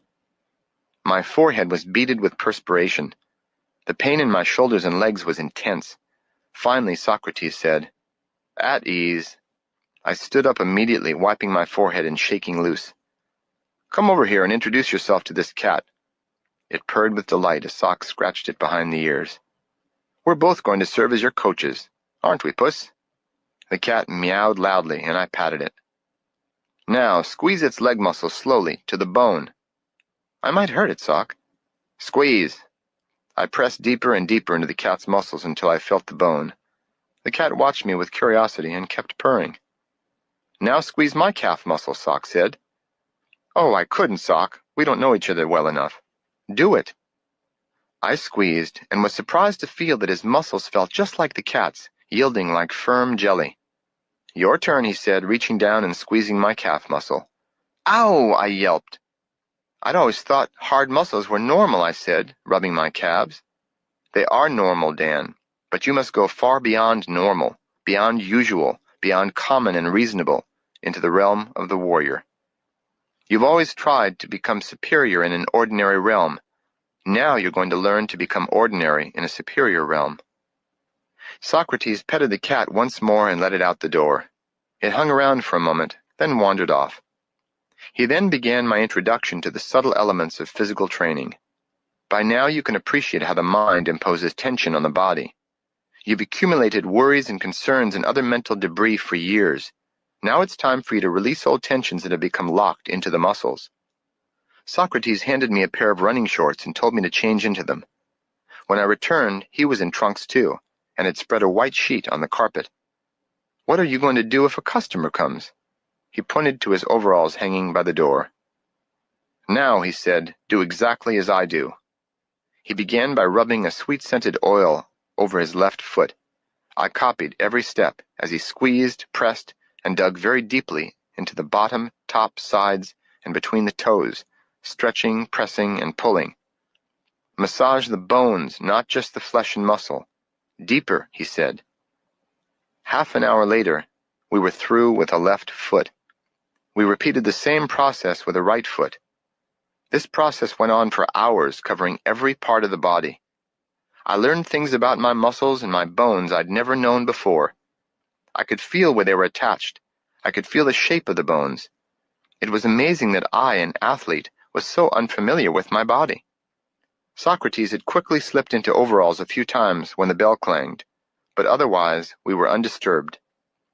When I donned my clothes 5 hours later, it felt as if I had also donned a new body. Returning from a customer, Sock said, "You've cleaned many old fears from your body. Take the time to repeat this process at least once a week for the next 6 months. Pay attention to your legs. Work on the site of your injury every day for 2 weeks." More homework, I thought. The sky began to grow light. I yawned. Time to go home. As I was walking out the door, Socrates told me to be at the base of the fire trails at 1 p.m. sharp that afternoon. I arrived early at the trails. I stretched and warmed up lazily. My body felt very loose and light after the bone massage, but with only a few hours' sleep, I was still tired. A light drizzle had begun. All in all, I didn't feel like running anywhere, with anyone. Then I heard a rustling in the bushes nearby. I stood quietly and watched, expecting to see a deer emerge from the thicket. Out of the foliage stepped Joy, looking like an elf princess, wearing dark green shorts and a lime t-shirt emblazoned with the words, "Happiness is a full tank." A gift from Socrates, no doubt. "Joy, before we run, let's sit down and talk." She smiled and sped away. As I pursued her up around the first curve, almost slipping on the wet clay earth, I felt the weakness in my legs after yesterday's exercise. I was soon winded and my right leg throbbed, but I didn't complain. I was thankful that she kept her pace slower than yesterday's. We approached the end of the lower trail without talking. My breathing was labored, and I had no energy left. I started to turn around when she said, "Upsy-daisy," and started up the steep connector. "No," my mind screamed. "Definitely not," said my weary muscles. Then I looked at Joy bounding lightly up the hill as if it were level. With a rebel yell, I took the hill. I looked like a drunken gorilla, hunched over, grunting, panting, blindly clambering up, 2 steps forward, sliding 1 step back. At the top, it leveled off. Joy was already standing there, smelling the wet pine needles, looking as peaceful and content as Bambi. My lungs were begging for more air. "I have an idea," I panted. "Let's walk the rest of the way. No, let's crawl. It gives us more time to talk. How does that sound? Pretty good?" "Let's go," she said merrily. I struggled over a small hill that seemed like the Colorado Rockies and saw Joy squatting, playing with some wild rabbits as they hopped across the trail. When I stumbled up to her, the rabbits leaped into the bushes. Joy looked up at me, smiling, and said, "Oh, there you are." By some heroic effort, I leaned forward and managed to accelerate past her, but she just shot ahead and disappeared again. We had climbed 1,100 feet. I was now high above the bay and could see the university below me. I was, however, in no condition or state of mind to appreciate the view. I felt very close to passing out.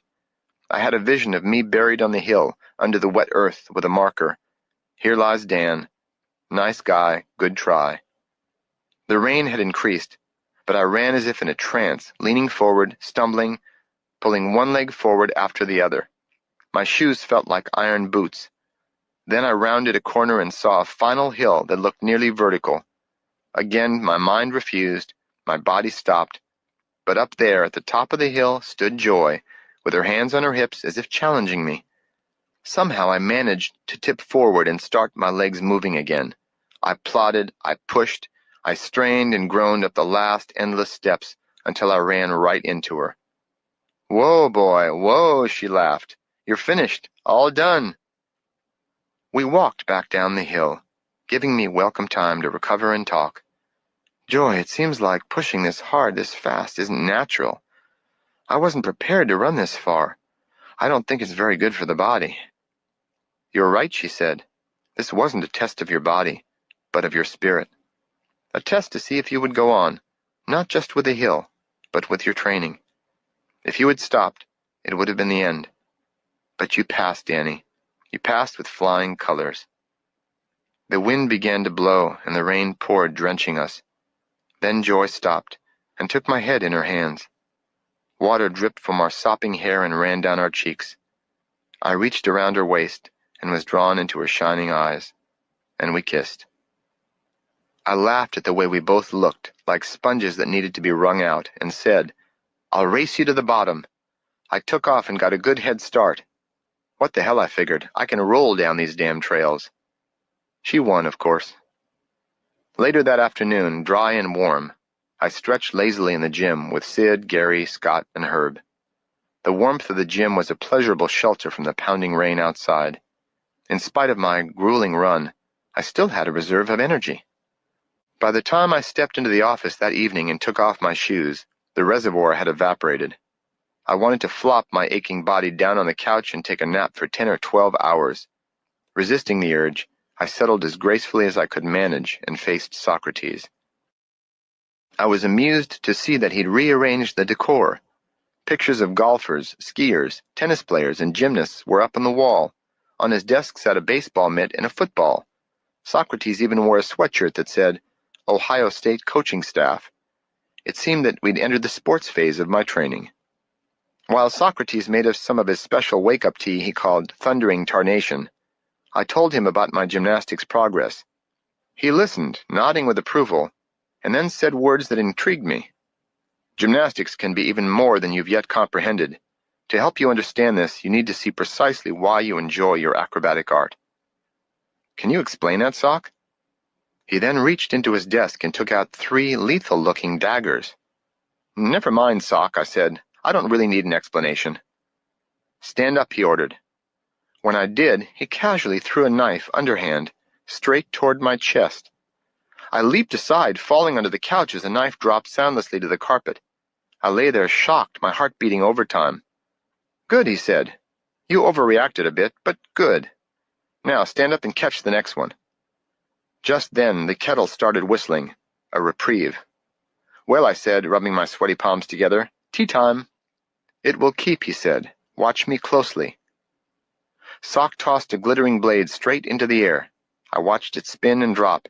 As it fell, he matched the speed of the blade with the downward motion of his hand and grasped the handle between his thumb and fingers, like a pincer, gripping firmly. "Now you try." Notice how I caught it so that even if I happened to grab the blade, it wouldn't slice me.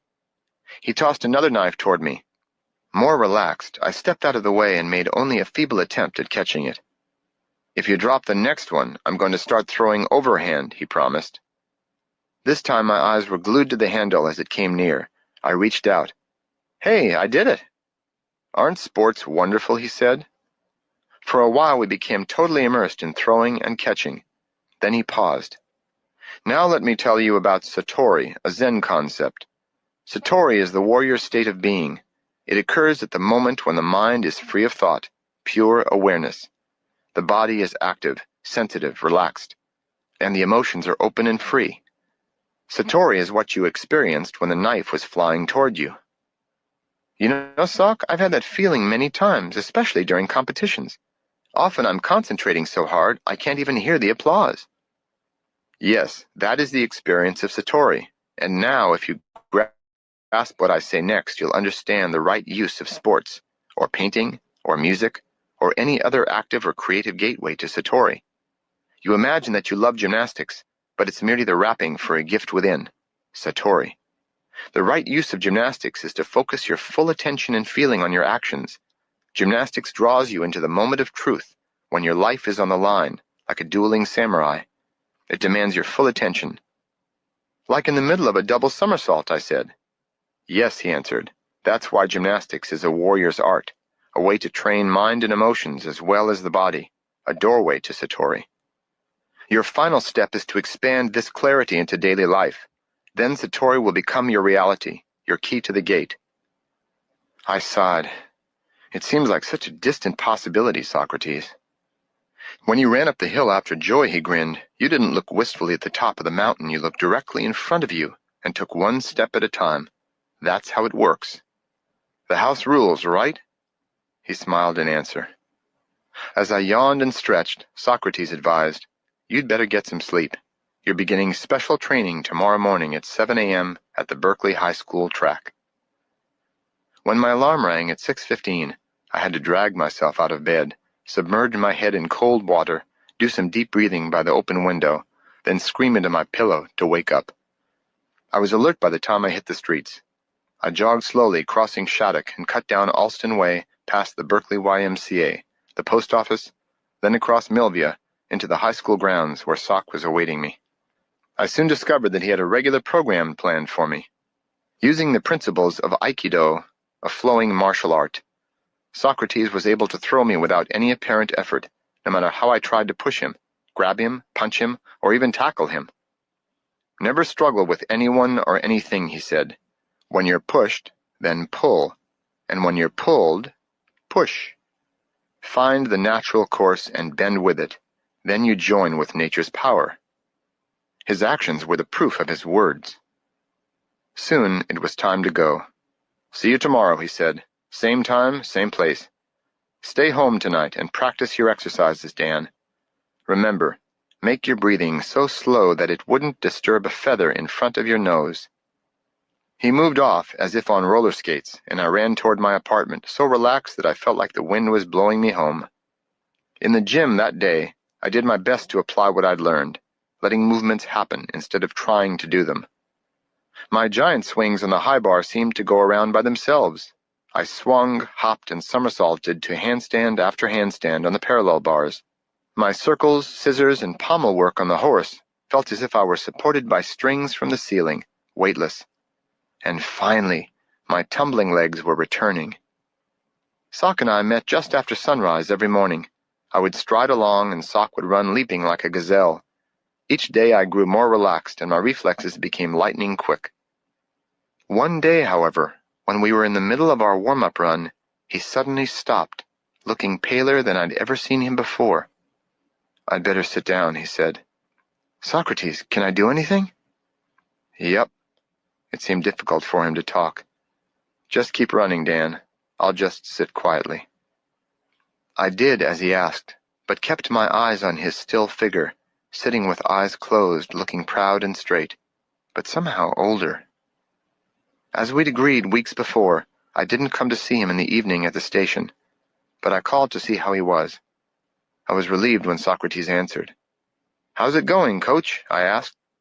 In the pink, he said, but I've hired an assistant to take over for a few weeks.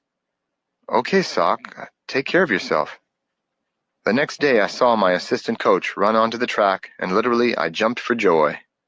I held her gently, hugging her and whispering in her ear. She threw me just as gently, head over heels, onto the lawn. If that wasn't mortifying enough, she beat me kicking field goals, making me, a world champion, blush with shame. I doubled the number of exercises Sock had given me. I trained with a greater concentration than ever before. I awoke at 4 a.m., practiced Tai Chi till dawn, and ran into the hills before meeting Joy each day. I said nothing to anyone about my extra training. I carried her image with me into my classes and into the gym. I wanted to see her, to hold her, but first I had to catch her. For the present, the most I could hope for was to beat her at her own games.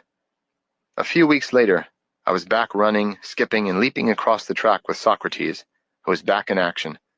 My legs felt filled with power and spring. Socrates, I said, sprinting ahead and falling behind, playing tag with him. You've been pretty closed-mouthed about your daily habits. I've no idea what you're like when we're not together. Well? Grinning at me, he leaped forward about 10 feet, then sprinted off around the track. I took off after him until I was within talking range. Are you going to answer me? Nope, he said. The subject was closed. When we finally finished our stretching and meditation exercises for the morning, Socrates came up to me, put his arm around my shoulders, and said, Dan, you've been a willing and apt pupil. From now on, you're to arrange your own schedule. Do the exercises as you feel they're needed. I'm going to give you something extra because you've earned it. I'm going to coach you in gymnastics." I had to laugh. I couldn't help it. "You're going to coach me in gymnastics?" "I think you're overreaching yourself this time, Sock." I ran quickly down the turf and snapped into a round-off back handspring and a high layout somersault with a double twist. Socrates walked over to me and said, "You know, I can't do that." "Hot dog," I yelled. "I finally found something I can do that you can't." "I did notice," he added, "that your arms need to stretch more when you set for the twist. Oh, and your head is too far back on takeoff." "Sock, you old bluffer, you're right," I said, realizing that I had set my head back too far and my arms did need to stretch more. "Once we straighten out your technique a bit, we can work on your attitude," he added, with a final twist of his own. "I'll be seeing you in the gym." "But Socrates, I already have a coach and don't know if Hal or the other gymnasts will take to your wandering around the gymnastics room." "Oh, I'm sure you'll think of something to tell them," he said. I certainly would.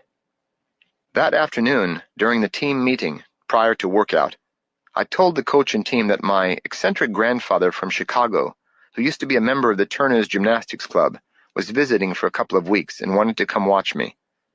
"He's a nice old guy, really spry. He fancies himself quite a coach.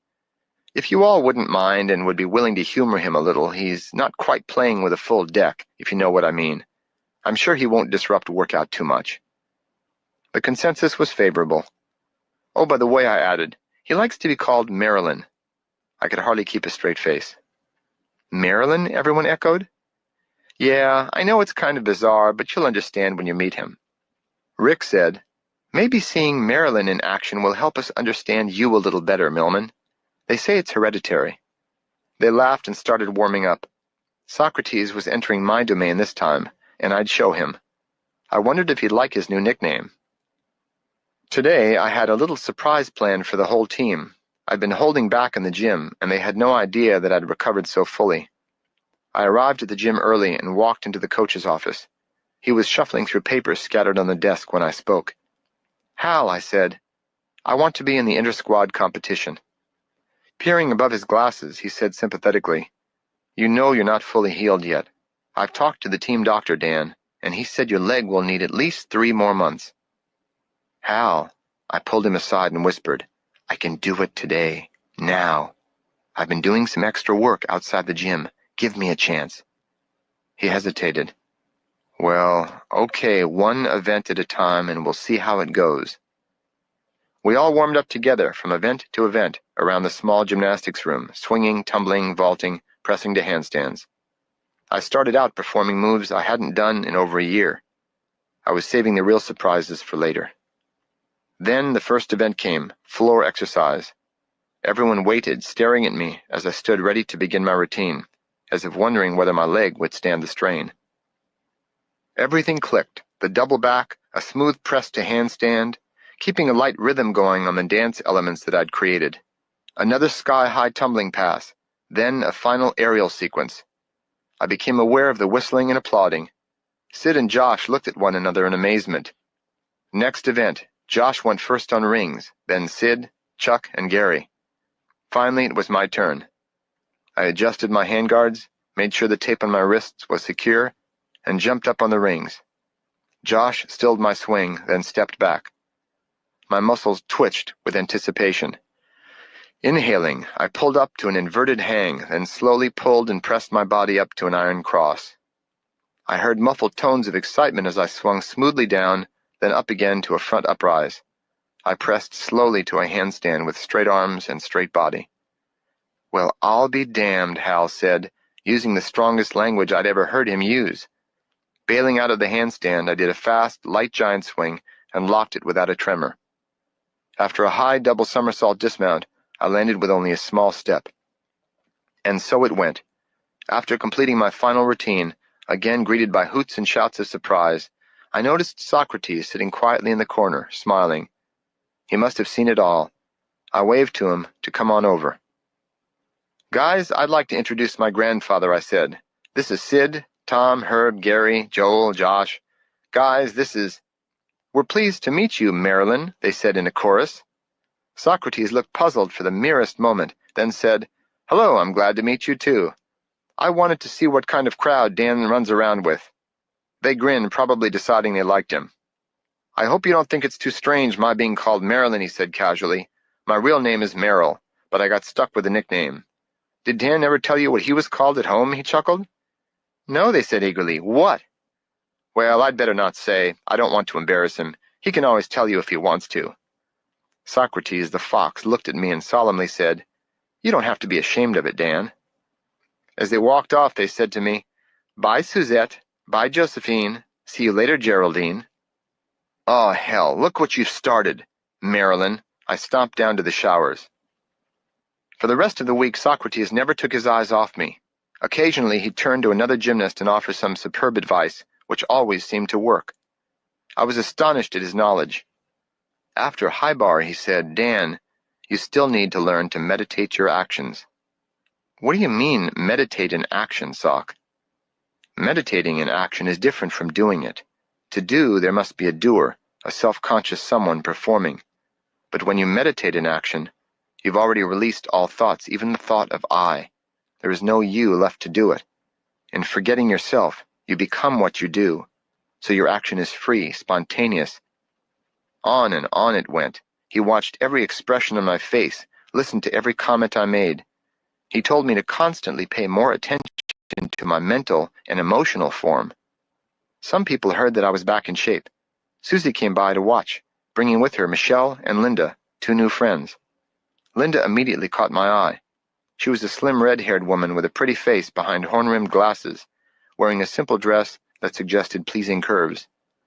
The next day, after a very disappointing workout when nothing seemed to go well, Socrates called me over to sit with him on a thick landing pad. "Dan," he said, "you've achieved a high level of skill. You're an expert gymnast." "Why, thank you, Socrates." It wasn't necessarily a profound compliment. He turned to face me more directly. "An expert trains the physical body with the purpose of winning competitions. Someday you may become a master gymnast. The master dedicates training to life. Therefore, he constantly places emphasis on the mind and emotions." "I understand that, Soc. You told me a number—" "I know you understand it," he interrupted. "What I am telling you is that you don't yet live it. You persist in gloating over a few physical skills, then become depressed if the physical training doesn't go well one day. But when you really acknowledge and aim toward mental and emotional form, the warrior's practice, then the physical ups and downs won't matter. Look, what happens if you have a sore ankle one day? Well, I work something else, some other area. It's the same with your 3 centers, body, mind, and emotions. If one area isn't going well, it's an opportunity to train the others. On some of your weakest physical days, you can learn the most about your mind." He added, "I won't be coming into the gym again. I've told you enough. I want you to feel that I'm inside you, watching and correcting every error, no matter how small." During this period, I began seeing Susie's friend, Linda. I was very attracted to her, but had no time or energy to do more than talk to her for a few minutes before or after workout. Even so, I thought about her a lot, then about Joy, then about her, between my daily exercises. Linda and I went out on a few dates and hit it off very well. She came to talk with me about a personal problem one evening and ended up staying the night, but within the conditions imposed by my training. I was growing close to her so quickly that it scared me. She was not in my plans. Still, my attraction to her grew. I felt guilty and awkward sometimes and unfaithful to Joy, but I never knew when that enigmatic young woman would appear again, if ever. Joy was the ideal who flitted in and out of my life. Linda was real, warm, loving, and there. The coach was getting more excited, more careful, and more nervous as each passing week brought us closer to the 1968 National Collegiate Championships in Tucson, Arizona. If we won this year, it would be a first for the university, and Hal would realize a goal of 20 years standing. Soon enough, we were out on the floor for our 3-day contest against Southern Illinois University. By the final night of the team championships, Cal and Southern Illinois were running neck and neck in the fiercest race in gymnastics history. With 3 events still to go, Southern had a 3-point lead. This was a critical point. If we were going to be realistic, we could resign ourselves to a respectable second-place finish, or we could go for the impossible. I, for one, was going for the impossible. My spirit was on the line. I faced Hal and the team, my friends. "I'm telling you," I said, We are going to win. Nothing is going to stop us this time. Let's do it. My words were ordinary, but whatever I was feeling, the electricity, call it absolute resolve, generated power in each man on the team. Like a tidal wave, we began to pick up momentum, speeding faster and more powerfully with each performer. The crowd, almost lethargic before, started to stir with excitement, leaning forward in their seats. Something was going on. Everyone could feel it. Apparently, the Southern team members were feeling our power too, because they started to tremble in handstands and bobble on landings. But by the last event of the meet, they still had a full point lead, and the high bar was always a strong event for them. Finally, there were 2 Cal gymnasts left, Sid and I. The crowd was hushed. Sid walked to the bar, leaped up, and did a routine which made us hold our breath. He ended with the highest double flyaway anyone in the gym had ever seen. The crowd went wild. I was the last man up on our team, the anchor position, the pressure spot. Southern's last performer did a fine job. They were almost out of reach, but that almost was all I needed. I was going to have to do a 9.8 routine just to tie, and I'd never scored even close to that. Here it was, my final test. My mind was awash with memories. That night of pain when my thigh bone was splintered. My vow to recover. The doctor's admonition to forget about gymnastics. Socrates and my continual training. That endless run in the rain, far up into the hills. And I felt a growing power, a wave of fury at all those who said I'd never perform again. My passion turned to icy calm. There in that moment, my fate and future seemed in balance. With the spirit and determination I had learned in that small gas station over the past months, I approached the high bar. There was not a sound in the gym. The moment of silence, the moment of truth, had arrived. I chalked up slowly, adjusting my handguards, checking my wrist straps. I stepped forward and saluted the judges. My eyes shone with a simple message as I faced the head judge. Here comes the best damn routine you ever saw. I leaped up to the bar and drove my legs forward. From a handstand I began swinging. The only sound in the gym was that of my hands revolving around the bar, releasing, vaulting, catching, kipping, twisting. Only movement, nothing else. No oceans, no world, no stars. Only the high bar and one mindless performer, and soon even they dissolved into a unity of motion. Adding a movement I'd never done in competition, I continued on, reaching past my limit. Around and around I swung, faster and faster, getting ready for the dismount, a piked double flyaway. I whipped around the bar, preparing to release and go flying into space, floating and twirling in the hands of a fate that I'd chosen for myself. I kicked and snapped my legs, spun around once, then twice, and kicked open, stretching my body for the landing. The moment of truth had arrived. I made a perfect landing that echoed throughout the arena. Silence, then pandemonium broke loose. A 9.85. We were the champions. My coach appeared out of nowhere, grabbing my hand and shaking it wildly, refusing to let go in his rapture. My teammates, jumping and screaming, surrounded and hugged me. A few of them had tears in their eyes. Then I heard the applause thundering in the distance, growing louder. We could hardly contain our excitement during the award ceremony.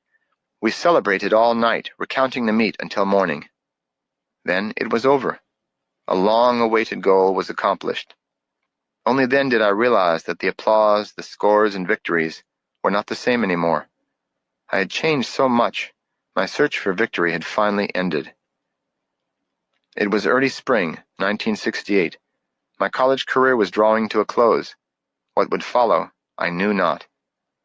I said farewell to my team in Arizona and boarded a jet, headed back to Berkeley and Socrates and Linda. I looked aimlessly at the clouds below, drained of ambition. All these years I'd been sustained by an illusion, happiness through victory, and now that illusion was burned to ashes. I was no happier, no more fulfilled for all my achievements. Finally, I saw through the clouds. I saw that I had never learned how to enjoy life, only how to achieve. All my life I'd been busy seeking happiness, but never finding or sustaining it. I put my head back on the pillow as the jet started its descent. My eyes misted with tears. I had come to a dead end, and I didn't know where to turn. Chapter 6. pleasure beyond the mind. Carrying my suitcase, I went straight to Linda's apartment. Between kisses, I told her about the championships, but said nothing of my recent depressing insights. Linda then told me about a personal decision she had made, drawing me, for the moment, out of my own concerns. "Danny, I'm dropping out of school. I've thought about it a lot, of course. I'll get a job, but I don't want to go back home and live. Do you have any ideas?" Immediately, I thought of the friends I had stayed with after the motorcycle accident. "Linda, I could call Charlotte and Lou in Santa Monica." A 5-minute phone call later, Linda had a future. I only wished it would be that simple for me. Remembering Socrates, I abruptly told a very puzzled Linda that I had to go somewhere. "After midnight?" "Yes, I have some unusual friends who stay up most of the night. I really have to go." Another kiss, and I was gone. Still carrying my suitcase, I stepped into the office. "Moving in?" Soc joked. "I don't know what I'm doing, Socrates." "Well, you apparently knew what you were doing at the championships. I read a news report. Congratulations, you must be very happy." "You know very well what I'm feeling, Soc." "I certainly do," he said lightly as he walked into the garage to resurrect an old VW transmission. "You're making progress, right on schedule." "Delighted to hear it," I answered without enthusiasm. "But on schedule to where?" "To the gate. To freedom, to enjoyment, to unreasonable happiness. To the one and only goal you've ever had. And to begin, it's time to awaken your senses once again." I paused, digesting what he'd said. "Again?" I asked. "Oh, yes. You once were bathed in brightness and found pleasure in the simplest things." "Not recently, I'd venture." "No, not recently," he answered, taking my head in his hands, sending me back to my infancy. My eyes open wide, staring intently at shapes and colors beneath my hands as I crawl on the tiled floor. I touch a rug and it touches me back.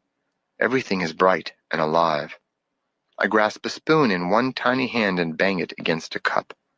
The clinking noise delights my ears. I yell with power. Then I look up to see a skirt billowing above me. I'm lifted up and make cooing sounds. Bathed in my mother's scent, my body relaxes into hers, and I'm filled with bliss. Some time later, cool air touches my face as I crawl in a garden. Colorful flowers tower around me, and I'm surrounded by new smells. I tear one and bite it. My mouth is filled with a bitter message. I spit it out. My mother comes, then. I hold out my hand to show her a wiggly black thing that tickles my hand. She reaches down and knocks it away. "Nasty spider," she says. Then she holds a soft thing to my face. It talks to my nose. "Rose," she says, then makes the same noise again. "Rose." I look up at her, then around me, and drift again into the world of scented colors. I'm looking now at Soc's ancient desk, down at the yellow rug. I shake my head. All of it seems hazy. There's no brightness to it. "Socrates, I feel half asleep, like I need to douse myself with cold water and wake up. Are you sure that last journey didn't do some damage?" "No, Dan. The damage was done over the years in ways you'll soon see." "That place, it was my grandfather's garden, I think. I remember it. It was like the Garden of Eden." Every infant lives in a bright garden where everything is sensed directly, without the interference of thought. The fall from grace happens to each of us when we start thinking, when we become namers and knowers. It's not just Adam and Eve, you see, it's all of us. The birth of the mind is the death of the senses. It's not that we eat an apple and get a little sexy. "I wish I could go back," I sighed. "It was so bright, so clear, so enjoyable." What you enjoyed as a child can be yours again. Jesus of Nazareth, one of the great warriors, once said that you must be like a little child to enter the kingdom of heaven. Now you understand. "Before you leave tonight, Dan," he said, filling his mug from the dispenser, "would you like some more tea?" "No, thanks, Soc. My tank is full for tonight." "Okay, then. I'll meet you tomorrow morning at 8 a.m. in the Botanical Gardens. It's time we went for a nature hike." I left, already looking forward to it. I awoke after a few hours' sleep, refreshed and excited. maybe today, maybe tomorrow, I'd discover the secret of enjoyment. I jogged up into Strawberry Canyon and was waiting for Sock at the entrance to the gardens. When he arrived, we walked through the green acres of every kind of imaginable tree, bush, plant, and flower. We entered a giant greenhouse. The air was warm and humid, contrasting with the cool morning air outside. Sock pointed to the tropical foliage that towered over us. As a child, all this would appear before your eyes and ears and touch as if for the first time. But now you've learned names and categories for everything. That's good, that's bad, that's a table, that's a chair, that's a car, a house, a flower, dog, cat, chicken, man, woman, sunset, ocean, star. You've become bored with things because they only exist as names to you. The dry concepts of the mind obscure your vision. Socrates waved his arm in a sweeping gesture, taking in the palms high above our heads that nearly touched the plexiglass canopy of the geodesic dome. You now see everything through a veil of associations about things projected over a direct, simple awareness. You've seen it all before. It's like watching a movie for the 20th time. You see only memories of things, so you become bored. Boredom, you see, is a fundamental non-awareness of life. Boredom is awareness trapped in the mind. You'll have to lose your mind before you can come to your senses.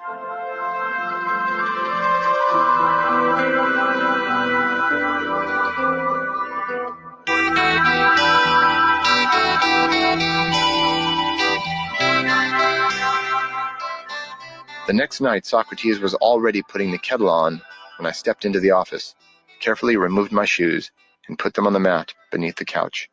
With his back still turned, he said, "How about a little contest? You do a stunt, then I'll do a stunt, and we'll see who wins." "Well, okay, if you really want to, Sock." I didn't want to embarrass him, so I just did a one-arm handstand on the desk for a few seconds, then stood on it and did a back somersault off, landing lightly on the carpet. Socrates shook his head, apparently demoralized. "I thought it might be a close contest, but I can see it's not going to be," he said. "I'm sorry, Sock, but after all, you aren't getting any younger, and I am pretty good at this stuff." He grinned. "What I mean to say, Dan, is that you don't stand a chance." "What?" "Here goes," he said. I watched him as he slowly turned around and walked deliberately into the bathroom. I moved toward the front door in case he came running out with a sword again, but he only emerged with his mug.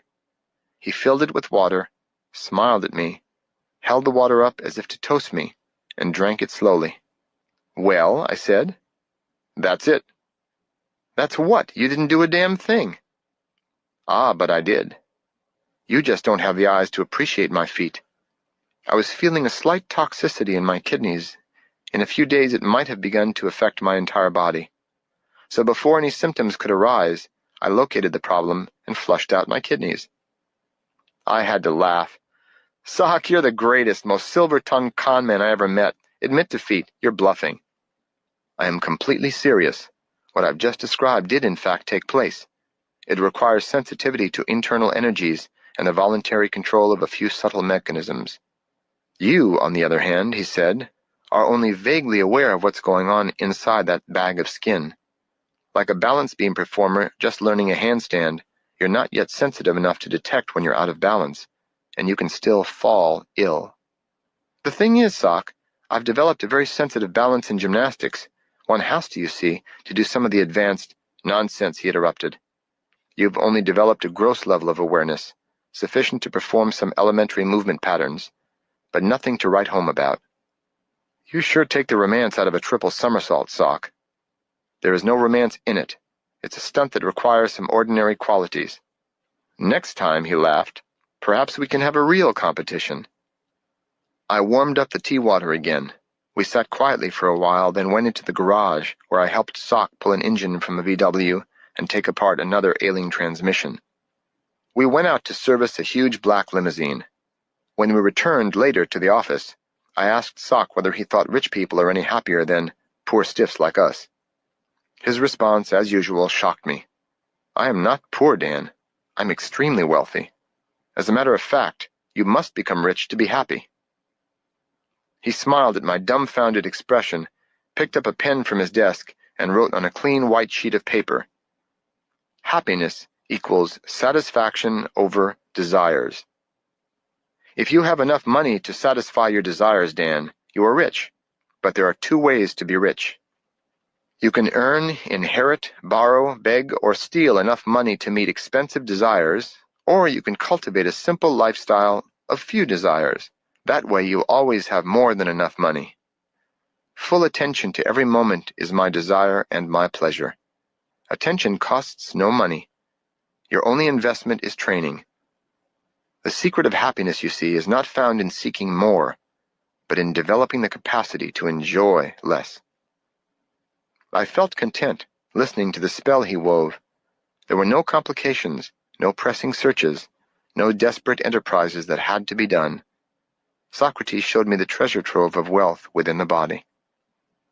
Soc must have noticed me daydreaming, because suddenly he grabbed me under the arms, picked me up, and threw me straight into the air, so high my head almost hit the ceiling. When I came down, he slowed my descent, setting me back down on my feet. "I just want to make sure I have your attention for this next part. What time is it?"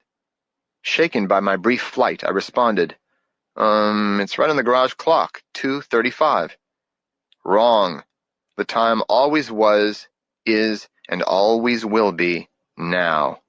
Now is the time. The time is now. Is it clear?" "Well, yeah, it's clear."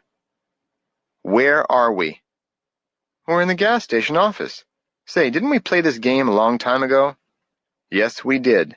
And what you learned is that the only thing you know absolutely is that you were here, wherever here may be. From now on, whenever your attention begins to drift off to other times and places, I want you to snap back. Remember, the time is now, and the place is here." Just then, a college student burst into the office, dragging a friend with him. "I couldn't believe it," he said to his friend, pointing to Socrates, then speaking to him. "I was walking by on the street when I glanced over here and saw you throw that guy to the ceiling. Who are you, anyway?" It looked as if Socrates was about to blow his cover. He looked at the student blankly, then laughed. "Oh," Sock laughed again. "Oh, that's good. No, we were just exercising to pass the time. Dan here is a gymnast, aren't you, Dan?" I nodded. The student's friend said he remembered me. He'd watched a couple of gymnastics meets. Sock's story was becoming credible. "We have a little trampoline behind the desk there."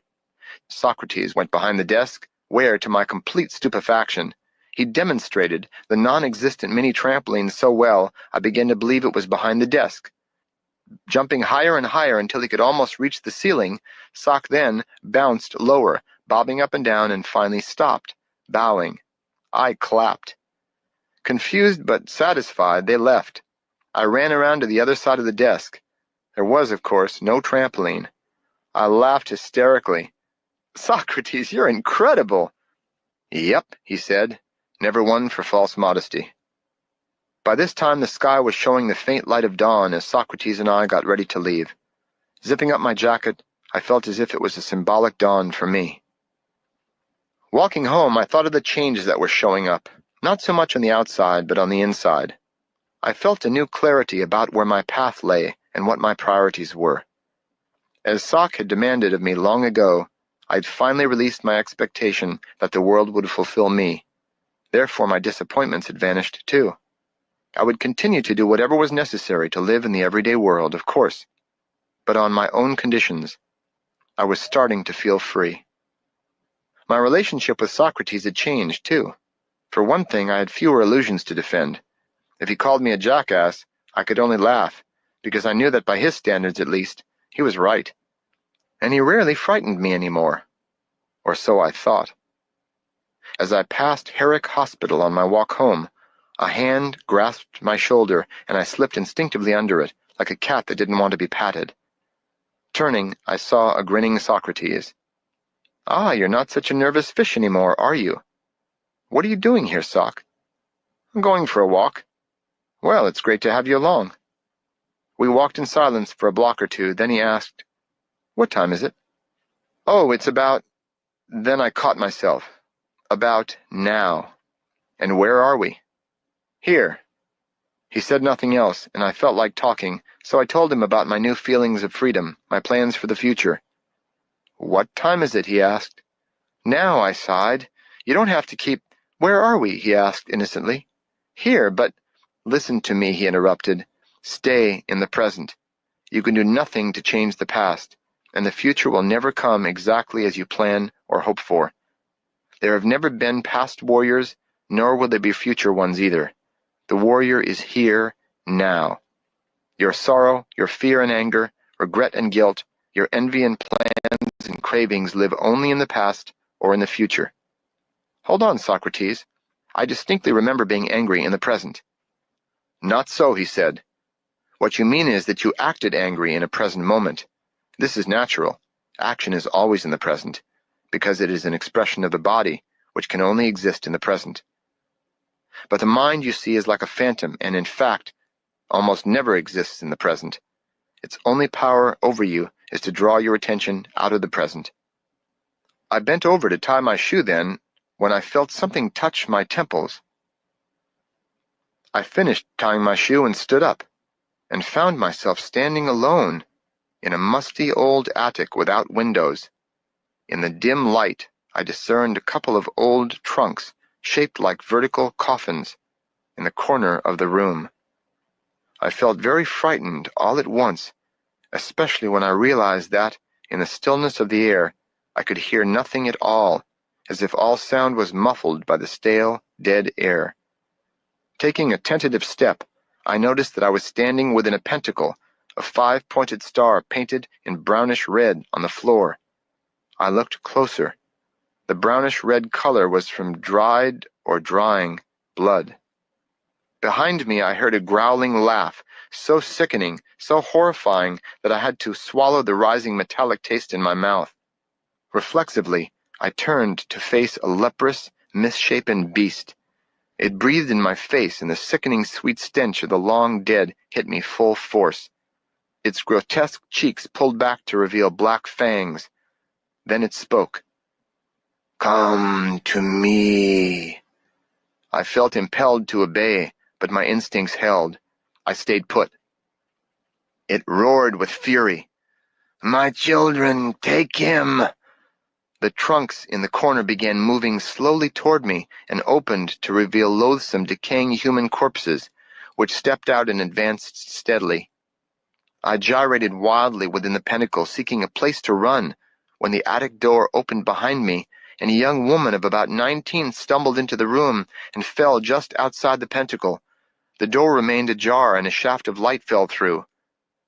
She was beautiful, dressed in white. She moaned as if hurt, and said in a faraway voice, "Help me. Please help me." Her eyes were tearfully pleading, yet held a promise of gratitude, reward, and unquenchable desire. I looked at the advancing figures. I looked at the woman and at the door. Then the feeling came to me. Stay where you are. The pentacle is the present moment. There you're safe. The demon and his attendants are the past. The door is the future. Beware. Just then the girl moaned again and rolled over on her back. Her dress slid up one leg, almost to her waist. She reached out to me, pleading, tempting. "Help me." Drunk with desire, I lunged out of the pentacle. The woman snarled at me, showing blood-red fangs. The demon and his entourage yelped in triumph and leaped toward me. I dove for the pentacle. Huddled on the sidewalk, shaking, I looked up at Socrates.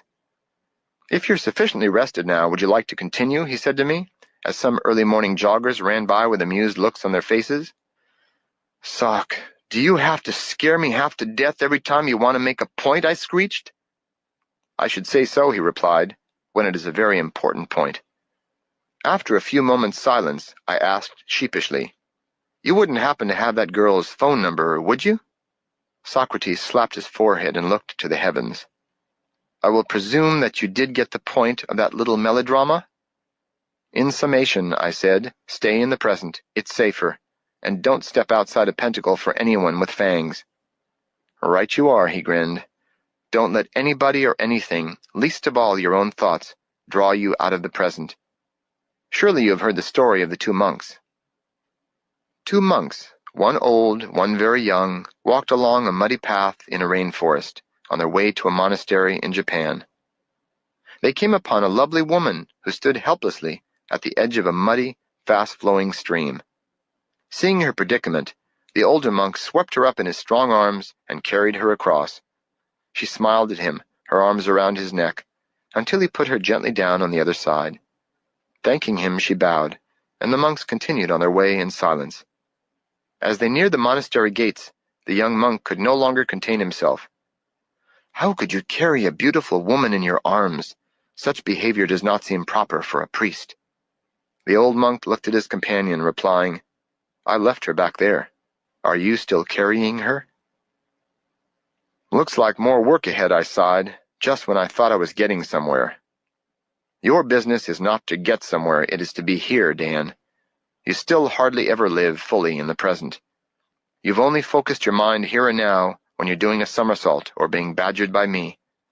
It's time to apply yourself like never before if you're to have a chance of finding the gate. It is here before you. Open your eyes now." "But how?" "Just keep your attention in the present moment, Dan, and you'll be free of thought. When thoughts touch the present, they dissolve." He prepared to leave. "Wait, Socrates, before you go, tell me, were you the older monk in the story, the one who carried the woman? That sounds like something you would have done." "Are you still carrying her?" He laughed as he glided away and disappeared around the corner. I jogged the last few blocks home, took a shower, and fell sound asleep. When I awoke, I went for a walk, continuing to meditate in the way Socrates had suggested, focusing my attention more and more in the present moment. I was awakened to the world and, like a child once again, was coming to my senses. The sky seemed brighter even on the foggy days of May. I said nothing to Socrates about Linda, perhaps for the same reason I never told her about my teacher. They were different parts of my life, and I sensed that Socrates was more interested in my inner training than on my worldly relations. I never heard from Joy, it seemed, unless she stepped from the shadows or appeared in a dream. Linda wrote to me almost every day. Classes rolled by smoothly as the weeks went on. My real schoolroom, however, was Strawberry Canyon, where I ran like the wind through the hills, losing track of the distance, racing by jackrabbits. Sometimes I would stop to meditate beneath the trees, or just smell the fresh breeze coming off the sparkling bay far below. I would sit for half an hour, watching the waters shimmer, with the clouds drifting overhead. I had been released from all the important goals of my past. Only one remained, the gate. Sometimes even that was forgotten in the gym, when I played ecstatically, soaring high into the air on the trampoline, turning and twisting, floating lazily, then snapping into double somersaults and driving skyward again. Linda and I continued to correspond, and our letters became poetry. But Joy's image would float before my eyes, smiling mischievously, knowingly, until I wasn't sure of what or whom I really wanted. Then, before I knew it, my last year at the university was drawing to a close. Final exams were just a formality.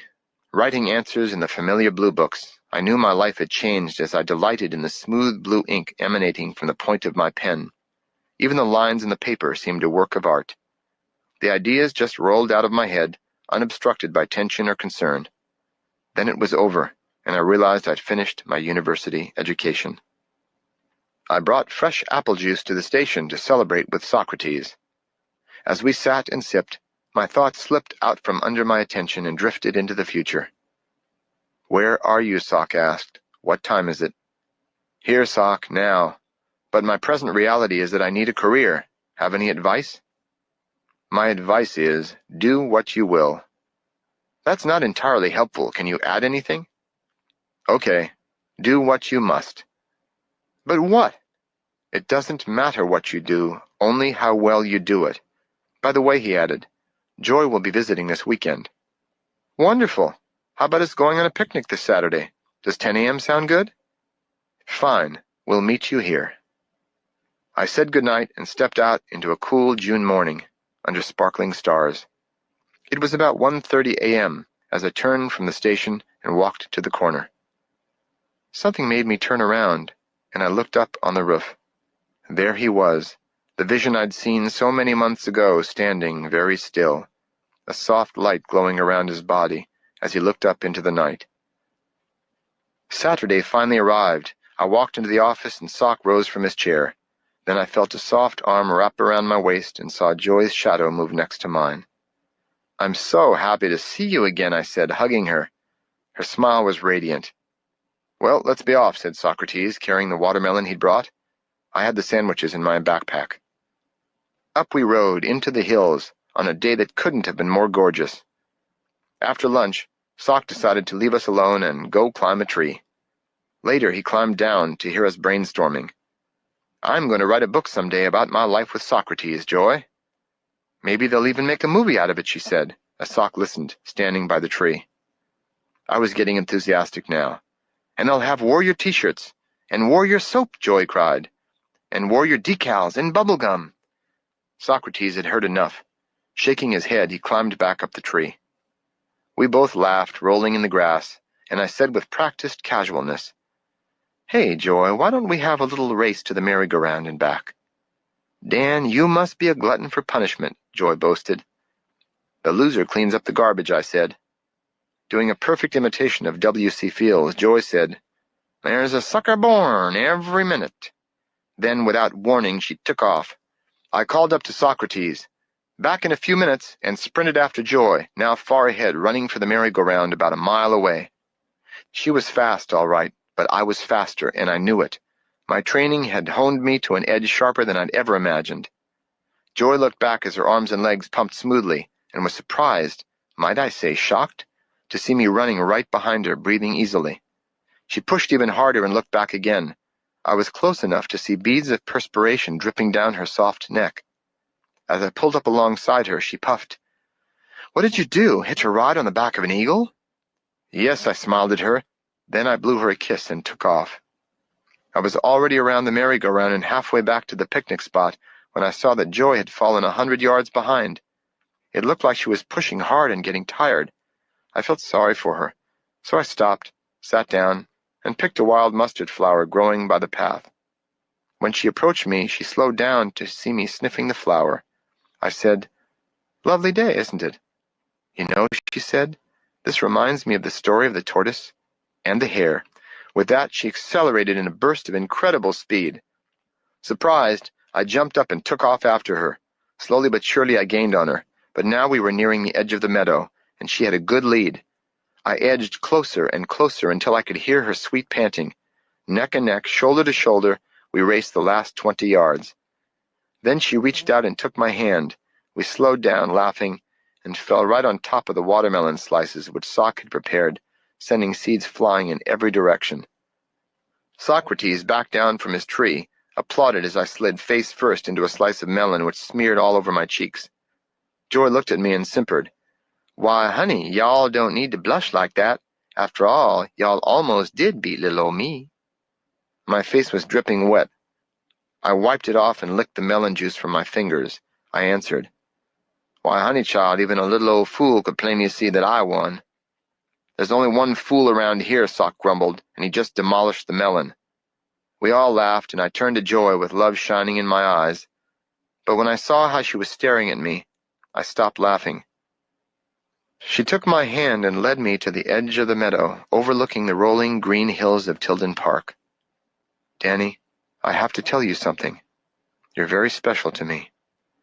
But from what Socrates says," she looked back at Socrates, who was shaking his head slowly from side to side, "your path doesn't seem to be wide enough for me too. At least that's how it looks. And I'm still very young, Danny. I also have many things I must attend to." I was trembling. A piece of my life had fallen and broken. "Joy, I'll wait. There's still a chance." Joy's eyes filled with tears. "Oh, Danny, there is always a chance for anything. But Socrates has told me that it's best if you forget." Silently, Socrates approached me from behind as I looked into Joy's luminous eyes. I was reaching out for her when he touched me lightly at the base of my skull. The lights went out, and I immediately forgot I ever knew a woman named Joy. Chapter 7. The Final Search. When my eyes opened, I was lying on my back looking up at the sky. I must have dozed off, I said. Stretching, I added, "The two of us should get out of the station and picnic more often, don't you think, Sock?" "Yes," he nodded slowly. "Just the two of us." We collected our gear and walked a mile or so through the wooded hills before catching the bus. All the way down the hill, I had a vague feeling that I'd forgotten to say or do something, or maybe I'd left something behind. By the time the bus reached the lowlands, the feeling had faded.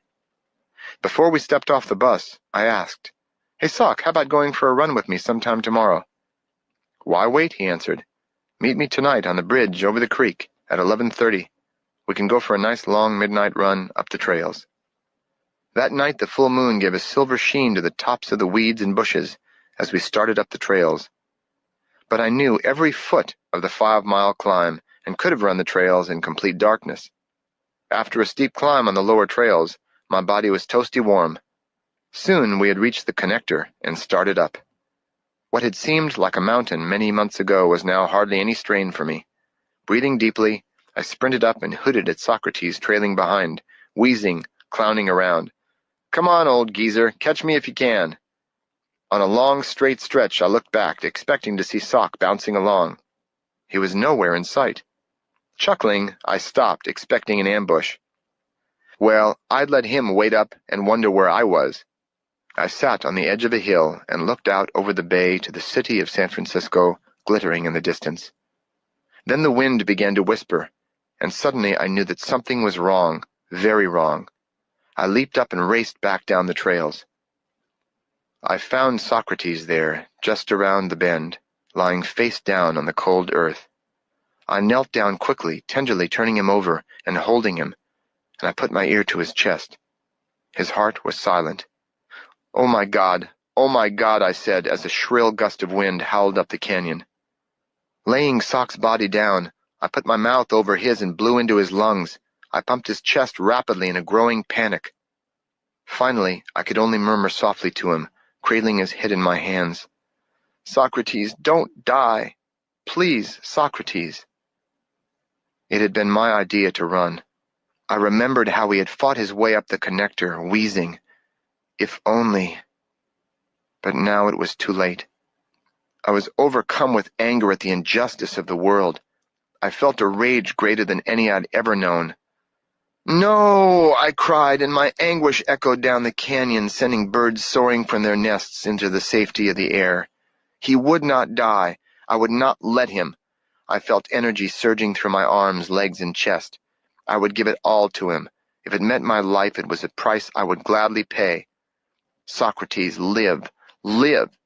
I grabbed his chest in my hands, digging my fingers into his ribs. I felt electrified, saw my hands glowing as I shook him, willing his heart to beat. "Socrates," I commanded, "live!" But there was nothing. Nothing. Uncertainty entered my mind and I collapsed. It was over. I sat still with tears running down my cheeks. "Please." I looked upward into the silver clouds drifting across the moon. "Please," I said again to the God I'd never seen. "Let him live." Finally, I stopped struggling, stopped hoping. He was beyond my powers. I had failed him. 2 small rabbits hopped out of the bush to see me, gazing down at the lifeless body of an old man which I held tenderly in my arms. That's when I felt it, the same presence I had known many months before. It filled my body. I breathed it. It breathed me.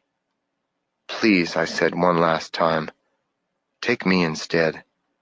I meant it. And in that moment, I felt a pulse begin to throb in Sock's neck. Quickly, I put my head against his chest. The strong, rhythmic beat of that old warrior's heart pounded against my ear. I breathed life into him then, until his chest rose and fell of its own accord. When Socrates opened his eyes, he saw my face above his, laughing, crying softly with gratitude. And the moonlight bathed us in quicksilver. The rabbits, their fur shining, gazed at us. Then, at the sound of my voice, they retreated into the bush. "Socrates, you're alive." I see that your powers of observation are at their usual razor-sharp keenness, he said weakly. He tried to stand, but he was very shaky, and his chest hurt, so I lifted him on my shoulders, firefighter style, and began carrying him up toward the end of the trails, 2 miles away. From the Lawrence Science Lab, the night watchman could call an ambulance. He rested quietly on my shoulders most of the way as I fought fatigue, sweating under his weight. Now and then he would say, "The only way to travel. Let's do this more often." Or, "Giddy up." I returned home only after he was settled into the intensive care unit at Herrick Hospital. That night, the dream returned. Death reached out for Socrates. With a cry, I awoke. I sat with him during the next day. He was asleep most of the time, but late in the afternoon he wanted to talk. "Okay, what happened?" "I found you lying there. Your heart had stopped and you weren't breathing. I willed you to live." "Remind me to put you in my will, too. What did you feel?" "That was the strange part, Sock. At first I felt energy course through me. I tried to give it to you. I had nearly given up when—" "Never say die," he proclaimed. "Socrates, this is serious." "Continue. I'm rooting for you. I can't wait to find out how it all came out." I grinned. "You know damn well how it came out. Your heart started beating again, but only after I stopped trying. That presence I once felt. It started your heartbeat." He nodded. "You were feeling it." It wasn't a question, but a statement. "Yes." "That was a good lesson," he said, stretching gently. "A lesson? You had a heart attack and it was a nice little lesson for me? That's how you see it?" "Yes," he said, "and I hope you make good use of it. No matter how strong we appear, there is always a hidden weakness which may be our ultimate undoing. House rules. For every strength there is a weakness, and vice versa. Of course, even as a child, my weakness has always been my heart. You, my young friend, you have another kind of heart trouble." "I do?" "Yes.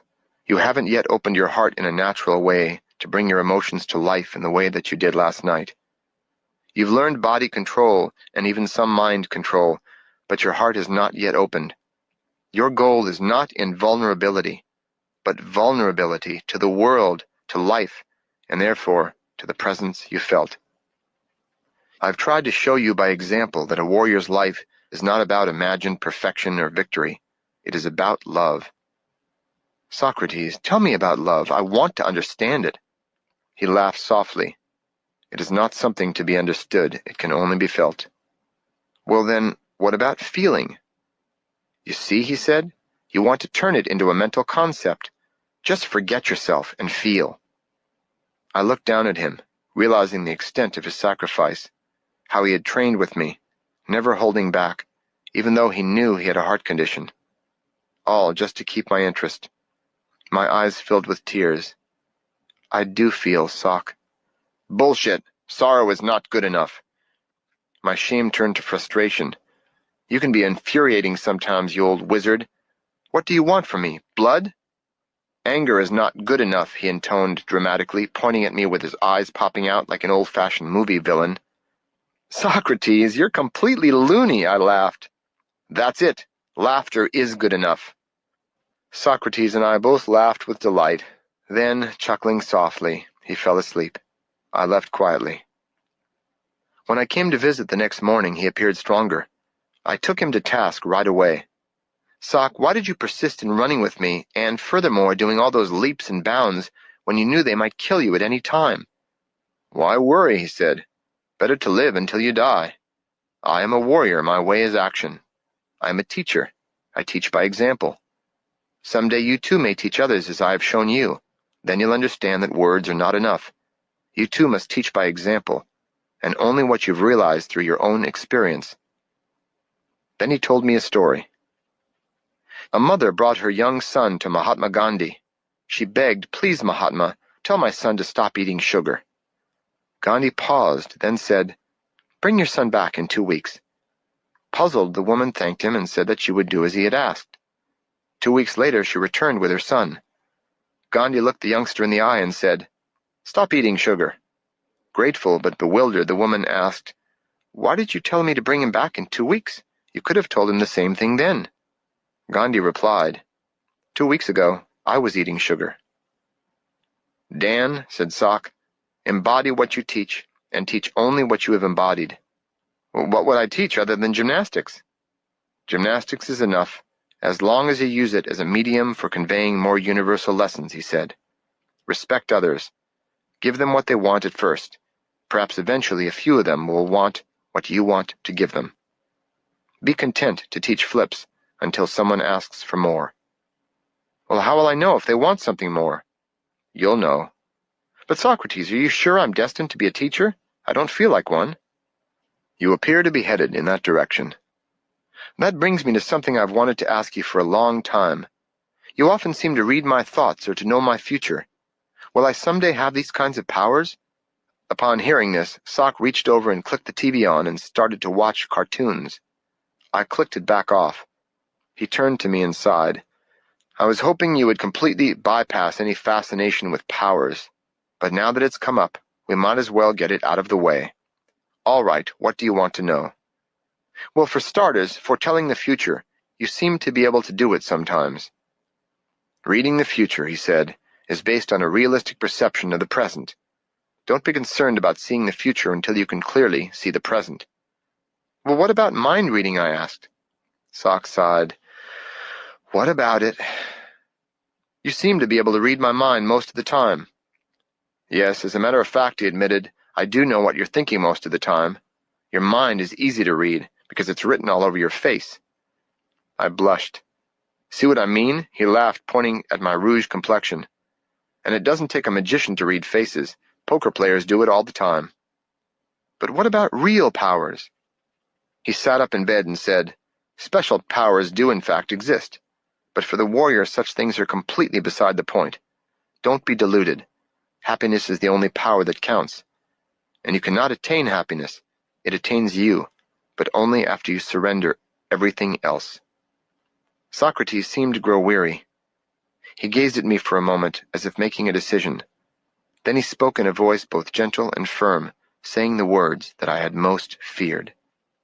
It's clear to me that you are still searching somewhere else for happiness. So be it.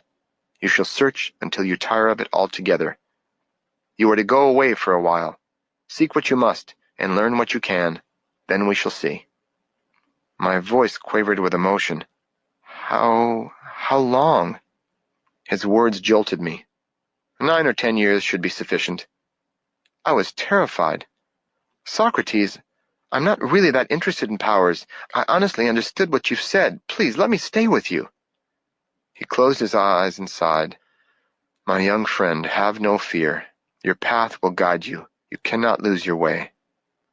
But when can I see you again, Sock? When your search is finished, really finished. When I become a warrior? A warrior is not something you become, Dan. It is something you either are in this moment or something you are not. The way itself creates the warrior. And now you must forget me altogether. I had grown to depend so much on his counsel, on his certainty. Still trembling, I turned and walked to the door. Then I looked one last time into those shining eyes. I'll do all that you've asked, Socrates, except one. I'll never forget you. I walked down the stairs, out into the city streets, and up the winding roads through campus, into an uncertain future. I decided to move back to Los Angeles, my hometown. I took my old Valiant out of storage and spent my last weekend in Berkeley packing for my departure. Thinking of Linda, I walked to the corner phone booth and dialed the number of her new apartment. When I heard her sleepy voice, I knew what I wanted to do. Sweetheart, I have a couple of surprises. I'm moving to L.A. Will you fly up to Oakland as soon as you can tomorrow morning? We could drive down south together. There's something we need to talk about. There was a pause at the other end. Oh, I'd love to. I'll be on the 8 a.m. plane. A longer pause. What do you want to talk about, Danny? It's something I should ask you in person, but I'll give you a hint. It's about sharing our lives, and about babies, and waking up in the mornings hugging. A longer pause ensued. Linda? Her voice quivered. Dan, I can't talk now. I'll fly up early tomorrow. I'll meet you at the gate. Bye, Linda. Bye, Danny. Then there was a lonely buzz on the line. When I arrived at the gate the next morning, she was already standing there, bright-eyed, a beauty with dazzling red hair. She ran up to me, laughing, and threw her arms around me. "Ooh, it's so good to hold you again, Danny." I could feel the warmth of her body radiate into mine. We walked quickly to the parking lot, not finding any words at first. I drove back up to Tilden Park and turned right, climbing to Inspiration Point. I had it all planned.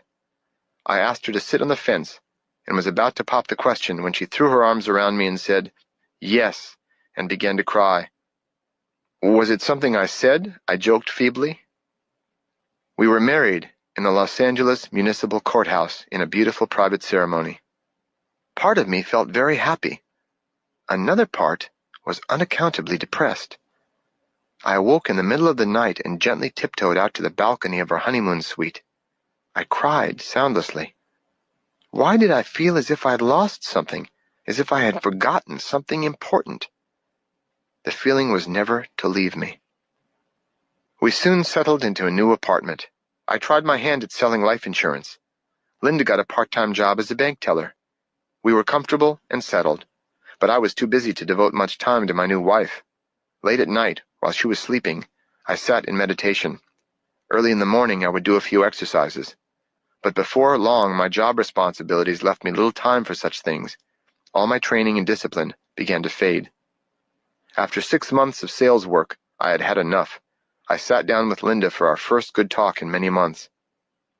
"Honey, how do you feel about moving back up to Northern California and looking for different work?" "If that's what you want to do, Dan, it's okay with me. Besides, it might be nice to be near my folks. They're great babysitters." "Babysitters?" "Yes. How do you feel about being a father?" "You mean a baby? You, me, a baby?" I hugged her very gently for a long time. I couldn't make any wrong moves after that. The second day up to Northern California, Linda visited her folks and I went job hunting. I learned from my ex-coach, Hal, that the men's coaching position for gymnastics was open at Stanford University. I interviewed for the job that day and drove up to my in-laws to tell Linda the news. When I arrived, they said I had received a call from the Stanford athletic director and I had been offered the coaching job to begin in September. I accepted. I'd found a career just like that. In late August, our beautiful daughter, Holly, was born. I drove all our belongings up to Menlo Park and moved us into a comfortable apartment. Linda and the baby flew up 2 weeks later. We were contented for a time, but I was soon immersed in my job, developing a strong gymnastics program at Stanford. I ran for miles through the golf course early each morning and often sat alone on the shore of Lake Lagunita. Again, my energies and attention flew in many directions, but sadly, not in Linda's. A year went by almost without noticing it. Everything was going so well. I couldn't understand my persistent feeling that I had lost something a long time ago. The sharp images of my training with Socrates, running into the hills, the strange exercises late at night, the hours of talking and listening and watching my enigmatic teacher were fading memories. Not long after our first anniversary, Linda told me she wanted us to see a marriage counselor. It came as a complete shock, just when I felt we'd be able to relax and have more time together. The marriage counselor did help, yet a shadow had come between Linda and me. Maybe it had been there since our wedding night. She had grown quiet and private, drawing Holly with her into her own world. I came home from work each day totally spent, with too little energy left for either of them. My third year at Stanford, I applied for the position of faculty resident in one of the university residence halls so that Linda could be with other people. It soon became apparent that this move had worked only too well, especially in the arena of romance. She had formed her own social life, and I had been relieved of a burden I could not or would not fulfill. Linda and I were separated in the spring of my third year at Stanford. I delved even deeper into my work and began my inner search once again. I sat with a Zen group in the mornings in our gym. I began to study Aikido in the evenings. I read more and more, hoping to find some clues or directions or answers to my unfinished business. When I was offered a faculty position at Oberlin College, a residential liberal arts college in Ohio, it seemed like a second chance for us. but there I only pursued my personal search for happiness with more intensity. I taught more gymnastics and developed 2 courses, Psychophysical Development and Way of the Peaceful Warrior, which reflected some of the perspectives and skills I'd learned from Socrates. At the end of my first year there, I received a special grant from the college to travel and do research in my chosen field. After a troubled marriage, Linda and I separated. I set off on what I hoped would be my final search. I was to visit many places around the world: Hawaii, Japan, Okinawa, India, and elsewhere, where I encountered some extraordinary teachers in schools of yoga, martial arts, and shamanism. I had many experiences and found great wisdom, but no lasting peace. As my travels neared their conclusion, I became even more desperate, compelled toward a final confrontation with the questions that rang out in my mind. What is enlightenment? When will I find peace? Socrates had spoken of these things, but at the time I didn't have the ears to hear them.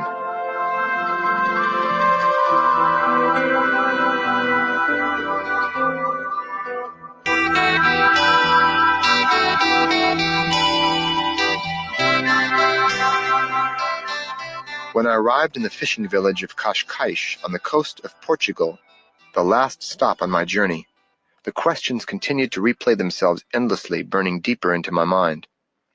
One morning I awoke on an isolated stretch of beach where I had camped for a few days. My gaze drifted to the waterline, where the tide was devouring my painstakingly constructed castle of sand and sticks. For some reason, this reminded me of my own death and what Socrates had tried to tell me. His words and gestures played back in bits and pieces, like the twigs from my castle, now scattered and floating in the shallow surf. Consider your fleeting years, Danny. One day you'll discover that death is not what you might imagine, but then neither is life.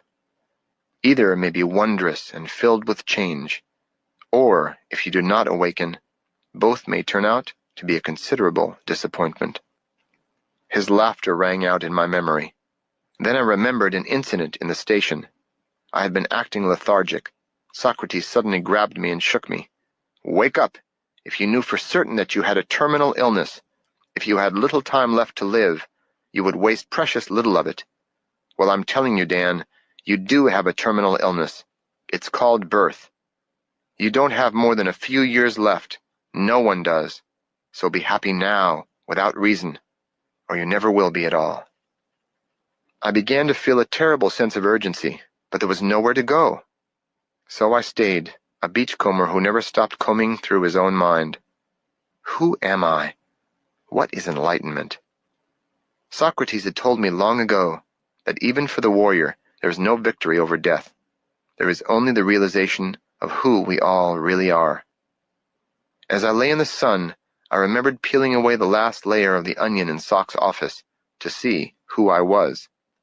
I remembered a character in a J.D. Salinger novel who, upon seeing someone drink a glass of milk, said, "It was like pouring God into God, if you know what I mean." I walked down the beach singing the children's nursery rhyme over and over. Row, row, row your boat gently down the stream. Merrily, merrily, merrily, merrily, life is but a dream. After one afternoon walk, I returned to my sheltered campsite, hidden behind some rocks. I reached into my pack and took out an old book I'd picked up in India. It was a ragged English translation of spiritual folk tales. Flipping through the pages, I came upon a story about enlightenment. Milarepa had searched everywhere for enlightenment, but could find no answer, until one day he saw an old man walking slowly down a mountain path, carrying a heavy sack. Immediately, Milarepa sensed that this old man knew the secret he had been desperately seeking for many years. Old man, please tell me what you know. What is enlightenment? The old man smiled at him for a moment, and swung the heavy burden off his shoulders and stood up straight. Yes, yes, I see, cried Milarepa. My everlasting gratitude. But please, one question more. What is after enlightenment? Smiling again, the old man picked up the sack, slung it over his shoulder, steadied his burden, and continued on his way. That same night, I had a dream. I am in darkness at the foot of a great mountain, searching under every stone for a precious jewel. The valley is covered in darkness, so I cannot find the jewel. Then I look up at the shining mountain peak. If the jewel is to be found, it must be at the top. I climb and climb, beginning an arduous journey that takes many years. At last I reach my journey's end. I stand bathed in the bright light. My eyesight is clear now, yet the jewel is nowhere to be found. I look upon the valley far below, where I began the climb many years ago.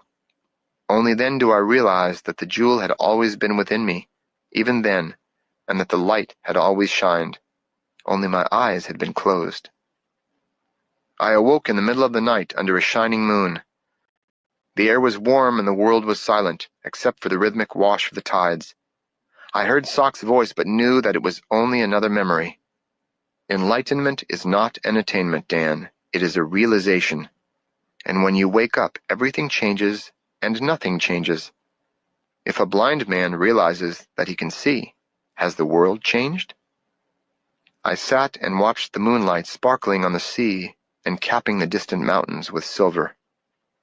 I stood, ran down the beach, and dove into the dark ocean, swimming out far beyond the surf. I knew it was time to go home.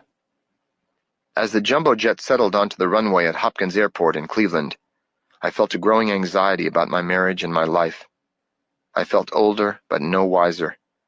What could I say to my wife and my daughter? Would I ever see Socrates again? And if I did, what could I bring to him? Linda and Holly were waiting for me when I got off the plane. Holly ran to me, squealing with delight, and hugged me tight. My embrace with Linda was soft and warm, but empty of real intimacy, like hugging an old friend. It was obvious that time and experience had drawn us in different directions. Linda drove us home from the airport. Holly slept contentedly on my lap. Linda had not been lonely in my absence, I learned. She had found friends and intimacies. And as it happened, soon after my return to Oberlin, I met someone very special. A student, a sweet young woman named Joyce. Her short black hair hung in bangs over a pretty face and bright smile. She was small and full of life. I felt intensely attracted to her, and we spent every available hour together, walking and talking, strolling through the Arboretum grounds around the placid waters. I was able to talk with her in a way I'd never been able to speak with Linda, not because Linda couldn't understand, but because her paths and interests lay elsewhere. Joyce graduated in the spring. She wanted to stay near me, but I felt a duty to my marriage, so we sadly parted. I knew I'd never forget her, but my family had to come first. In the middle of next winter, Linda, Holly, and I moved back to Northern California. Perhaps it was my preoccupation with my work and with myself that was the final blow to our marriage. But no omen had been so sad as the continual nagging doubt and melancholy I first felt on our wedding night. That painful doubt, that sense of something I should remember, something I'd left behind years ago. Only with Joyce had I felt free of it. After the divorce, Linda and Holly moved into a fine old house. I lost myself in my work, teaching gymnastics and Aikido at the Berkeley YMCA. The temptation to visit the gas station was agonizing, but I would not go until I was called. Besides, how could I go back? I had nothing at all to show for my years. I moved to Palo Alto and lived alone, as lonely as I had ever been. I thought of Joyce many times, but I knew I had no right to call her. I still had unfinished business. I began my training anew. I exercised, read, meditated, and continued driving questions deeper and deeper into my mind, like a sword. In a matter of months, I started to feel a renewed sense of well-being that I hadn't felt in years. During this time, I started writing, recording volumes of notes from my days with Socrates. I hoped my review of our time together would give me a fresh clue. Nothing had really changed, at least nothing I could see, since he had sent me away. One morning, I sat on the front steps of my small apartment overlooking the freeway. I thought back over the past 8 years. I had begun as a fool and had almost become a warrior. Then Socrates had sent me out into the world to learn, and I'd become a fool again. So here I sat on the front steps, gazing over the city to the mountains beyond. Suddenly, My attention narrowed, and the mountains began to take on a soft glow. In that instant, I knew what I would do. I sold what few belongings I had left, strapped my pack to my back, and hitchhiked south toward Fresno, then headed east into the Sierra Nevadas.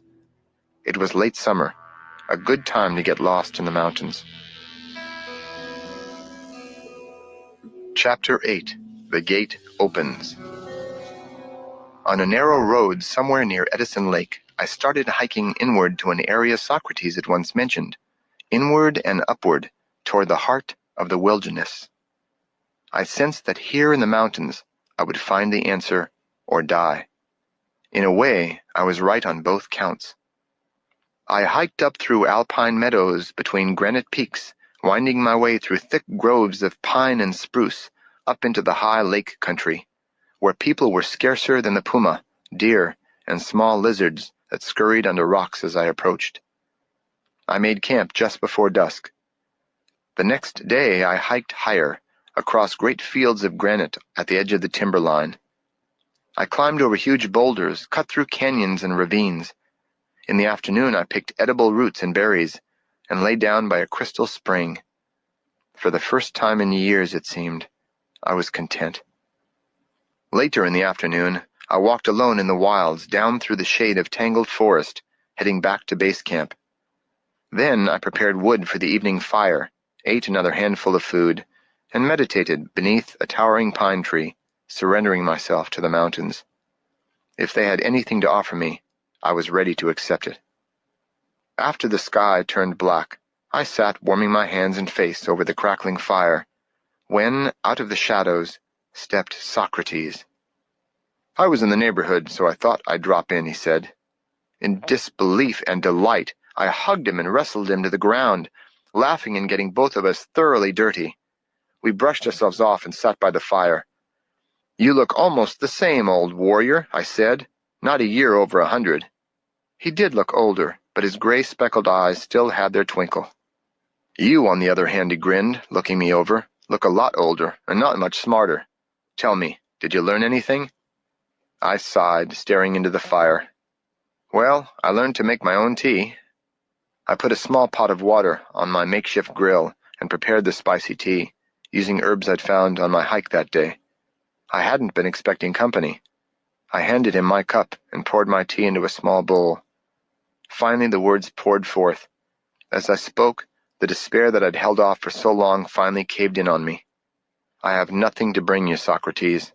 I'm still lost, no closer to the gate than I was when we first met. I've failed you, and life has failed me. Life has broken my heart." He was jubilant. "Yes, your heart has been broken, Dan. Broken open to reveal the gate shining within. It's the only place you haven't looked.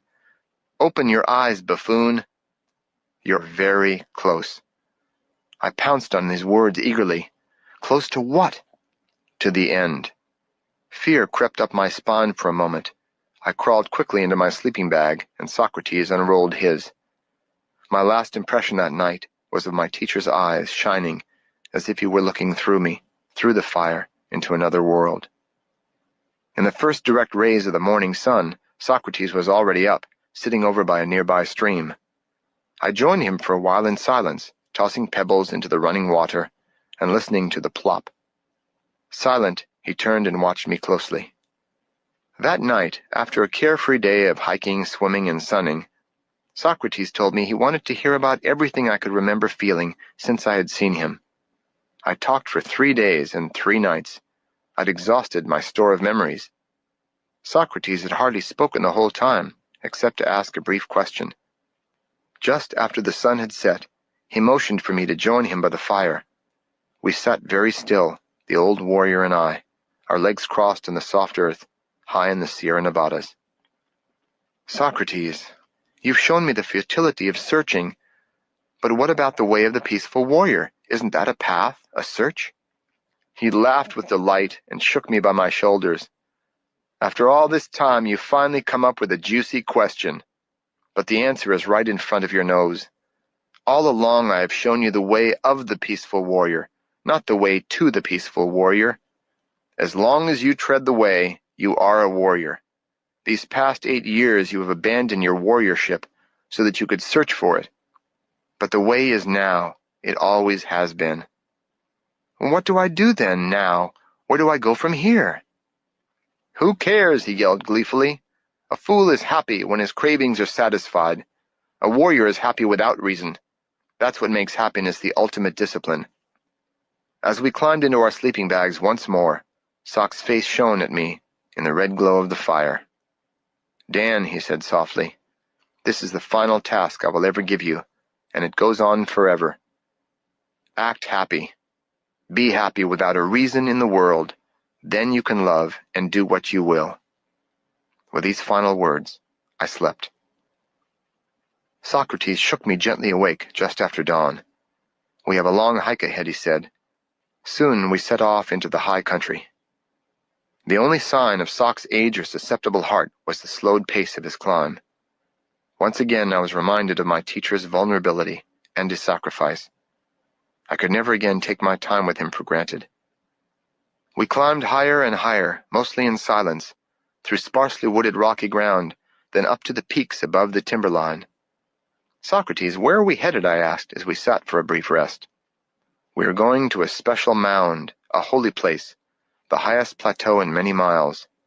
It was a burial site for an early American tribe so small that the history books do not record its existence.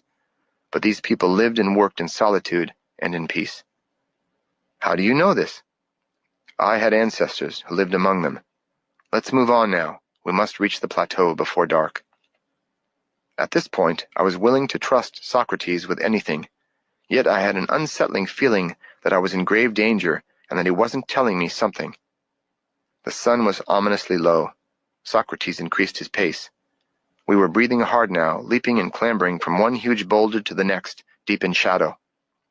Socrates disappeared into a crack between two boulders, and I followed him down a narrow tunnel formed by the huge rocks, and out again in the open. In case you come back alone, he said, you'll need to use this passageway. It's the only way in or out. I started to question him, but he silenced me. The light was fading from the sky when we climbed over a final rise.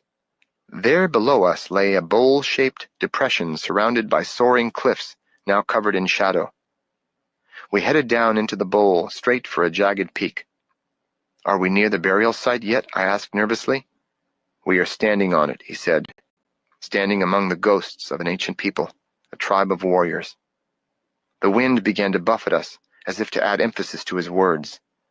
Then came the most eerie sound I'd ever heard, like a human voice moaning. What the hell kind of wind is that? Without responding, Socrates stepped before a black hole in the face of the cliff and said, let's go in. My instincts were wildly signaling danger, but Sock had already entered. Clicking my flashlight on, I left the moaning wind behind me and followed his faint light deeper into the cave. The flickering beam of my light showed pits and crevices whose bottoms I couldn't see. Sock, I don't like being buried this far back in the mountain. He glared at me. But to my relief, he headed back out toward the mouth of the cave. Not that it mattered. It was as dark outside as inside. We made camp, and Socrates took a pile of small logs out of his pack. Thought we might need these, he said. The fire was soon crackling. Our bodies cast bizarre, twisted shadows, dancing wildly on the cave wall in front of us as the flames consumed the logs. Pointing to the shadows, Socrates said, these shadows in the cave are an essential image of illusion and reality, of suffering and happiness. There is an ancient story popularized by Plato. There was once a people who lived their entire lives within a cave of illusions. After generations, they came to believe that their own shadows cast upon the walls were the substance of reality. Only the myths and religious tales spoke of a brighter possibility. Obsessed with the shadow play, the people became accustomed to and imprisoned by their dark reality. I stared at the shadows and felt the heat of the fire upon my back as Socrates continued. Throughout history, dancing wildly on the cave wall in front of us as the flames consumed the logs. Pointing to the shadows, Socrates said, these shadows in the cave are an essential image of illusion and reality, of suffering and happiness. There is an ancient story popularized by Plato. There was once a people who lived their entire lives within a cave of illusions. After generations, they came to believe that their own shadows cast upon the walls were the substance of reality. Only the myths and religious tales spoke of a brighter possibility. Obsessed with the shadow play, the people became accustomed to and imprisoned by their dark reality. I stared at the shadows and felt the heat of the fire upon my back as Socrates continued. Throughout history, Dan, there have been blessed exceptions to the prisoners of the cave. There were those who became tired of the shadow play, who began to doubt it, who were no longer fulfilled by shadows no matter how high they leaped. They became seekers of light. A fortunate few found a guide who prepared them and who took them beyond all illusions into the sunlight. Captivated by his story, I watched the shadows dance against the granite walls in the yellow light. Sock continued. All the peoples of the world, Dan, are trapped within the cave of their own minds. Only those few warriors who see the light, who cut free, surrendering everything, can laugh into eternity. And so will you, my friend. It sounds unreachable, Sock, and somehow frightening. It is beyond searching and beyond fear. Once it happens, you will see that it is only obvious, simple, ordinary, awake, and happy. It is only reality, beyond the shadows. We sat in a stillness broken only by the sound of crackling logs. I watched Socrates, who appeared to be waiting for something. I had an uneasy feeling, but the faint light of dawn revealing the mouth of the cave revived my spirits. But then the cave was again shrouded in darkness. Socrates stood quickly and walked to the entrance with me right behind.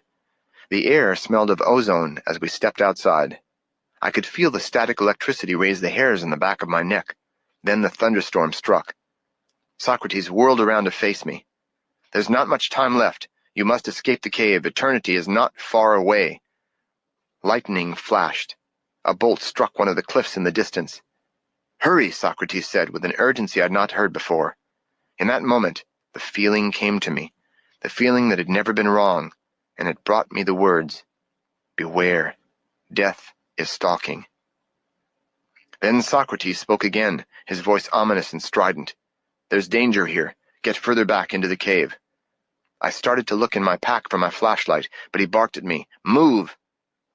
I retreated into the blackness and pressed against the wall. Hardly breathing, I waited for him to come get me, but he had disappeared.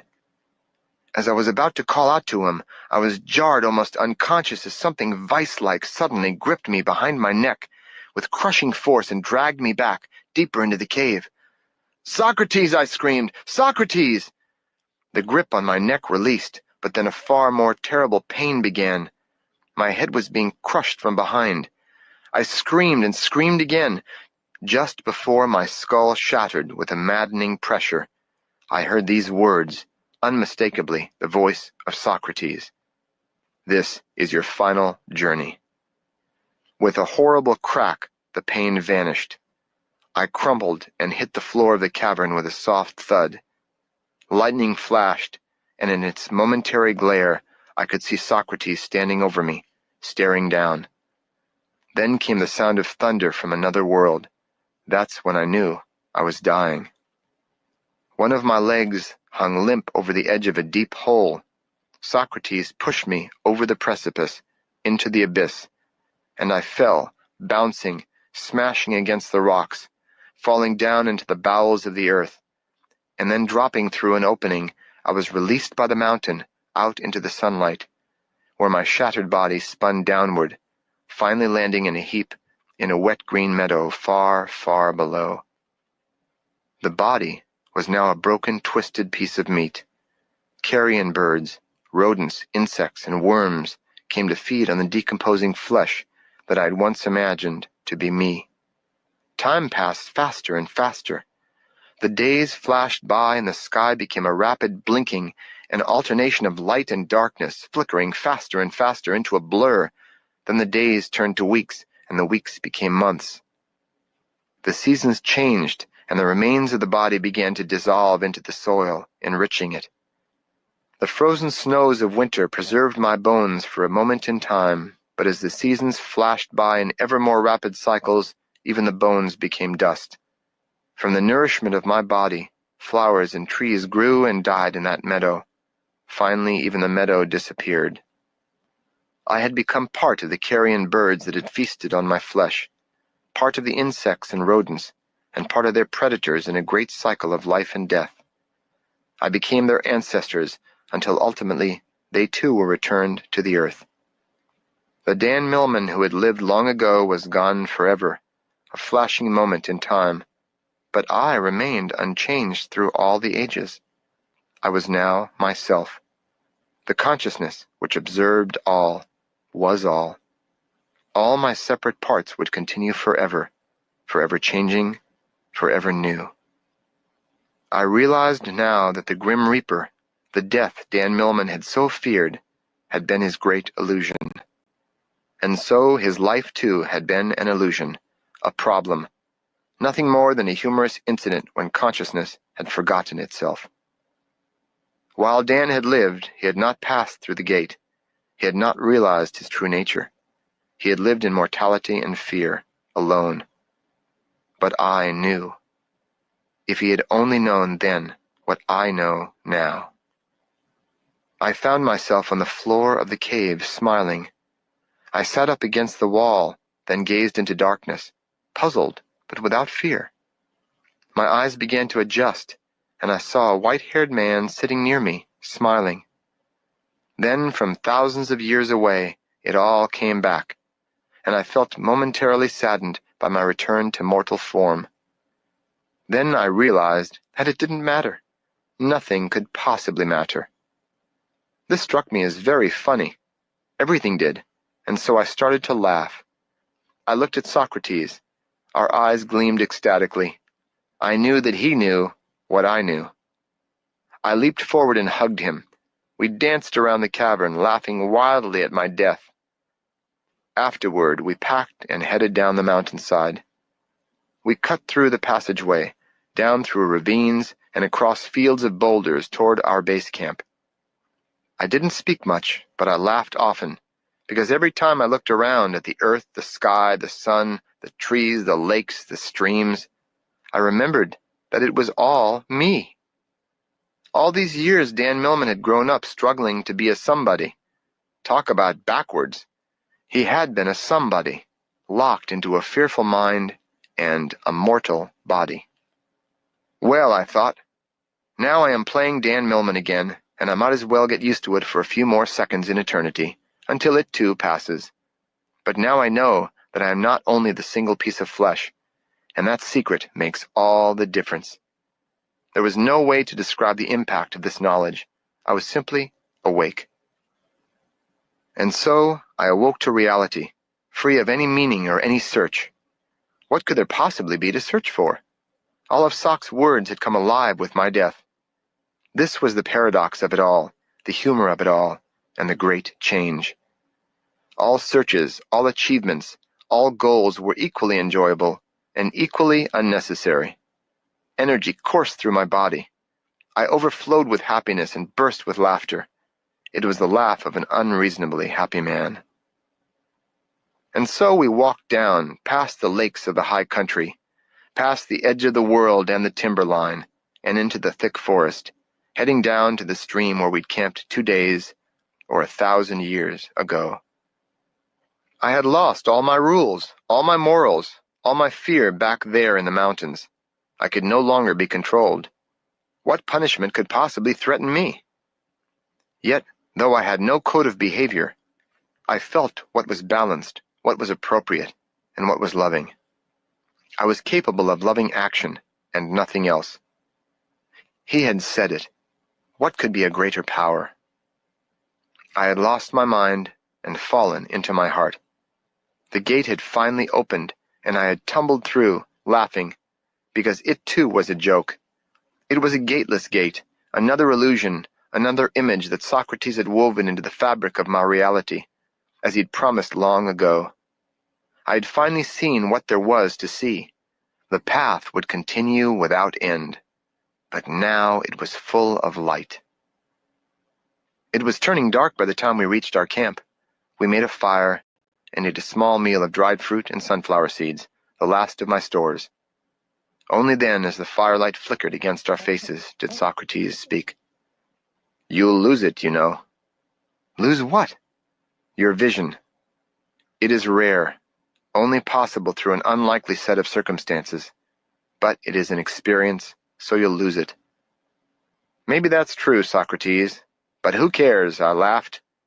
"I've also lost my mind and can't seem to find it anywhere."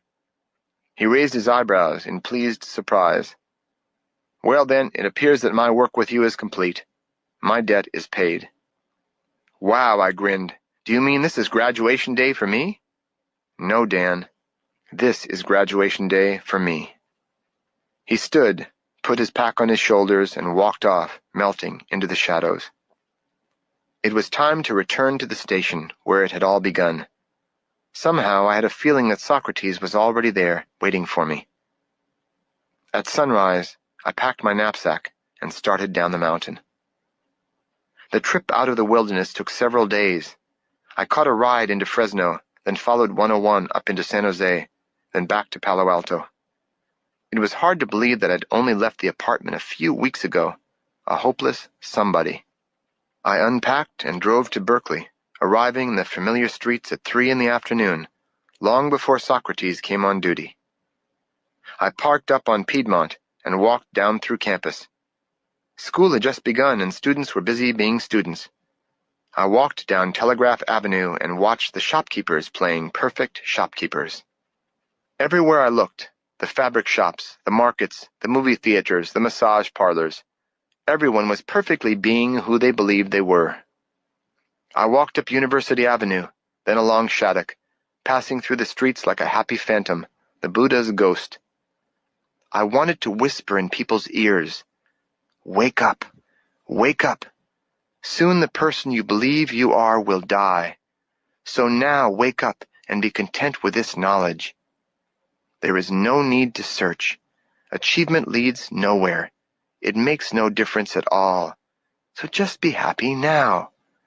Love is the only reality of this world, because it is all one, you see. And the only laws are paradox, humor, and change. There is no problem, never was, and never will be. Release your struggle, let go of your mind, throw away your concerns, and relax into the world. No need to resist life. Just do your best. Open your eyes and see that you are far more than you imagine. You are the world. You are the universe. You are yourself, and everyone else, too. It's all the marvelous play of God. Wake up, regain your humor. You are already free. I wanted to say it to everyone I met, but if I had, they might have considered me deranged or even dangerous. I knew the wisdom of silence. The shops were closing. In a few hours it would be time for Sock's shift at the station. I drove to the hills, left my car, and sat on a cliff overlooking the bay. I looked down upon the city of San Francisco in the distance, and at the Golden Gate. I could feel it all, the birds nestled in their nests in the woods of Tiburon, Marin, and Sausalito. I felt the life of the city, the lovers embracing, the criminals at work, the social volunteers giving what they could. And I knew that all of it, the goods and the bads, the highs and the lows, the sacred and the profane, were all a perfect part of the play. Everyone played their roles so well, and I was all of it, every smidgen of it.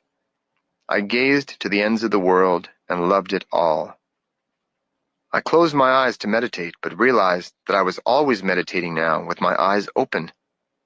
After midnight, I drove into the station. The bell clanged my arrival. Out of the warmly lit office came my friend, a man who looked like a robust 50-year-old, slim, leathery, graceful. He came around to the driver's side, grinning, and said, "Fill her up?" "Happiness is a full tank," I answered, then paused. Where had I seen or heard that saying before? What was it I needed to remember? While Socrates pumped gas, I did the windows. Then I parked the car behind the station and entered the office for the last time. It was like a holy place for me, an unlikely temple. Tonight the room seemed electrified. Something was very definitely up, but I had no idea what. Socrates reached into his drawer and handed me a large notebook, cracked and dried with age. In it were notes written in a careful, finely wrought hand. "This is my journal, entries of my life since I was young. It will answer all your unasked questions. It is yours now, a gift. I've given everything I can. Now it's up to you. My work is done, but you have work still to do." "What could possibly remain?" I said, smiling. "You will write and you will teach. You will live an ordinary life, learning how to remain ordinary in a troubled world to which, in a sense, you no longer belong. Remain ordinary and you can be useful to others." Socrates rose from his chair and aligned his mug carefully on the desk next to mine. I looked at his hand. It was shining, glowing brighter than ever before. "I'm feeling very strange," he said in a tone of surprise. "I think I have to go." "Is there anything I can do?" I said, thinking he had an upset stomach. "No." Gazing into space, as if the room and I no longer existed, Socrates walked slowly to the door marked "Private," pushed it open, and stepped inside. I wondered if he'd be all right. I sensed that our time in the mountains had drained him, yet he was shining now as never before. As usual, Socrates didn't make sense. I sat there on the couch and watched the door, waiting for his return.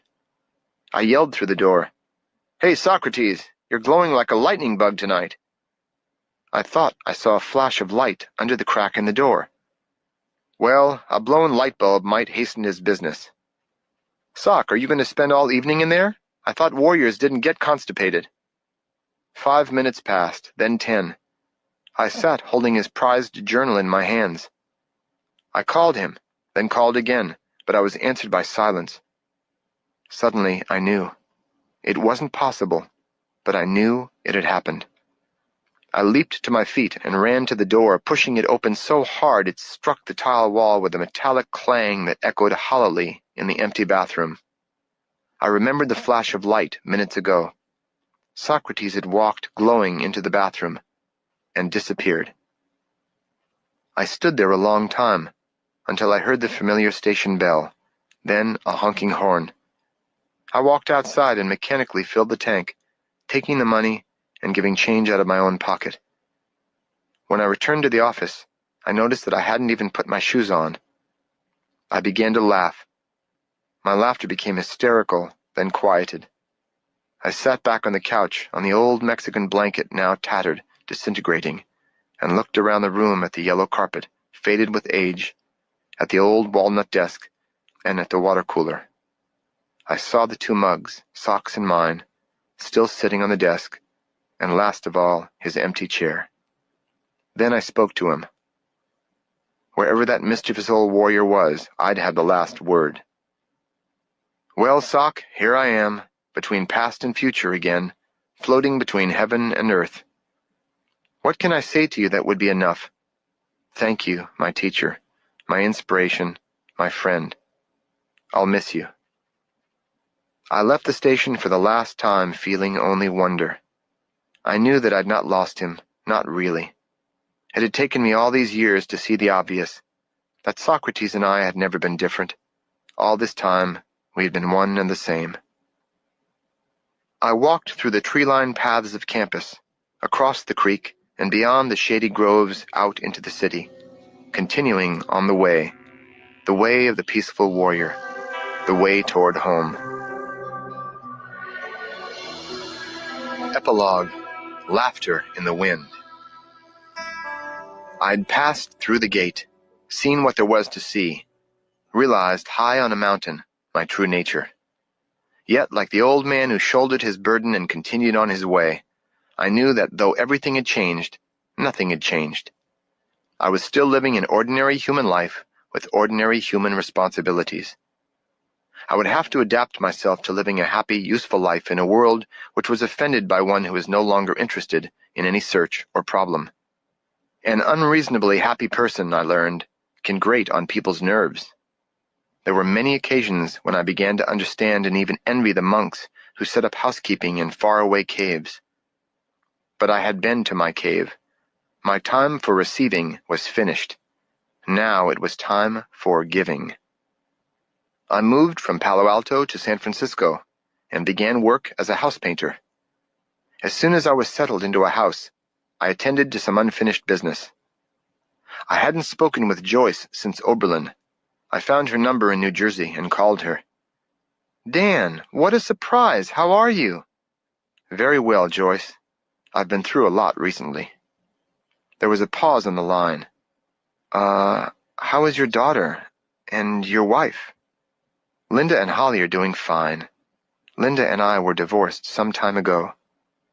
"Dan," there was another pause. "Why did you call?" I took a deep breath. "Joyce, I want you to come to California and live with me. I have no doubts at all about you, about us. There's plenty of room here." "Dan," Joyce laughed, "you're going much too fast for me. When do you propose this little adjustment should take place?" "Now, or as soon as you can. Joyce, there's so much to tell you, things I've never told anyone. I've held in for so long. Will you call me as soon as you've decided?" "Dan, are you sure of this?" "Yes, believe me, and I'll be waiting here every evening for your call." About 2 weeks later, I received a call at 7:15 p.m. "Joyce, I'm calling from the airport." "From Newark Airport? You're leaving? You're coming?" "From San Francisco Airport. I've arrived." For a moment, I didn't get it. "San Francisco Airport?" "Yes," she laughed. "You know that landing strip south of the city? Well, are you going to meet me, or shall I hitchhike?" In the days that followed, we spent every free moment together. I'd quit my painting job and was teaching in a small gymnastics studio in San Francisco. I told her about my life, much as it is written here, and all about Socrates. She listened intently. "You know, Dan, I get a funny feeling when you tell me about that man, as if I know him." "Well, anything's possible," I said, smiling. "No, really, like I knew him. What I never told you before, Danny, is that I left home just before starting high school." "Well," I responded, "that's unusual, but not too strange." "The strange part is that the years between my leaving home and coming to Oberlin are a complete blank in my memory. And that's not all. At Oberlin, before you came, I remember having dreams, very strange dreams, about someone like you, and about a white-haired man. And my parents, Danny." Her large, luminous eyes opened wide and filled with tears. "My parents always called me by my nickname." I held her shoulders and looked into her eyes. In the next moment, like an electric shock, a place in our memories opened up as she said, "My nickname was Joy." We were married among our friends in the mountains of California. It was a moment I would have given anything to share with a man who had begun it all, for both of us. Then I remembered the card he had given me, the one I was to use if I ever really needed him. I figured now was the time. I slipped away for a moment and walked across the road to a small mound of earth, overlooking the woods and rolling hills. There was a garden there, with a single elm tree, almost hidden among the grape arbors. I reached into my wallet and found the card there among my other papers. It was dog-eared, but still glowing. "Warrior Incorporated, Socrates Proprietor, specializing in paradox, humor, and change. Emergencies only." I held it in both hands and spoke softly. "All right, Socrates, you old wizard, do your stuff. Come visit us, Soc." I waited and tried again. Nothing happened. Nothing at all. Only a gust of wind. My disappointment surprised me. I had held to a secret hope that he might somehow return. But he wasn't coming. Not now. Not ever. My hands dropped to my sides, and I looked down at the earth.